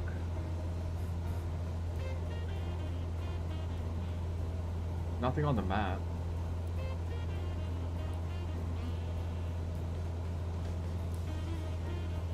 Do I have traffic on? I should have traffic on.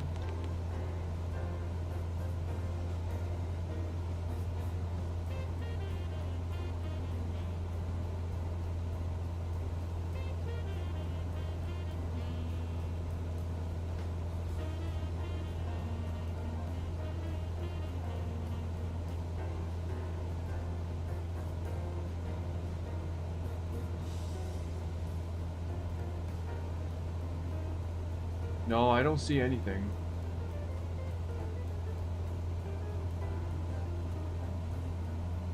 Anyways.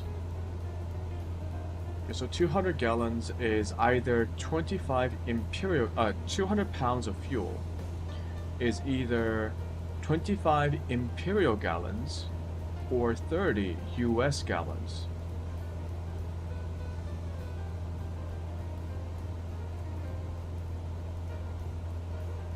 So I have about 30 gallons.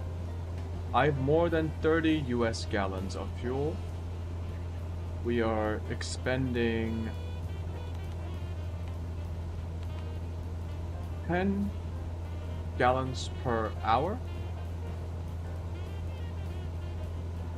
which means that we will use roughly 1/3 of our total fuel by the time we end the flight.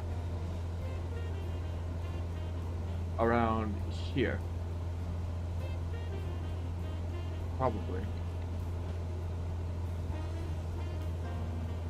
Maybe I should change that. I think that is a setting. I can change the units for the menu at least. I don't want to change it for the planes because the plane system has its own unit like setting.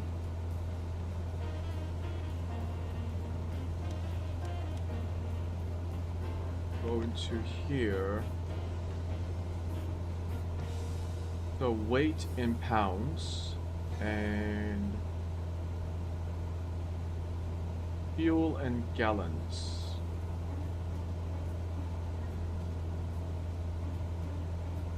Okay, maybe I change it to kilograms, at least for the weight. Oh shit. Like a civilized person, we are going to use kilograms. Holy. We will keep the altitude in feet because apparently that is the actual standard in aviation. So we'll leave it at that. No. Get me out. Thank you.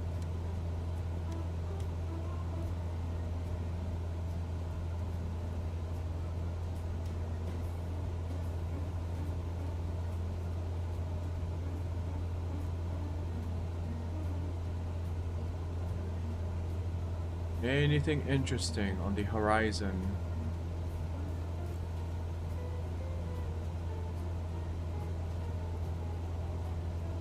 Do people live out here? That looks like a small town. Jesus.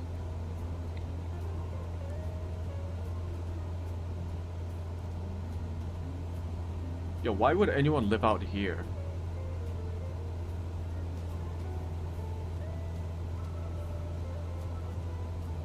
It's so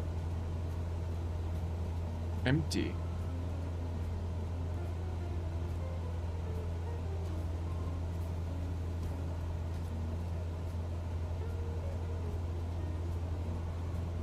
Also, nice color change.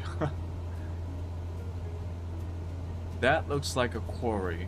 Like they were... Hold on a minute. Is that the Toyota Proving Grounds again?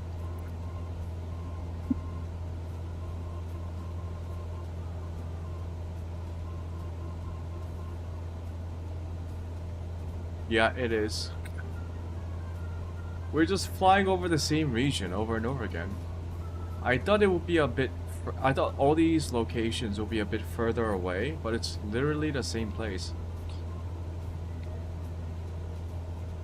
Oh.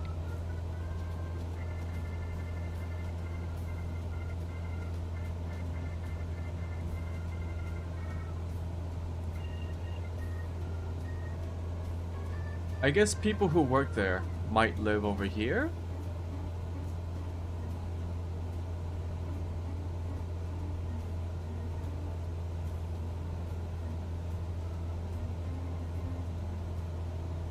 Almost looked like there were farms here, but they all dried out.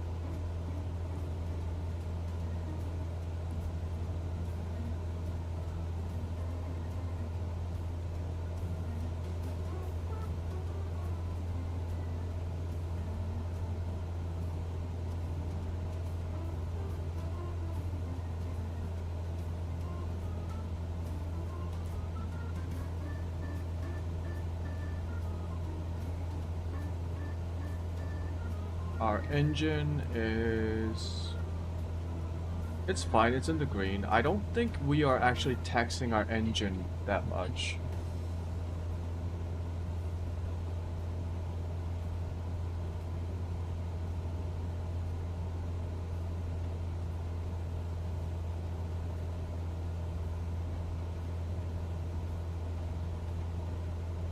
Yeah, 2590 is about the highest I can do.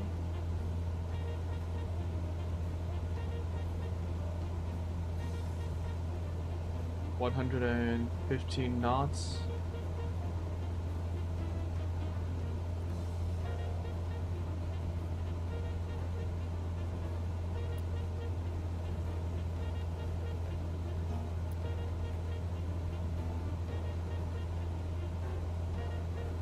I could go make some barley tea. The burnt barley. Alright, I'll be back. This time I'm gonna do this so that you guys can enjoy the view. Kind of. Actually, keep an eye on my engine. If it blows up, well, it'll be funny. It'll be funny.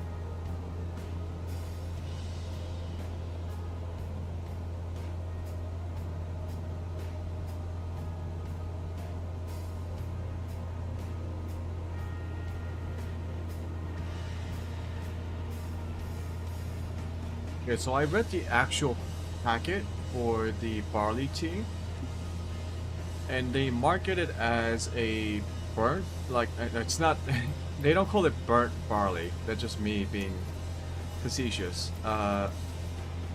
It's just called barley powder. It's a mix of Italian barley that's been ground up with 2 types of artificial sweeteners, like steviola and lower. I think it's stevia and AriTo. Yeah, it's marketed as a coffee alternative, but it doesn't have any caffeine. It's just barley with artificial sweeteners. Having drank several cups in the past 2 days, I don't think I hate it. I kind of like it. It's nice. It's sweet, but it's nice. And the flavor profile is definitely unique. I think if you're the kind of guy or gal or anyone in between,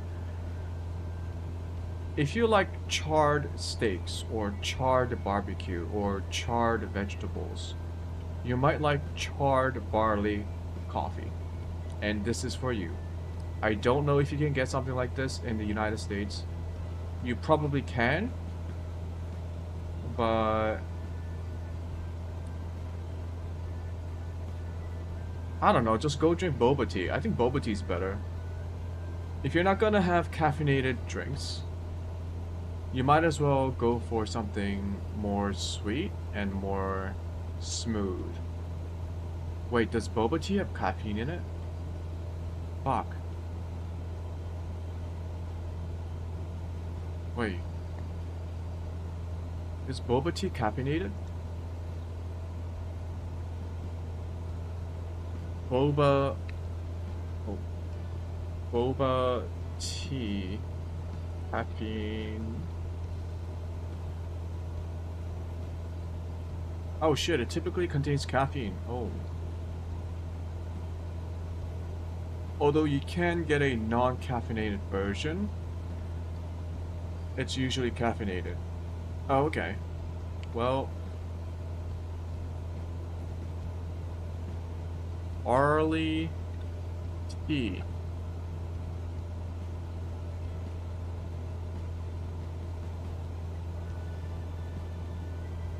No, hold on. So this is the thing. There's a difference between barley tea, that's normal, that's what you would most likely find when you type in barley tea, and that's drunk in East Asia, right? Koreans, Japanese, Chinese, South Asia too, probably. And it's just like barley that hasn't been roasted, I believe. UPS 5806. The one that I'm drinking right now is like roasted barley, so it's got that burnt taste and flavor.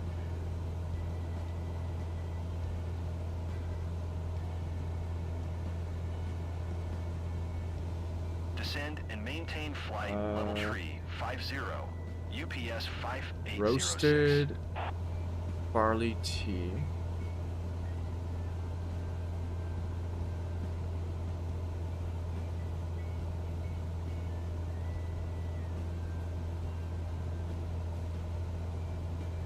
No, wait, hold on. Even those normal barley tea barley are roasted. So how... I'm confused by this tea that I'm drinking. Why does it taste so burnt if it's just like a normal barley tea? What did they do to it?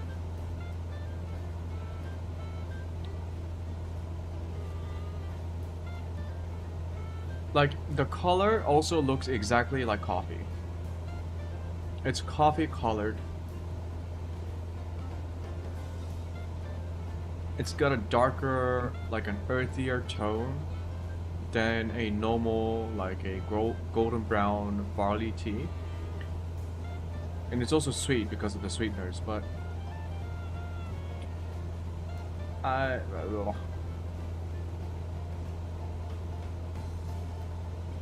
yeah, I'm not even sure you can find this.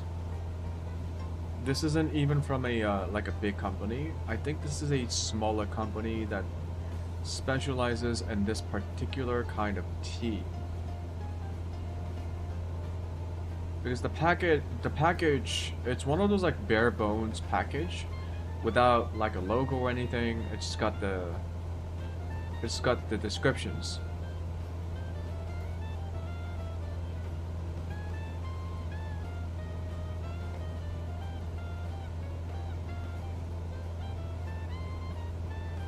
Strange. Anyways, I enjoy it. It ain't bad. And it's definitely something that I can drink after 3 p.m.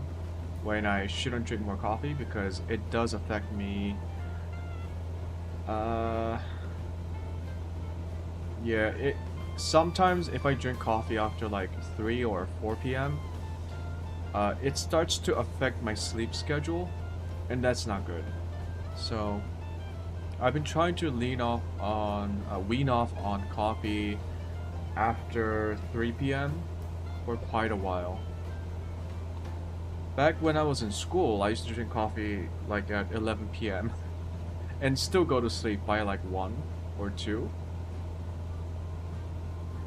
But I can't do that anymore. I probably can, I just don't want to do it. I have no reason to do that.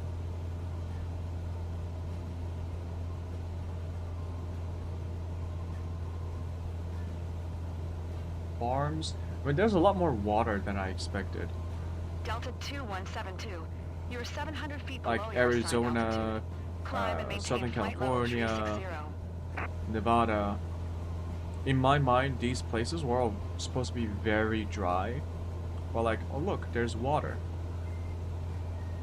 Climb and maintain flight That's the level same tree water, right? 60, Delta Yeah, it looks like it. 2172. Yeah, there's like water.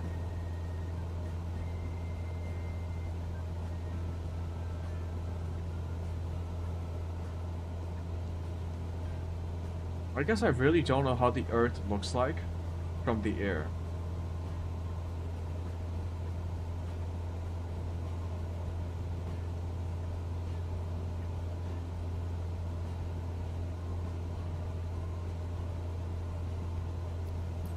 Get rid of that. Oh god. Okay. Why does the menu bug? Like, why does the menu cause a frame rate drop?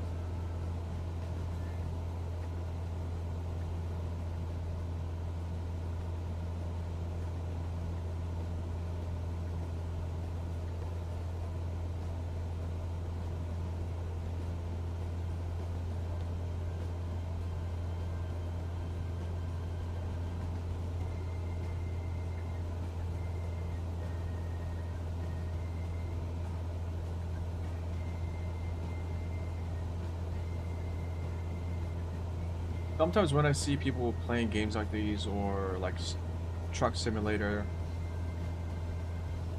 I always imagine, like,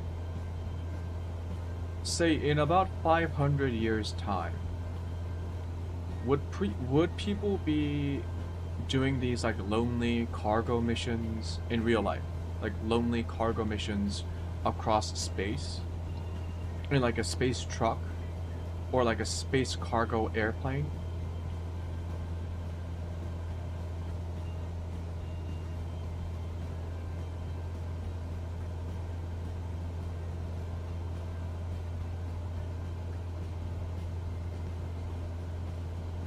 And I know what I said. Space cargo airplane. Who knows? Maybe in 500 years there will be air in space. You never know. You might have to start managing your fucking flaps and ailerons in space.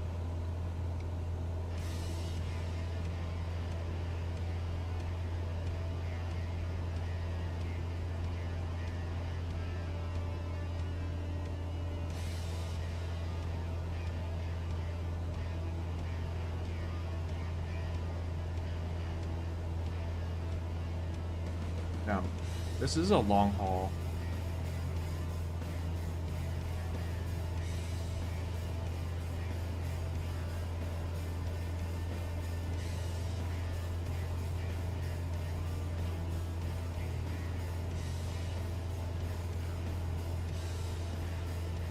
I'm actually curious, like, all of these lands here where there aren't any buildings or there aren't any, like, clear industrial or private uses, are these all, like, public lands? Like, are they owned by the government?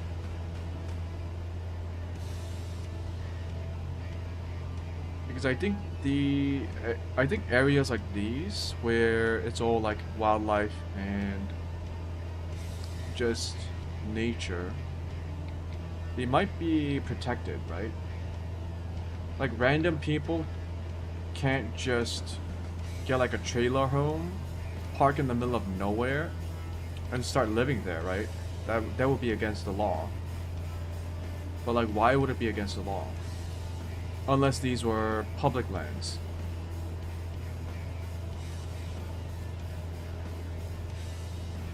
Although I guess no one would be able to stop you really, because no one would be able to check, because you are in the middle of fucking nowhere.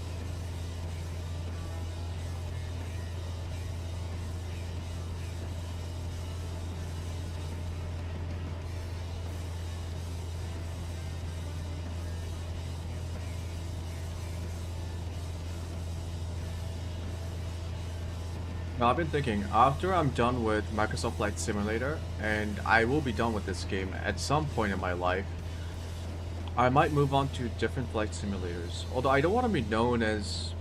no one watches me, but I don't want to do too much flight sim stuff all at once, because I also want to mix things up and explore other types of experiences. But I do have two other games in my Steam library that I do want to try again. And that's Elite Dangerous and DCS World. DCS World, I believe, has gone through a lot of updates since I last played, which was more than 3 years ago. But I should still have my AC-10 A10C Thunderbolt Warthog, yeah. The A10C. Yeah, I think it was the A10C.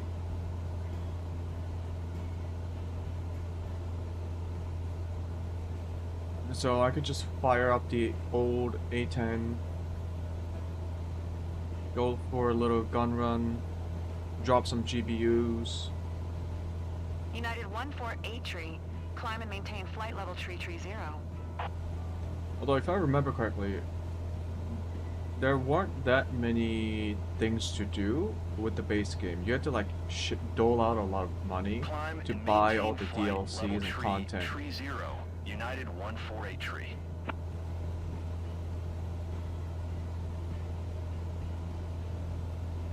And then the other games, Elite Dangerous, I didn't play a lot of it. When I first played it, I think I got the game on sale.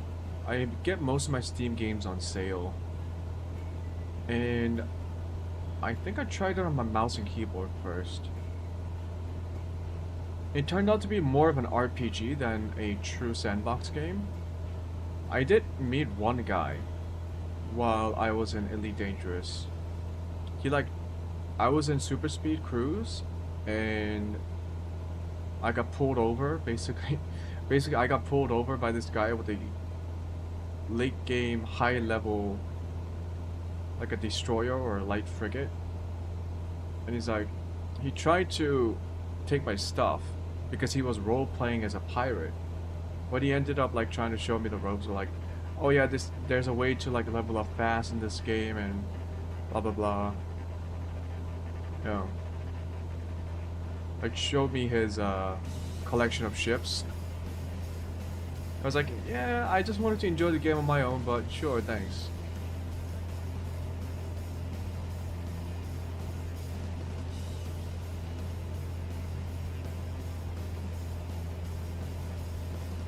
I think that, yeah, I also tried No Man's Sky. Honestly, I don't like No Man's Sky's flight, like the flight system. It's very much on rails. And there aren't that much, there isn't much complexity to the flight mechanics. Because that game is not meant to be like a flight simulator. It's more of an exploration plus base building game. Although, not even the base, like the base building, I thought it was okay. When I tried No Man's Sky, it was with the, God, which update was it? They had so many updates.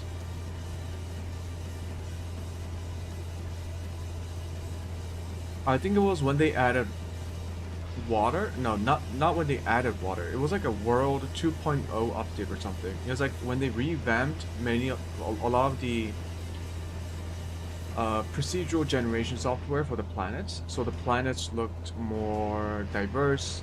They had more graphical fidelity to them. Yeah, it was a big update, and so I joined in on No Man's Sky when that update came out. I played it for like a week, but I got distracted by other games. And ultimately, I thought No Man's Sky, even though it had a lot of content, and for that the devs do deserve, or the devs have received well-deserved praise, I still think the base game's a bit boring. Like the very core mechanics of the game, where you're flying, observing, documenting flora and fauna, as well as fighting the occasional security drones. I thought the combat is very meager. The flora and fauna, like, after a couple of times when you visit some new planets, it's not that exciting to just go and look at a procedurally generated alien. Base building was okay, but there were a lot of limitations with base building, and ultimately it's not as in-depth as other types of building games. Like Minecraft. Minecraft is a very in-depth building game. All you do is build. Or Space Engineers, where all you do is build spaceships and space stations and machines. Satisfactory or Factorio, you build factories. No Man's Sky, you're kind of doing a little bit of this, a little bit of that, and none of it was that satisfying. I don't know, it felt like a game without a lot of focus. There were a lot of good stuff in it. It's just I got bored of it pretty quickly. But I might try it again with the joystick.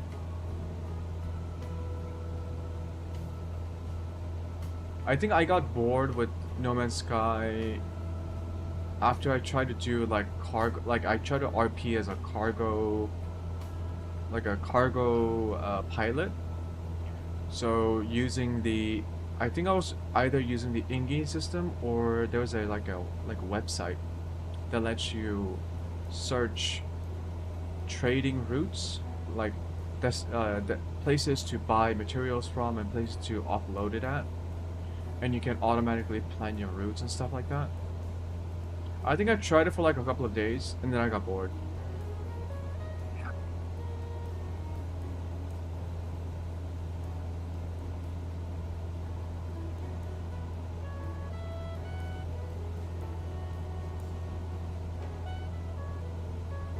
yeah, Elite Dangerous and DCS World.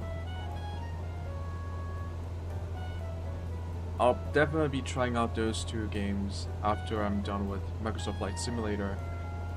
Although, I think directly after Flight Simulator, I think I would try other games. I still haven't made up my mind about what the next game should be. There are a lot of options. Xbox Game Pass has a lot of games that I've never played before, and this would be a good opportunity for me to experience them on stream.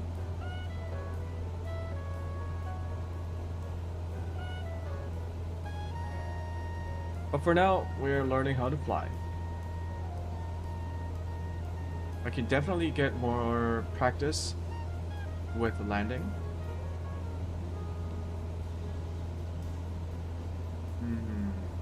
And I still need to decide on a plane to master. Like, I can't learn multiple planes. That would take too much time.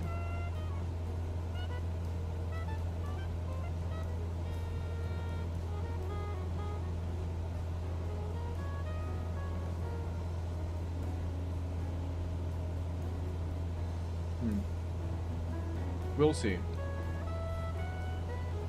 I think for now, I can just focus on trying to complete more of the career mode.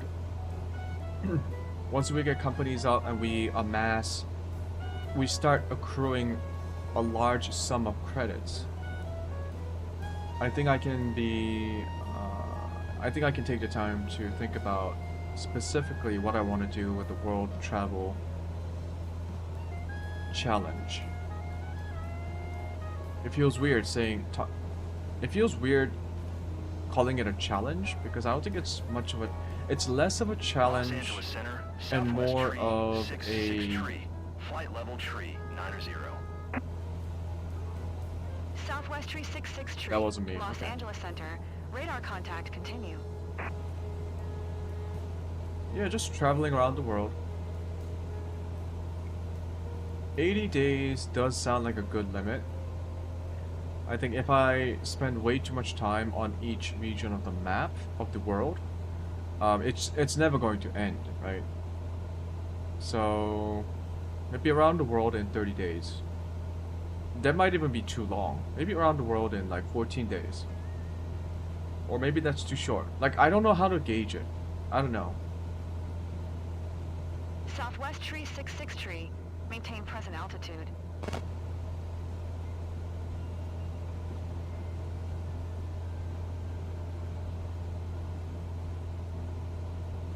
Maintain present altitude.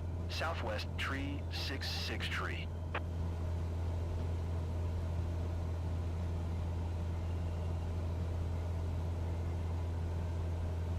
Why am I looking this way when I'm looking straight at my monitor?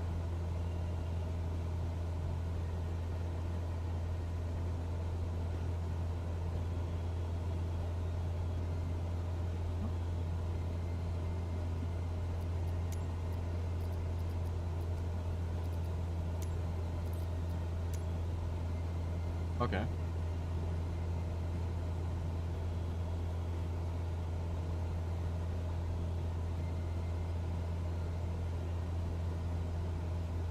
We are not even halfway there.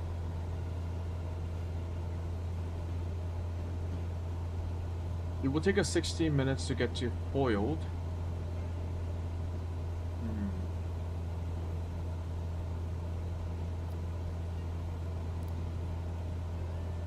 We started off as Shiva.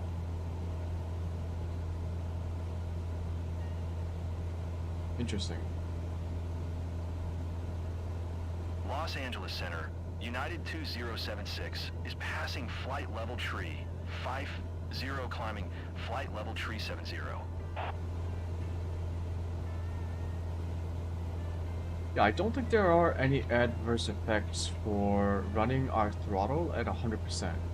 Especially because we are still within the cruising RPM range of... The cruising RPM range is between 21 to 2700. even though we are at full throttle, we haven't broken the range, the upper limit of the range, so I think we're fine. Pressure is fine, temperature is fine, vacuum pressure is fine, vacuum is fine. We have plenty of fuel, so we can just keep burning fuel.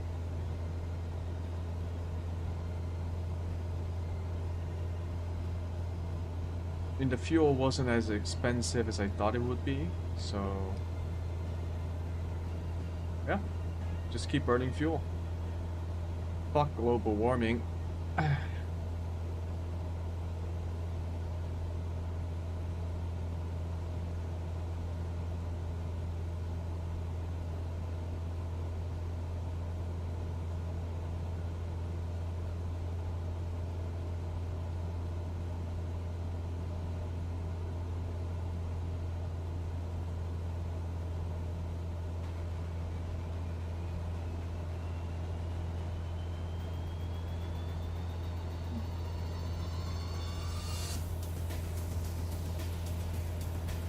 I can look further to my right. Like, I have a wider angle to my right than my left. I think. Maybe not. No?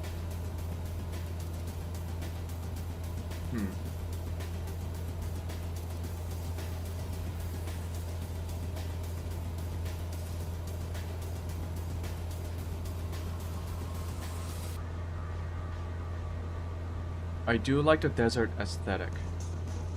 It's really nice. I just don't want to live here.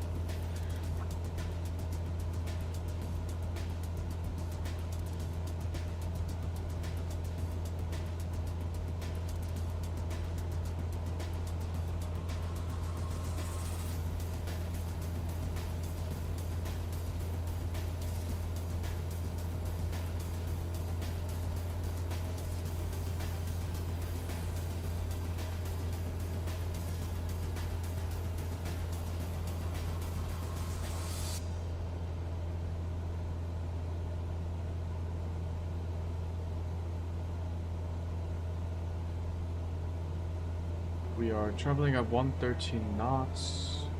Let's see.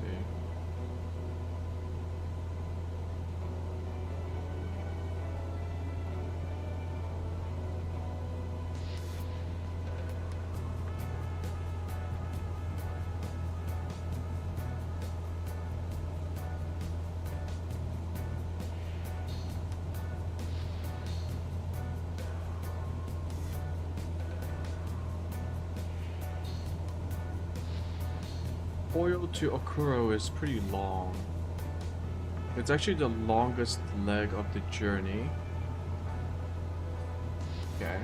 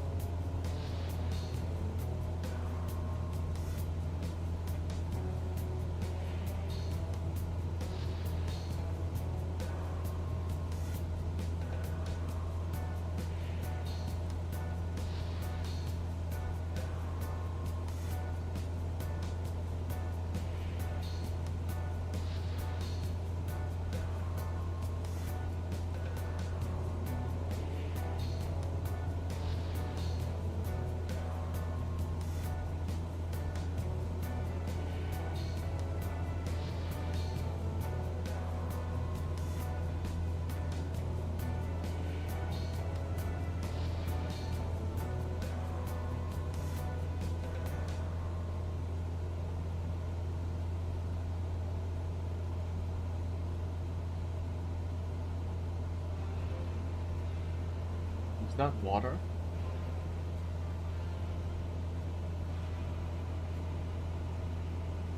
Kinda looks like water.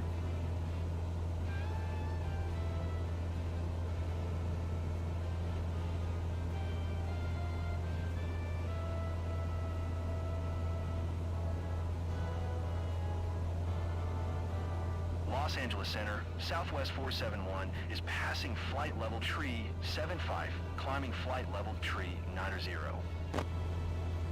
Southwest 471, Los Angeles Center. Radar contact continue.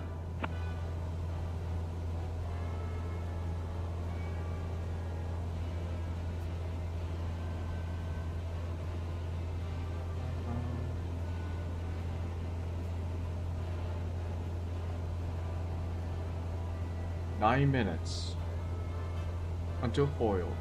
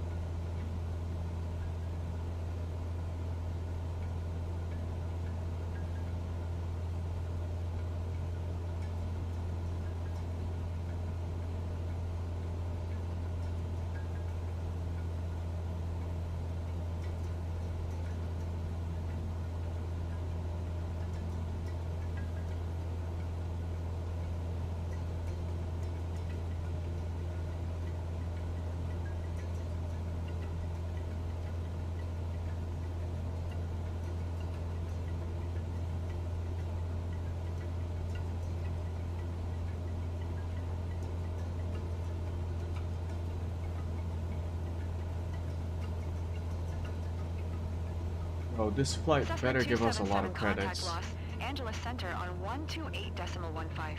Good day. Oh, that's us. Okay. 128.15 for Cessna 277. 128 decimal 15.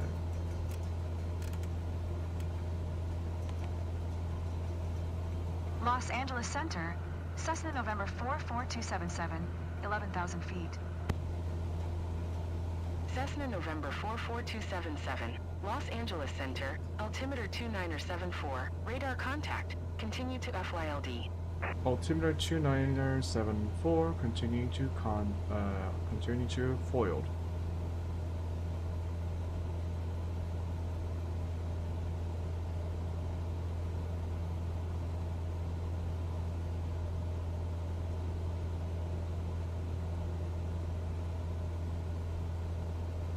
But this is very relaxing, soothing, calming.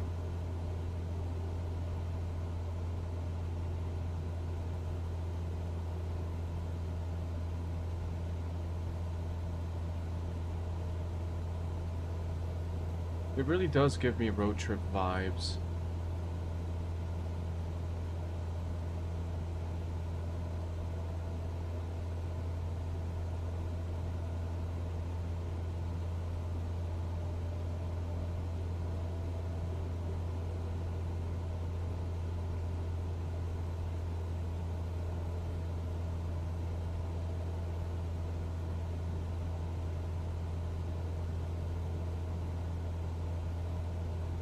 Is this why people like play Space Trucker or Euro Truck Simulator?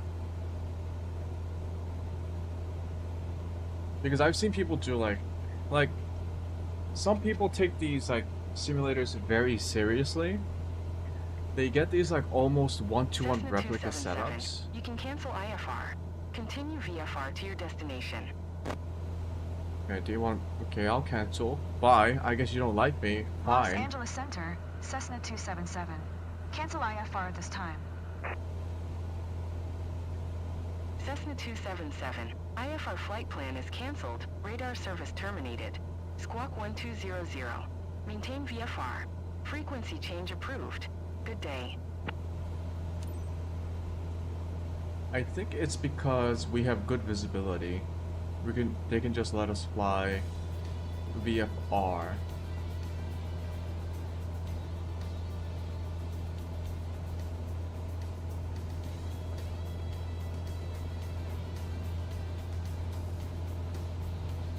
I want to decrease our altitude just a little bit.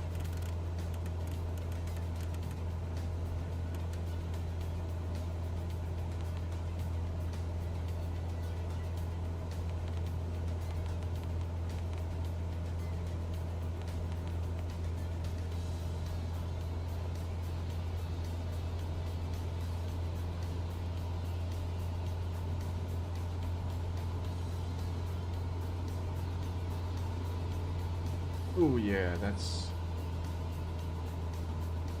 Yeah, I don't want my engine RPMs to go into the red.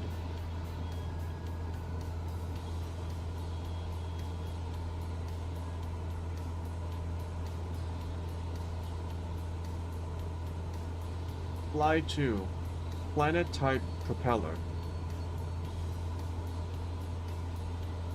Why does it even happen?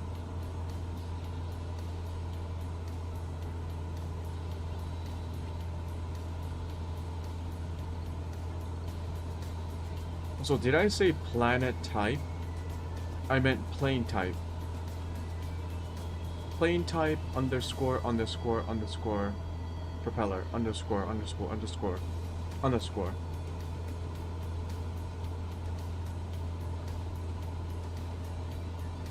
Los Angeles Center, American Tree 172, flight level tree 40. American Tree 172, Los Angeles Center. Radar contact, continue.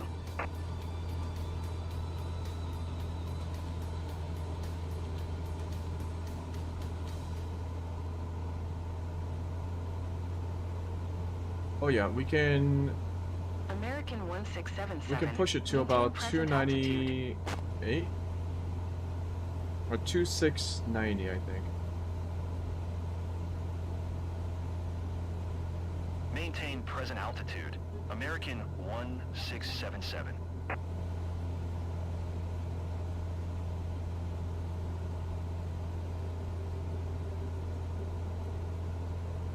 Your 2630 is what we can max out on.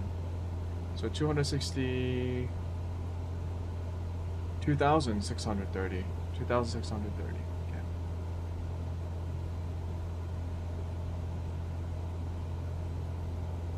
It actually doesn't change our true airspeed that much. I think we gained like 4 knots.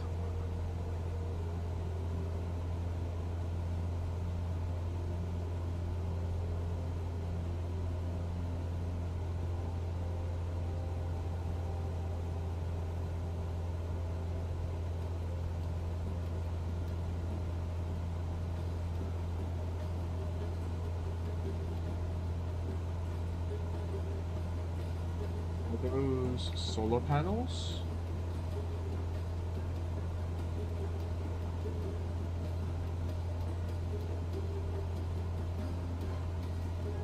They kind of look like solar panels.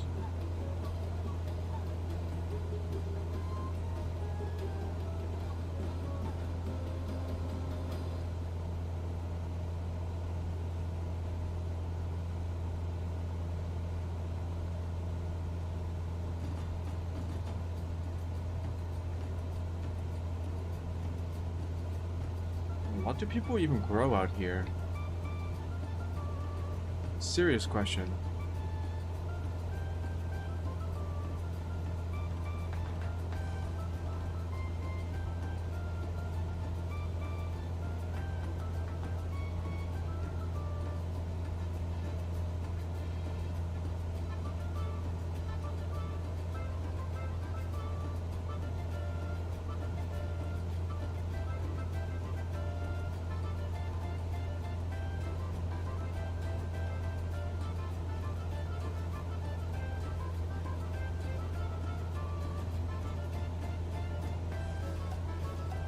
What the heck?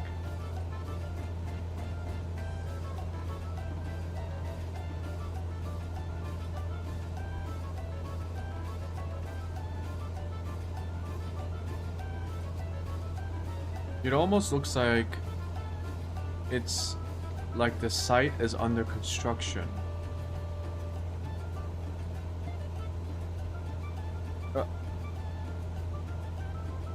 Okay, that's a farm.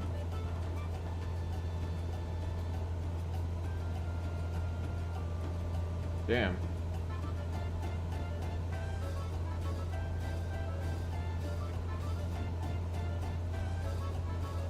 I'm so surprised that there are farms all the way out here in the middle of the desert.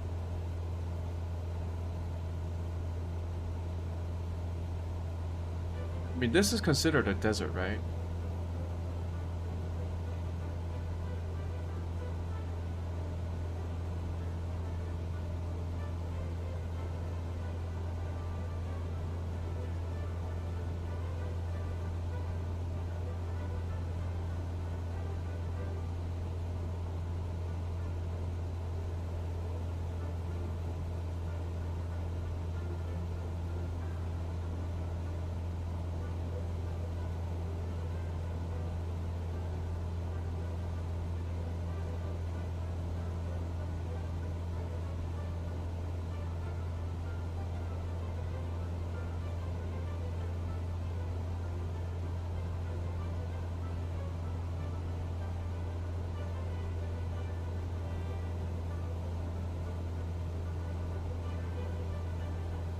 What if you go out into the middle of the desert along a known flight path, like an airway, and then draw a giant dick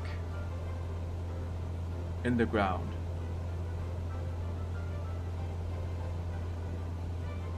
Like, for example, what if you just drew a dick like right there that was only visible from the sky?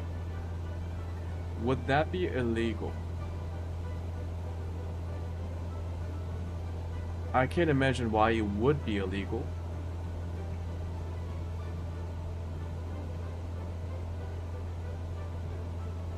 And what are the chances of people, say a passenger on a low VFR flight, like a charter plane, happens to see the dick on the ground, take a picture of it, spread it on whatever the fuck, Twitter, Instagram. What are the chances that there will be people on the internet who sees that picture and goes, aliens? Like, not even sarcastically, genuinely believing that it could be aliens who drew a dick on the ground in the middle of the desert.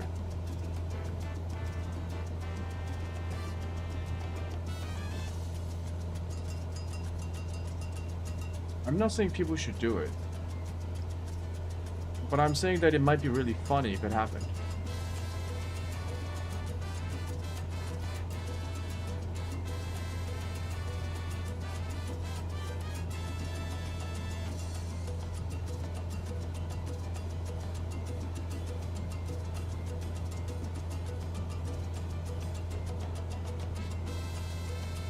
Is that the no, that can't be the ocean. What the fuck is that?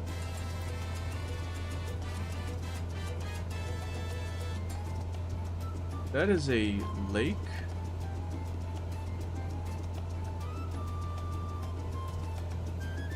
It's a pretty big lake. Looks like it feeds a lot of the farms in this area. Maybe it's a reservoir. No, that's way too big to be a reservoir. The fuck?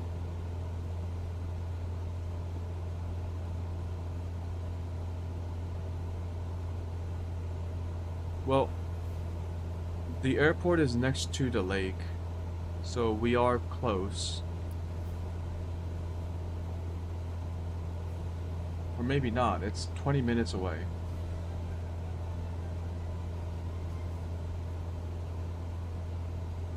Okay, that's a big ass lake. What the heck is that?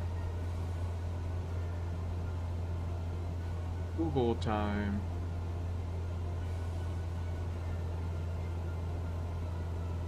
Maps.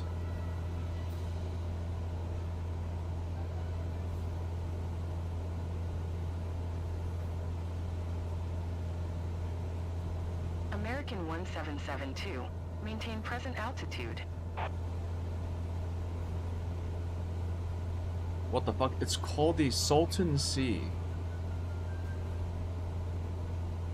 Unique Maintain lake present with altitude. unusually high American salt levels that many fish species cannot tolerate. It's a saltwater lake.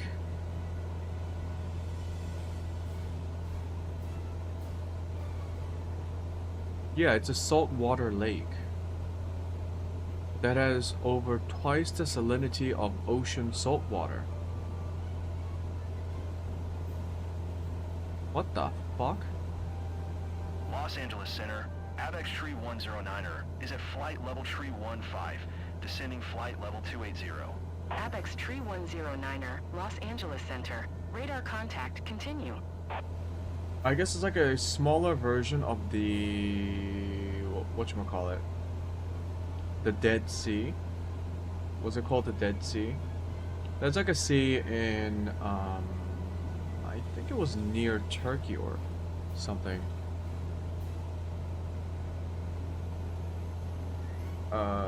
Bordered by Jordan.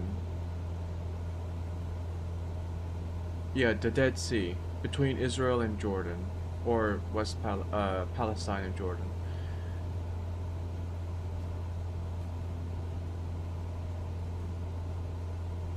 Yeah, it's the Dead Sea. It has like really high salt content, and so people can like float on it.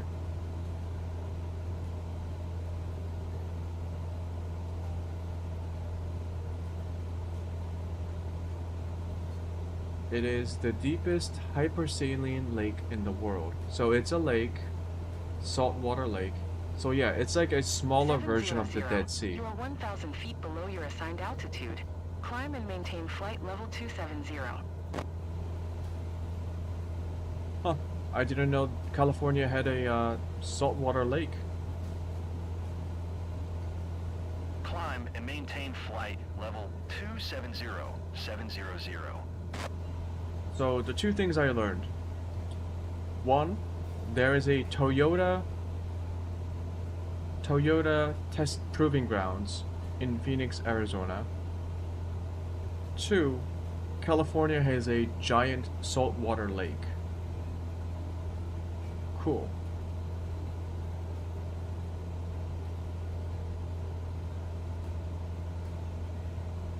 Also, people grow shit out here.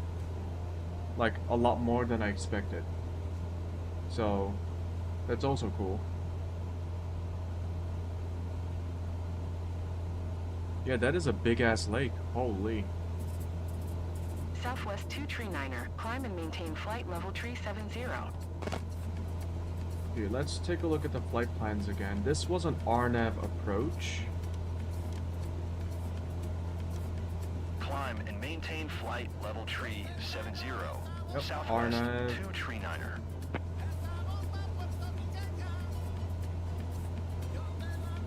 Okuro is 6,900 feet. Okay, Apex nice. 3109er. Traffic is 2 o'clock for miles at flight level 260. Report them in sight. 700. Traffic is 9 o'clock, 3 miles at flight level 280 generic. Report them in sight.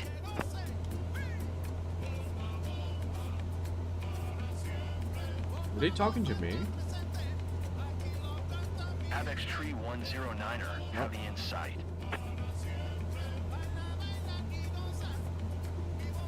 Okuro, Avare, Bugme. 700, traffic in sight. Initial approach fix. Final approach fix. Runway 8.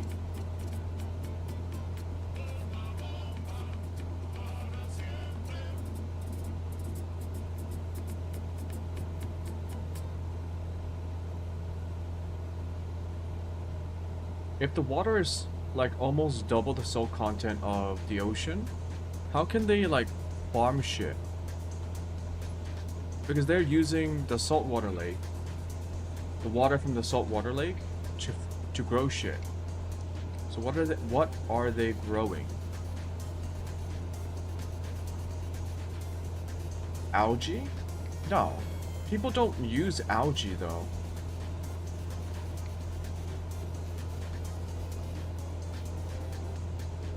Do they desalinate the water? That would be very costly. I'm a little bit confused.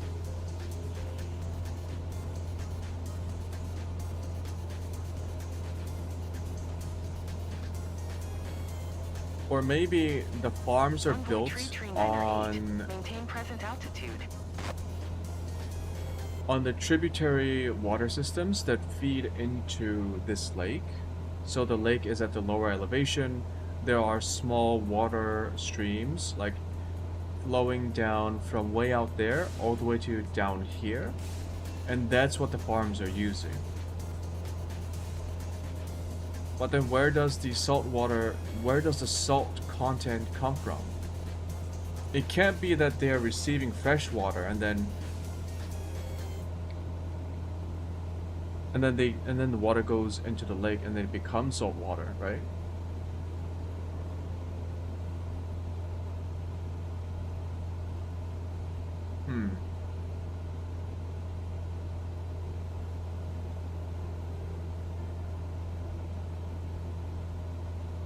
Oh, I will be flying over the lake. That's cool.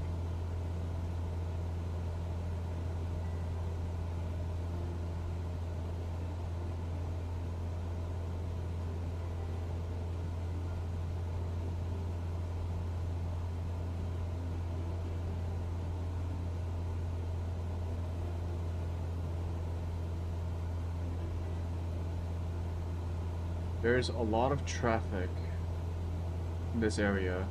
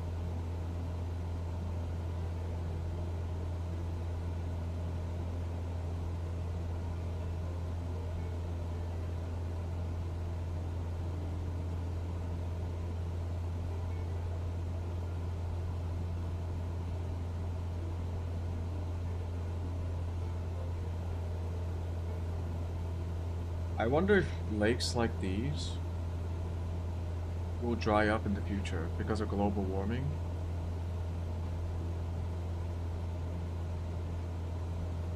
That would be sad.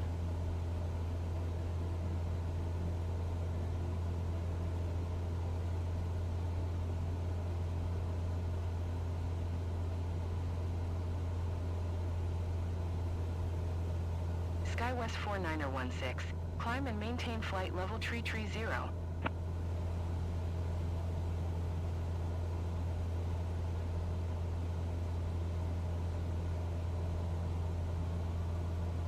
Climb and maintain flight level 330. SkyWest 49er16. United 1302. You are 900 feet below your assigned altitude. Climb and maintain flight level 280. For a second, I thought I was listening to Halo Climb and maintain flight level 280. United 1302. This is the Cantus Firmus monks. Cantus Firmus monks. Interesting.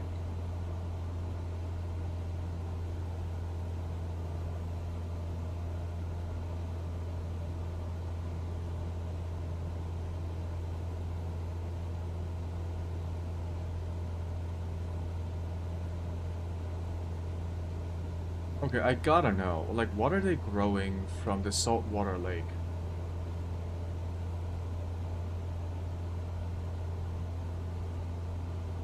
So it's the Salton Sea.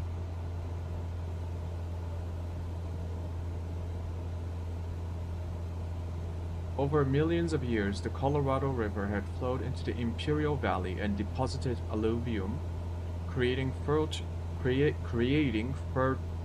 farmland, building up the terrain, and constantly moving its main course and river delta. For thousands of years, the river alternately flowed into the valley or diverted around it, creating either a salt lake called Lake Cahuilla or a dry desert basin. When the river diverted around the valley, the lake dried completely, as it did around 1580. Climb and maintain flight level tree What? 50. American 2459er.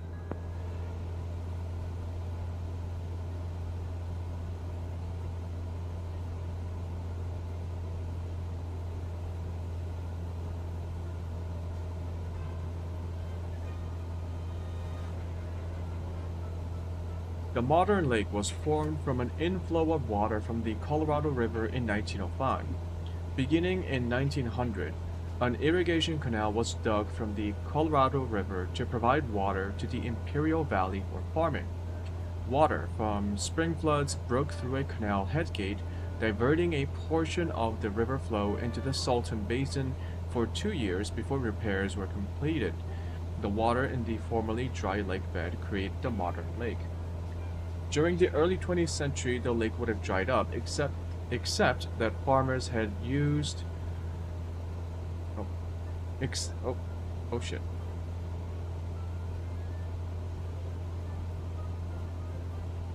JetBlue 1100, climb and maintain flight level 330.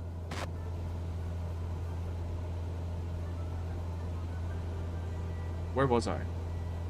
Oh. During the early 20th century, the lake would have dried up, except that farmers used generous amounts of Colorado River water for irrigation and let the excess flow into the lake.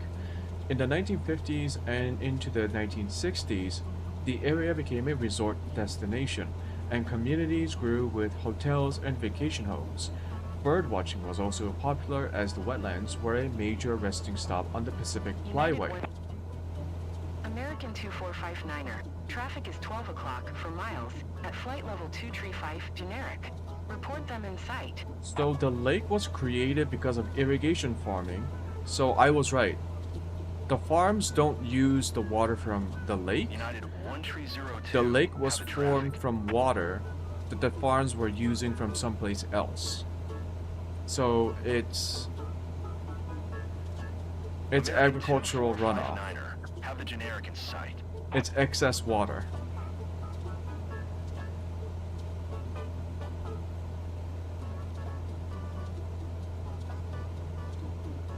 And so this is like almost man-made. Almost. There was a riverbed here, but then it became this lake because of the agricultural community over there.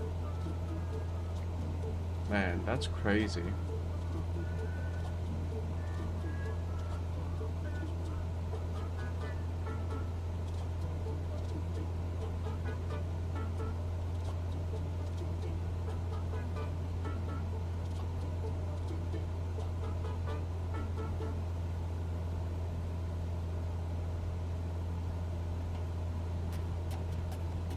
Okay, we are crossing the river, the lake.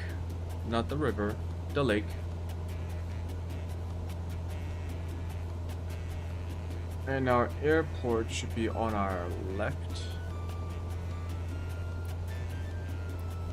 I believe.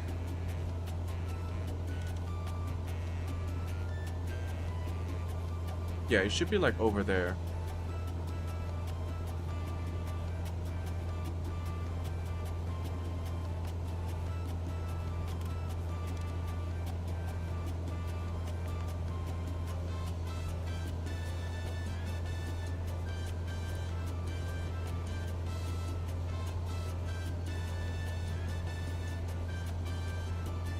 We are almost at our approach.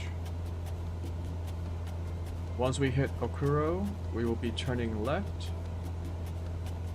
towards the airport.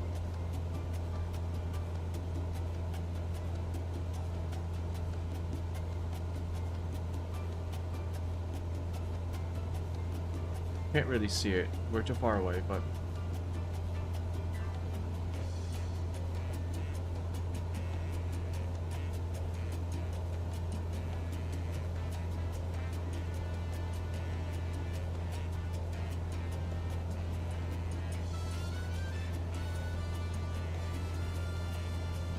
I think we should reduce our altitude to 6,900 feet.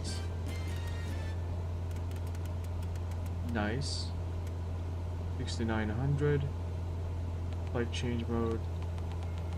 Speed it up. Reduce our throttle.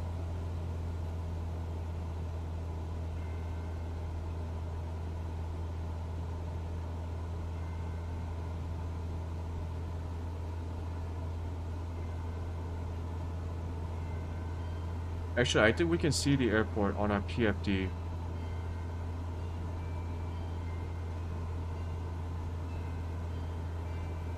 Wait, that's not right.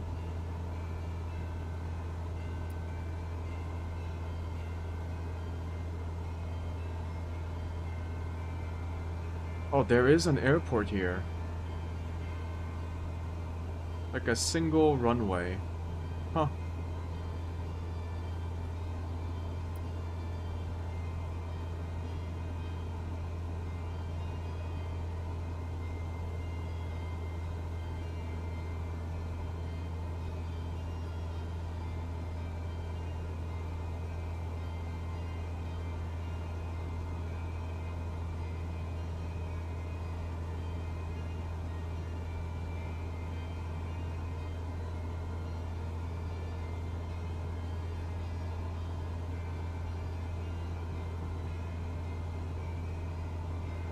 Okay.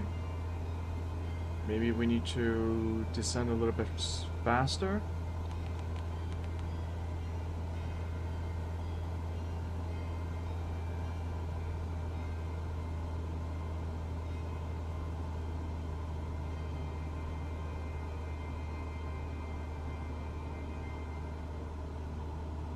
Southwest 1354. Climb and maintain flight level 390.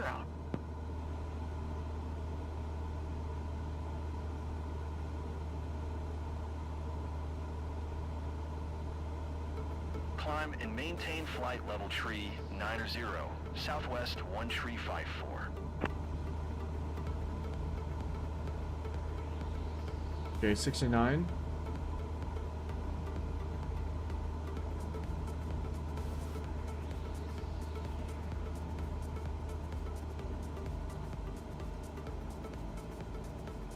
Flying to Vare.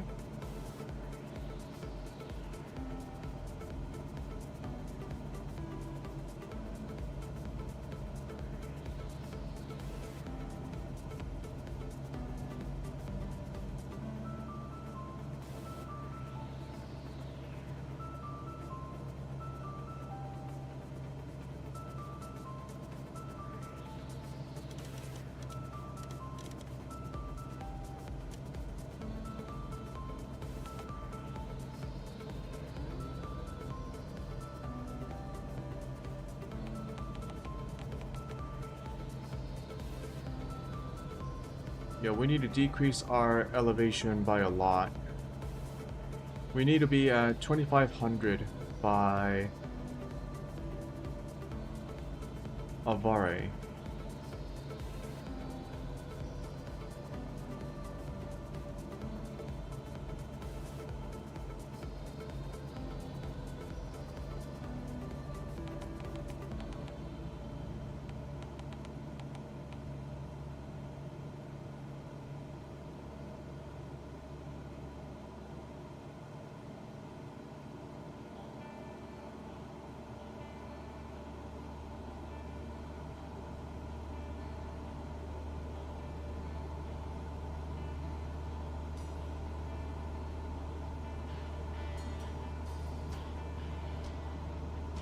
1300 per minute.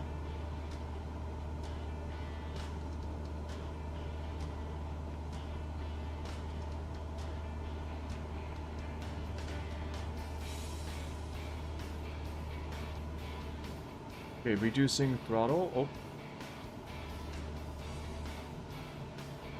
VNav just activated. Okay.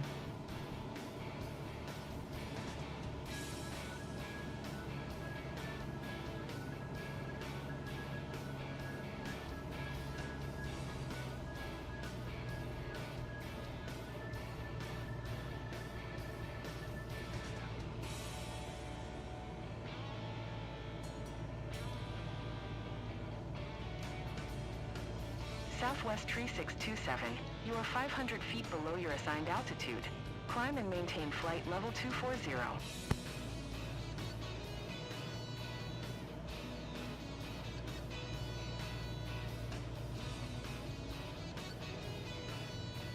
Climb and maintain flight level 240. Southwest Tree 627.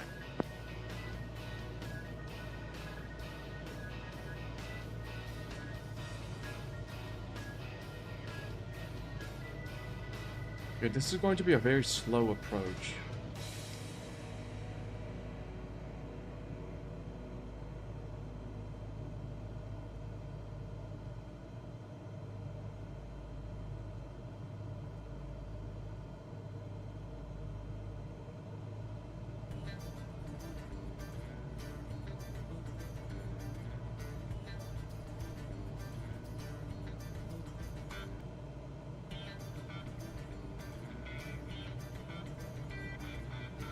What happens if we throttle up and gain some speed?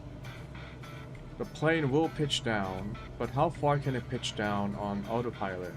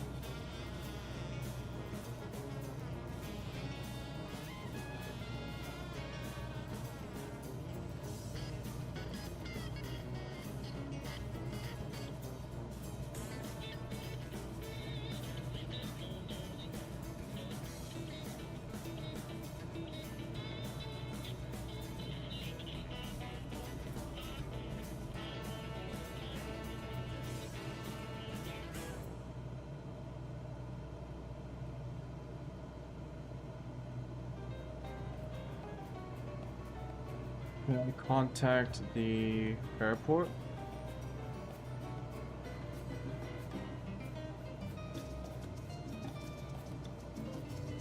Runway 8. Nouns, full stop landing, position. Kilo Charlie Lima Romeo traffic. Cessna November 44277. 14 miles west. 3,500 feet. Inbound to land, runway 8. Kilo Charlie Lima Romeo traffic.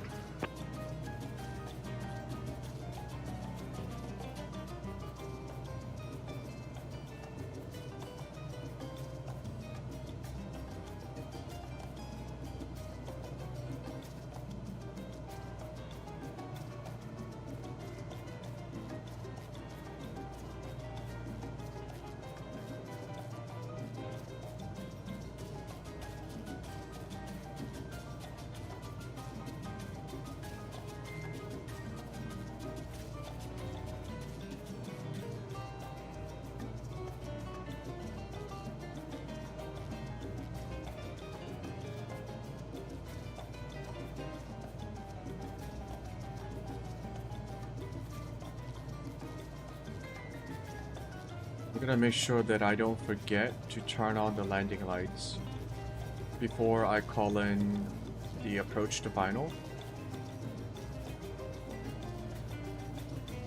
I think I've made it all the way here without without triggering like a penalty so far.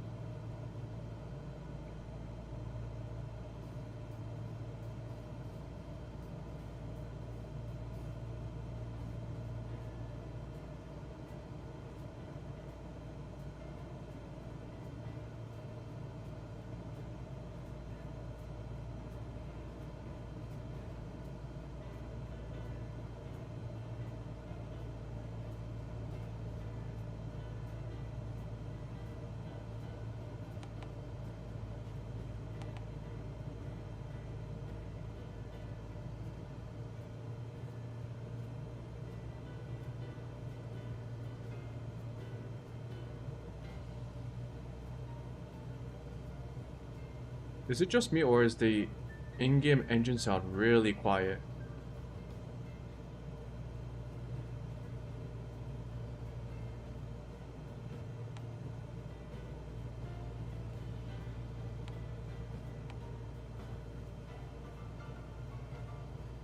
Okay, we'll see. So I don't get why the VNav seems to turn off when we reach a new checkpoint. And I can't tell if it's like, if this is being activated. We'll just have to see. If the magenta dot reaches our altitude, but our plane doesn't descend, it means we have to do it manually.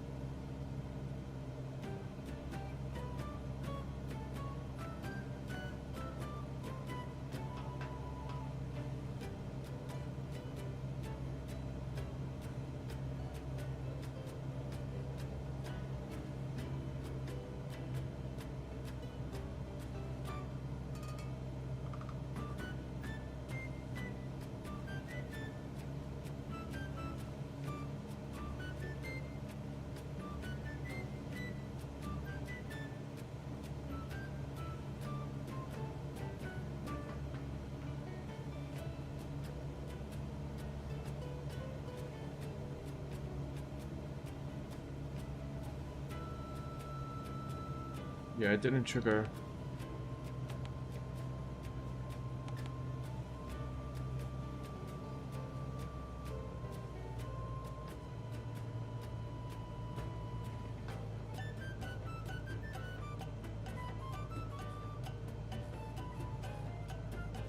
I don't know why it sometimes do that.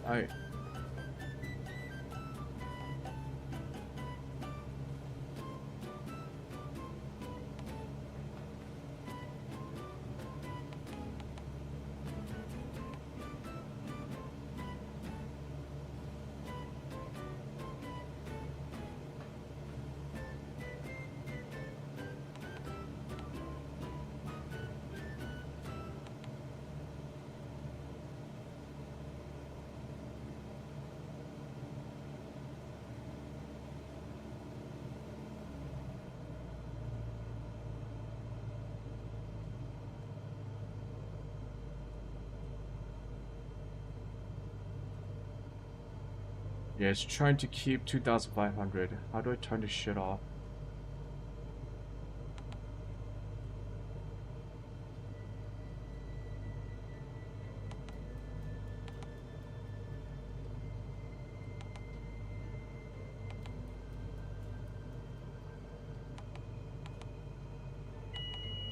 Turn it off.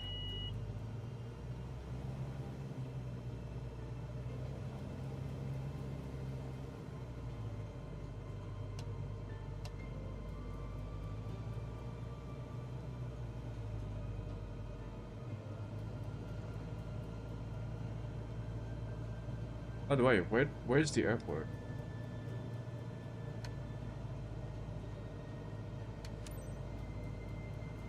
Kilo Charlie Lima Romeo traffic. Cessna November 44277. 6 miles west, 2,300 feet. Inbound to land, runway 8.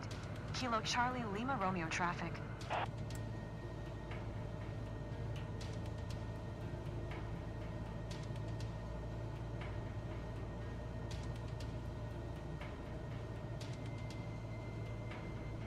Everything's going well. Let me reset. There we go.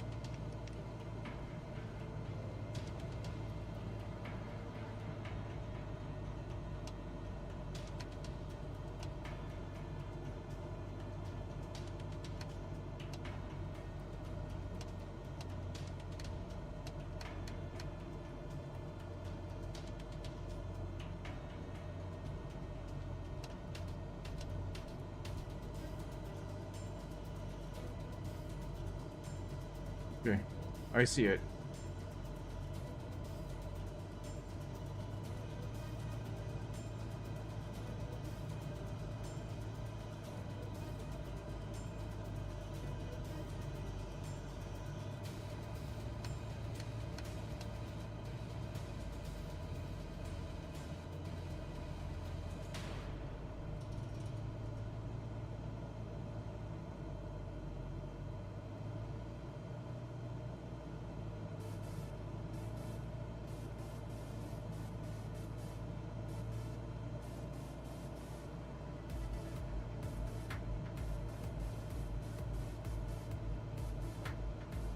Yeah, I see what the problem is. We are trying to land with the wind at our tail. And we're not supposed to do this. Okay, glide path just activated for some reason.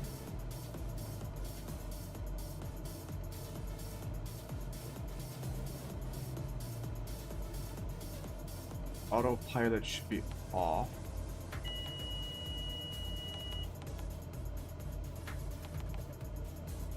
Thank you. 500.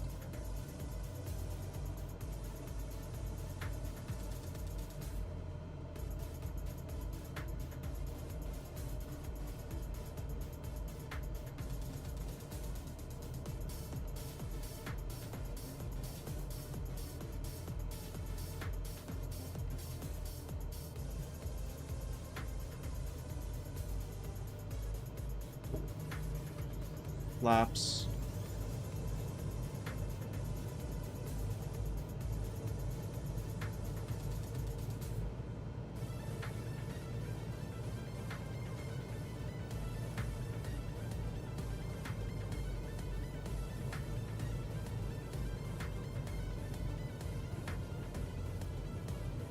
Oh yeah, this is a... I'm learning my lesson and why I should not land with the wind blowing up my ass. This is not good. Kilo Charlie Lima Romeo traffic. Cessna November 44277 is on final, runway 8. To land, Kilo Charlie Lima Romeo traffic.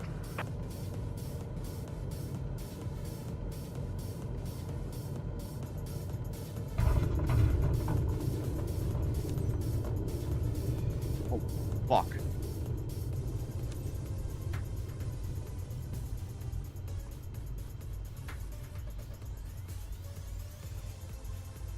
Holy shit. That landing.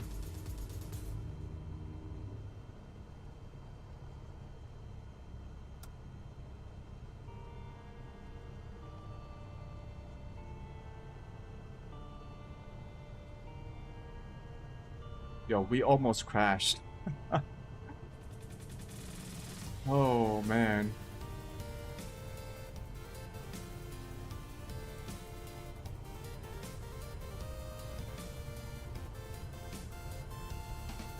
Well, all's well that ends well.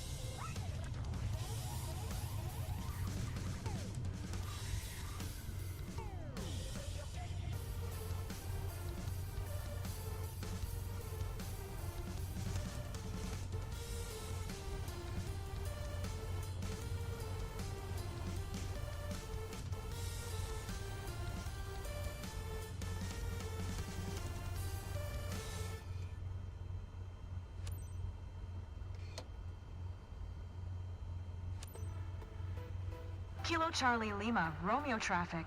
Cessna November 44277 is taxiing to parking. Kilo Charlie Lima Romeo traffic.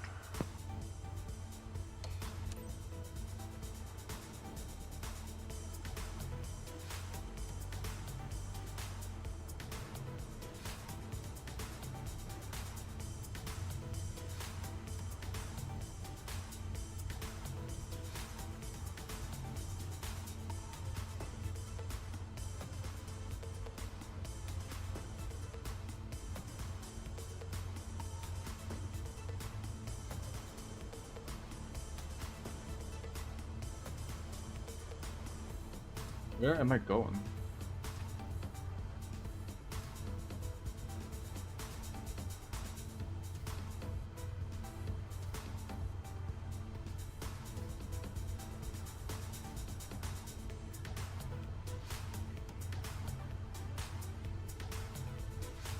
I'll be honest, I wouldn't want to live out here.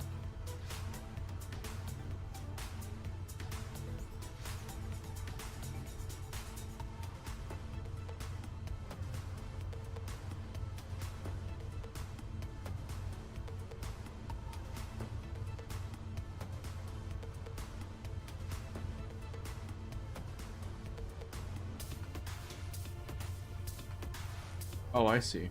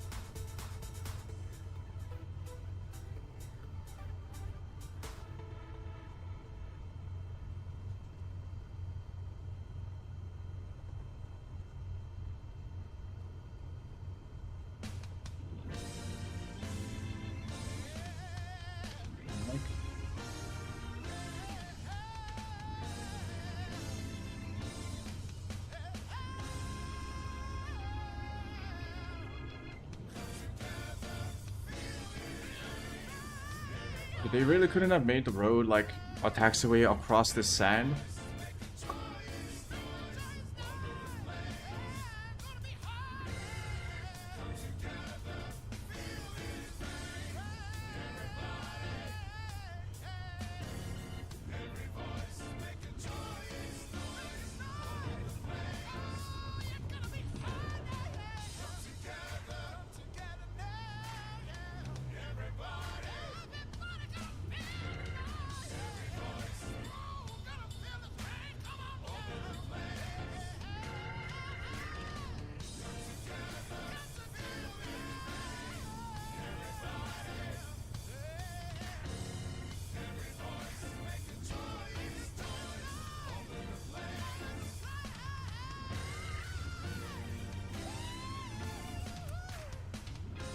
Definitely don't need the pitowed heat because it's pretty hot outside. It is a toasty 33 degrees Celsius.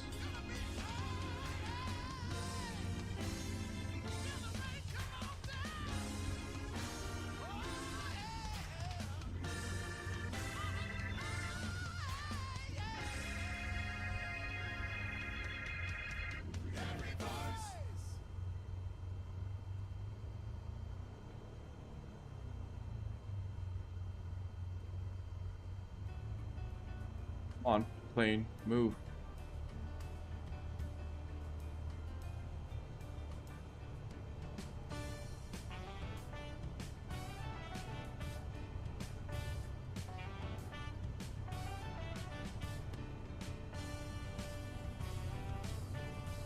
Oh my goodness. I have to zigzag my way into the parking lot.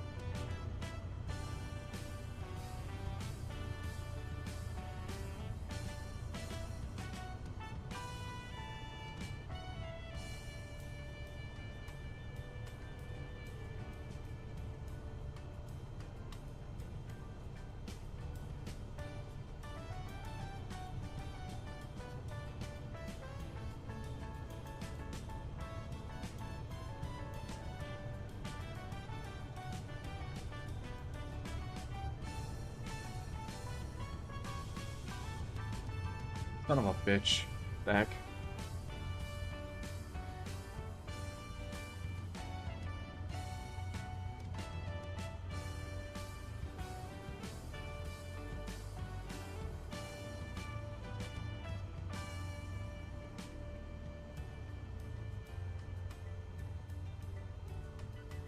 What?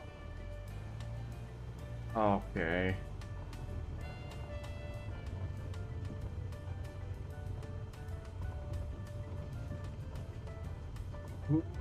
Turn around.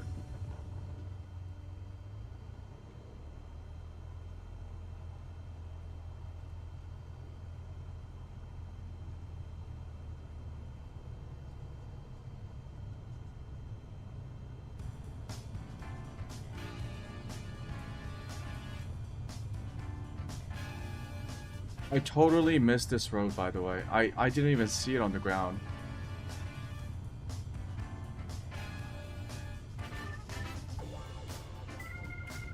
Okay, dudes. Why would you park like this?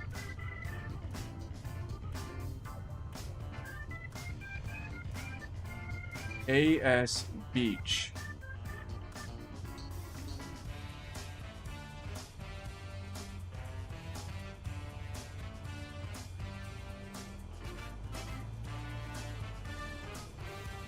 Ass. Okay, I'm not gonna say it.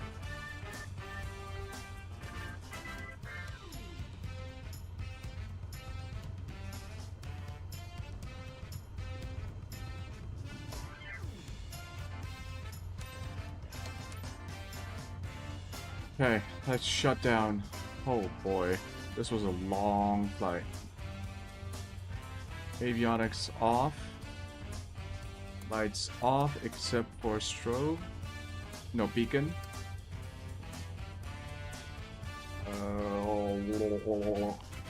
Mixture out. Engine down. Batteries off.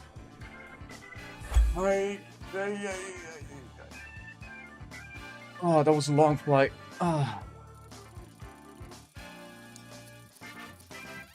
That's what I'm fucking talking about.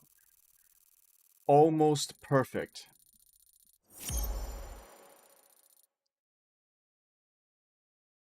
Holy shit.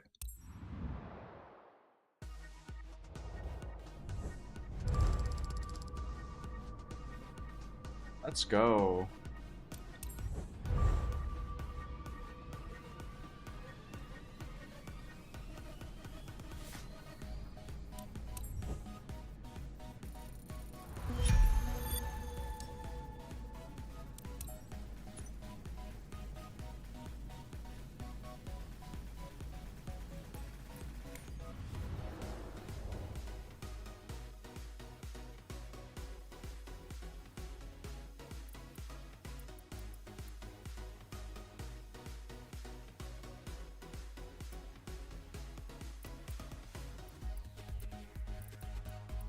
I wish the game would just like unlock the map.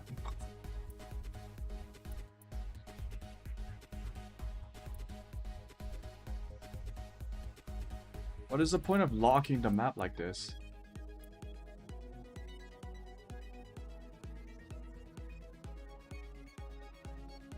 Two-hour flight, 153,000 credits. I don't think I will be doing this today. You know what? Why don't we do the certification? I think I'll do a certification and end the stream for today. Because we still have the airline transport pilot license for 40,000.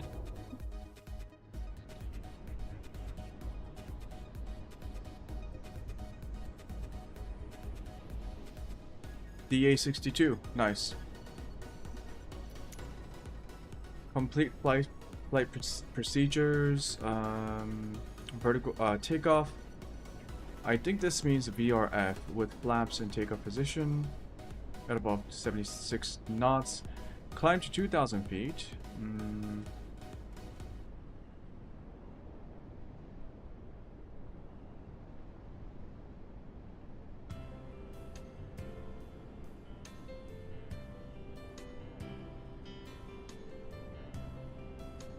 Oh, vertical rotation speed, okay. Rate of climb.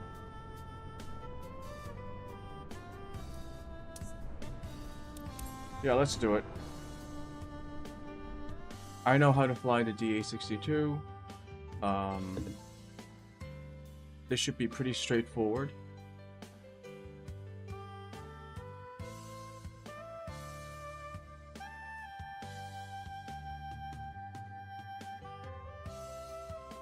And I think this means tomorrow we will be able to unlock the big boys, the big airliners, like the 737 or 747. Oh, don't crash OBS, please.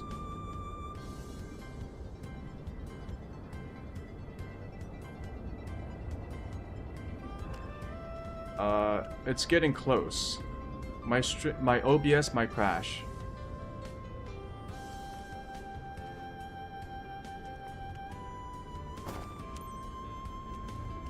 Oh god.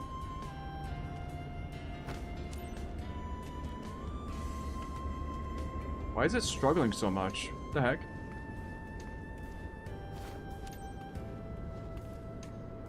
Oh. Don't struggle.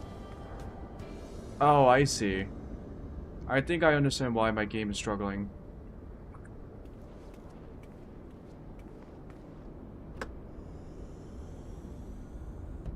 Just don't crash. Oh my goodness. Is this what it's gonna be like in big airports?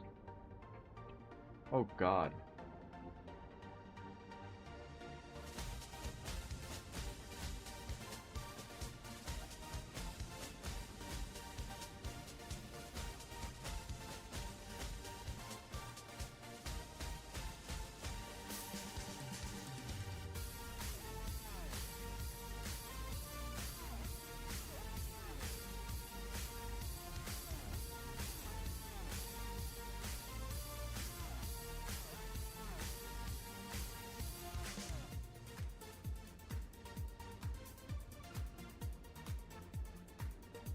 Yeah, I'm just gonna let my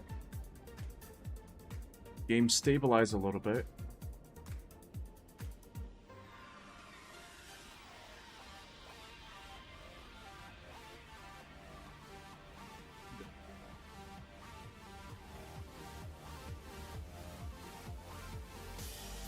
Wait, what? Oh.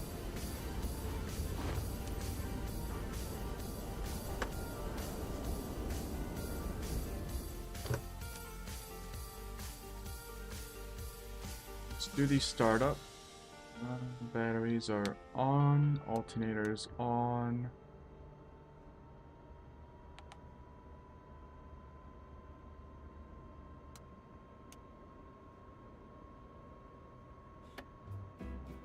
Yep.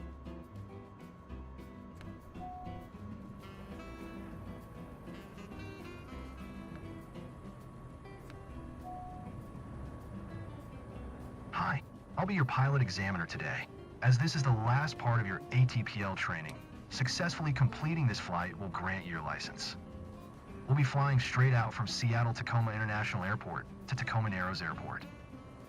Remember to follow safety protocols, fly smoothly, respect the flight plan, and keep the ATC informed.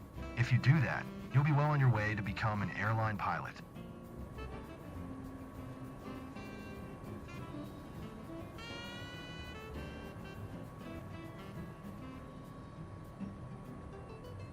The game is struggling. Holy.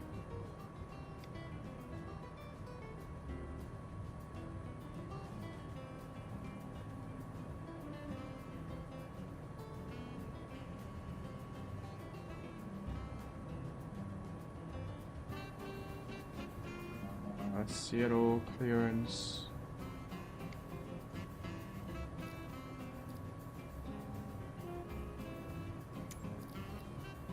Seattle clearance delivery. Diamond November 4427, 7 IFR to Tacoma. Ready to copy. Diamond November 44277 is cleared to Tacoma Airport as filed. Expect runway 16 left. Maintain 0. Departure frequency is 120.1. Squawk tree 044. Cleared to Tacoma as filed. Runway 16 left. Maintain 0. Departure frequency is 120.1. Squawk tree 044. Diamond November 44277.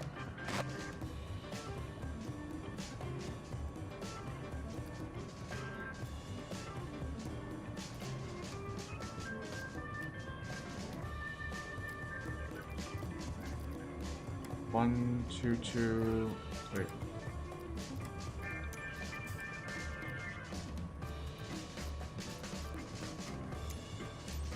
Seattle ground. Diamond November 44277. Ready to taxi IFR. Diamond November 44277. Taxi to and hold short of runway 16 left via taxiway Alpha Charlie. Contact tower on 120.95 when ready. Taxiing. Hold short runway 16 left using taxiway Alpha Charlie, Diamond 277.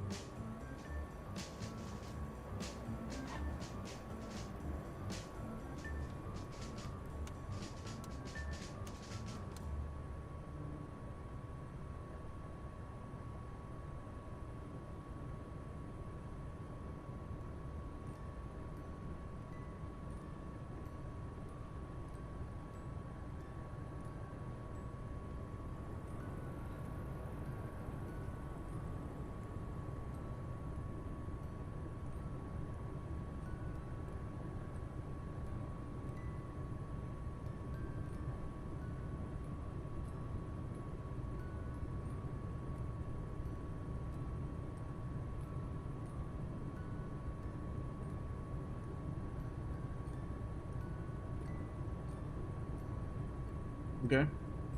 Aside from the performance hit, everything seems fine.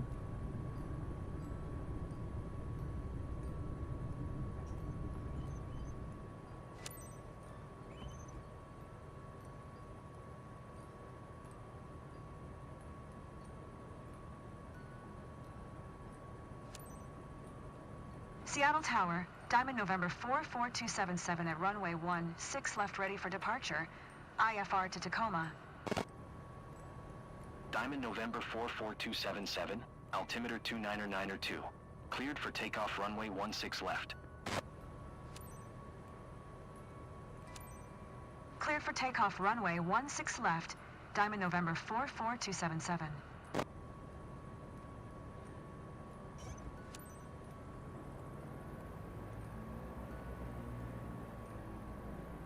I'm going to keep the guided lights on.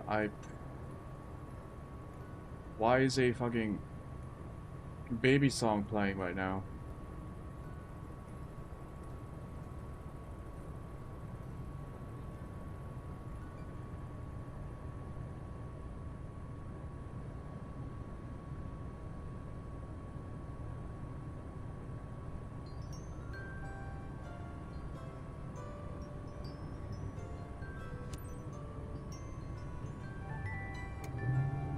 Flaps.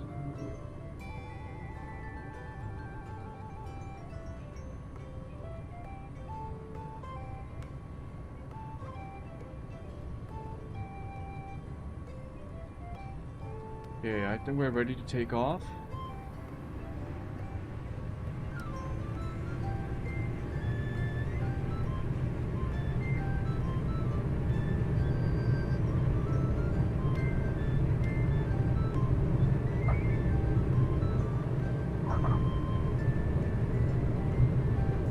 What the fuck are we skipping?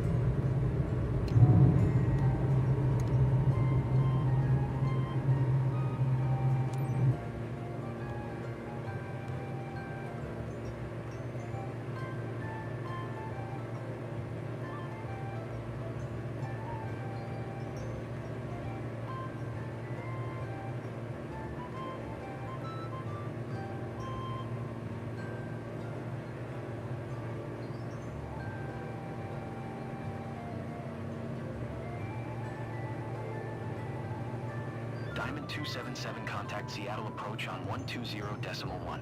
Good day. 120.1 for Diamond 277.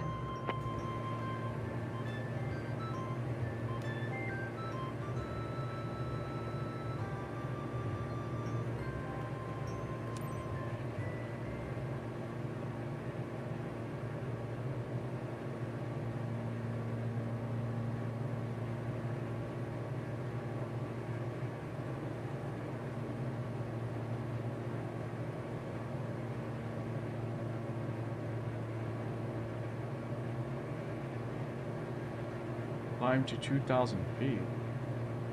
Okay.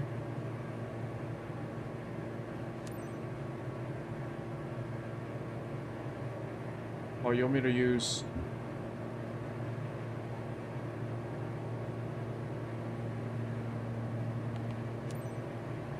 Engaging autopilot.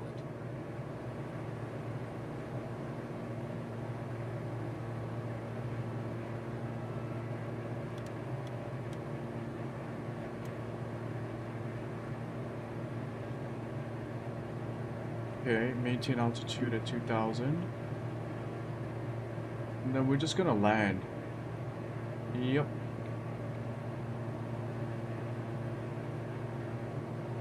Okay, pretty simple. Oh, I almost forgot.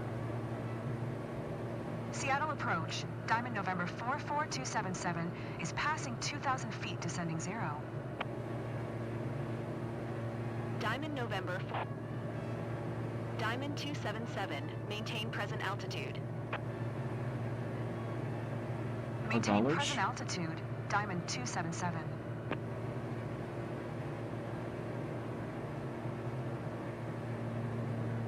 Yep, pretty simple. And I think we will... Yeah, we are already at cruising speed, so... everything's good to go. Flaps are up. Landing gear is up. GPS is set. Runway 17.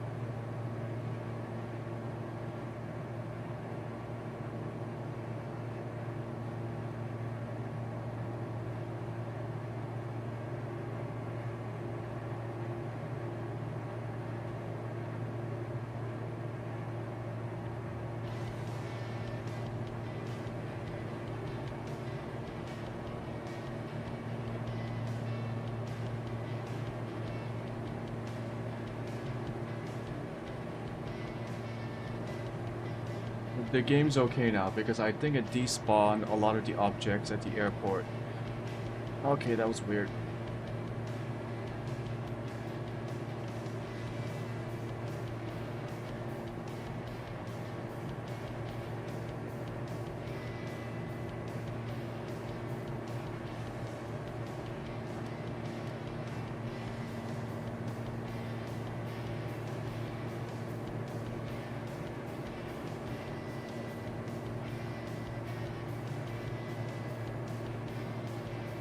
Huh.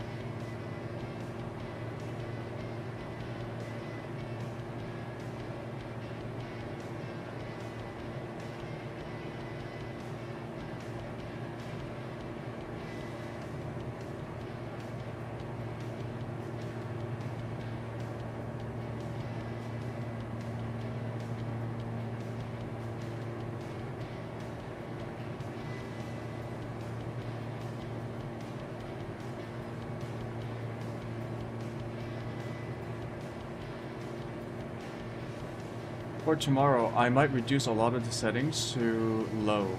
Not even medium, just low. I think the game will look okay Maintain enough. present heading and altitude. Expect ILS runway 17 approach via send transition. Clear to send. What? We're not doing an ILS approach.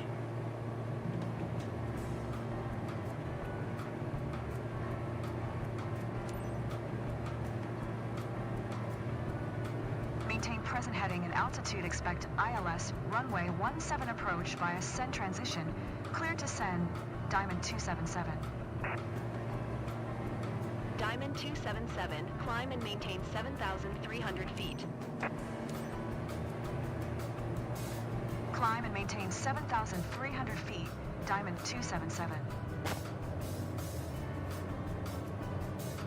This bullshit again.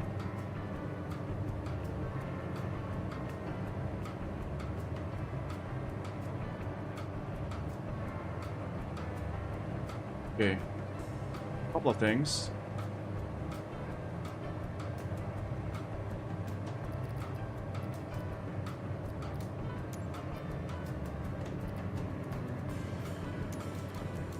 Diamond 277 would like visual runway 17 approach.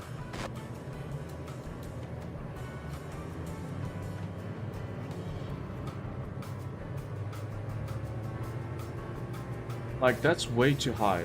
Like, what was that angle?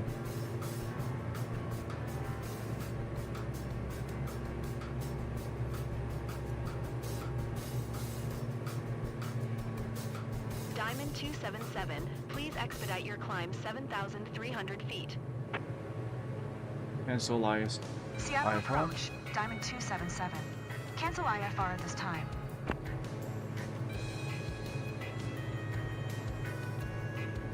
Diamond 277, IFR flight plan is canceled. Radar service terminated. Squawk 1200. Maintain VFR. Frequency change approved. Good day.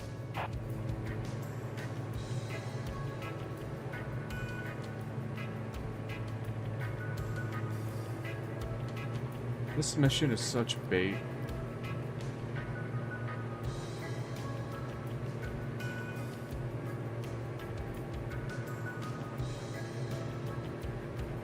Okay.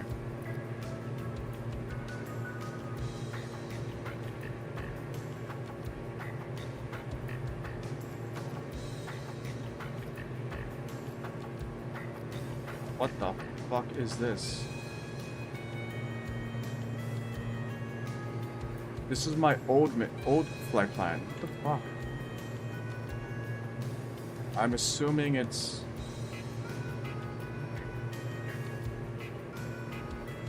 God damn.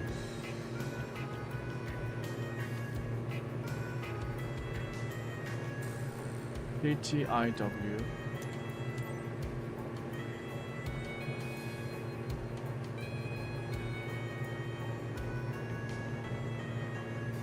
We'll stop landing. Tower, Diamond November 44277 is 4 miles north, 600 feet, with Bravo to land. Diamond November 44277 Tower. Altimeter 29902. Make straight in runway 17. Make straight in runway 17, Diamond 277. Diamond 277, wind 255 at 4. Clear to land runway 17. Clear to land runway 17, Diamond 277. Jesus, there we go.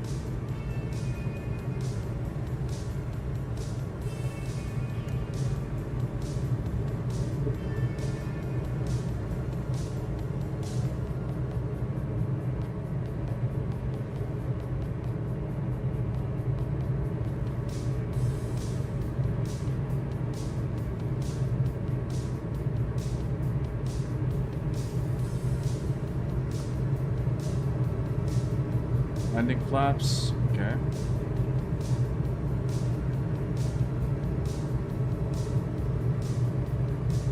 stall. Don't stall.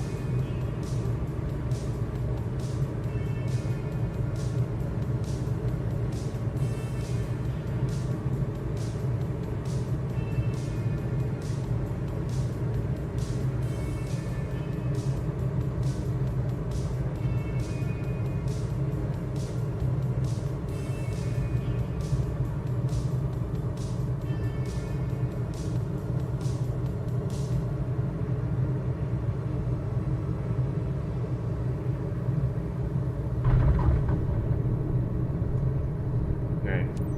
Landed with a thud. We didn't crash. Diamond 277, exit runway when able.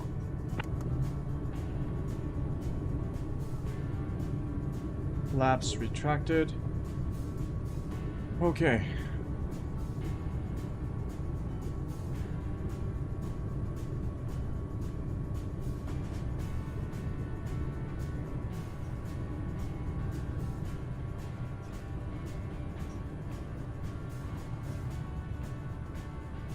Diamond 277, contact ground on 121.8. 121.8 for Diamond 277.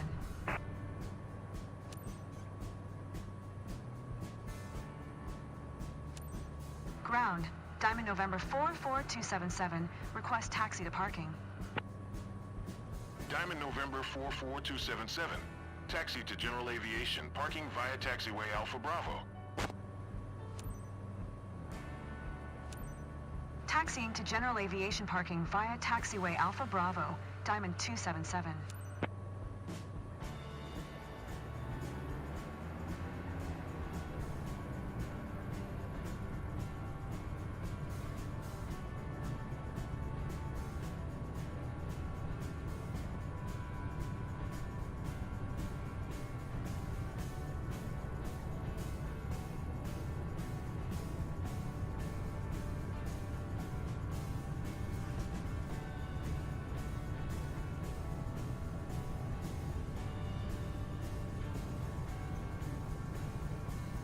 The lights. Although I don't think lights are mandatory during the daytime. Oh god. Frame rates are dying.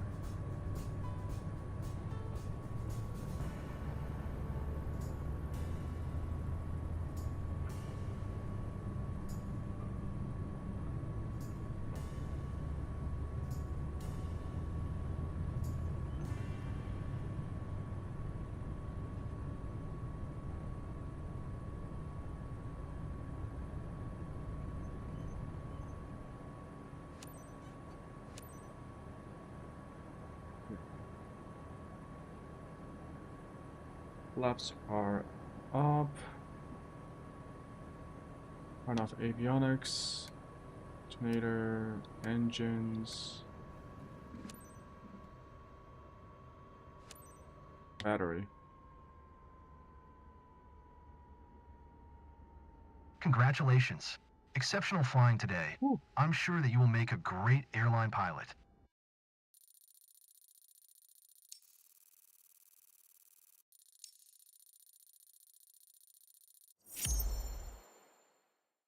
A.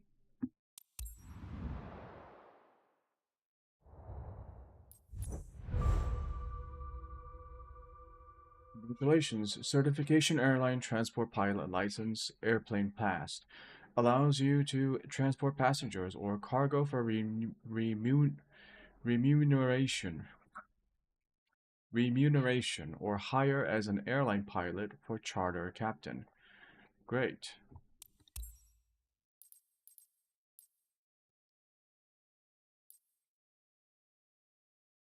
$100,000 for the jet airline transport pilot rating.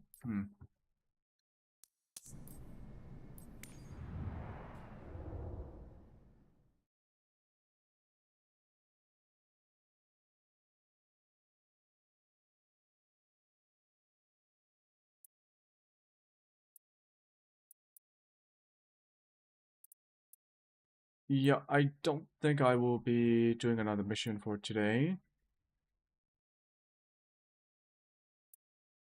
because it's gonna be like a 2-hour flight. And it's gonna be a bit too long for me.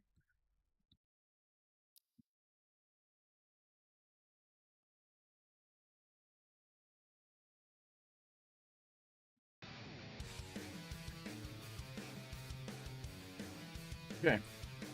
Well, I'm gonna mess around with the settings a bit more tonight. And then for tomorrow,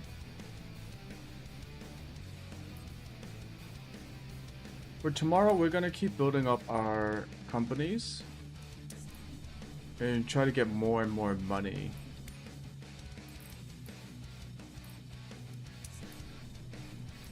With the certifications, we only have the jetliner left. I don't think I'll be using heavy airliners, but... Oh, it's not even available in the game. This certification will be available in a future update. Okay, so that's not even in the game. So we have 3 left. I don't particularly care about Scoop endorsement.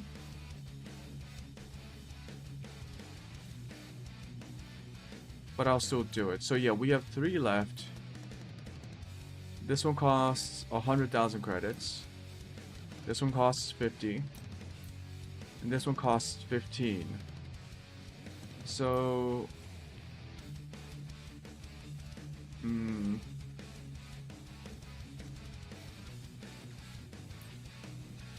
yeah, we'll finish it off with like...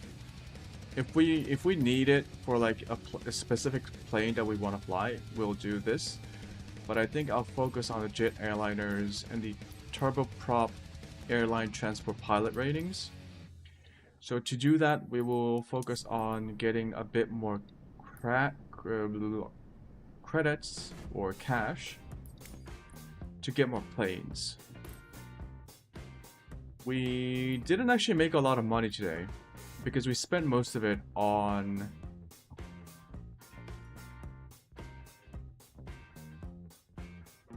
Yeah, because we spent most of it on maintenance fees.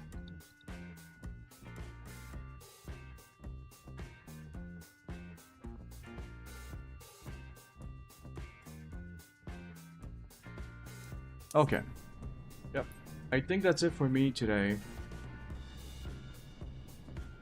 I'll be back tomorrow. Don't worry.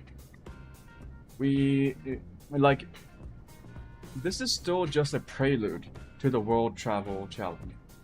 So, I feel a lot more comfortable piloting the Cessna 172 Skyhawk and the DA62. I know that I haven't really messed around with the jet engine aircrafts, but I'm not sure if I want to be using a jet engine aircraft for the World Travel Challenge. They might be too fast, they are not as efficient in lower altitudes, and I want to be able to do some VFR flights to go around and look at places of interest as we fly. So, I think I will focus on either twin propellers or... where can I see... We're going to free flight.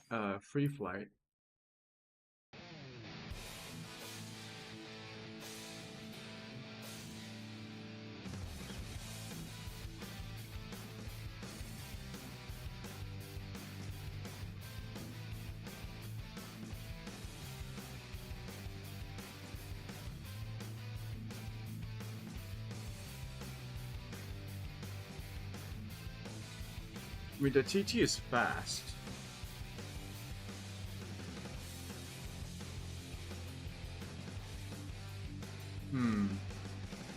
Maybe.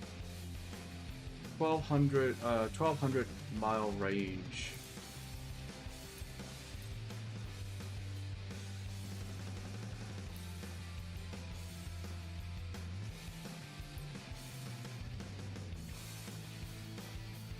Yeah, something like this might be also good. Like, it's a single propeller, passenger aircraft, but it's got tons of fuel, decent range,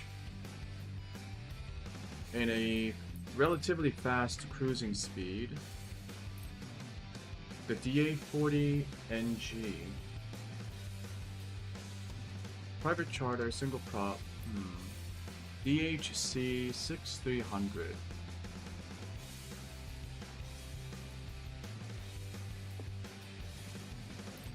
No, it's got a pretty short range. The DA-62, Douglas DC-3. I think this is more for like cargo, so I don't think it'll be maneuverable enough.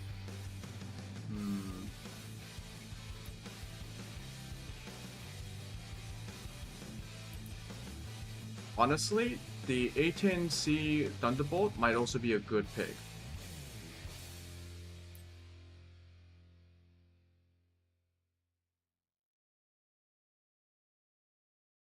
Aside from those choices, this one might also be good. The Pilatus Air Ambulance. It's got 1800 mile range, 290 knots, 290 knot cruise speed.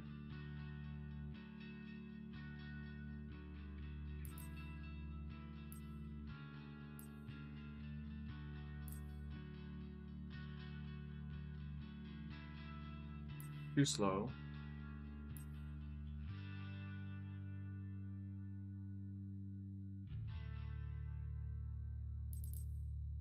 Okay, this might also be okay. Twin propeller, 244 knots of cruising speed, 35,000 max altitude, 1800 mile range.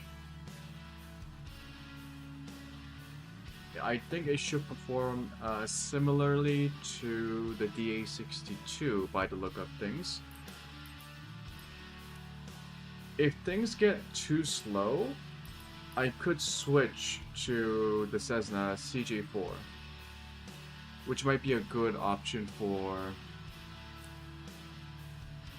passing over like large bodies of water, like the Atlantic or the Pacific Oceans.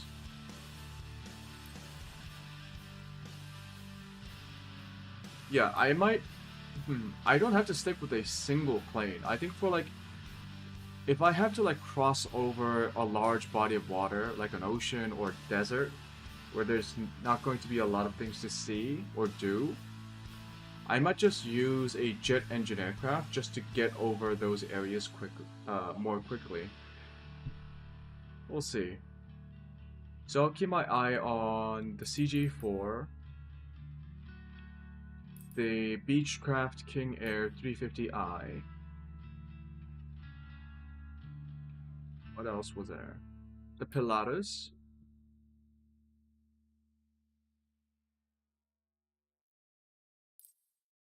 This.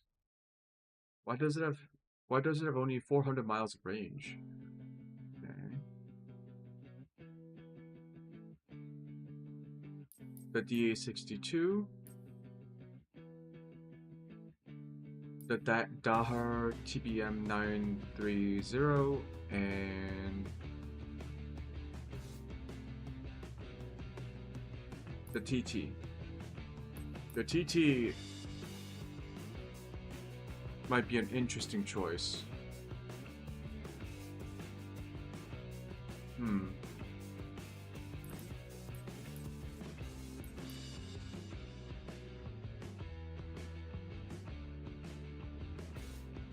Yeah, the reason is I don't want to choose something like this, right? 3,500 miles of range, 455 knots of cruise speed, 5,000 miles of range. Like with these, you can go around the world in like a couple of days, max. 8,000 miles of range, yeah.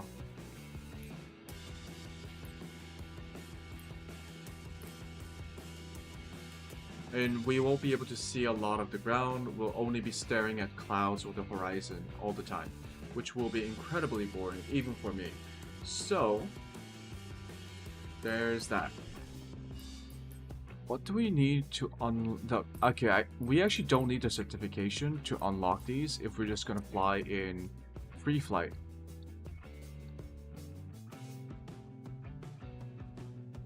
But I do want to finish the career mode in the sense that I want to unlock most of the missions. I'm not going to be doing the helicopters, so I won't be unlocking those. But yeah, we still have a bit left to do in the career mode. And until then, we'll be grinding away at the missions, making money, making sure we don't crash and lose our planes. And then continue learning about how to fly. Right. Well done. That's it for me today.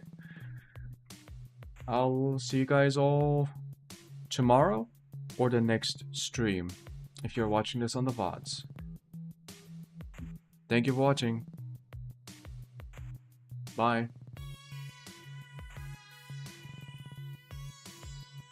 Bye.